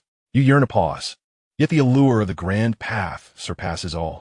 A mere glance, another glance, and you shall uncover profound and intricate truths. To awaken to the way at dawn is to embrace death at dusk. You wish to close your eyes, yet find yourself involuntarily widening them, observing the movements of the demonic monk. Zheng Tu, with his celestial wings, swiftly returned, wielding the small staff gifted by the Monkey King, striking down with fervor. The diminutive stick, akin to a match, suddenly expanded, soaring skyward, piercing the heavens. That staff possessed an almost magical power, interrupting the monk's actions and drawing your gaze toward it. It seemed as though that single staff dominated the cosmos, embodying all truths of existence. Before you could fully comprehend, it descended with unerring swiftness, faster than the eye could follow. A cry of astonishment escaped the monk's lips. He had no time to evade, and was reduced to ashes by the blow. Before you could exhale in relief, a whisper reached your ears. Benefactor, you owe the monk a karmic debt. It must be repaid. You felt the celestial essence you had previously grasped, the true meaning of the rock, transform into a seed, taking root and drawing sustenance from your very soul. Alarmed and enraged, you realized that the monk sought to forcibly seize your corporeal form. Yet, you possessed the body of a dragon king, perfectly countered by the essence of the rock. The monk audaciously attempted to usurp your flesh, leveraging your own rock essence against your dragon king essence. You felt utterly drained, your spirit waning. Fortunately, the true essence of strength had already merged with your dragon king essence, providing some measure of resistance. The monk endured another strike from the Monkey King, sustaining grievous damage to his soul, barely maintaining his balance. However, if this continued, the monk would surely gain the upper hand. Huangsheng awoke, concerned that the monk might have pursuers, and together with you and the other disciples, he chose a random direction to flee. You were entirely absorbed in battling the monk, oblivious to the changes in your surroundings. Time passed, and you sensed that failure had become inevitable. In a moment of desperation, as you sought to use the small stick to bring about mutual destruction with the monk, he sighed. Benefactor, your fate with this humble monk has reached its end. Take heed. The monk fled. After invading 80% of your soul's space, he suddenly vanished. You pondered whether he had left a contingency plan, only to find your soul space entirely devoid of any foreign power. A sense of dread washed over you, and you hastily opened your eyes, urging your disciples to alter their course. Above, a golden silk scroll floated in the sky. Xianxia stood upon a cloud, his stature commanding, his expression solemn. Unwavering in his gaze, his voice resonant. O celestial beings, the hour has arrived. Hasten to the list. You remained on high alert, yet felt no unusual sensations within your body. Just as doubts arose, you witnessed Huang Yuan and others traversing the celestial path, soaring into the heavenly scroll like fledglings returning to their nest. Another malevolent force. Huangsheng was filled with rage, realizing that his opponent was a formidable character. He swiftly retrieved the small staff given by the Monkey King and struck down. To his astonishment, he encountered the great sage equal to heaven. One opportunity. Li Changgung flicked his whisk, and from the celestial scroll above, a multitude of heavenly soldiers surged forth to confront the foe. It was akin to using cannon fire to swat a fly. The countless celestial warriors, upon making contact with the staff, were obliterated into nothingness. There remained not even a trace of ash. The soldiers at the rear, undeterred by the specter of death, charged forward to withstand the staff's might. Waves of true intent crashed against the staff, instantaneously reducing them to dust. With the sweeping motion of the staff, more heavenly warriors were annihilated. The staff's power waned rapidly, yet the heavenly soldiers from the scroll were inexhaustible. Many of those recently vanquished returned to the fray, hurling themselves at the staff once more. As the cataclysmic strike of the staff rose halfway into the air, it was met by an uncountable number of heavenly soldiers who sacrificed themselves in its path. Li Changgung waved his whisk, and from the cloud descended 100,000 heavenly troops that had been lying in ambush. The net of heaven and earth was complete.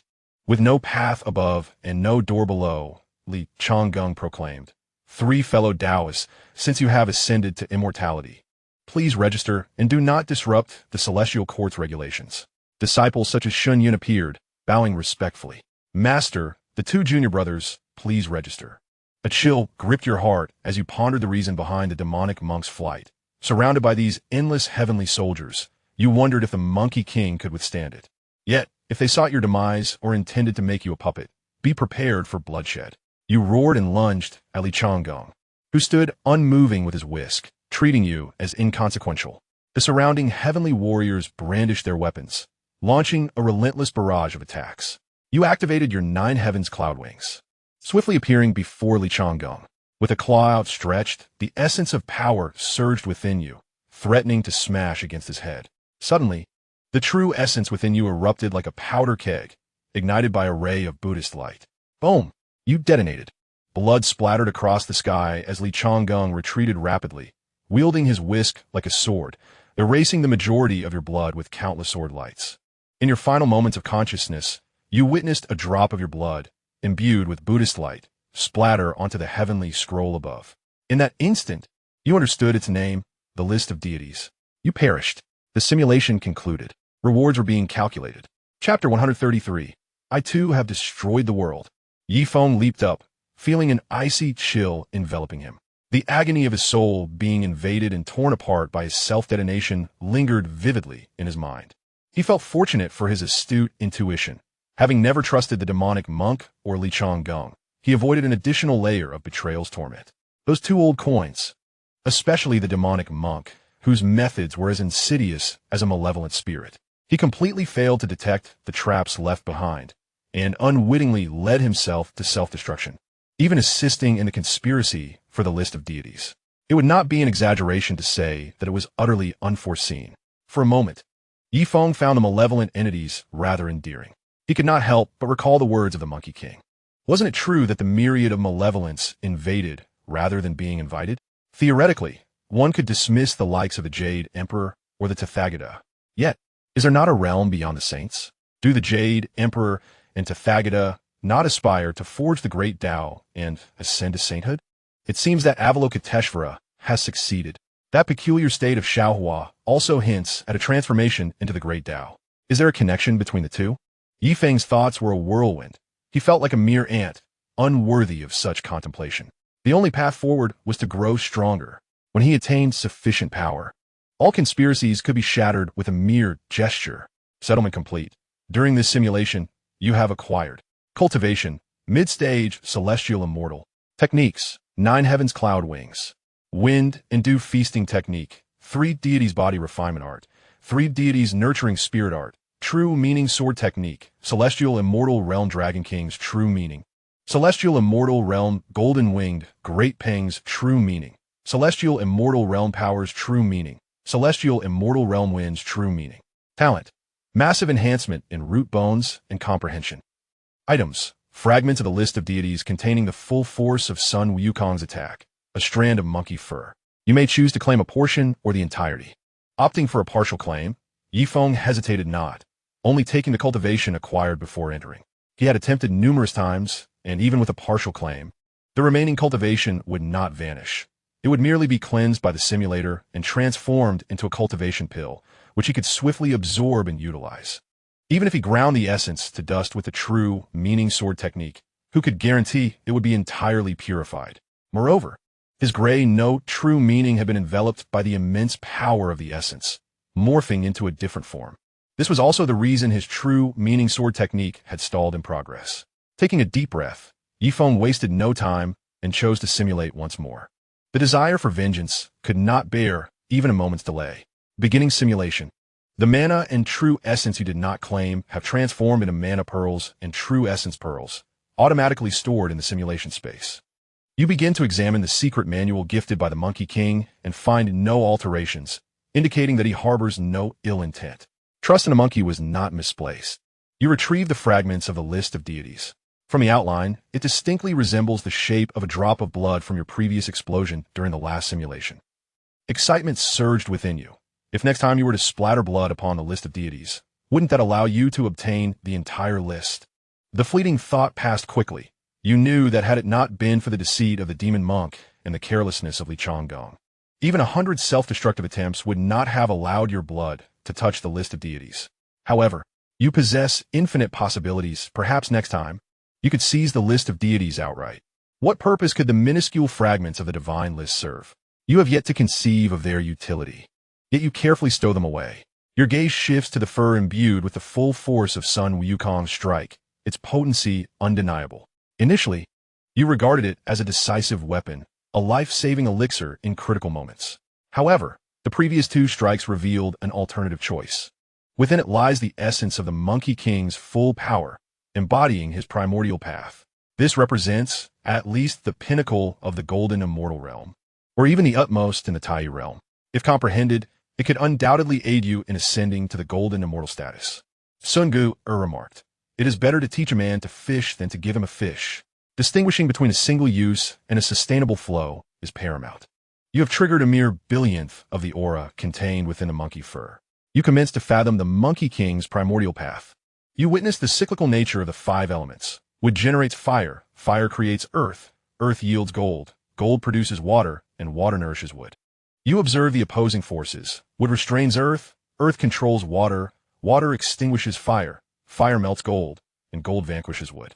The interplay of these 5 elements, their creation and destruction, gives rise to all things, establishing an intrinsic balance and harmony, known as primordial unity. What appears to be merely 5 elemental truths conceals an infinite depth of wisdom within. The clash of water and fire can birth clouds. The breath of wood transforms into wind.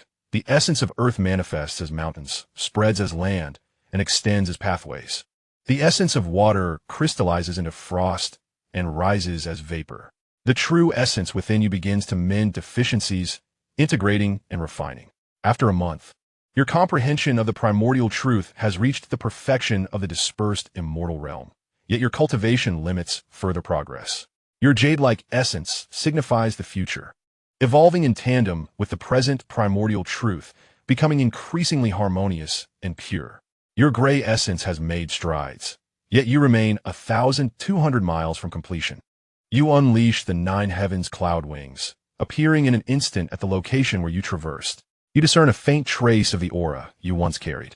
It is exceedingly subtle. Had it not been for the discerning eye of the void-breaking heavenly eye in your role as a simulator's master, it would have remained unseen. Following the trace, you discover it entwined with your soul. You absorb the last remnants into your spirit, only to realize you possess a treasure trove unbeknownst to you. What past experience can compare to that which has traversed the annals of time within the soul? Previously, your soul was shielded by the simulator, leaving you entirely unaware. You begin to extract the essence of the past from your spirit, as deep and vast as the sea.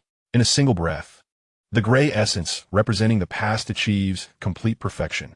You initiate a breakthrough into the earth immortal realm, as effortless as eating and drinking.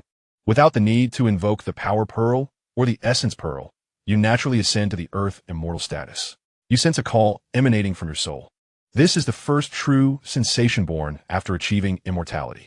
You behold a magnificent scene, with the sky adorned by countless auspicious clouds and the earth bursting forth with golden lotus flowers. A towering edifice, seemingly reaching into the heavens, emerges from the void, and an enigmatic sensation informs you that it is the southern heavenly gate. The celestial realm opens its doors to you, welcoming your ascension. Your heart races. Is this not the entourage of Li Chongjin? Indeed, there he stands upon the clouds. Yet his gaze is not directed towards you, but rather towards the myriad of beings below, akin to a ravenous wolf entering a flock of sheep. You feel a stir within, and your wings of the 9 heavens manifest, transporting you thousands of kilometers away, where you are immediately met with an overwhelming heat. Even as the true essence of fire elevates to the level of an earth immortal, it remains insurmountable. Your flesh begins to carbonize, and your spirit endures a searing agony. The river beneath you has run dry, mountains blaze with fierce flames, and the townsfolk have been reduced to mere ashes. Flee. You once again unfurl your wings, finding yourself tens of thousands of kilometers away, amidst a dense bamboo grove. Here, the vitality is palpable, and the damage inflicted by the flames is instantaneously healed. An inexhaustible force of life courses through your being, and you sense the emergence of bamboo shoots within. What kind of extraordinary malevolence is this? You realize that you have inadvertently attracted a cataclysmic calamity. Long Baichuan, in his simulations, had not conspired with any evil. Rather, his breakthrough to the realm of earth immortals and the heavenly resonance it invoked drew the attention of countless dreadful malevolences to this pristine land, thus heralding destruction. You have misjudged the villain. Indeed, he is a villain, yet it matters not. Undermining humanity is tantamount to colluding with evil. Wrongfully condemned to death, you bear no moral burden. You raise your hand and obliterate a section of the bamboo grove, as the essence of life bestowed by the heavenly path infuses your being. Simultaneously, a wooden door manifests 3 yards above you. You retrieve the seed of the purple pattern peach and rush through the door. Chapter 134. The Peach Tree of Immortality, Salvation Awaits. Before your eyes, the scene transforms once more into a spectacle of auspicious clouds, with dragons and phoenixes soaring, and the earth erupting with golden lotuses. The surrounding aura is rich with spiritual energy, forming a delicate mist, and the ground is carpeted with celestial herbs and rare flowers. Not far off lies a pool, beside which are 3 peculiar characters. To your surprise, you comprehend their meaning. The Pool of Transformation. There are no seats. This is but an illusion woven by the Peach Tree of Immortality. You draw forth a charcoal pencil, poised to sketch the likeness of Xianxia. When a graceful figure approaches, save the charcoal, you think. You swiftly advance to the figure, removing the veil that conceals her face. A visage of unparalleled beauty greets you, her eyes radiant as if lit from within. With a sudden sound, the illusion shatters. Before you stands a colossal peach tree of immortality, laden with thousands of peaches the size of human heads. Although you entered this realm a century earlier than anticipated, the peaches still glowed with a crimson hue, exuding an intoxicating aroma. Clearly, they had reached maturity. You unfurled your ethereal wings and began to pluck the peaches, 1, 2, 3, as the peaches detached from the branches. Their delightful fragrance intensified, enticing you to linger in this blissful state forever. A shiver coursed through you, yet you steadied your hand, retrieving a charcoal pencil to sketch the image of Xiaoxiao on the tree. With just a few strokes, the world around you shattered. Indeed, you were ensnared in an illusion once more. Upon awakening, you found yourself ensnared by a tangle of peach branches. The backlash from shattering the illusion twice had taken a toll on the peach tree. While it did not bleed like a cursed monk, the formerly vibrant green leaves now drooped, and the branches, weakened as if after an exhausting night, relinquished their grasp on you. You inspected your storage pouch and realized that merely plucking 1 peach had ensnared you, although it was likely due to your lapse in vigilance. It also revealed the peach tree's mastery over illusions. Thus, you plucked another peach, inhaling deeply the fragrance that wafted from it after separation from the branch. A sense of awareness enveloped you. You resumed your drawing of Xiaoya. Snap! The illusion shattered once more. The peach tree's leaves wilted as if scorched by the relentless summer sun. Satisfied, you nodded and began to harvest the fruit with haste. 2, 4, 6, 7, 8. Wait, how did I count such an absurd number? Surely, I am under the influence of an illusion. Sketch Xiaoya. Snap! The illusion fractured again. The peach tree shook, and a dozen peaches fell. You swiftly caught them and placed them all into your storage pouch. You pondered, with so many peaches falling simultaneously, the fragrance must be overwhelmingly potent. I hope I am not ensnared in an illusion again. Sketch Xiaoya. Snap! The illusion shattered once more. Where has the peach tree gone? You noticed it had appeared thousands of meters away. With a single flap of your wings, you easily caught up, continuing to gather peaches. 1, 2, 3. 10 peaches now. Let me sketch Xiaoya. The moment you finished, the image vanished. The scenery remained unchanged as you persisted in plucking peaches. 1, 2, 10. Steadying your hand, you resumed your drawing of Xiaoya. Like a compulsive habit, for every 10 peaches you harvested, you felt compelled to sketch Xiaoya. After collecting over 300 peaches, the peach tree grew agitated, its branches thrashing wildly, resulting in over 50 peaches cascading down. A smirk curled at the corner of your mouth. This challenge you could conquer.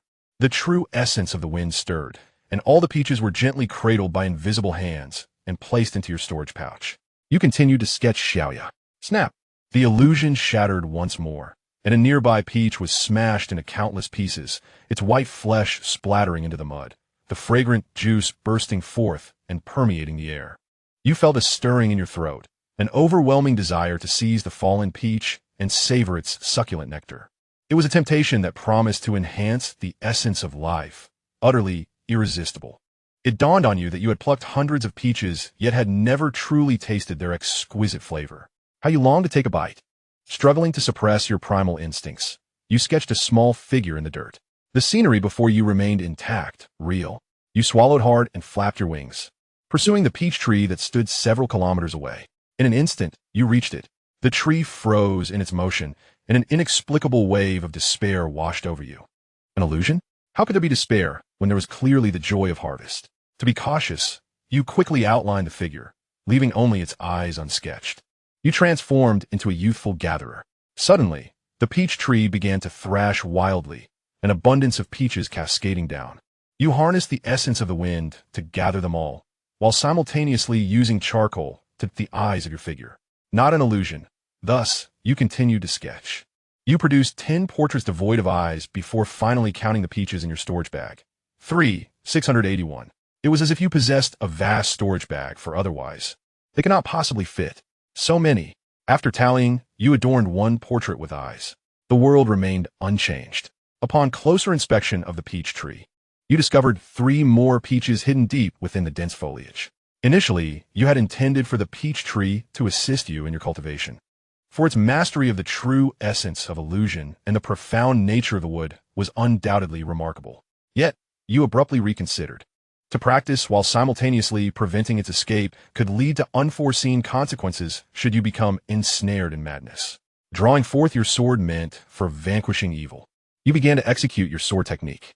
The first strike unleashed over 5,000 manifestations of true intent upon the peach tree, carving a 3-inch deep gash into its massive trunk, releasing an intoxicating fragrance that filled the air.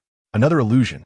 With renewed determination, you picked up your brush to sketch the figure, and the world fragmented. The peach tree sensed your murderous intent, transforming its myriad branches into lethal blades that lunged toward you. Yet, as they pierced halfway, they were met with the backlash of the shattered illusion, causing them to droop helplessly to the ground. You delivered a second strike, driving your blade into the prior gash, penetrating the tree once more by 3 inches. The aroma in the air intensified, becoming so sweet that it made you slightly dizzy. You dotted the eyes of the nearby figure and continued your assault on the tree. After the 9th sword, a massive gash was torn into the entire peach tree. You meticulously adorned the little girl with eyes before unleashing the 10th sword. 48,000 strands of true intent surged forth like a floodgate bursting. A dense array of sword intent clashed and contended, hastening to strike upon the peach tree. A sharp crack echoed as the tree groaned in agony. Its sturdy trunk swayed precariously, spewing forth streams of crimson sap. Amidst the foul stench mingled with a fragrant aroma. The liquid sprayed forth, obscuring the image of the little girl you had painstakingly crafted. Your expression shifted dramatically as you grasped your treasured sword and began to sketch upon the ground, employing true intent to swiftly depict the likeness of Xianxia. Another crack resounded, shattering the illusion. The entire peach tree appeared lifeless, its branches barren, leaves fallen, exuding a desolate melancholy. Scattered across the ground lay 3 exploded peaches, their flesh reduced to fragments, nearly blanketing an expanse of over 10 meters. The 3 peach pits vanished silently. A smile crept upon your lips as you whistled a cheerful tune, gradually tending to the peach tree's branches and roots, exhibiting none of the previous impatience. Chapter 135. Green Girl of the 7 Fairies. Indeed, you were in no haste to pursue the peach tree. After all, it was an evil entity of golden immortal caliber. Forcing it to seek survival was sufficient. Who would engage in a reckless battle? This was a world fraught with peril behind the door. You needn't even chase it down to silence it. Should it manage to survive, well, it would conveniently align with the strands of causality. Who would complain about having an extra pawn for exploration? Grateful to the demonic monk, you stowed the peach tree's trunk into your storage pouch, fashioning 2 peachwood swords from its branches, truly ancient peachwood swords. Whether they possessed any protective efficacy remained uncertain, yet they were undoubtedly harder and sharper than the sword you wielded against evil. contemplating the demise of this peach tree, which had thrived for at least 10 million years. You named the two swords Ancient Silence. You then commenced the excavation of the roots. The towering peach tree had roots that were exceptionally vast and intricate. A primary root plunged hundreds of kilometers deep underground, far surpassing the height of the tree itself, with a multitude of lateral roots sprawling for dozens of kilometers, interweaving densely, claiming dominion over the surrounding land. It was the singular ruler of its realm. Could this be the method of territorial conquest? You pondered quietly. In the previous simulation, the plan for territory was thwarted. After toiling for over a century, you were sent flying thousands of miles by a monkey airstrike. At last, you had secured a domain of your own. You meticulously cleared the underground roots, beginning with the primary root, followed by the lateral and smaller roots. As you delved into the earth, a slender root emerged. Entwined below, there was an encased fairy, frozen in ice, draped in a gown of emerald green. Even through the icy barrier, one could perceive her skin, smooth and luminous like jade, and her charmingly delicate visage. As you withdrew the small stick, the fairy encased in ice suddenly opened her eyes, surveying her surroundings, breaking free from her frozen prison. Thank you, esteemed immortal, for saving my life. I shall report to my father, and there will be generous rewards in return, she expressed gratefully. Your eyes widened in astonishment. Father? Greenery, are you the legendary seventh fairy? In disbelief, she gazed around the land, feeling a wave of dizziness wash over her. Is this not the peach blossom garden? Why has it changed so drastically? Where's my father? Why did he not come to rescue me at once? Through a series of exchanges, you learned that she was the fourth among her sisters, who had once frolicked in the peach blossom garden. She had suffered a sudden assault from the peach tree and, on the brink of death, had managed to survive by sealing herself in the divine artifact, the Nine Heavens mystic jade. It was only today that she had liberated herself from the tree's oppression and awakened. You shared what little you knew, cautioning her that your information might not be entirely accurate. Overcome with emotion, Greenery began to weep, her shoulders trembling with sorrow. My father has endured 1,750 tribulations, surviving countless storms over billions of years. How could he possibly meet with misfortune? I refuse to believe it. He stands at the pinnacle of the Tai realm, under the care of the three pure ones, blessed by the forces of heaven and earth. How could he fall? I must seek him, Greenery declared, attempting to rise, but you gently restrained her. Fair maiden, the heavenly realm lies in ruin, teeming with malevolent spirits and demons. It is exceedingly perilous. I have just vanquished the peach tree and claimed this territory. Why not stay and assist me? Once we grow stronger and establish a reputation, it will be much easier for either you to find your father or for him to find you. Suddenly, Greenery's demeanor shifted to one of caution. Who are you? Do you intend to usurp my father's celestial position? Celestial position? You pondered, recognizing the implication of benefits that came with occupying heavenly land, maintaining a calm facade. You replied earnestly, I am Yi Fifan, honored to befriend the great sage equal to heaven. And together we have vowed to eradicate the malevolent forces and restore order to the universe. In this world, one defines their own identity. You produced a small stick imbued with the full power of the Monkey King, toying with it briefly before stowing it away. Greenery's suspicions faded, and she reluctantly agreed to assist you in unearthing the roots of the tree, with the true essence of the earth aiding you. You successfully excavated all the roots of the peach tree within half a day, which you stored in your pouch. With her enchanting eyes blinking curiously, Greenery inquired, What do you intend to do with these roots? You shook your head. I am uncertain of their purpose. Perhaps I shall show them to the Monkey King later. You then asked Greenery about the methods of occupying land. During your second venture into the Wooden Door realm, you had obtained a set of formations from Li Chonggong, which could potentially allow you to seize territory in the Celestial Realm. Even after eradicating the backdoor from the simulator, you still hesitated to employ that formation, wishing to avoid attracting the attention of Li Chonggong. After much internal struggle, Green finally spoke. You have saved my life. Thus, I must repay you with gratitude. The method of refining the fragments of the Celestial Cord is unique to my father. I will use this to repay your life-saving grace, and I trust my father will not hold it against me. With that, she fixed her gaze upon you with fervor. You understood her intention. She sought to exchange this secret method for her life, after which she would depart from this place. You nodded in agreement. Green imparted to you the 10,000 calamities melding spirit technique. Thank you, noble immortal, for saving my life. Once I find my father, I will surely return with ample rewards, she said, bowing before turning to leave. You followed her, pleading, must you really go? Green turned, her smile radiant as she replied, once I locate my father, I will return at the earliest opportunity to repay you. You nodded, yet suddenly, the ancient sword pierced forth, striking her at the back of her heart. Green turned in shock, and with a swift stroke of your blade, you severed her head. A surge of primordial power manifested within you, swiftly shattered by your true intent, gradually fading away. One of the 3 peach pits had been lost. You had no intention of pursuing it, yet the pit chose to hide in the most perilous of places. The ancient hero bore the blame, the glaring thread of causality. Even if your true intent was merely an extension of the true intent of force, was difficult to ignore. Alas, you had hoped to exploit her labor for a few more days, but such was the fate. You unleashed the true intent of fire, reducing her body to ashes, leaving only a warm jade pinned behind. Could it be the 9 heavens' mysterious jade mentioned earlier? Delighted by the spoils from vanquishing foes, you collected the pendant without testing its efficacy. Survive a while longer, and one could thrive for 990 years. You retrieved the true intent pearl and began to restore your previous state of true intent. As you were intrinsically one, after the simulator's purification, your essence became even more harmonious and complete, requiring no further refinement. Your true intent surged to the pinnacle of the Earth immortal realm. You did not immediately break through, but instead took out a strand of monkey hair, invoking a breath of energy to contemplate the path of Hunyuan. 3 days later, you successfully ascended to the celestial immortal realm. Following that, the true intent of the Dragon King-S school of power and Wind Cloud Mountain reached perfection within the celestial immortal realm. You once again retrieve the monkey hair to continue your study. Chapter 136, The 8-Tailed Demon Fox.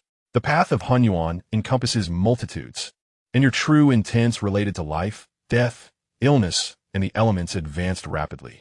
After 3 months, most of your true intents attained the pinnacle of the celestial immortal realm, while those associated with celestial bodies like the sun and moon, as well as Buddhist true intents, also rose to the mid-celestial immortal stage. The remaining aspects required gradual comprehension. You began to research the method of refining the fragments of the celestial realm. As for the 10,000 calamities melding spirit that Green had given you, you had not read a single word.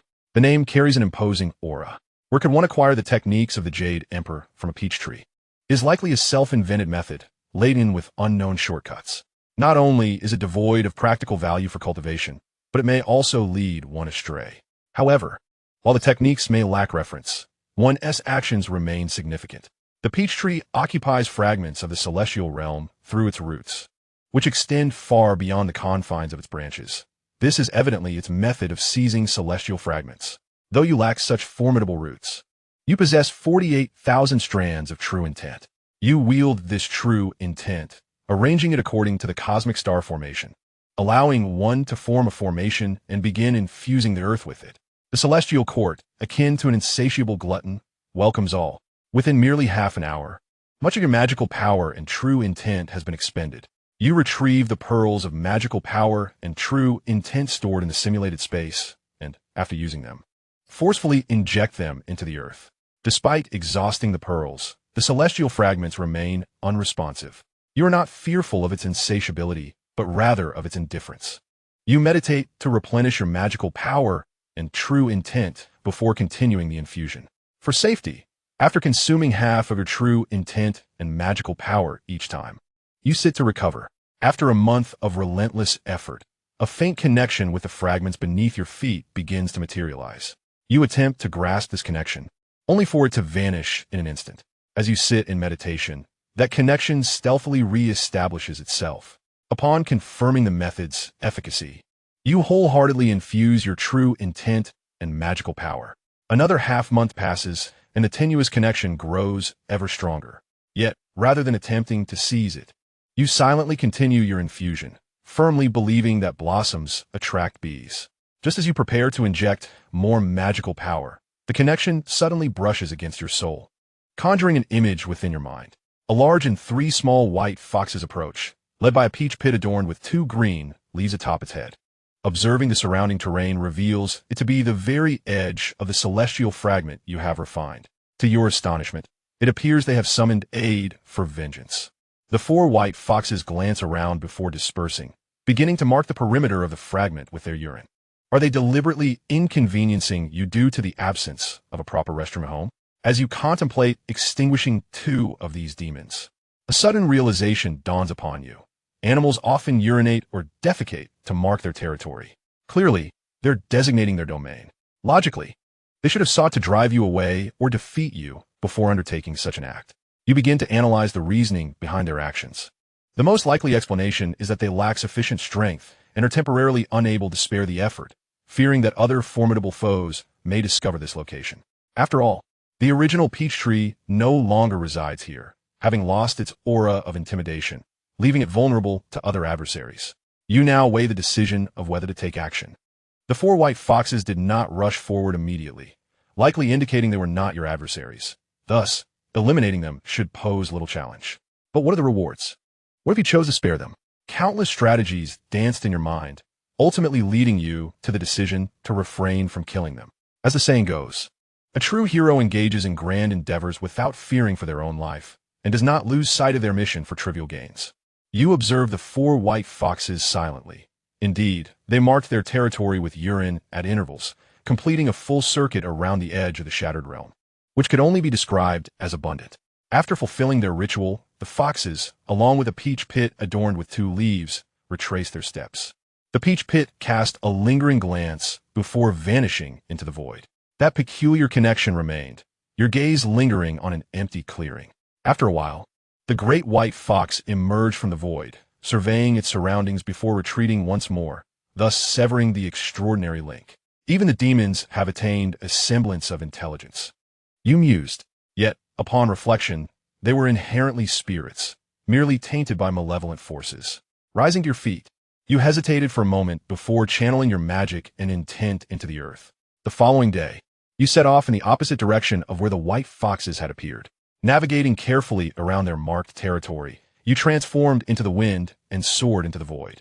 Having mastered the 9 heavens cloud wings, your speed was remarkable, allowing you to traverse thousands of kilometers in an instant. After blowing through the air for half a day without any significant discoveries, you began your return, exploring the remaining 2 directions. Before long, you stumbled upon another fragment of the celestial realm, merely 2 hours' journey from your dominion. This fragment housed a nest of serpent demons, with serpents of all sizes infesting your territory. Choosing not to delve deeper, you continued towards the final direction. After a day of exploration, you uncovered yet another fragment. This territory, comparable to your own, bore an unsettling absence of any demonic presence. Transforming into the wind, you circled the area and discovered a small pond at its center. The pond, less than 10 square meters in size, was crystal clear, revealing nothing beneath its surface. Yet, each time you approached, an unsettling sensation gripped your heart. You recalled the black water pond you had seen previously in the celestial court, equally transparent, yet surrounded by a formation of stones that sealed it, devoid of any palpable danger. This pond, however, was undoubtedly cursed. Its connection to the black water pond remained a mystery. Choosing not to explore further, you returned to the void and, utilizing the 9 heavens cloud wings, made your way back to your own territory in just 1 hour. With no signs of activity from the white foxes, you settled in the center, dedicating day and night to your cultivation, refining the fragments of the heavenly court. Time slipped away, and 3 months passed in the blink of an eye. Your connection with the fragments of the celestial realm has grown remarkably intimate, allowing you to bask in tenfold spiritual energy during your cultivation. Furthermore, you are capable of observing every movement within the fragment at all times. With a mere thought, you can manifest at any position within the fragment. This resembles a domain that can only be mastered in the Tai realm.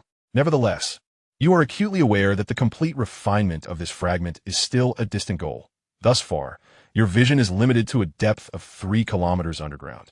Once again, that wondrous connection washes over you. You witness over 3,000 white foxes appearing at the edge of the fragment, led by one whose rear boasts 8 swaying tails. As soon as the white foxes emerge, they scatter towards the edges of the fragment, each carrying a piece of array stone in their mouths. You transform into an intangible breeze, materializing at the edge of a water pond, where you stealthily seize one white fox and instantly reappear on the other side, vanishing into the void. Who are you? What do you want? The little white fox inquires, somewhat bewildered in a soft voice. You respond with a smile as radiant as the gardenia flower. I am here to take you to slay the foul serpents. Chapter 137, The Reinforcements. The little white fox quickly regains its wits, its limbs thrashing in protest. No, the king says that at critical moments. We must not complicate matters, but your resolve is unwavering. Behind you, the nine heavens cloud wings manifest, propelling you towards the fragment teeming with serpent demons. The little white fox, in a panic, contemplates self-detonation. You raise your hand, wielding the essence of Qi, binding its entire magical power firmly in place. As the little white fox attempts to speak, you ensnare it with the essence of wind. A mere minor celestial fox, it cannot even attempt self-destruction, let alone make a sound. It is akin to a ferret, bound to your waist, helplessly watching your actions unfold. You assume the guise of a white fox and plunge into the throng of serpents, capturing 5 diminutive serpents, each only of the minor celestial realm. You then summon the essence of wind, blending it with the essence of death and the essence of gold. The convergence of these 3 essences transforms into a tempest of death, sweeping across the land rife with serpent demons. Wherever it passes, minor celestial and earthly serpents, along with the flora and soil, are reduced to dust, their souls extinguished. Even the heavenly serpents are cleaved into fragments by the sharpness of the essence of gold, only to be obliterated by the essence of death. You traverse from south to north and from east to west, bearing vast amounts of primordial power, stealthily returning to the southern region. Hiss, White Fox King, how dare you deceive me? Is it that tree demon that has emboldened you? The demonic aura surges skyward. A colossal python, as formidable as a mountain, rises, stretching over 100 yards in length, with 8 heads roaring in fury, unleashing a terrifying sound wave that stirs a tempest. You swiftly retreat into the void, utilizing the 9 heavens cloud wings to return to your stronghold. At this moment, the white foxes have completed the formation, over 3,000 of them working together to refine the celestial fragment. You can distinctly perceive the diminishing connection with the fragment, knowing that within no more than half a month, that bond shall be severed entirely. You concealed yourself in an unnoticed corner, accompanied by the controlled white fox and serpent demon, transforming into an intangible breeze, utilizing the fragments as your shield while silently keeping track of time. The little white fox, with eyes filled with anguish, struggled desperately, yet was devoid of strength, forced to quietly observe your scheming. The journey divided by speed, augmented by the time wasted in pretense, diminished by the time saved through hastened anger. After the passage of 2 incense sticks, you surmise that the 8-headed serpent demon should be nearing, prompting you to awaken 5 serpents from the realm of scattered immortals, hurling them towards 5 little white foxes. The serpents awoke languidly, yet before they could comprehend, they were swiftly dispatched by the vigilant white fox's claws. Just as the 8-headed serpent king arrived, it was met with a scene that ignited its fury. Was that the demise of its offspring? No, it was the brutal humiliation of having its face thrust into the mud, followed by several vicious kicks. Could endure this? Yes, it could. In the realm of demons, pride holds little weight. Rather, it is the law of the jungle, survival of the fittest, gains and losses. Yet, allowing such a substantial fragment of the celestial realm to fall into the possession of the White Fox King was intolerable. Its colossal form surged into the throng of foxes, with all 8 heads attacking simultaneously, biting left and swallowing right. The White Fox King, witnessing the carnage, felt its rage intensify. The formation it had meticulously arranged to refine the celestial fragment offered no protection, leading to the loss of over 100 foxes in mere breaths. Yamada, I shall slay you. The White Fox King recognized the inevitability of this battle, beginning to organize its fox demons to set up a new formation, while Yamada could only rely on solitary combat. However, it fully leveraged its formidable strength and agility, targeting the areas densely populated by foxes.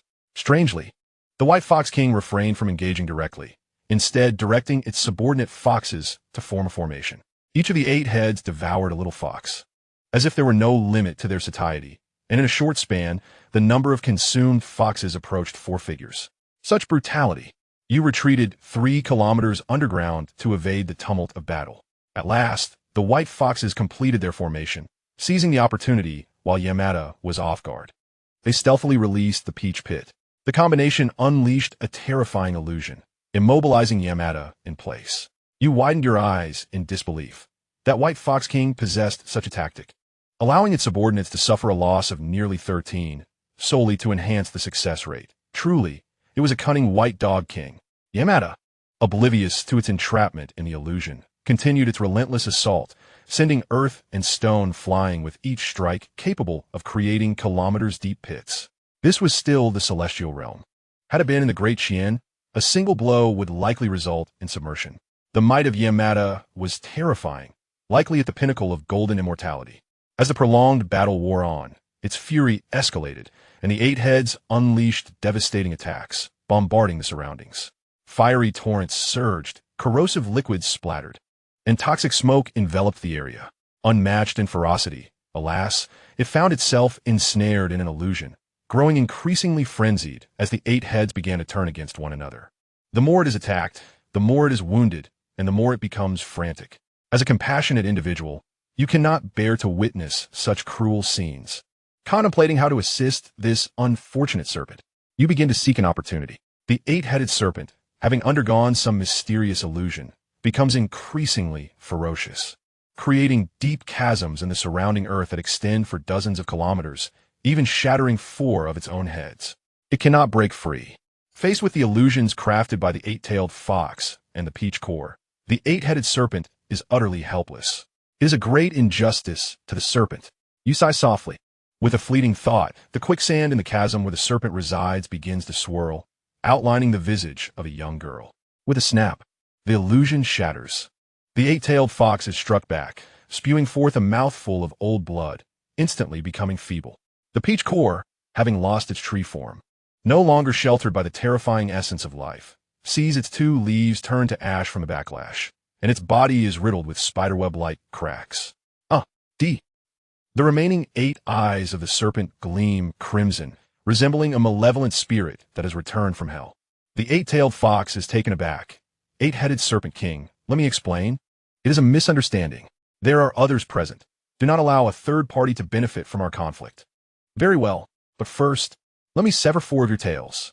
Enraged, the serpent is consumed by immense hatred, desiring nothing but the demise of its opponent.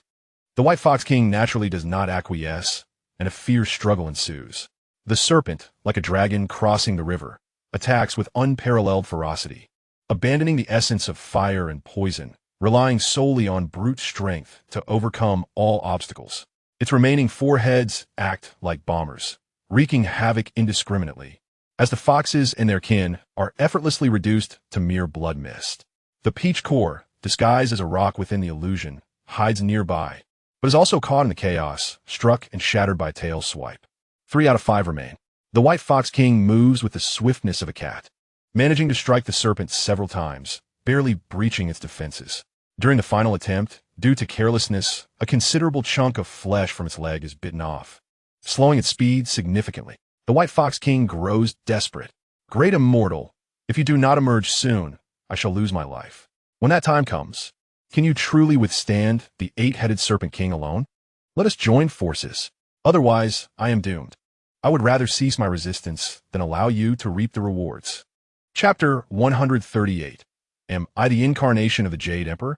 Having obliterated over 1,000 white foxes and the peach core, the serpent's fury diminishes significantly. Upon hearing the White Fox King's words, it becomes alert.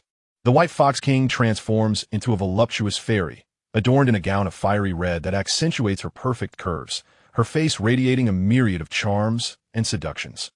Great immortal, if we unite our strengths, we can first slay this vile serpent, and then seize the fragments it leaves behind, thereby drawing closer to the prospect of immortality. Ba Ji scornfully remarked, "You, seductive creature, with your delicate arms cradling countless heads and your luscious lips, tasted by multitudes, dare to aspire to the path of immortality?" The White Fox King bashfully covered its mouth, its eyes shimmering with unshed tears. It refrained from further words, opting instead to display several tantalizing movements that set hearts racing.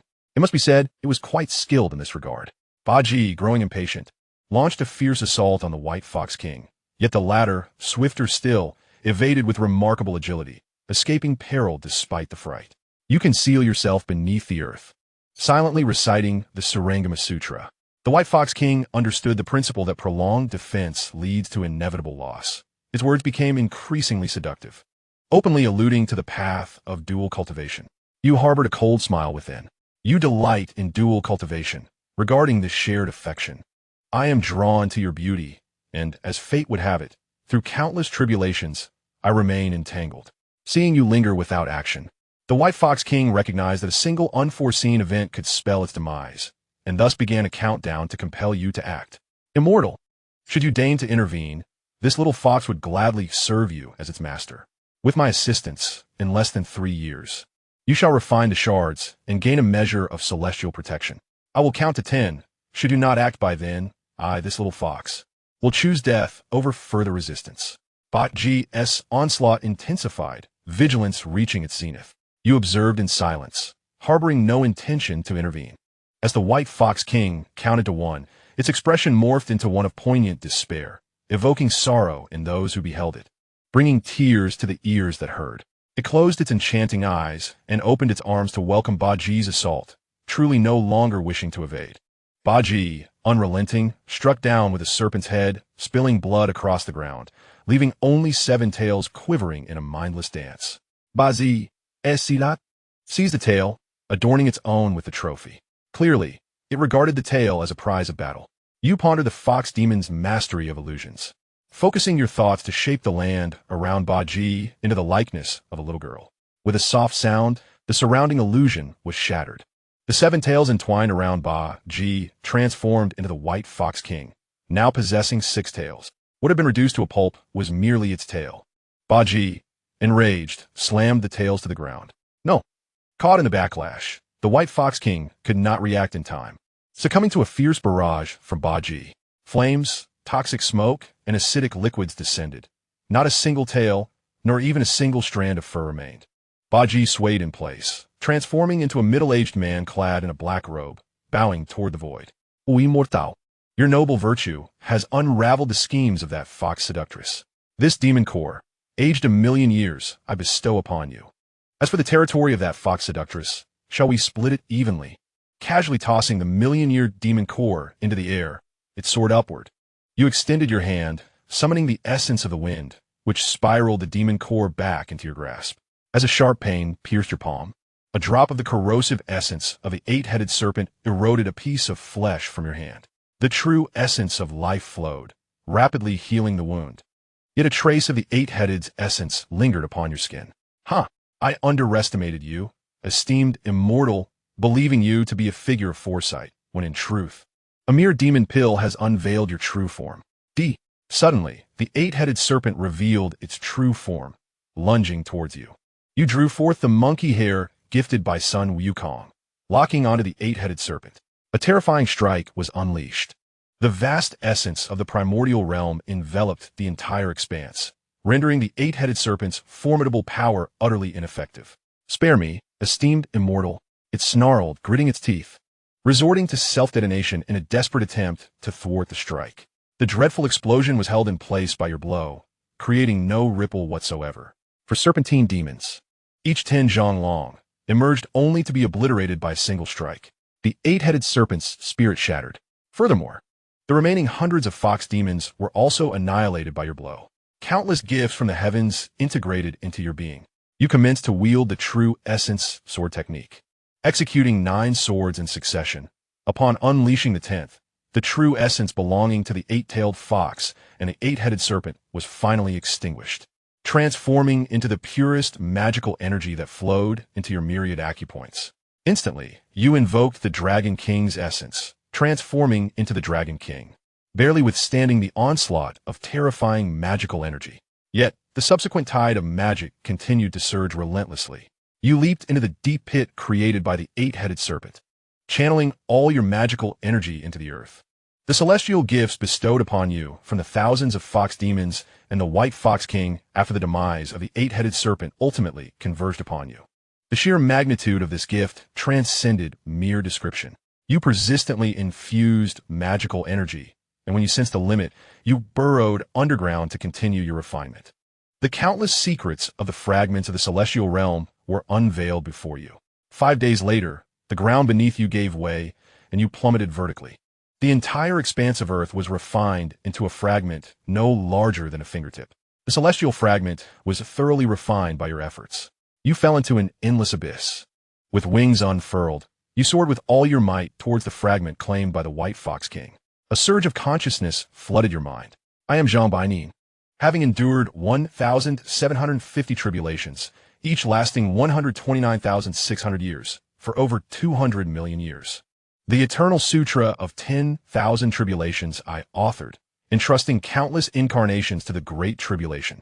As long as the Great Tribulation endures, I too shall endure.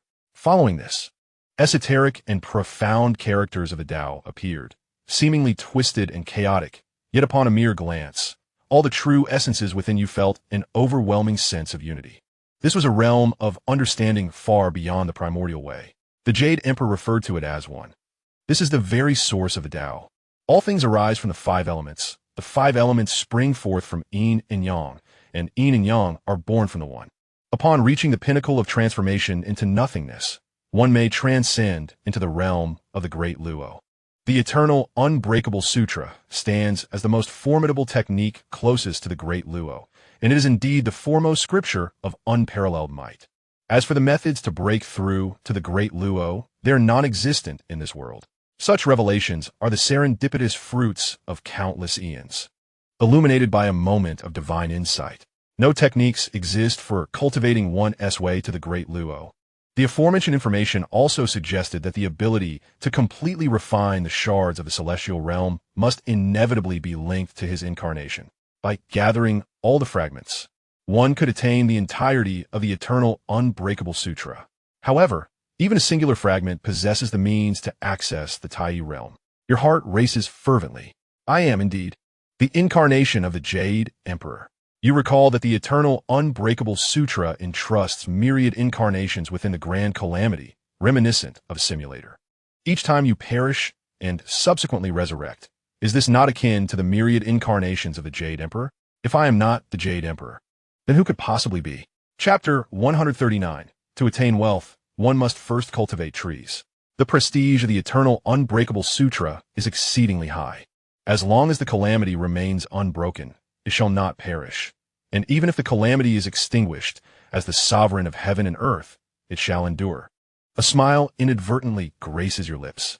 I am commanded by myself, destined for eternal prosperity, immortal and indestructible. Feeling an overwhelming surge of excitement, you begin to recite scriptures to calm your spirit. After reciting all the Buddhist and Taoist texts in your mind, you manage to regain your composure. In times of great significance, tranquility must prevail. Only in stillness can one attain peace, and in peace, one can reflect, and through reflection, one can achieve. You suppress the urge to cultivate the Eternal Unbreakable Sutra, sealing away the newly acquired technique, and finally exhale in relief. I am both eternally unbreakable and boundless in time. I shall not rely on mere moments, but will return to cleanse and prepare. You travel with all your might, and, in the span of an hour, arrive at the fragment where the White Fox King resides. This piece is akin to those you possess, yet it is characterized by rolling hills, with a towering peak rising over 1,000 meters at its center. Transforming into the wind, you rush towards the summit, only to discover that not a single fox resides upon the mountain. The White Fox King has evidently mobilized the entire army. You locate the palace of the White Fox King, adorned with various rare fruits and celestial wines. It seems the White Fox King had prepared these exquisite celestial fruits and wines for a celebratory feast following the refinement of the shards. Thus, they have fortuitously come into your possession. The combined weight of the celestial fruits amounts to over 30,000 pounds, with the celestial wine exceeding 8,000 pounds. Transforming once again into the wind, you traverse the mountain peaks, observing only some juvenile white foxes, none of which have yet awakened their intelligence. You gather all the white foxes, totaling over 10,000. Using the true essence of the Master's way, you awaken the consciousness of the little white foxes and impart to them the invaluable knowledge of cultivation. You release the previously refined shards, allocating 6,000 little foxes to till the land. You meticulously organize the legacy left by the White Fox King, yet discovered no celestial grains. The celestial grains you previously possessed had been squandered during the last simulation. Consequently, you could only dispatch the little foxes to seek wild millet in the mountains. Fortunate that the ecosystem here was thriving, and you managed to find over 100 plants. You realized that cultivating land in the fragment of the celestial realm differed significantly from that in the Great Xian. Once the seeds were sown, for them to sprout and flourish, the little foxes would need to provide magical assistance. Without this, it would take at least 20 years for the wild millet to mature. Even so, a single little fox, devoting its full effort to nurturing one plant, would require a year for it to ripen. You instructed the little foxes to optimize the cultivation of the millet seeds, setting a modest goal of 10 years for them to enhance and nurture the seeds. The newly occupied Fox Mountain fragment, due to its terrain, was designated as a fruit mountain, overseen by the remaining little foxes. This fruit mountain already boasted 3,000 fruit trees. Based on the number of little foxes, you arranged for them to plant an additional 2,200 pear trees and 2,000 celestial jujubes. Each fox was allotted one tree, a perfect fit. One little fox expressed its discontent. "Master, if we devote ourselves entirely to caring for a single fruit tree, we will have no time left for cultivation." Your expression darkened. When heaven bestows great responsibility upon a fox, it must first enhance its capabilities. Witnessing their lingering discontent, you further ignited their spirits. As long as confidence does not wane, solutions will always outnumber difficulties. The early bird catches the worm, and the early fox can cultivate. If time for training is scarce, reflect upon your own reasons. After a hearty dose of motivation, the little foxes rallied, exclaiming their determination to strive. Meanwhile, you tirelessly refined the fragments beneath your feet. In the second year, the little white foxes harvested the wild millet and, under your guidance, successfully optimized it, commencing the cultivation of the second generation. The fruit cores in the fruit mountain, hastened by magical energy, had grown to half the height of a person, even the newly sown seeds. The previous 3,000 elder trees bore fruits the size of fingertips. Everything was progressing favorably. However, some astute little white foxes in the spiritual fields began to harbor different thoughts, secretly conspiring. Yet, as you had thoroughly refined this fragment, nothing escaped your notice. You sent these obstinate disciples to reunite with their predecessors and imparted the true essence of the Master's teachings each month. Loyalty. In the fruit mountain, where the fragment had not been completely refined, you had not yet detected any unusual movements from the little white foxes, although you continued your monthly teachings. By the 10th year, the wild millet cultivated in the spiritual fields had yielded results that were somewhat satisfactory. Under your direction, it was sown throughout the spiritual fields, with each fox assigned one plant for careful tending. Growing weary of consuming celestial fruits daily, you yearned to savor the taste of celestial grains. The newly planted fruit trees on the fruit mountain had begun to bear fruit, though full maturity would still require approximately another decade. Over the course of a decade, loyalty became engraved in the hearts of all the little foxes. Those who had not been marked by it had followed the glorious legacy of their ancestors. In the 30th year, devoid of the assistance bestowed by the heavens, you successfully refined the fragments of Fox Mountain using the magical powers derived from celestial fruits and grains. A fragment, no larger than a thumb, materialized in your hand, resembling a speck of dust as it diminished to a size beyond compare. A new chapter of the eternal, unyielding sutra emerged in your mind, which you promptly sealed away. Regrettably, the edges of the two fragments did not align, and despite several attempts to find a connection, you decided to store them and venture forth in search of new fragments. After spending half a month without detecting any new pieces, you relinquished that pursuit and headed toward Snake Mountain. Upon entering, you were enveloped by a dense miasma of poison. This was the Great Poison Array.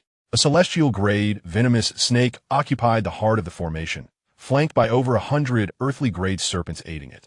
The treacherous serpent demon dared to ambush you. Drawing the annihilation sword, you unleashed a single strike, releasing 48,000 strands of true intent that obliterated the toxic liquid and smoke instantaneously. The surging sword light cascaded down like a waterfall from the heavens, effortlessly dismantling the array. In response, the celestial-grade snake screeched in terror. Your second strike followed, equally infused with 48,000 strands of true intent, reducing the celestial serpent to mere ashes, while the remaining snakes perished silently. 8 strands of celestial snake demon intent surged skyward, initially advancing with fervor, but immediately recoiling upon sensing the demise of their celestial companion within the array, retreating into the void. You unfurled your 9 heavens cloud wings, appearing beside a celestial-grade snake demon, and with one swift stroke, it was cut down to ashes. With a powerful flap of your wings, you pursued the remaining serpents. Even as they fled with terrifying speed, you dispatched 4 of them. The other 4 vanished into the boundless void, and you chose not to pursue them further, instead focusing on exterminating the remaining serpents. Transforming into the wind, you infused 48,000 strands of true intent into the breeze. Wherever you passed, be it flowers, grasses, or earthly grade and scattered celestial snake demons, all perished upon contact. Within the span of a single incense stick, the entire population of Snake Mountain was eradicated, leaving behind nothing but barren land. Disliking snakes, you harbored no intentions of leaving behind their progeny. After a lengthy search, you found no treasures left by Yada, likely ravaged by the serpents. It was no wonder that 9 celestial-grade serpents had thrived, nurtured by your own resources. Truly infuriating. You summoned 3,000 foxes from Fruit Mountain and commenced the planting of fruit trees, while you dedicated yourself fully to refining Snake Mountain. Having vanquished the serpent demon, you were generously bestowed with the bounties of the celestial realm, allowing you to refine the Serpent Mountain at an astonishing pace. In less than a week, you had already assimilated 60% of it. However, the remaining 40% proved to be a greater challenge. By the 42nd year, you successfully refined the fragments of the Serpent Mountain, each no larger than a fingernail. With deftness, you sealed the new volume of the Indestructible Sutra and commenced the assembly of the fragments. Logically, 3 fragments should unite seamlessly, yet the edges of all 3 differed. You recalled the fragment containing a pond. Perhaps it was the key piece that could bind the 3 together. Or might there be other fragments nearby? You searched the void for 3 months, yet found no trace. Was it solely the pond fragment that remained? Chapter 140. Such suppression. You once again set foot on the fragment of the pond. From the fragment of the spirit field, you summoned 100 little fox demons, instructing them to cultivate 100 acres of spirit land. Under your command, the little foxes distanced themselves from the pond and began their task. Each fox only needed to cultivate an acre, a task easily within the capabilities of those of the refinement realm. With a sigh of relief, you distributed seeds to them and commenced the refining of the fragments. As you infused a strand of mana into the earth, it vanished without a trace. The first 3 fragments had absorbed your energy like a drop in the ocean, but this fragment devoured your mana voraciously, akin to a gluttonous beast. It was different. Having undergone the refining of fragments thrice, you instantly recognized the distinction. This place was certainly unsuitable for cultivation. Return. You began to summon the little foxes back. Each was a cherished disciple you did not wish to waste. The 100 little foxes soon returned, but as you reached out to summon them, you noticed an additional one among the group. What is happening? Cold sweat beaded on your forehead. What kind of hellish horror was this? It was far more terrifying than losing 1 or even 10 little foxes.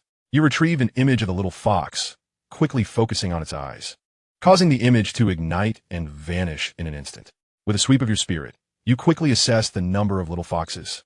101. There was indeed 1 more little fox, not an illusion. Which little fox was the extra one? You meticulously recalled each summoned little fox, methodically setting them aside until only 1 remained before you. Each little fox was etched in your memory. Master, what is it? The little foxes exchanged puzzled glances, unaware of the unfolding situation.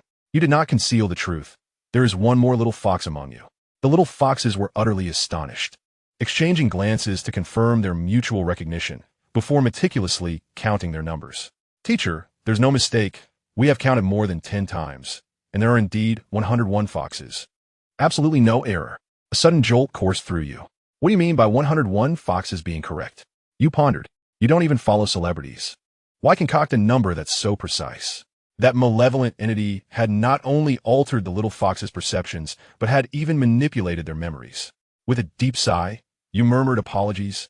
My dear disciples. Bewildered, the little foxes beheld a dazzling flash of sword light.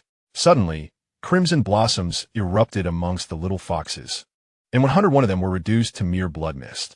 You turned swiftly and fled into the void. Your soul was in a state of frantic alarm. You immediately shifted your form, yet failed to detect any impending attack. Beneath your feet lay the precipice, with a mere step leading into the abyss. Was the attack concealed within the void, or was it something else? Turning around, you beheld the edge of the fragments, a mere 10 kilometers away. Yet, the water pool had vanished. You retrieved the image of the little girl, igniting your vision, In the instant the image dissipated, the scene behind you became clear. It was not the edge of the fragments, but rather the brink of the water pool. You had been a mere step away from plunging into the depths. What madness was this? It felt as if you had regressed to a time before your cultivation, powerless against the malevolent force. Damn it! Escape? What nonsense! To flee before your cultivation was one thing, but to do so now would render all your efforts futile. With a swift turn, you unleashed a sword strike, unleashing 48,000 strands of true intent upon the water pool, yet it stirred not a single ripple. With a single stroke, you followed up with 7 or 8 more. But the pool before you remained as illusory as ever. Regardless of the nature of your attacks, they vanished without a trace. This place was utterly cursed. You pivoted and made your way towards the edge of the fragments. As you stepped into the void, a foreboding instinct surged within you, compelling you to halt. Retrieving the image of the little girl once more, you activated your sight. As the image vanished, the edge of the fragments transformed back into the water pool. Was it the pool that barred your passage, or had it insidiously altered your perception, leading you to unwittingly approach it again? With determination, you turned and firmly planted your foot upon the ground, leaving deep imprints with each step, while simultaneously sacrificing another image of the little girl. Step by step, as you approached the edge of the fragments once more, an ominous sensation arose within you. The edge of the fragments transformed yet again into a crystal-clear water pool. Behind you lay a series of straight footprints. Indeed, it was this wretched entity that refused to let you depart. Its ability to appear mirrored your own capability to manifest freely within the fragments after their refinement. Differently, it can alter the terrain of the fragments. Could it be that this malevolent entity has refined my fragments and seeks to seize them entirely? Such a notion is preposterous. Anger surges within you as you contemplate the essence of Earth, intending to manipulate the surrounding soil to fill the small pond. However, you soon realize that the ground beneath your feet is beyond your control. You consider tossing some earth from the Serpent Mountain into the pond, yet you fear it may taint the Serpent Mountain fragments. This entity is exceedingly sinister. You have not yet deciphered its patterns. You draw forth the ancient sword and begin to excavate soil to cast into the pond, only to discover that the soil cannot even touch the water surface. It resembles something from a different dimension, visible yet untouchable. You attempt to employ the essence of fire with similar results. Frustrated, you contemplate retrieving the unyielding sutra for cultivation, intent on obliterating it, but reason advises you to remain patient. Steady yourself, sustenance will come. You calm your mind and gradually shift your thoughts. What appears to be a predicament with the pond can be viewed from another perspective. The pond is equally unable to affect you. Am I truly trapped by the pond? In truth, I am the one subduing the pond. You discern the pond's patterns. As long as you do not attempt to leave, it remains inert like a lifeless object. With 3 fragments in your possession and the offering of the feasting upon wind and dew technique from the monkey, you can suppress the pond indefinitely without consumption. You hesitate to draw forth the 3 fragments, fearing their potential contamination, and instead revel in the spiritual energy they bestow. You begin to settle your mind and grasp the essence you have mastered. In the 195th year, you attain the celestial perfection of all Buddhist principles. By the 328th year, you reach the pinnacle of celestial understanding, mere steps from breaking into the golden immortal realm. In the 329th year, you find yourself just a paper's breadth from the golden immortal, yet unable to cross that threshold. Even in the 350th year, you remain but a paper's distance from the golden immortal. You sense an impending glimpse of the vistas of the golden immortal realm, yet that intuition remains unfulfilled. You begin to question whether you are lacking something essential. You recall the monkey's primordial essence and your own unique truth, conjuring various speculations in your mind. These speculations linger for decades, yet can the Buddhist principles of stellar essence and the 5 elemental truths truly be unified? Theoretically, stellar essence is also matter, composed of the 5 elements of metal, wood, water, fire, and earth. However, in essence, stellar essence has long been imbued with special significance. The truths of the sun and moon are not merely simplistic representations of celestial bodies, but are endowed with the attributes of yin and yang. Venu, also known as the morning star, presides over conflict and violence. Matter belief. The material realm comprises the 5 elements. How do we quantify belief? Does matter dictate consciousness? And does consciousness, in turn, exert influence upon matter? A sudden flash of insight illuminated your mind. The essence of existence lies within the 5 elements, which are indeed real.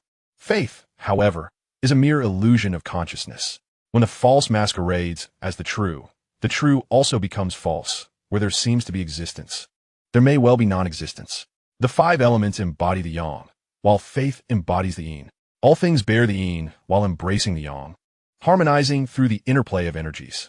Within you, the 48,000 truths instantaneously began to intertwine, ultimately merging into one. Upon reopening your eyes, you had ascended to the realm of the golden immortal. In the 141st chapter, the demonic monk falls into a trap. Your physical form and spirit commenced a terrifying transformation. The connection between the Tao bone at your brow and your eyes tightened, evolving alongside the metamorphosis of your body and soul. At the very moment you achieved the golden immortal state, a golden divine light emanated from your eyes. You realized that your eyes had been sealed due to insufficient power, but now they awakened the divine ability to pierce through illusions. By communicating with the celestial principles, you could perceive all that is false. Your physical form continued to transform, yet you were eager to test the power of your newfound divine vision. As you approached the edge of the fragments, the small pool appeared before you like a shadow. Indeed, the illusions it crafted could no longer deceive you, yet it stubbornly obstructed your path. In a bid to confuse you, it altered the terrain of the fragments rather than displacing your position. You patiently awaited the completion of your physical transformation. 3 days later, your metamorphosis was complete, and you had mastered the second divine ability, the myriad transformations.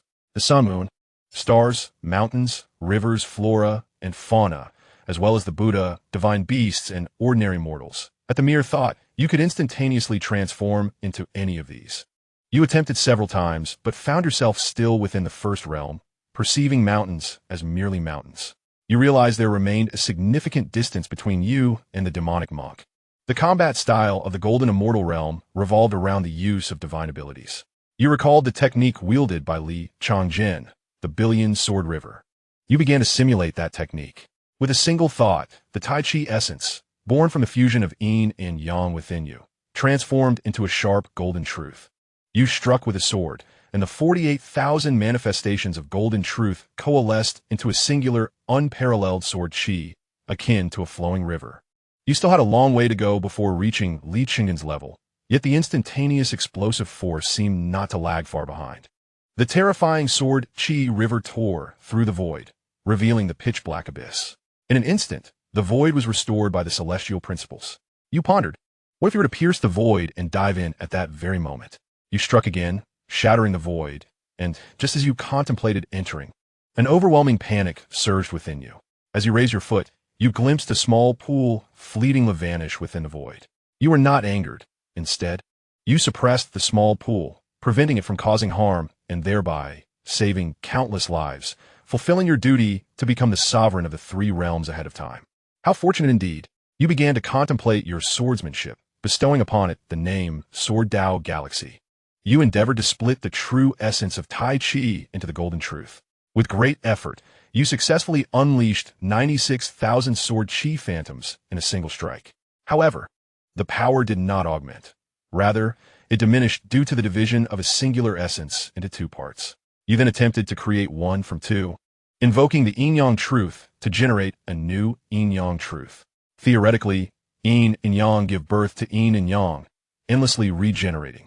Yet, the yin-yang truth could not yield another yin-yang truth. Even if it were forcibly created, its essence mirrored the prior division. It appeared that the laws of the great Tao dictated that no individual could possess more than 48,000 truths. No one could transcend this limit, not even a reincarnation of the celestial emperor. While suppressing the small pond, you devoted yourself to the study of new divine abilities. After 380 years, you spent 30 years refining these abilities, successfully transforming the 9 heavens cloud wings into a divine skill. Your speed was greatly enhanced, and there was no need to manifest wings. Even a monkey would fail to recognize you. On a fateful day, the sky was rent asunder, and you beheld several uninvited guests arriving. Instantly, you employed the transformation technique, becoming a speck of dust, merging with the earth. Only then could you observe the intruders.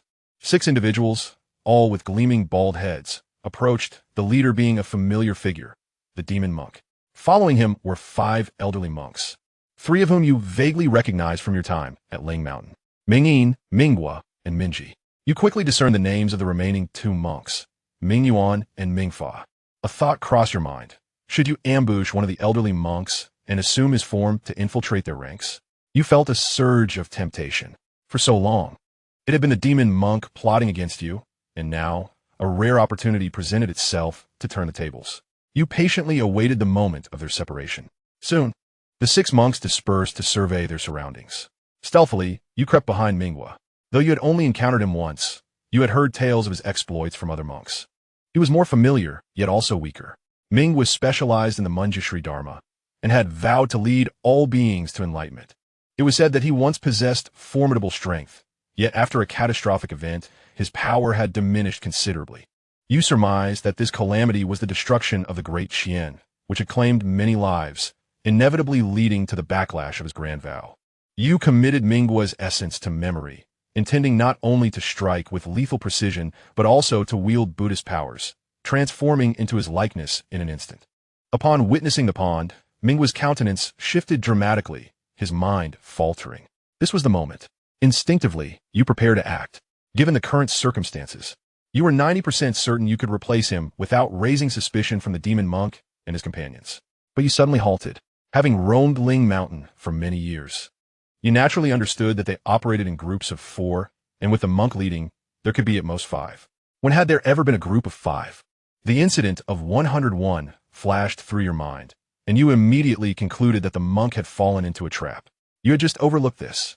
Could it be that this pool possessed the ability to render one subconsciously oblivious? A chill ran down your spine. You had unwittingly succumbed to the pool's deception.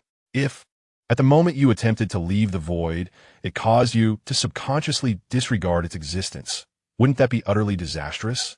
The horror was palpable.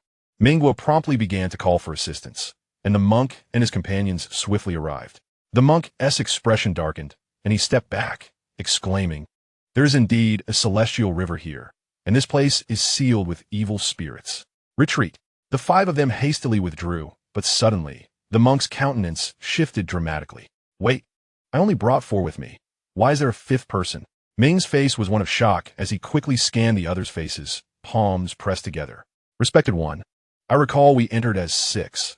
Minghua, Mingyi, Mingyuan, Mingfa, and I have been friends for centuries. There is no mistake." The monk furrowed his brow and reached into the void, revealing a transparent small pond. A surge of hope filled your heart. Did this mean you could escape? You suppressed the urge to instantly flee to the edge of the fragments, and instead chose to observe how the monk dealt with the malevolence. Upon seeing the small pond, the monk's face darkened considerably. "That evil spirit has broken the seal and ensnared us. Otherwise, the celestial river would not hinder our departure." A realization dawned upon you. The small pond represented the celestial river, and the additional presence was the malevolence. No wonder the celestial river did not obscure your memory when you tried to leave. Chapter 142, The Trap. The monk's words carried great authority, prompting Ming and the others to disperse, exchanging glances filled with confusion. The monk regarded the 5 of them, seemingly organizing his recollections, arriving at the same conclusion you had initially reached. That malevolence was so insidious that it could silently alter one's memories without leaving a trace. Even the monk and his companions were not exempt. The monk grasped the crux of the matter, uttering a Buddhist chant, and you sensed a wondrous power within it. A transparent thread floated from your head into the monk's hand. The thread of causality. The monk had indeed mastered the path of causality. Where there is a cause, there must be an effect. The moment you saw him, you had established a thread of causality with him. Even if your shape-shifting abilities were 100 times more formidable, you could not escape the essence of his causality. It cannot be hidden. The monk was truly sinister. You did not rise, but continued to conceal yourself. Since the monk chose not to expose you, you would act as though you were unaware. Rising would merely unveil the secret of the broken illusion heavenly eye, which perceives the threads of causality. As you gaze upon the 5 individuals, slender black threads of fate, akin to the thickness of a little finger, emerge from their heads, entwining themselves around the demonic monk. A tumultuous storm of thoughts whirls within you. Has that monk truly guided the 5 to enlightenment? The threads of causality are not only dark, but alarmingly thick. Doubt in the law of cause and effect may be manageable, But should one believe, there would be no end to the death. It is insurmountable. No, this malevolent entity possesses a sinister ability to manifest the threads of the monk's causality. What a deceptive skill this is. The monk's expression darkens further as he produces 5 golden ropes and casts them into the hands of the group. This is the binding rope of celestials. Bind yourselves, and I shall discern the truth. Without a trace of hesitation, the 5 comply, demonstrating a formidable decisiveness. The monk intones a chant, channeling his powers, and once he confirms that the ropes have adequately bound them, he continues, in the Buddhist order, names hold profound significance. Since you are grouped in 4s, your designation ought to be the 4 characters of causality and connection. Mingyi, do you have anything to say? Despite being restrained, Mingyi bows respectfully to the monk. As a disciple, I have greatly benefited from the kindness of the Venerable One, receiving much assistance from Ming-Yin and the others. I am human. Should you doubt me, I am willing to emulate the Buddha and offer my life to prove my innocence. Your brow furrows. Mingyi does not appear to be malevolent. In truth, neither do any of the 5. You begin to analyze who among them might harbor evil intentions. You recognize 3 of them, while 2 remain unknown. Given the nature of malevolent entities altering perceptions, the source must lie among the 3, Ming-Yin, Ming-Guo, Ming-Yi. Judging solely by their names, the monk's assertion bears considerable weight. Reflecting on your previous groupings, you realize that your association with certain monks' names may not align as seamlessly. The emergence of a name that seems less fitting appears quite reasonable. Ming-Yin, Ming-Guo. An unsettling sense of dread envelopes you, akin to an impending catastrophe. You immediately halt your thoughts, fearful of delving deeper. The monk prevents Ming-Yi from sacrificing himself to prove his innocence, and instead begins to expound upon Buddhist doctrines and miraculous powers. Drawing from your past experiences, you swiftly grasp the monk's intent. He aims to compel that unseen malevolent entity to acknowledge its debt of causality, rather than a mere illusion of causality. Daring not to eavesdrop on the monk's teachings, you silently recite the sutras. After a considerable time, the monk suddenly bellows where there is a cause. There must be an effect. Since you owe me a cause, today you shall repay me with the effect. A radiant golden light emanates from the monk, and you sense an ominous shift, prompting you to retreat a step. The threads of causality from the 5 individuals continuously siphon the monk's flesh and blood. With each passing second, their souls grow increasingly feeble. The demonic monk, seemingly composed of boundless flesh and blood, bore a benevolent smile, casting a fleeting glance your way. Imbued with a hint of regret, the souls of Ming-Yin and others swiftly disintegrated, ultimately transforming into the visage of the demonic monk. Possession.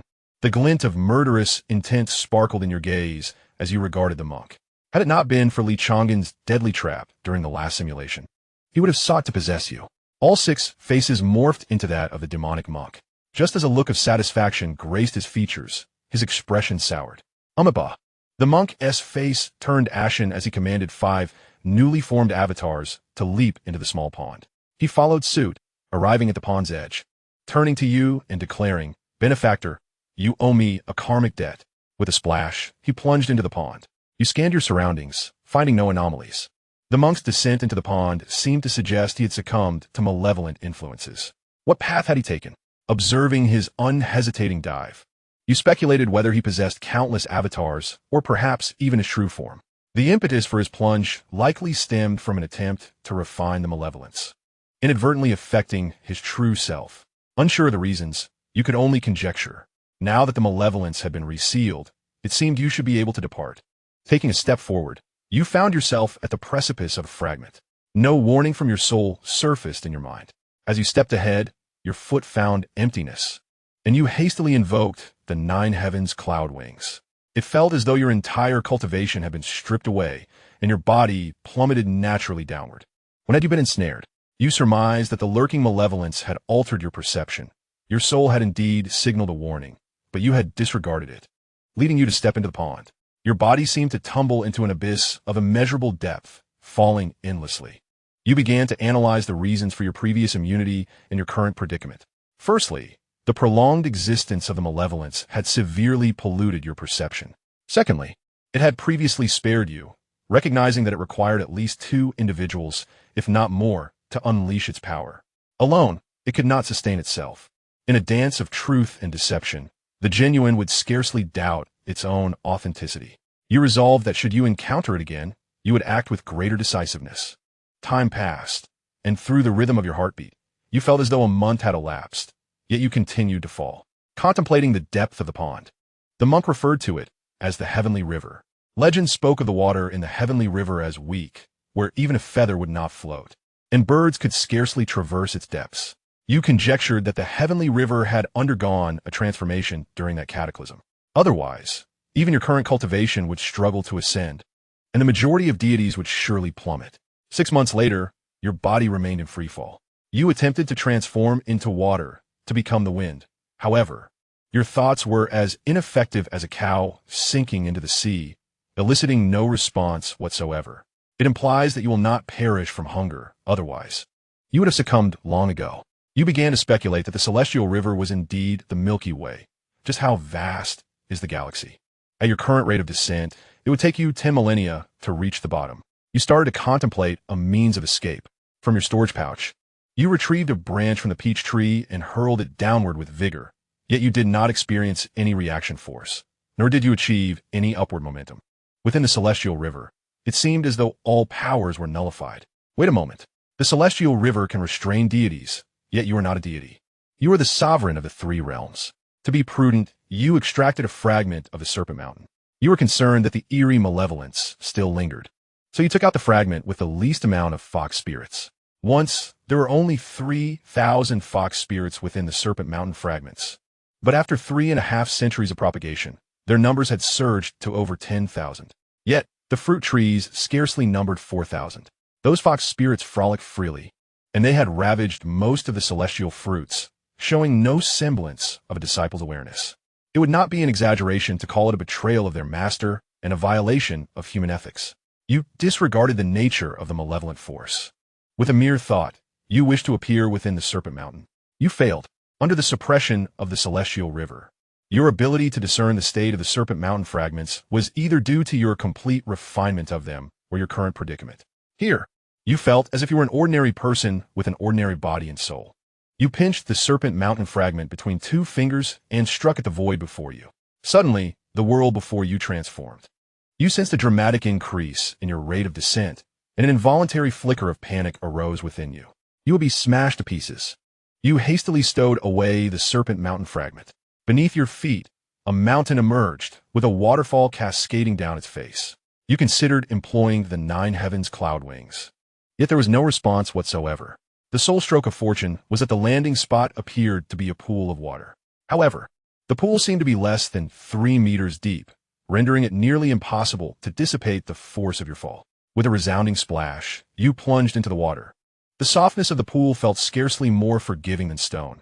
You perceived your entire being shattered, as if your organs had turned to pulp. Yet, you did not perish. Every nerve in your body ached, a torment more unbearable than death itself. You lost consciousness. After an indeterminate period, you heard someone calling your name. You opened your eyes to behold 2 familiar yet strange middle-aged faces. The man resembled your father from a previous life, while the woman, could she be your mother? A sharp pain pierced your head, and most of your memories remained a hazy blur. The father, with a stern countenance, admonished, "Are you feigning illness to avoid getting up? Do you believe I want to strike you?" The mother, with gentle persuasion, interjected, "The child is still young. He will understand when he grows a bit older."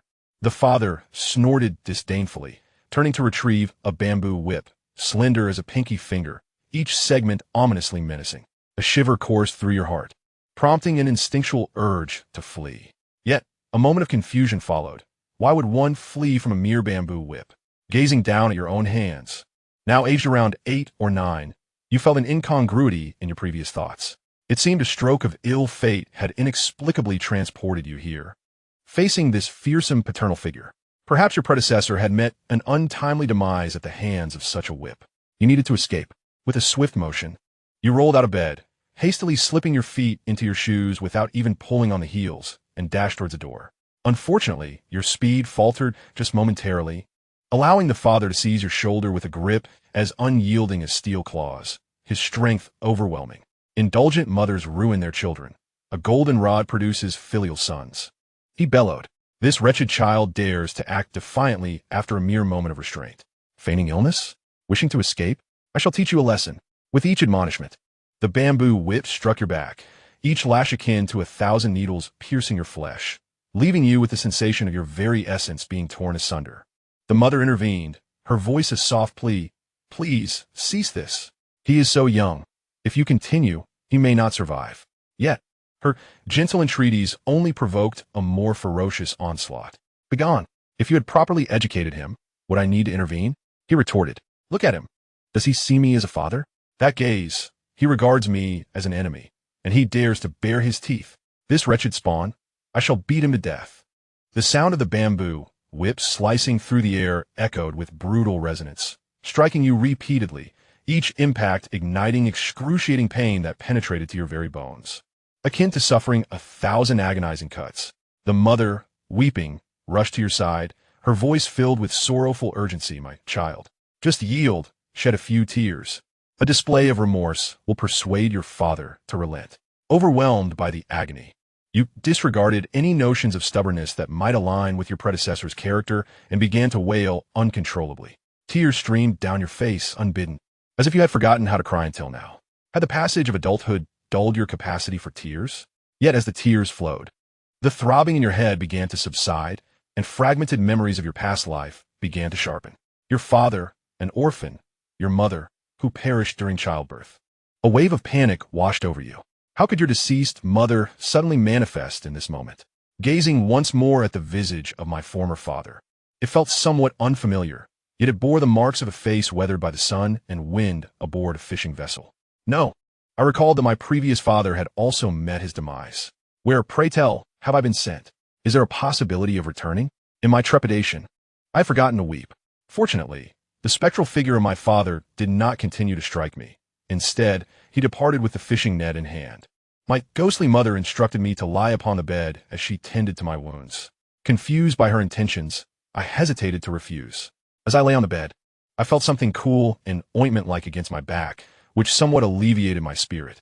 My gaze furtively caught sight of the bamboo whip that had struck me. According to lore, this implement was likely a magical weapon of sorts. I wondered if it could vanquish those two malevolent spirits. I reminded myself to remain calm. The current situation was unclear, and I must first ascertain my surroundings before taking action. What if, fueled by reckless bravery, I found myself before the ghostly king? How much better it would be if this were the mortal realm. With 2 bars of soap in hand, I could unlock the secrets to wealth. Alas, those enlightening videos I had watched and this rare opportunity for transmigration seemed but a distant memory.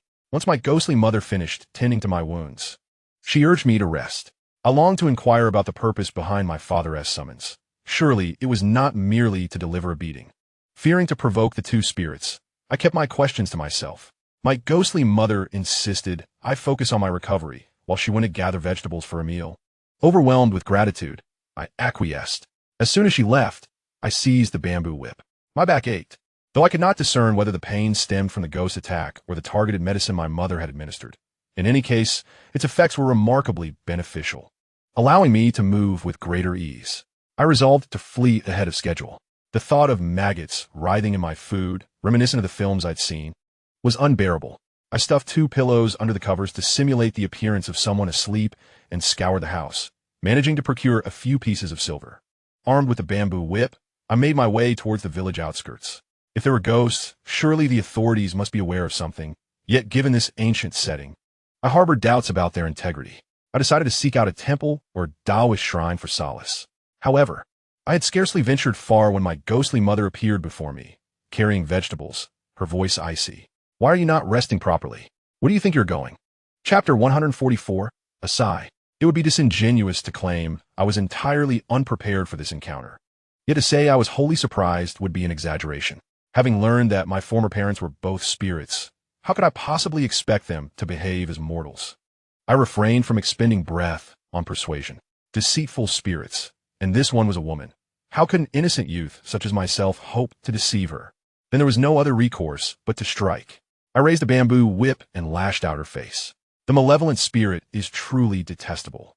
Having already caused the demise of her own child, she now seeks to harm you, an innocent soul, utterly unforgivable.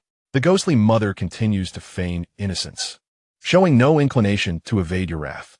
You, Without any reservations, unleash your full strength against her visage. The ghostly mother cries out in pain. My son, I am your mother. Striking me will invoke the wrath of the heavens. A smirk dances upon your lips as you think. Let us see how long you can maintain this charade. With relentless vigor, your strikes rain down upon her. Uncertain if it is merely a sensation of familiarity you have acquired, you find yourself increasingly adept at evading her defenses, landing blows upon her tender flesh. The ghostly mother wails and screeches, initially feigning the agony of a mother wronged, but soon her pretense crumbles, her body convulsing in distress. As you revel in the thrill of your assault, an enraged voice erupts in your ears.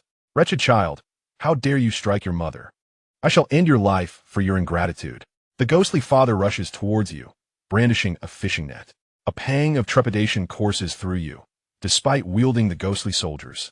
Neither of the spirits has exhibited their abilities to phase through walls or manipulate illusions. However, you are but a child of 8 or 9.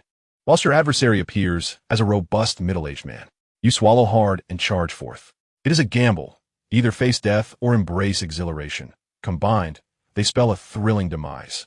You lash out with your whip, targeting the moment the middle-aged man reaches for you, your right hand sweeping in an arc before striking him squarely in the abdomen. In an instant, you pivot and thrust upward, your whip connecting with the ghostly father's chin. With a resounding crack, he crumples to the ground. Raising your whip, you unleash a flurry of strikes. The ghostly mother lunges forward, only to find herself once again struck down by your whip. You, single-handedly, keep the 2 adult ghosts at bay, their cries of distress echoing in the air. What a thrill it is! Alas, how unfortunate it is that you cannot continue this bout. What a farce! It is nothing extraordinary. You spit defiantly and dash forward, having already spoken your piece. It is prudent to seek refuge in a temple for the night.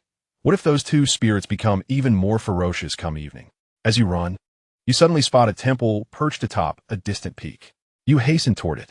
Upon entering the temple, an unsettling sensation washes over you.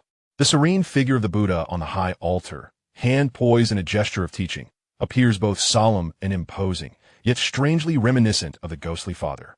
Seeing no one around, you draw your bamboo whip and strike. The Buddha, caught unawares, tumbles to the ground in a roll. Goodness, has even a monk met with misfortune? You turn to flee, your thoughts racing. This isolated temple on a desolate mountain, with few monks and dwindling incense offerings, could easily succumb to the whims of malevolent spirits. You hastily attempt to descend the mountain, only to find that the path has vanished. Outside the solitary temple, sheer cliffs loom ominously from all directions. So, you shall not even pretend to maintain the facade, will you? You now find yourself outside a temple, contemplating how to set it ablaze. A terrifying force inexplicably surges within your chest, propelling you off a cliff. What was once a modest hill of merely 300 meters appears to have transformed into a towering 300 kilometers. You plummet through the air for several minutes before crashing to the ground. The sensation of your bones shattering reverberates throughout your being, reducing you to a mere pulp. Yet you remain conscious. This scene feels oddly familiar. Waves of excruciating pain wash over you, and you lose consciousness. After an indeterminate period, you awaken, lying in a bed, confronted by 2 familiar faces. Alas, your ghostly parents. You reach out instinctively for the bamboo rod, only to grasp at emptiness. A glance reveals that your once small arms have shrunk even further, now resembling those of a 5-year-old child. The corners of your mouth twitch uncontrollably.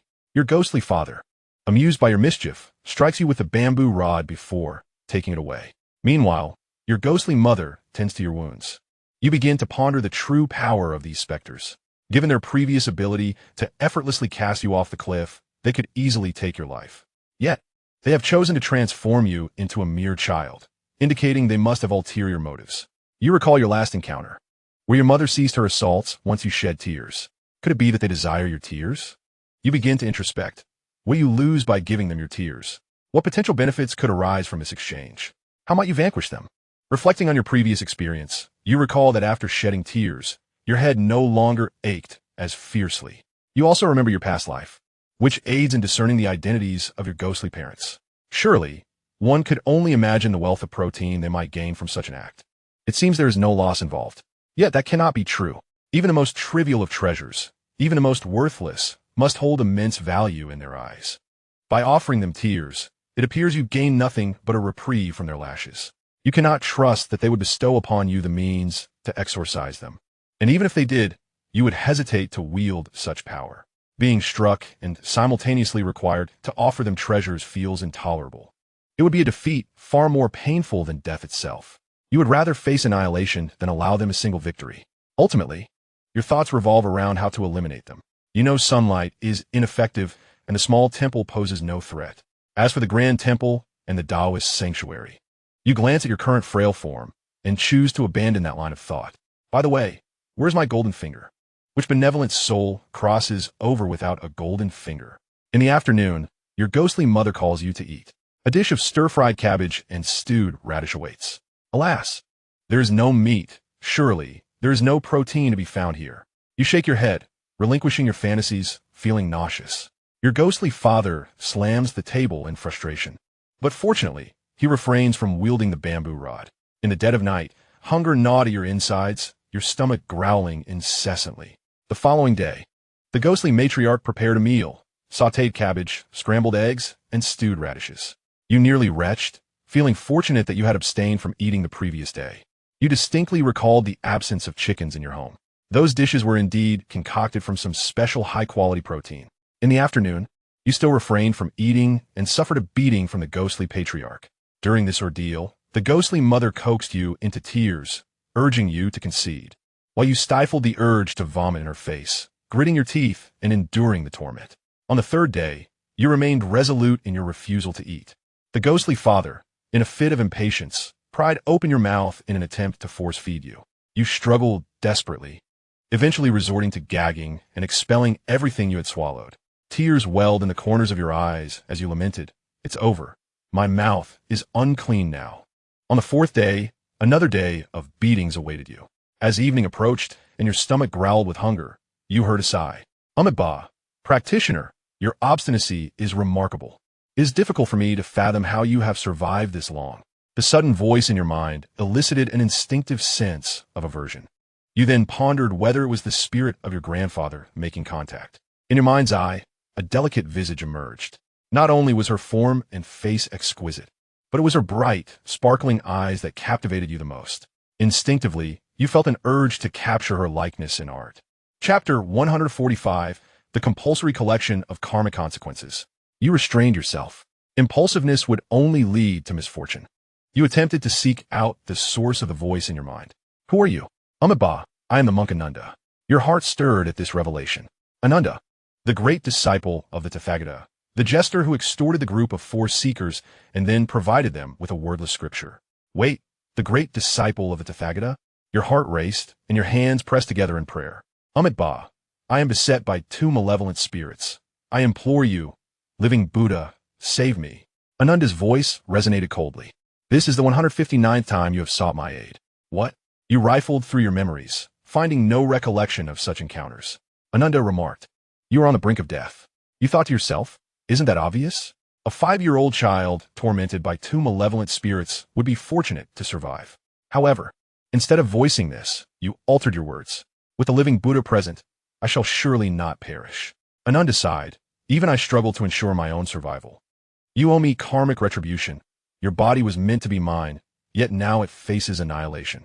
Initially considering the notion of malevolence, you were suddenly incensed. "Ananda, I suspect you are the real demon here. Are you even human? I'm merely 5 years old, and you wish to seize my body." Ananda's tone remained composed. "This is the 182nd time you have cursed me. It seems that you are aware of the unsavory nature of your impending words." And Ananda hastily quickens his speech. "Surrender your body to me. After dying 4 more times, you shall revert to the state of an infant. At that point, even I shall not be able to escape death." In just a few concise phrases, you appear to have discerned a certain pattern. The demonic monk confirms your suspicion. Indeed, you have perished 375 times, and with each demise, you lose a year upon rebirth. It must be said, your innate talent is extraordinary. At a mere 380 years of age, you have attained the status of a golden immortal. Were it not for the current silence of the heavenly Tao, you would undoubtedly be a formidable figure even in the primordial era. Alas, this very place has become your Achilles heel. You are bewildered. To achieve the golden immortal status at 380 years. Could your previous incarnation have been the Pangu, sacred body? No wonder malevolent spirits torment you. Even the foremost disciple of the Tathagata seeks to usurp your form. Yet, why, when it is your turn, do you find yourself in the body of a mere 5-year-old? Having traversed here, you have not feasted upon flesh, yet have endured relentless beatings. You begin to question whether Ananda is deceiving you. After all, you possess only 2 memories, one from the age of 8 or 9, and the other from the present. What are the memories from those 300-plus lives? Even if I have just arrived, what are my recollections from the ages of 6 or 7? Ananda replies, you have squandered 375 opportunities, the last 5 chances. Grant them to me, and I will have a 90% chance of escaping this fate. You are filled with discontent, merely a 90% chance of escape, and not even a guarantee to vanquish them? The demonic monk explains, they are extraterritorial fiends, immortal and indestructible. Do not berate me as worthless, nor inquire of the Buddha or the 3 pure ones. They are absent. The demonic monk's practiced rhetoric is so smooth, it is almost painful to hear. Those who covet your body bring no benefits. Such worthless beings dare to demand your form, and you feel an overwhelming urge to spit in their faces. It seems you too are an outsider, but how can that be the same? You arrived first. Heaven grants not what is unearned, lest one suffers its wrath. You muster a faint smile. Living Buddha, do you possess any spells that might allow me to test your strength first? Ananda replies, you have deceived me 99 times. I shall not allow you to reach 100. You scoff. You have attempted 99 times, yet failed to secure my escape. It is difficult for me to entrust my body to you. Ananda's voice falls into silence. You continue to call out in your heart, Living Buddha, Brother Ananda, Elder Brother. The living Buddha remains unresponsive, and you glance at your small arms and legs, letting out a quiet sigh. The resplendent visage in your mind grows ever clearer. Should I attempt to draw it? You feel an inexplicable sense that capturing it on paper may yield a different outcome. You picked up the chopsticks, dipped them in water, and began to sketch the woman from your mind upon the table. Suddenly, the voice of Ananda resonated, advising you against your artistic endeavor, warning that every time you completed such a drawing, it would lead to your certain demise. Your actions faltered as you discerned that he did not comprehend your resolve. Were you the type to heed counsel? Unless there were explicit benefits, the more one advised, the more you would be inclined to draw. Your hands, more obedient than you had anticipated, moved as if they had executed this task countless times before, with just a few strokes outlining her figure, leaving only the final pair of eyes to complete the portrait. A sigh escaped Ananda once more. Inquiring about his discontent, he lamented that you had squandered yet another opportunity. You paused your chopsticks, suggesting he might attempt to sway you, perhaps with divine information or similar enticements. Ananda's tone turned chilly, reproaching you for having deceived him on 9 prior occasions. You rubbed your nose, and his voice echoed, reminding you not to claim that this instance was different, for you had asserted such a statement 21 times. You sealed your lips, reflecting on how closely your disposition mirrored that of your former self. Even the justifications were nearly identical. Ananda continued, warning you not to attempt extracting information, as he had previously informed you 12 times. Yet each time you had adorned the drawing with eyes. You lamented the desolate path ahead and, with your chopsticks, added the eyes to the portrait. A resonating hum enveloped you as the fabric of space tore apart. You sensed an immense power capable of rending the heavens, feeling as if Pengdu himself stood before you, ready to exchange blows. An influx of memories flooded your mind, and you recollected everything. After utilizing the fragments from the Serpent Mountain, you had entered a peculiar realm where your cultivation was sealed, leading to your demise. Each subsequent awakening had been fraught with torment from ghostly parents, either through cruelty or deception, leaving you in tears. What bizarre malevolence was this? Every time you completed the drawing of a young girl, your memories would return, drawing you back to this place, only to be thrust once more into that haunting space. The terrifying memories crowded your consciousness, and upon awakening in that realm, you found yourself devoid of recollection. Only the memories of your past life seemed impervious to erasure. Let's go, you proclaimed, stepping forward, only to feel your mind sink, losing consciousness once again. When you awoke, you found yourself gazing upon 2 unfamiliar, yet familiar faces, both attending to you with great care. Your head felt as though it was brimming with thoughts threatening to burst. Observing your frail hands and feet, it was evident that you were but 4 or 5 years old. The surroundings bore the marks of poverty. A silent lament escaped your heart. In this current vessel, Even possessing the secrets to wealth would prove futile. Suddenly, a voice echoed within your mind. You have awakened. Instinctively, you responded, am I the one with the finest character? Ba, I am the monk Ananda. Without waiting for your plea for help, Ananda directly stated his intentions. You owe me karmic debt, yet you refuse to surrender your body. Thus, I must forcibly collect this karma. Chapter 146. This bug is remarkable. You are unaware of what it means to forcibly extract karma. But upon hearing the word forcibly, a sense of dread washes over you, prompting you to speak out immediately. Hold on, living Buddha. The one thing I despise most in this life is those who fail to repay their debts. What karmic debt do I owe you? Please elucidate. Ananda merely smirked and began reciting Buddhist scriptures. You felt utterly bewildered, on the verge of stepping outside to gauge the atmosphere when you caught sight of two pairs of icy gazes. You inhaled sharply, sensing that something was amiss. Lowering your head, you discovered your body glowing like a light bulb. The two figures appeared as malevolent specters, tearing you apart. When you opened your eyes once more, you found yourself in the body of a 4-year-old. As you regained consciousness, you noticed your entire being radiating light. At 1 year of age, you opened your eyes only to hear Ananda's voice resonating in your mind. You are but 1 year old, barely able to stand. Your demise is inevitable. Are you willing to relinquish your body and return my final portion of karma? You extended a warm greeting to his mother, expressing genuine concern and fostering mutual understanding. Yet Ananda vehemently protested. Your body glowed, and you witnessed your previous parents, who had just exhibited radiant smiles, transform into monstrous, wrathful figures, tearing your fragile form asunder. In your final moments, you felt certain that resurrection was beyond your grasp, the only regret being the inability to spit at Ananda. What a loss. You vowed that if you survived this ordeal, you would never recklessly traverse again. You lost consciousness once more. When you reopened your eyes, your former parents stood once again at your bedside. Your mother cradled you, singing a lullaby. Glancing at your 17-year-old physique, you were bewildered. Am I not already dead? No, that cannot be. I should have reset to infancy, or, at the very least, still be in the womb. Has my golden finger finally arrived? Your mother tore open her clothing, preparing to nurse you, and you quickly turned away. Occupying another's body is one thing, but nursing at the age of 17? You felt like lightning would strike you. Your mother did not press you. Instead, she gently placed you back on the bed. Your memories began to resurface. You recalled that upon your arrival in this realm, you had acquired a simulator, which allowed you to grow stronger step by step. The overwhelming memories caused your head to throb, yet you endured the pain. Your body began to emit light as you recollected the cultivation methods, absorbing all that brilliance within you. The demonic monk exclaimed, no wonder this child reached the golden immortal realm at 380 years. Possessing such innate talent from birth. Could it be the reincarnation of a saint? You feigned ignorance, continuing to revive your memories. Time passed swiftly, and an hour had elapsed.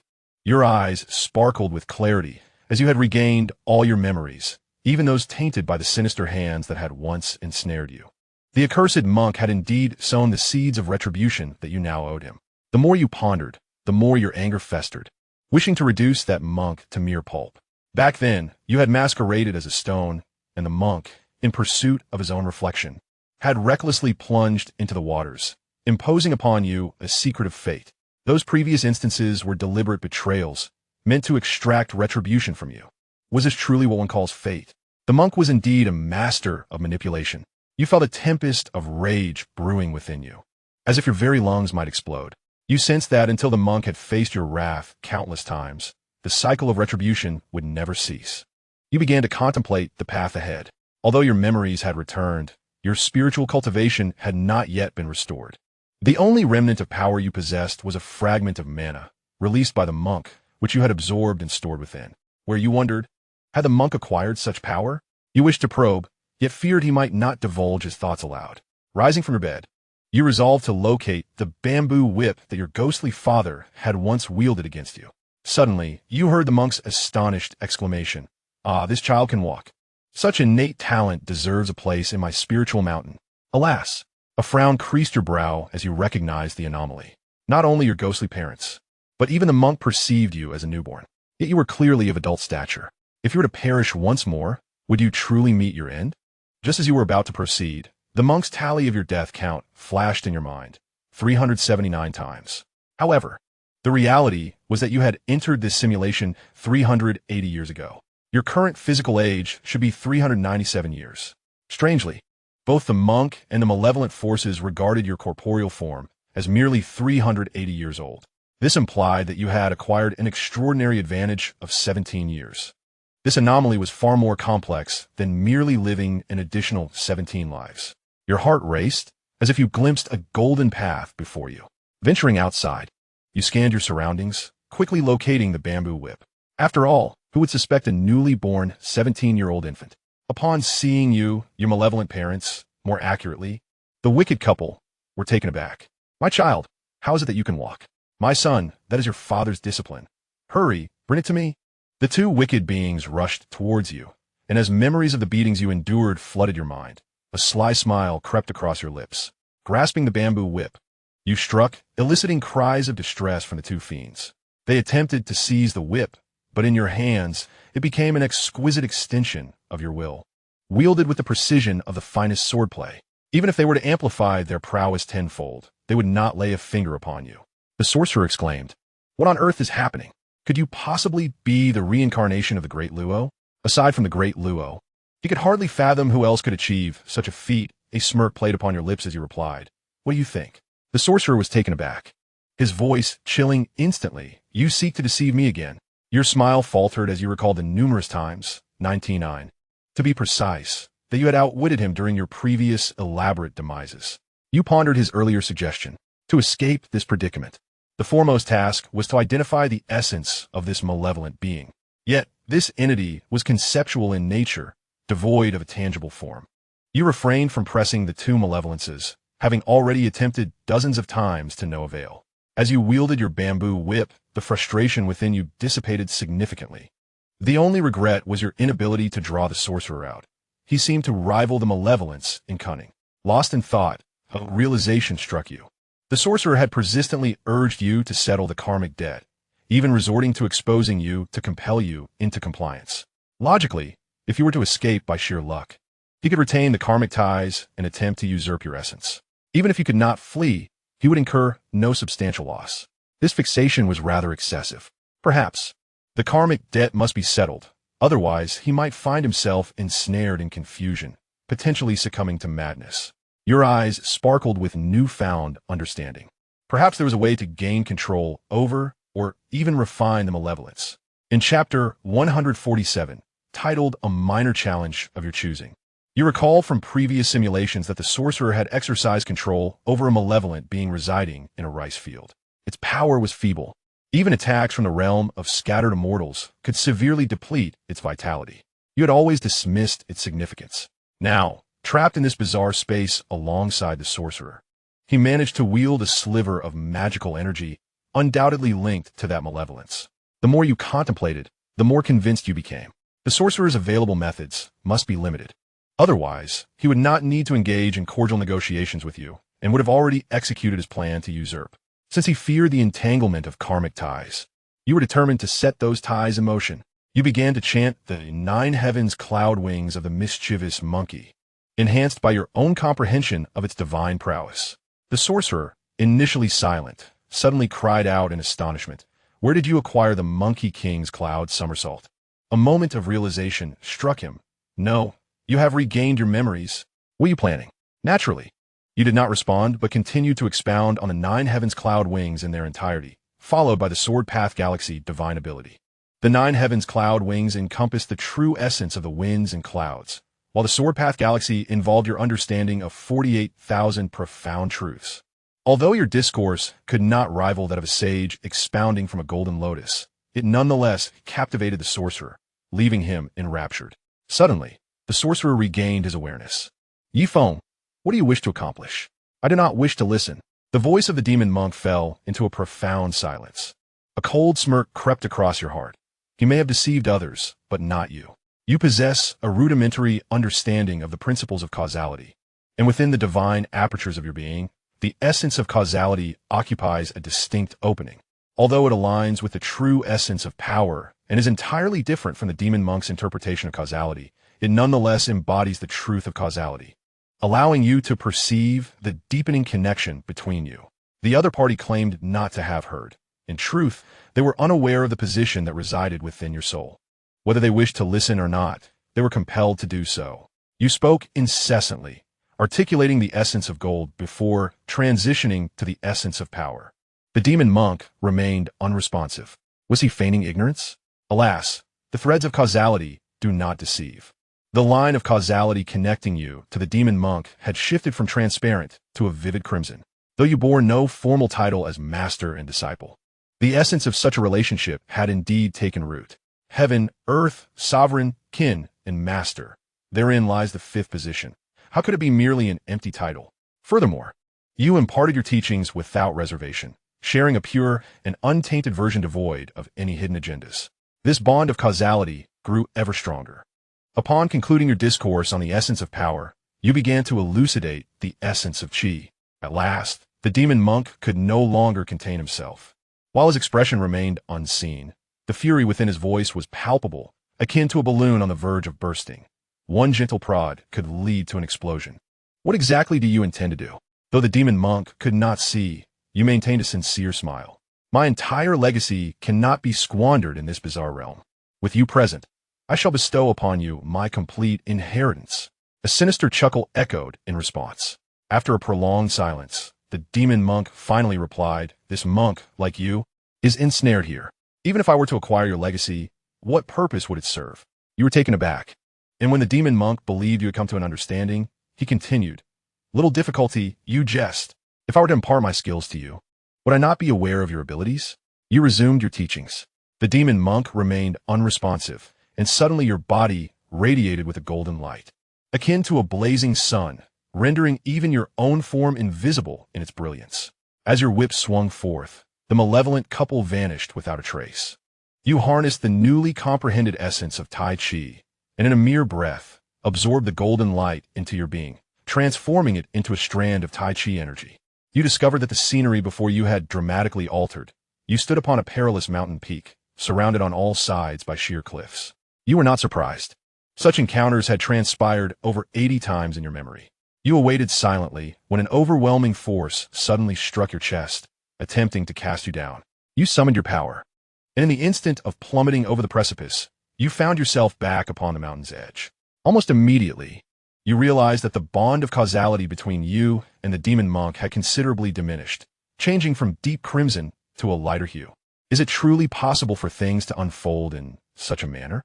Those magical powers were not employed to ensnare me. Rather, I painstakingly absorbed them. Can such an act truly be deemed a life-saving grace? You remain unconvinced. The monk's doctrine of causality strikes me as profoundly disingenuous, akin to having the ultimate interpretive authority firmly grasped in his hands. Yet, you possess experience. Seated atop the mountain, an inexplicable force propelled you over the precipice. This time, you refrained from utilizing your remaining powers, allowing your body to fall freely. The monk grew anxious, hastily channeling his magic. However, your body belongs to you. His mere ability to emit light is already remarkable. Once again, you lost consciousness. Then, you awakened anew. First, you surveyed your limbs, which appeared as they did when you were 17. Your malevolent parents sat nearby, engaged in conversation and seemingly oblivious to your presence. You turned around, disappointed at the absence of the bamboo whip.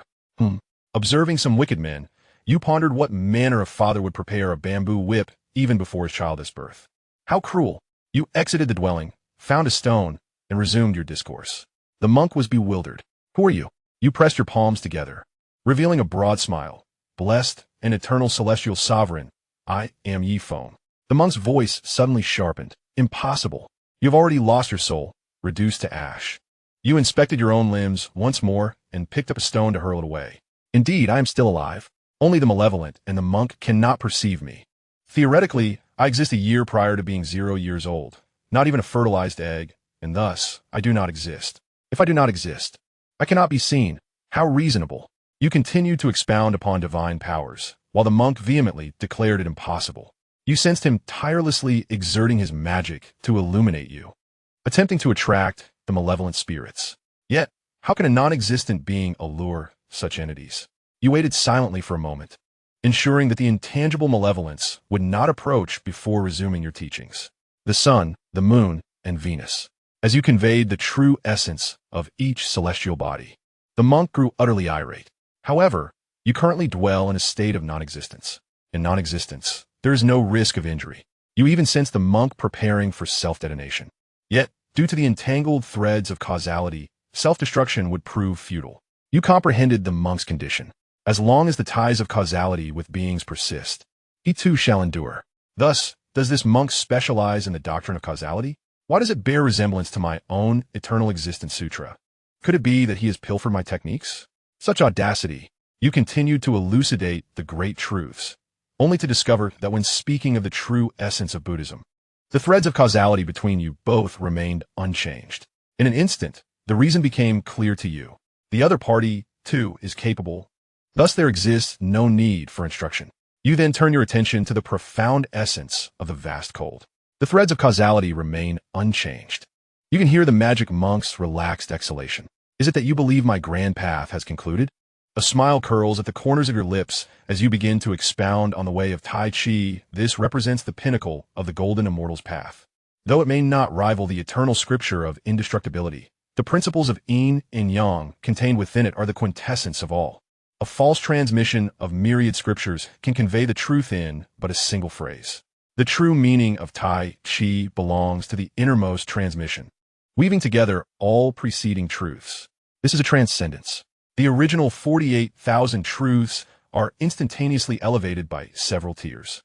It is akin to wheat fully harvested, being transformed into fragrant bread, or raw beef sizzling into delectable steaks. This signifies a qualitative ascension. You sense the threads of causality between you swiftly darkening and thickening, welded shut, utterly inseparable. No, the magic monk, taken aback, exclaims, akin to Li Rongrong encountering Yu Wenqing. Chapter 148. The right moment. Within the inky blackness of the causal threads, you perceive the magic monk. At this moment, his handsome visage is marred by resentment and fury. Very well, very well. Having hunted geese all day, who would have thought he would end up blinded by their pecking? A thought crosses your mind, and you instantly realize he was deceiving you regarding the profundity of the Great Way. Once you had nearly concluded, he would harvest the benefits and flee. Regrettably, your final wave of transcendence took him by surprise, sealing the bond of master and disciple between you. Flee? There is no escape. The magic monk grits his teeth. Yi Feng, if I were to call you master, would you dare to respond?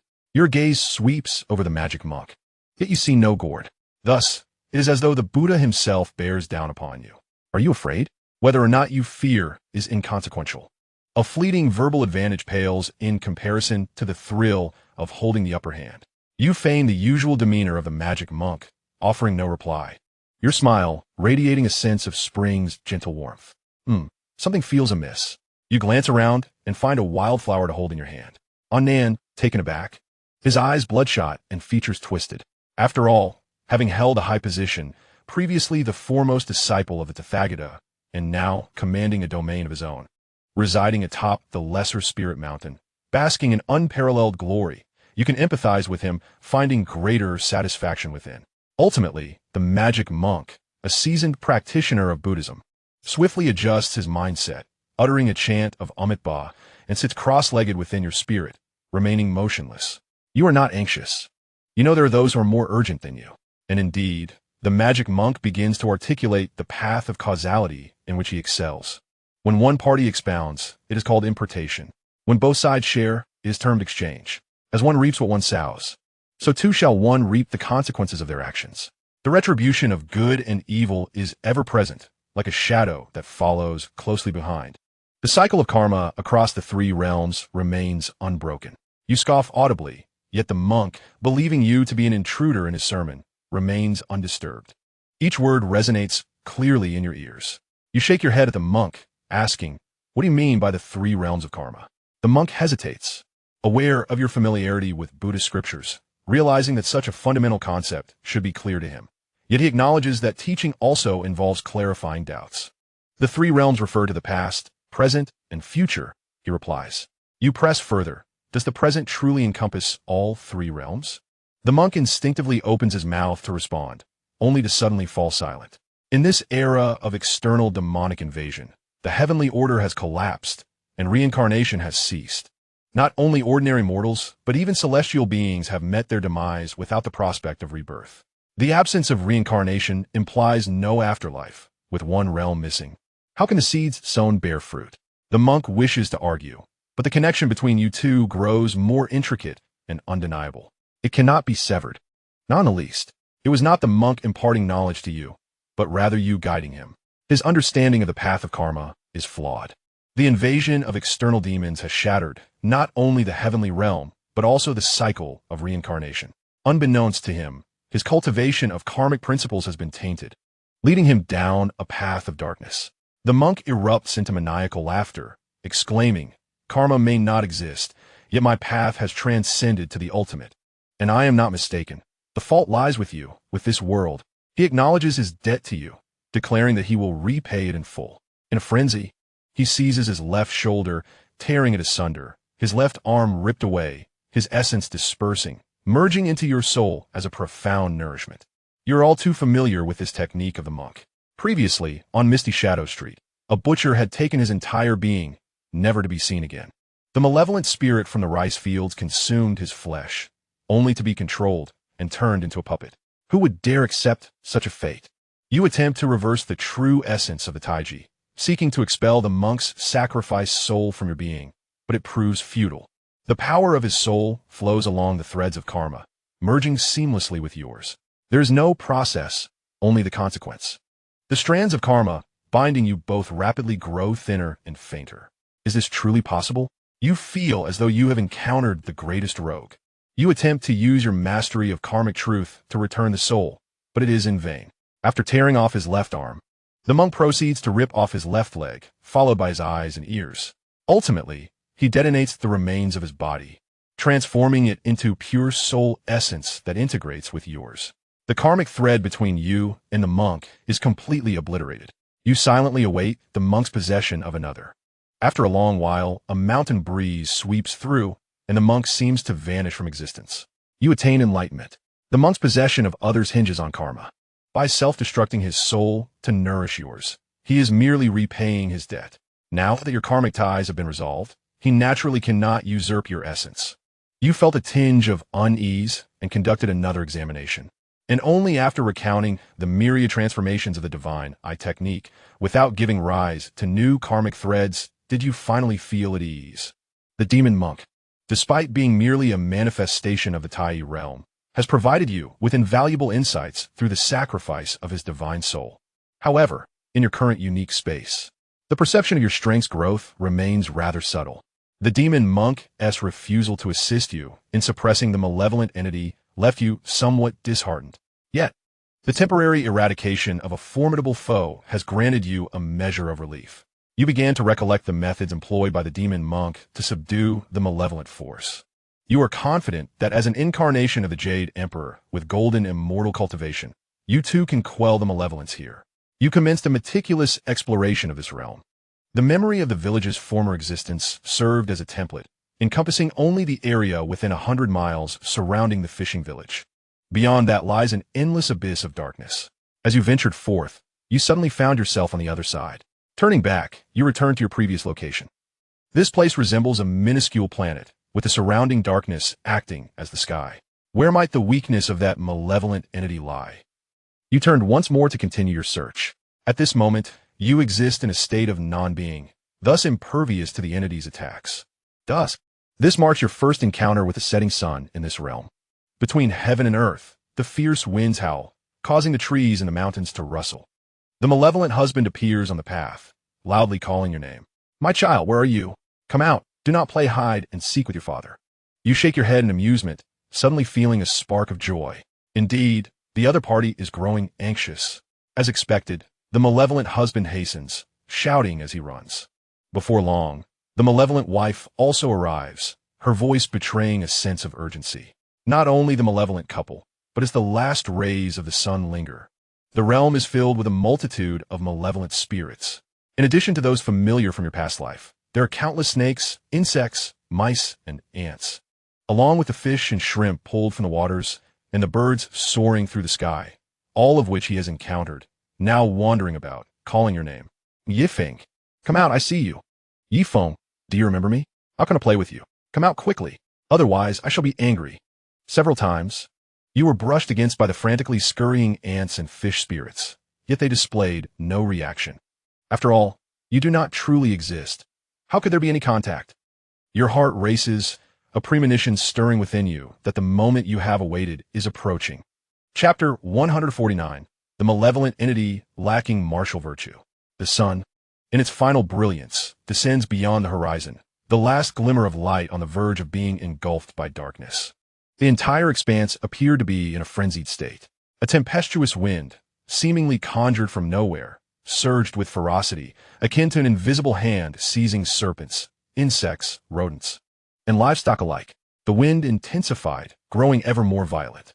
Trees were uprooted, stones hurled into the sky, and even rivers and mountains were wrenched from their places. A sense of unease began to creep in. Yet, you soon realized that you existed as a specter, despite the tempest and the stones and mountains rushing past you. You felt nothing. You were present in this realm, yet felt as though you were absent. The fierce wind began to churn, resembling a meat grinder, annihilating everything, be it livestock or mountains, into nothingness. All that existed in the world was eradicated. A smile crept upon your lips. The malevolent entity was in a fit of rage, yet could not inflict the slightest harm upon you. Then the wind ceased. The landscape was stripped of mountains and rivers. The earth itself vanished, leaving only a shroud of white mist. Like a ghost, you began to traverse the mist in search of the concealed malevolence. Tendrils of white mist intertwined with your being. Instinctively, you sensed it was something beneficial. Otherwise, the entity would not have been so enraged, though its true nature eluded you. You pondered deeply. Neither your spirit, magical powers, nor physical form had been enhanced. Your innate understanding and potential appeared unchanged. Yet inexplicably, you felt a surge of strength. As time flowed slowly, that sense of empowerment became increasingly vivid. Wandering through the mist, you eventually glimpsed what seemed to be the essence of the malevolence. Its form resembled that of a small dog, its fur pure white, with a lion-like head, broad snout, and sharp teeth, crowned with a singular horn. At that moment, it lay amidst the mist, exhaling and inhaling, releasing clouds of vapor. It seemed to be ensnared in a nightmare, its limbs twitching restlessly. As you approached the entity, uncertainty gripped you, leaving you at a loss for how to proceed. Though it appeared weak, even if it resembled a small dog, it was undoubtedly a creature that could not be easily vanquished. To subdue it with bare hands would be a formidable challenge. If it were a sorcerer, offering it flesh would quickly allow for an attempt to seize its essence through the threads of causality. However, lacking such malevolent sorcery, and presently devoid of magical power, you circled the entity several times, contemplating dozens of strategies, each swiftly dismissed. The likelihood of a decisive strike was nearly non-existent. You began to contemplate how to inflict severe damage upon the malevolence. Friends who frequently inflict grievous injuries know that while causing harm is easy, avoiding retaliation is not. This was the entity's true form. Your spectral state offered little assurance against it. You felt confident in your current strength, yet it paled in comparison to your past self. You devised several evasion strategies, extending your index finger to fiercely pierce the malevolent entity's right eye. A shriek escaped its lips, a sound of agony. Prepared for this moment, you swiftly directed another thrust toward its left eye. In an instant, the malevolence vanished from your sight, just as you began to search for it. A sharp pain seized your throat, causing your strength to wane. Darkness enveloped you, and you succumbed to unconsciousness. Upon regaining awareness, you instinctively reached for your throat, where a lingering pain still resided. The speed of that malevolent being was astonishing. Even with your restored celestial prowess, you could scarcely rival it. However, your gaze fell upon your right index finger, which had just penetrated the creature's eye, revealing an extraordinary transformation. Before long, you discerned a remarkable change. Your right index finger became akin to a vortex, continuously drawing in the energies of the cosmos. Not only your finger, but your entire being was capable of absorbing the spiritual essence of the world. Although the total amount remained modest, it surpassed the inferior roots you once possessed, marking a significant leap from nothing to a glimmer of potential. Most importantly, you still inhabited the body of a 17-year-old, implying that the flaw you had exploited rendered you immortal. Countless opportunities lay before you, each one a chance to gather strength, and perhaps even vanquish that malevolent entity. You disregarded the wooden-like couple of malevolence, instead wandering through the room until you settled upon a sharp dagger. Lying in bed, you awaited the right moment. Night fell. A tempestuous wind shattered the house, transforming your dagger into mere fragments. The entire space dissolved into a misty white haze. In your search, you found the malevolent being in slumber. Instead of striking immediately, you concentrated on absorbing the surrounding fog. Though its nature was unknown, it allowed you to gather more spiritual energy during the day. An hour passed, and the ambient energy began to thin as the malevolence seemed to stir, its eyelids fluttering rapidly. You crept closer, once more thrusting your right index finger into its eye. Simultaneously, your right foot kicked out to launch the awakening creature away. You failed. Before you could comprehend its movements, your throat was bitten through. When you awakened again, you realized your capacity to absorb spiritual energy matched that of your former self before practicing the 9 transformations of jade refinement. And your right index finger had reached a level comparable to that of a perfected Dao bone. Lying in bed, you devoted yourself to the cultivation of spiritual energy. On the 3rd night, you encountered the malevolent being once more. As you approached, its eyelids began to flutter rapidly, observing the surrounding mist. You noticed it had grown thinner by 2 or 3 degrees. Without hesitation, you thrust your finger again into the creature's eye. A cry of anguish echoed in the air. Anger erupted in a deafening roar, and instinctively, you glanced at your index finger, finding no trace of blood. You lost consciousness. Upon awakening once more, the world felt distinctly altered. Examining your body, you confirmed that you were undoubtedly 17 and began to await silently. After a considerable time, realization dawned upon you. The malevolent couple that haunted this space had vanished. Moreover, the entire environment seemed devoid of life. There were no passers-by, no serpents, insects, rodents, nor avian or terrestrial creatures. Not even fish or shrimp in the water. A wave of panic surged within you. Had the fiend escaped? As time languidly passed, once the sun dipped below the horizon, the space shattered abruptly. You opened your eyes again, feeling your magical prowess and true essence restored, no longer the feeble being you once were. The specter had indeed slipped away. The local fiend displayed a complete lack of martial decorum, striking without warning and fleeing without hesitation, devoid of any dignity befitting its kind. A simmering indignation welled up within you. Even the path of causality could not unveil the fiend's whereabouts. Fortunately, the gifts left by the demon monk during your previous encounter had significantly augmented your spiritual strength. Additionally, your right index finger was enveloped in an enigmatic aura, an essence tainted by the fiend's tears after they had pierced its eye. You understood it was unusual. Its purpose remained unclear. It could be deemed a modest gain. You invoked the divine art of the 9 heavens cloud wings, stepping forth to find yourself at the very edge of the void. As you prepared to explore this new fragment of the celestial realm, a resonant chant echoed around you. Amitabha, Master, the young monk sees you once more. Chapter 150, Ant and Heaven. It was the demon monk.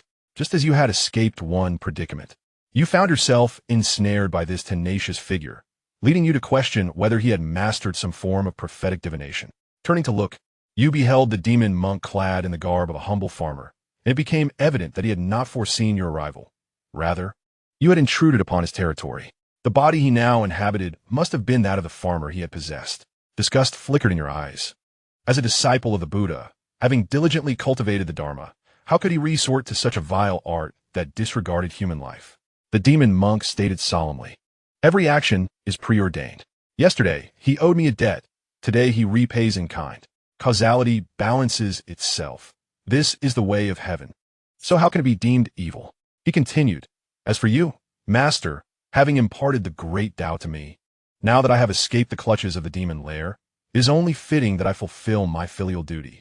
In mere moments, the causality you had previously negated was once again intertwined, delicate as wisps of white smoke, as if they could dissipate with a breath of wind, yet sufficient to anchor your position.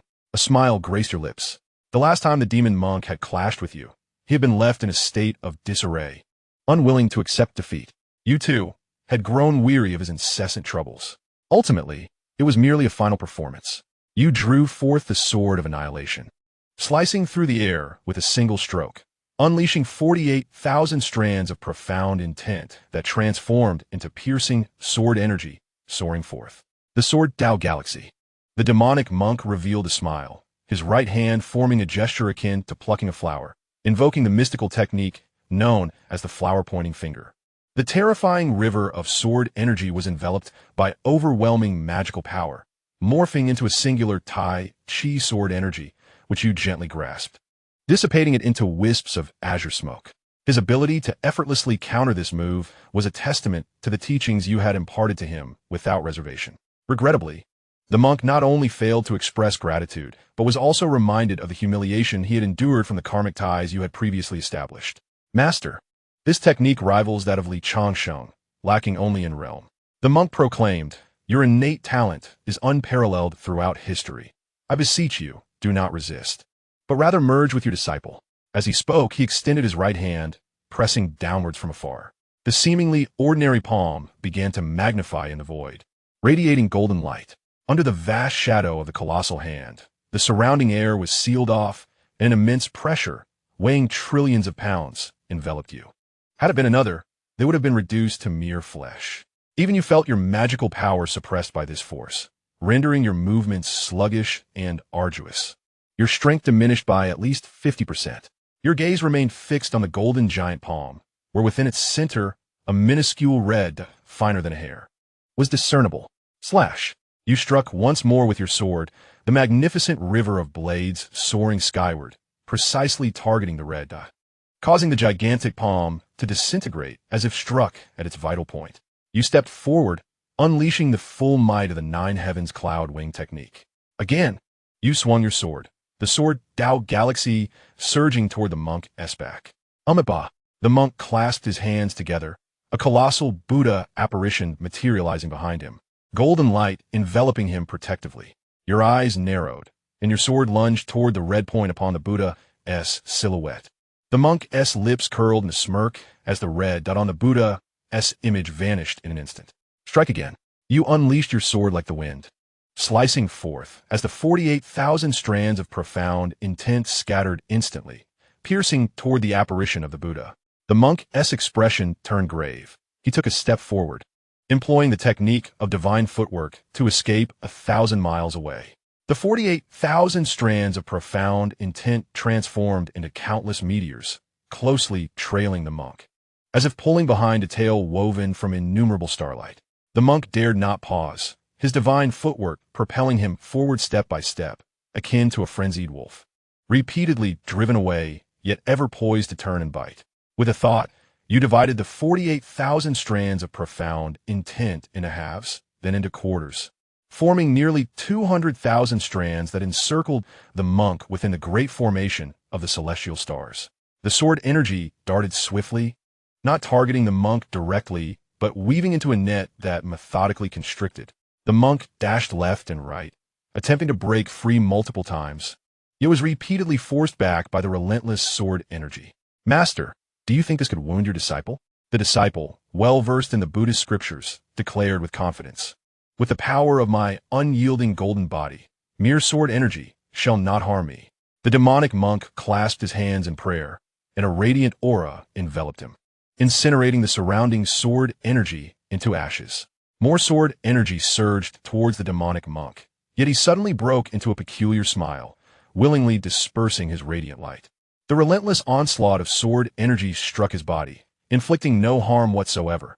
Only a dark, ominous liquid cascaded over his head, transforming his appearance. The delicate thread of causality unraveled, leaving the demonic monk bewildered. From afar, you erupted in laughter. Ah, my good disciple, I have foreseen all your tactics. How could I truly harm you? With a swift step, you vanished from sight, appearing miles away. The expression on the demonic monk's face must have been grim, for he had labored intensely to provoke you into a lethal confrontation, attempting to weave a stronger thread of causality, only to find you had retreated. Gratitude to the impolite local demons. Otherwise, how could you have devised this ruse to vex him?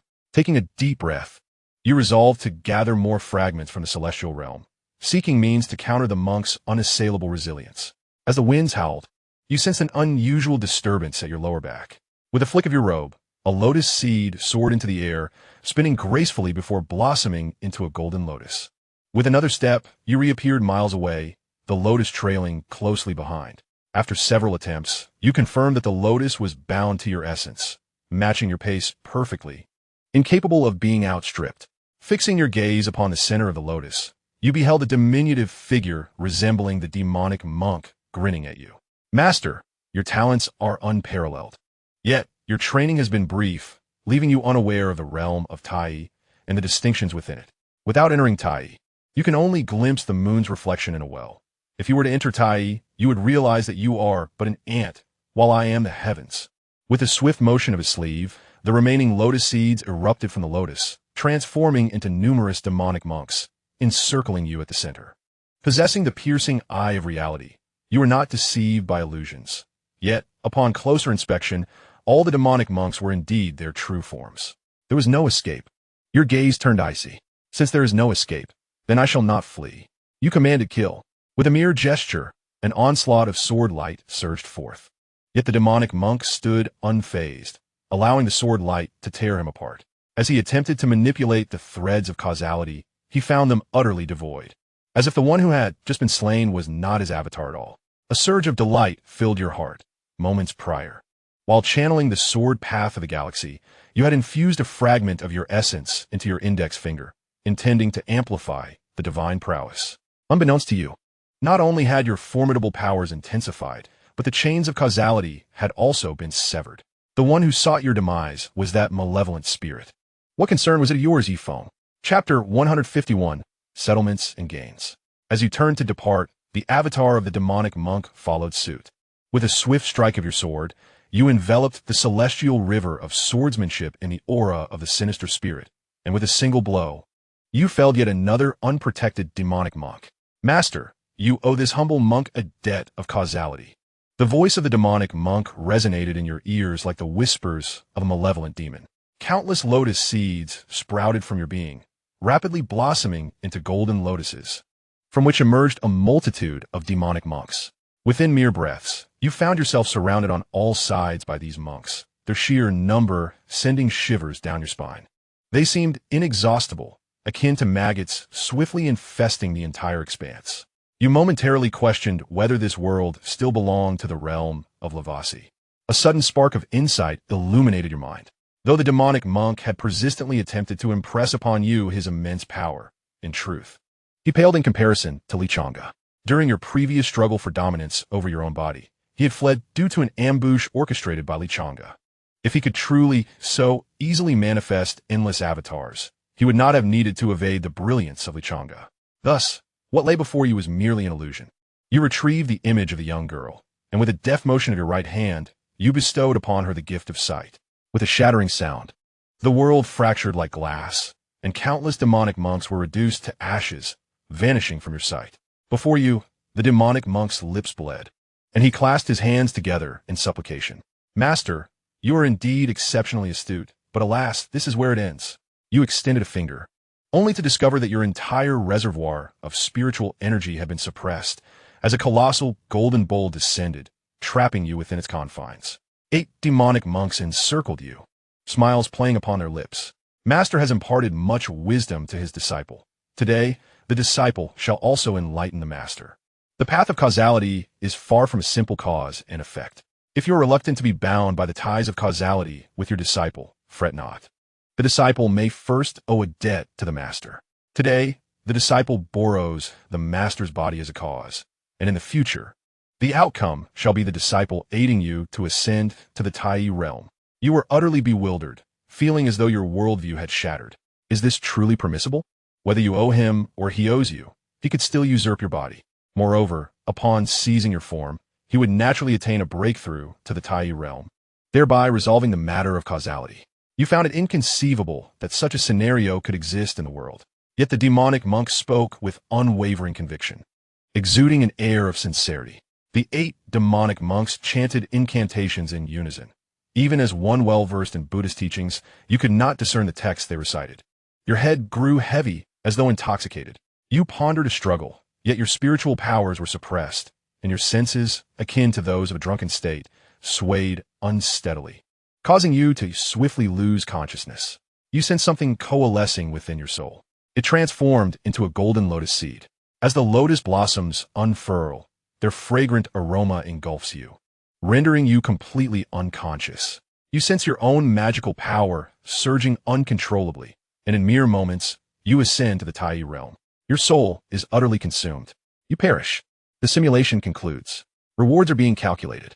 Feng suddenly leaps up, overwhelmed by the memories flooding his mind, a torrent of fragrance threatening to burst forth. Yet, he manages to restrain himself. He is neither one to resort to vulgarity nor one to harbor grudges. Indeed, it is merely a trifling matter of hardship. Feng spreads his palm, and the corner of the table before him disintegrates into ash, cascading down like a gentle rain. One cannot deny that the cunning rogue has mastered the art of wielding ultimate authority. Even if the White Eagle were to arrive, he would have to commend him. After a prolonged, deep breath, Feng finally calms the fury within and begins to analyze the cause of his demise. He is uncertain as to when exactly he fell victim. It seems to have begun the moment he shook off that lotus seed, or perhaps even earlier. Logically, with his broken illusion Heavenly Eye, he should not have been deceived by illusions. Yet he only realized the truth at the very last moment. He is still not strong enough. The calculations complete, and the results of this simulation reveal. Cultivation, early golden immortal, techniques. Indestructible Sutra, chapters 108, 109, 110. Cosmic Causality Contract, demonic. Supreme Taiji Sutra, 9 Heavens Cloud Wings, divine techniques. Starry Sword Path, divine techniques. Ever-changing divine techniques. Broken Illusion Heavenly Eye, divine techniques. Indestructible Spirit Fusion, pseudo, talents, vast enhancement of bone structure and comprehension. Items, a fragment of the evil chi celestial realm, 30,000 year, old peach of immortality, 3, 681 pieces, 200-million year, old peach wood sword, 1-200-million year, old peach tree, 998, 688, celestial jujubes, 998, 886 pairs, 999, 666, celestial peaches, 999, 999 celestial apricots, 3, 962 million pounds of white fox meat, white fox fur. You may choose to receive a portion or all of the rewards. Upon noticing the white fox meat and fur among the items, Feng is taken aback. He had merely intended to conduct an experiment, never anticipating such a dire outcome. Alas, he will continue next time. However, his subjects must endure a bit longer. Feng approaches the window, gazing out at the multitude of beings, letting out a deep sigh, imbued with compassion for humanity, completely unaware that the corners of his mouth have curled into a smirk. He opts for partial rewards. Ultimately, Feng only claims the complete cultivation of the celestial immortal realm. Were he to advance further, he would inadvertently attract countless top-tier, malevolent entities. Perhaps he could resolve this after achieving greater power, but certainly not at this moment.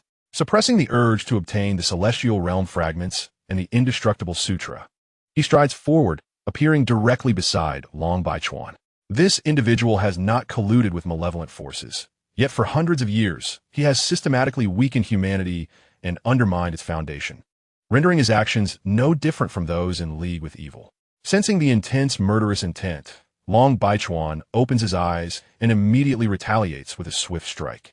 One should entirely absorb the surrounding spiritual essence. Yet, the formidable palm strike, capable of shattering mountains, failed to harness any spiritual energy, coming to a halt merely 3 feet from the body, without eliciting the slightest ripple. An unparalleled power. Long Baichuan's heart nearly ceased, and he immediately fell to his knees. The Emperor of Humanity, Long Baichuan, remained oblivious to the arrival of the celestial envoy, and in his impudence, he sought forgiveness. Yifeng Sikofut, Emperor. What a splendid title. Just because you once held the throne, you dare to embellish your reputation? As far as I am aware, the current emperor is certainly not you. Long Baichuan trembled uncontrollably, entirely forgetting his previous dominion over life and death, elevated above all. He felt as insignificant as an ant witnessing the slaughter of comrades by formidable foes. Fear consuming his very soul. The instinct for survival sharpened his awareness of the most crucial words. He bowed repeatedly, pleading, "Celestial envoy, spare me. I am but an old fool who has erred. You are the true emperor." Feng, feeling rather bored, recognized that the once mighty dragon had been reduced to an ant. What pleasure could there be in tormenting him? To slay him without forewarning would be mere cruelty, even if the old rogue were to perish. It would be better for him to understand his fate. Though, in this world there are no ghosts. Upon hearing the reason for his impending demise, Long Baichuan panicked. Celestial envoy, grant me mercy. I acted for the peace of the people. He implored. The power of superior techniques is immense. One misstep could cost the lives of dozens or even hundreds. My merits are boundless. Chapter 152. The completion of the Golden Immortal. Ye Feng nodded. You speak truthfully. However, you still must die. Just as Long Baichuan felt a momentary relief, his heart sank once more, and he turned to flee. Yet, a terrifying gravity enveloped him. He could not escape, let alone move a single finger. Despair consumed Long Baichuan. Celestial envoy, your powers are boundless. Why trouble yourself with an insignificant creature such as I? Yi Feng remained silent, and with a mere thought, the true essence of the earth flowed forth, intensifying the gravitational force upon Long Baichuan. The ground beneath him harder than adamantine. He was crushed like a tomato, reduced to a pulp by the overwhelming pull of gravity. With a gesture, Yi Feng summoned flames that incinerated Long Baichuan's flesh and blood to ashes, which then soared out of the dwelling, carried by the wind into the wilderness, nurturing all life. The former emperor had always been a puppet of Long Baichuan. Upon finding him, Yi Feng encountered no desire for vengeance, but rather full cooperation in spreading martial prowess across the realm, disseminating the great immortal technique throughout the world. With a single step, Yi Feng found himself at the threshold of the underworld. A slight display of power allowed him to subdue the Shura clan, all accomplished in less than half an hour. Yet, Yi Feng felt the time was still excessive and hastened to embark on a new journey. Commencing simulation, you extracted the Millennium Peach, harboring no intention of alchemy. Waste? What waste? With the support of the peach tree friend, do you think you can consume peaches until the end of time? The sweet nectar filled his mouth, causing every cell in his body to tremble. They rejoiced and danced. The enhancement of magical power and longevity is of secondary importance. The most paramount aspect is the ability to comprehend the great Tao. In this era, the heavenly Tao has suffered a grievous blow, rendering it incomplete. The peach tree of immortality, as a root of heaven and earth, has also endured severe damage. Yet, possessing the supreme fortune, you have acquired an unscathed Millennium Peach. As the sweet nectar flows into your being, a momentary haze envelopes your senses. You find yourself transformed into a peach, witnessing the celestial and terrestrial transformations over millennia. Your understanding of the universe accelerates dramatically, and your cultivation stirs within you, yearning to break through to the realm of earth immortals. Fortunately, the strength of your soul far surpasses that of an ordinary golden immortal, allowing you to restrain yourself. You suddenly realize how foolish it was to refine the peach into an elixir rather than consuming it directly, which might have propelled you swiftly into the realm of celestial immortals. Just as in ancient times, when a Chu person exchanged a box for pearls, you now burn pearls to forge a box. Casting a furtive glance around, you soon regain your composure. Can a mistake, unknown to others, truly be deemed a mistake? Moreover, having augmented the magical power provided by the peach by more than 30%, what more could you desire? You produce 3 copies of the Indestructible Sutra. This is a technique created by the Jade Emperor, truly indestructible and undoubtedly the foremost beneath the Dao Yuo. Even the once Buddha Guanyin must bow in submission. As you open the scriptures, you are met with a dense array of great Dao symbols. You vaguely recognize that one character represents the immortal Dao text, signifying an everlasting principle in the universe. Upon careful contemplation, you discern that this character originally denotes calamity. Accompanying this calamity is the great Tao of thunder. The Indestructible Sutra bears the essence of myriad Taos. You feel as if you have become the resplendent thunder, born from calamity, wielding celestial might to vanquish all beings within the tempest. Thunder swords, thunder spears, thunder clouds, your forms are countless. With the 5 elements at your command, metal calamity thunders. Exorcising God thunders, water Yin thunders, fire Yang thunders, and earthly nether thunders. You embody unparalleled power. Every aspect of thunder is intrinsically linked to you. After a lengthy period, you finally regain your senses, astonished to discover that a mere few strokes have rendered you in a stupor for 3 days. You remain the same as you were after accepting the soul's gift from the demonic monk, your soul's strength and perception greatly exceeding that of an ordinary golden immortal. Had it been a loose immortal, they might never awaken until the end of their days. Subsequently, you dedicate another 6 days to understanding the remaining 2 volumes of the Indestructible Sutra, one embodying wind, the other fire. To cultivate all three paths simultaneously seems nearly impossible, unless one gathers the entirety of the indestructible sutra and directly cultivates the primordial essence of calamity energy, thus enabling the simultaneous practice of myriad methods. However, you happen to cultivate the path of Taiji. Thunder, wind, and fire are indeed among the great Taoists you practice. Initially, you dismiss the notion of a blind cat stumbling upon a dead rat, followed by the idea of a perfect match, ultimately arriving at the conclusion. That was the accumulation from your previous life. You became increasingly convinced that you are indeed the Jade Emperor. The magic within you surged wildly. Even the strength of a golden immortal's soul felt slightly constrained. You charged into the gates of the underworld, and beneath the eye of falsehood, you swiftly located the minuscule gaps through which the malevolent entities traversed. They were exceedingly fine, roughly the diameter of a strand of hair, permitting only those of the loose immortal realm and below to pass. You unleashed your transformative powers, becoming a wisp of wind that gently entered the world beyond the gates. It was shrouded in darkness, devoid of any light. The atmosphere was permeated with a chilling aura, far surpassing that of a hospital morgue. A dense throng of shadowy apparitions pressed together. Rather than them entering the gates, it felt as if they were being expelled from them. There were far too many. Unfazed, you retrieved the orbs of magic and true intent from the simulated space. Your realm surged dramatically, ascending through the ranks of Earth Immortal, Celestial Immortal, and into the early stages of Golden Immortal. These powers were inherently yours, requiring no refinement. Within mere breaths, you restored your Golden Immortal status. Your comprehension of the path of thunder soared rapidly, as the true essence within you transformed entirely from the essence of Taiji to that of thunder. Your magical power escalated quickly, with the celestial energy surrounding you swirling towards you.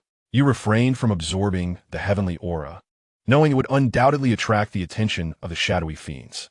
While you were unperturbed by your surroundings, you recalled the terrifying presence of a beast with the head of a tiger and hooves of an ox. Even now, confronting it would pose considerable difficulty. You opened your voracious mouth, consuming 1,000 millennium peaches, while carelessly stuffing the remaining ordinary celestial fruits into your mouth. Your cultivation skyrocketed. Early Golden Immortal, mid-Golden Immortal, late Golden Immortal, and finally peak Golden Immortal. Your ascendant cultivation finally began to stabilize, yet continued to advance resolutely. You swallowed another millennium peach, completing the last piece of the cosmic puzzle, and your cultivation broke through to Golden Immortal perfection. Your cultivation persisted in its progression. You discerned that the barrier preventing your ascent to the Tai realm was the impurity of your true essence. To transcend into Tai, you must sever all true essences beyond thunder. Without the slightest hesitation, you chose to relinquish. You believed that in your past life, you had mastered myriad paths. And in this life, with immense fortune and the remnants of your previous existence at your disposal, merely to prove a singular path of Tai would be a source of mirth to others. With a thought, you began to move, slowly at first. After 10 breaths, you finally transformed the essence of thunder back into the essence of Taiji. Then, you transmuted the Taiji essence into the essence of wind. As your magical power and physical essence have reached the pinnacle of the Golden Immortal stage, you only required 2 peaches of immortality to cultivate the true essence of wind to perfection. Subsequently, you spent another 2 10,000-year peaches to elevate the true essence of fire to the same level. With 3 forms of true essence perfected, the conversion between them necessitated a full 30 breaths. At your current realm, not to mention 30 breaths, even half a breath could annihilate 1,000 foes. You commenced the training of true essence conversion. A month later, you successfully condensed the conversion time between true essences to within a single breath. It was impossible to shorten it any further. The true essences of thunder, wind, and fire were utterly incompatible with the others. You believed that elevating the remaining true essences to the Golden Immortal pinnacle was essential to restore the previous instantaneous transformation. With a mere thought, the true essence of Taiji transformed into the true essence of the Master S path, enveloping the entire area. Chapter 153, The Might of Thunder. You released the aura you had been suppressing, the terrifying magical power of the Golden Immortal casting a shadow over the surrounding malevolent entities within a radius of nearly 10,000 meters. Under the influence of the Master's path, true essence, the previously chaotic malevolent entities fell silent, akin to mischievous children encountering the strictest of teachers. Instead of immediately reciting the sutras for exorcism, you unleashed fragments of the Serpent Mountain, guiding the suffocating shadowy beings into the shards. They showed no resistance. Rather, they rushed in as if they had encountered a lifeline, following your direction. The surrounding malevolent entities continued to gather, with even more from afar, flowing in like a torrent. You stood like an unfathomable sea, welcoming all who approached, until you sensed an aura that rivaled your own rushing towards you. With a flick of your sleeve, you drew nearby malevolent entities into the shards, then promptly concealed your aura and retreated into the distance. You discovered a peculiar forest, where the trees were leafless, their branches gnarled and sharp, resembling deadly swords. You took refuge beneath a rock and then entered the fragments of Serpent Mountain. Theoretically, the fragments of Serpent Mountain existed in a simulated space, leaving no traces in reality. You took precautions. Even if traces were present, they would now be like a mere pebble lying in the crevice of a boulder. Upon entering the Serpent Mountain, you found it desolate. Whether it be fruit orchards or other flora, all had vanished. Having anticipated this upon seeing the white fox meat, you were not disappointed. You counted the shadowy malevolent entities, all humanoid, totaling over 120,000. You restrained your excitement, once again releasing the true essence of the Master's path, enveloping all malevolent entities, and began imparting the principles of propriety. Ruler and ruled, father and son, teacher and student.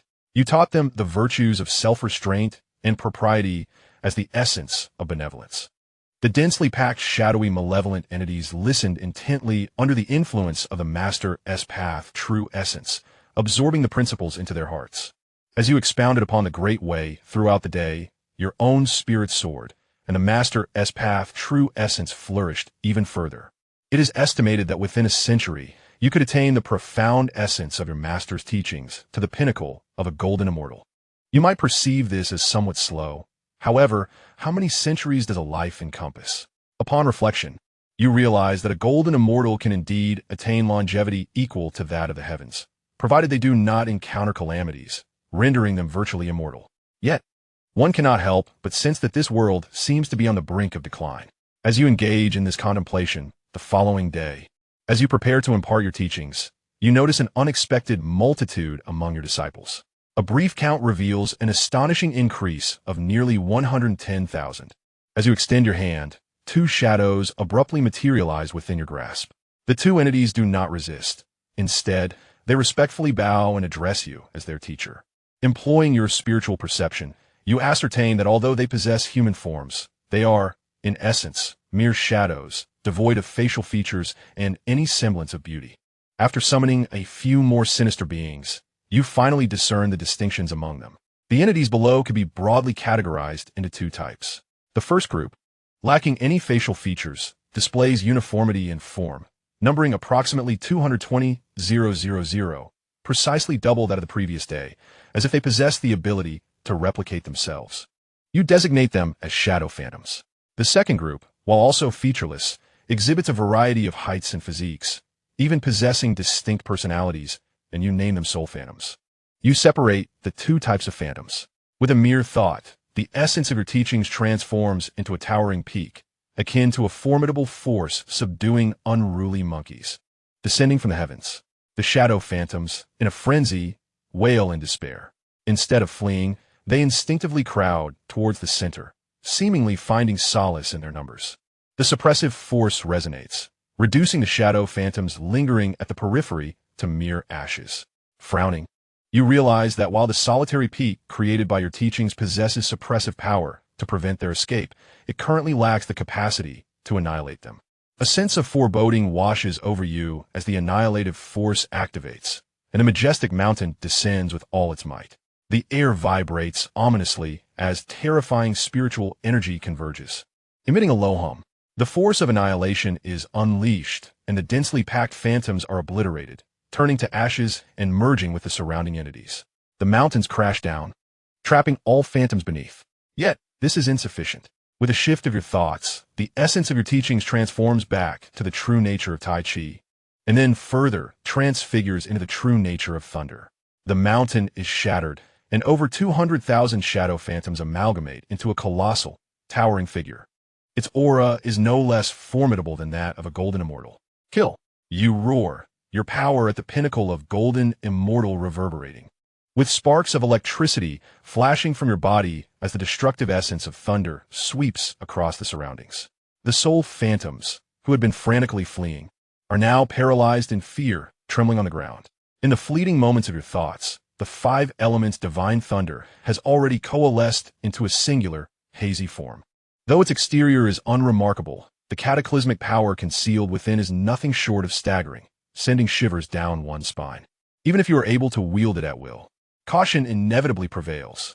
A gray lightning bolt shoots forth, striking with blinding speed upon the towering shadowy fiend. The force of thunder, resolute and radiant, is unparalleled in its ability to vanquish evil. In the blink of an eye, the gray arcs of electricity have coursed through the entire being of the shadowy fiend. A boom! With no semblance of resistance, the shadowy fiend is reduced to ashes. The gray radiance obscures the daylight, enveloping the world in a shroud of gray, which gradually dissipates after a heartbeat. The might of thunder is unmatched. This is merely the pinnacle of a golden immortal. Were it to be a perfected Tai, would the demonic monk dare to prattle before you? In that instant, you felt a profound stirring within. Yet your reason quelled this impulse. As the emperor of the three realms, you believed it unbecoming to merely emulate Zeus's thunderous might. Would such a notion not invite ridicule? One is merely a thunder-wielding emperor, while the other is the savior Guanyin. Whom would you trust? Dismissing the notion that an omnipotent golden immortal is an inadequate emperor, you resolved to adhere to the path of Tai Chi. Rejecting the allure of thunder, you sensed a growth in your character. The awakened shadowy fiends cowered at your feet, trembling with an unusual reverence. Once more, you imparted the true essence of the master-disciple relationship, teaching them the virtues of humanity. And it felt as though you were flourishing in your element. As you pondered, the profundity of your teachings surged upward, nearing the mid-stage of a golden immortal. Though not quite there. 7 days later, under your tireless tutelage, over 18,000 shadowy fiends successfully grasped the principles of 5 virtues, 4 beauties, and 3 loves. They painstakingly extracted the seeds from the celestial fruits you consumed, united in their efforts to cultivate an orchard. You nodded in satisfaction, selecting a group of enlightened spirits. Those spirits, overwhelmed with gratitude, vowed to lead all shadowy beings, generously wielding their powers to transform barren mountains into verdant landscapes within a decade, allowing the fragrance of celestial fruits to waft throughout the realm. Upon departing the remnants of Snake Mountain, you discovered a malevolent entity with the head of a tiger and the hooves of a bull lurking by the stones. Chapter 154, A Hold Great Terror. Not particularly imposing, comparable to an ordinary lion or tiger, yet it effortlessly obliterates beings of earth immortal caliber with a mere flick of its hand, causing a chill of sweat to trickle down your back. Attack. In a fleeting thought, you transformed into a gray divine thunder that harmonizes the 5 elements. Lunging towards the tiger-headed fiend, a flicker of surprise crossed the fiend's eyes as it gracefully leapt aside, evading your fatal strike. Regaining your balance, you reverted to your human form, raising your hand as a multitude of lightning bolts cascaded like threads, saturating the air as they surged toward the tiger-headed fiend. The fiend extended a leg, employing the divine foot technique, and instantly appeared behind you. As your thoughts whirl, you once again transform into a manifestation of thunder, bearing a myriad of electric arcs that swirl forth. A flash of inspiration strikes your mind, and the myriad electric arcs suddenly lose some of their sharpness, resembling a vast river of sword energy that flows majestically. Even when compared to Li Chongying's sword Dao Star River divine ability, it appears equally formidable on the surface. The tiger-headed malevolence, though possessing a considerable size, moves with the grace of a spirit cat, each step precisely landing on the frail points of the electric arcs. Although its hooves become charred, it suffers no significant injury, not even a minor wound. After evading the attack, it casually wipes its claws against the ground, astonishingly restoring itself to its original state. Little did you know that within that thunder dwelled the true essence of thunder at the pinnacle of the golden immortal level. Even with your own initial stage of golden immortal vitality, recovering from strike would require a span of 7 to 8 days.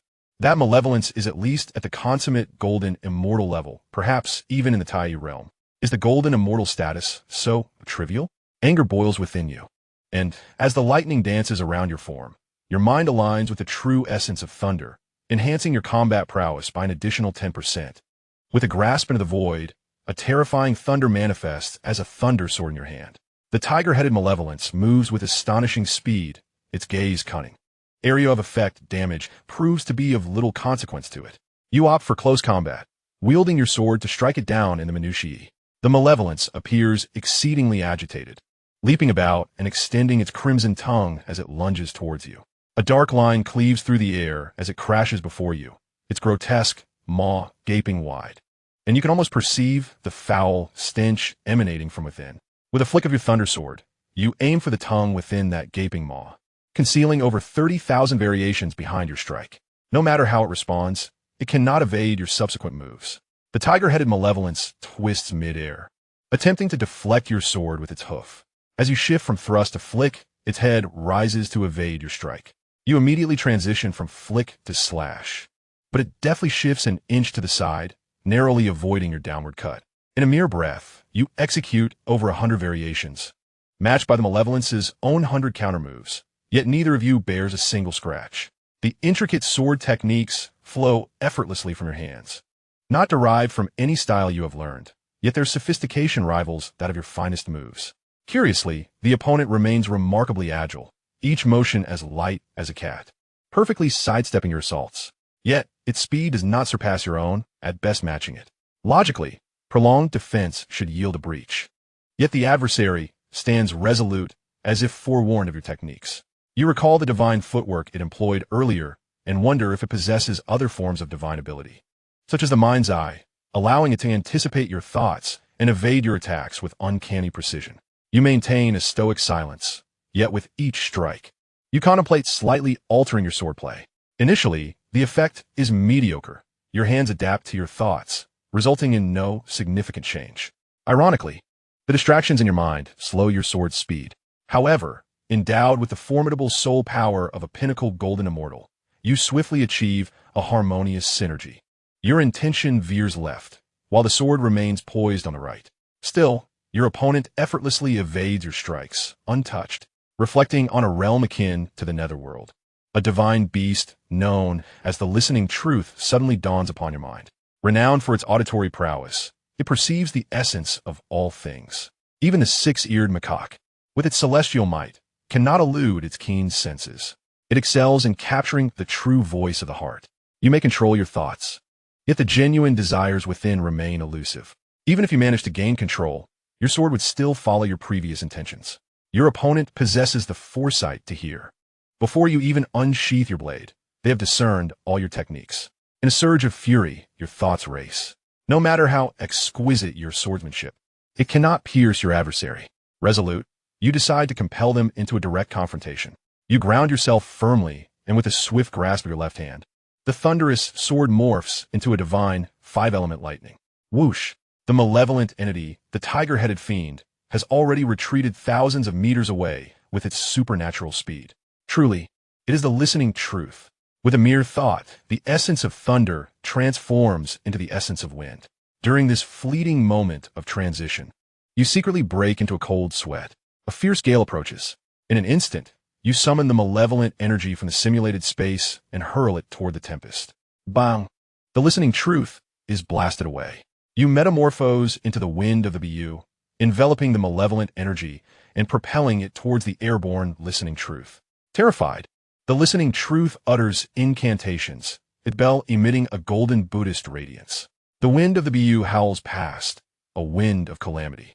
It sweeps through the crown, invading the lungs, damaging the three vital energy centers, disintegrating flesh and sinew, and transforming the flawless celestial body into celestial essence, returning it to the cosmos. Yet, beneath the golden light of the Buddhist aura, the listening truth remains unscathed. With its hooves pressed together in reverence, it bows deeply to you. Speaking in human tongue, I am the minor deity listening truth. It has been many years since I encountered a visitor. Today, I am delighted to witness a hunter. Please, esteemed immortal, do not take offense. Your heart brims with caution, wary of the fiend before you. The listening truth bows again, assuring, rest assured, esteemed immortal, I am under the protection of the Bodhisattva and have not been tainted by malevolence. My previous playful antics were never meant to harm you. You recognize that the bodhisattva it references is Kitagarbha, who once vowed, "Until hell is empty, I shall not attain Buddhahood." This alone reveals the compassion inherent in your opponent. Yet, you realize the listening truth can hear the true voice of your heart. Your countenance appears grim, akin to wandering the streets in utter nudity. No, it is even more harrowing than being unclothed. At least the onlookers, burdened by moral obligation, would refrain from gazing too intently. Listening, with hands clasped in reverence, reassures, "Rest assured, esteemed one, this humble deity shall never eavesdrop on your thoughts without your consent." You nod in acknowledgement, reminding, "That is well, for I harbor great terrors." Do not heed them indiscriminately. In the next instant, a piercing scream escapes listening's lips, as both ears explode in a gory display. The bell upon listening's neck instantaneously radiates a divine light, enveloping its entire being, yet this holy illumination is swiftly torn asunder, transforming the bell, once sealed with the powers of the earth's store bodhisattva, into mere ashes.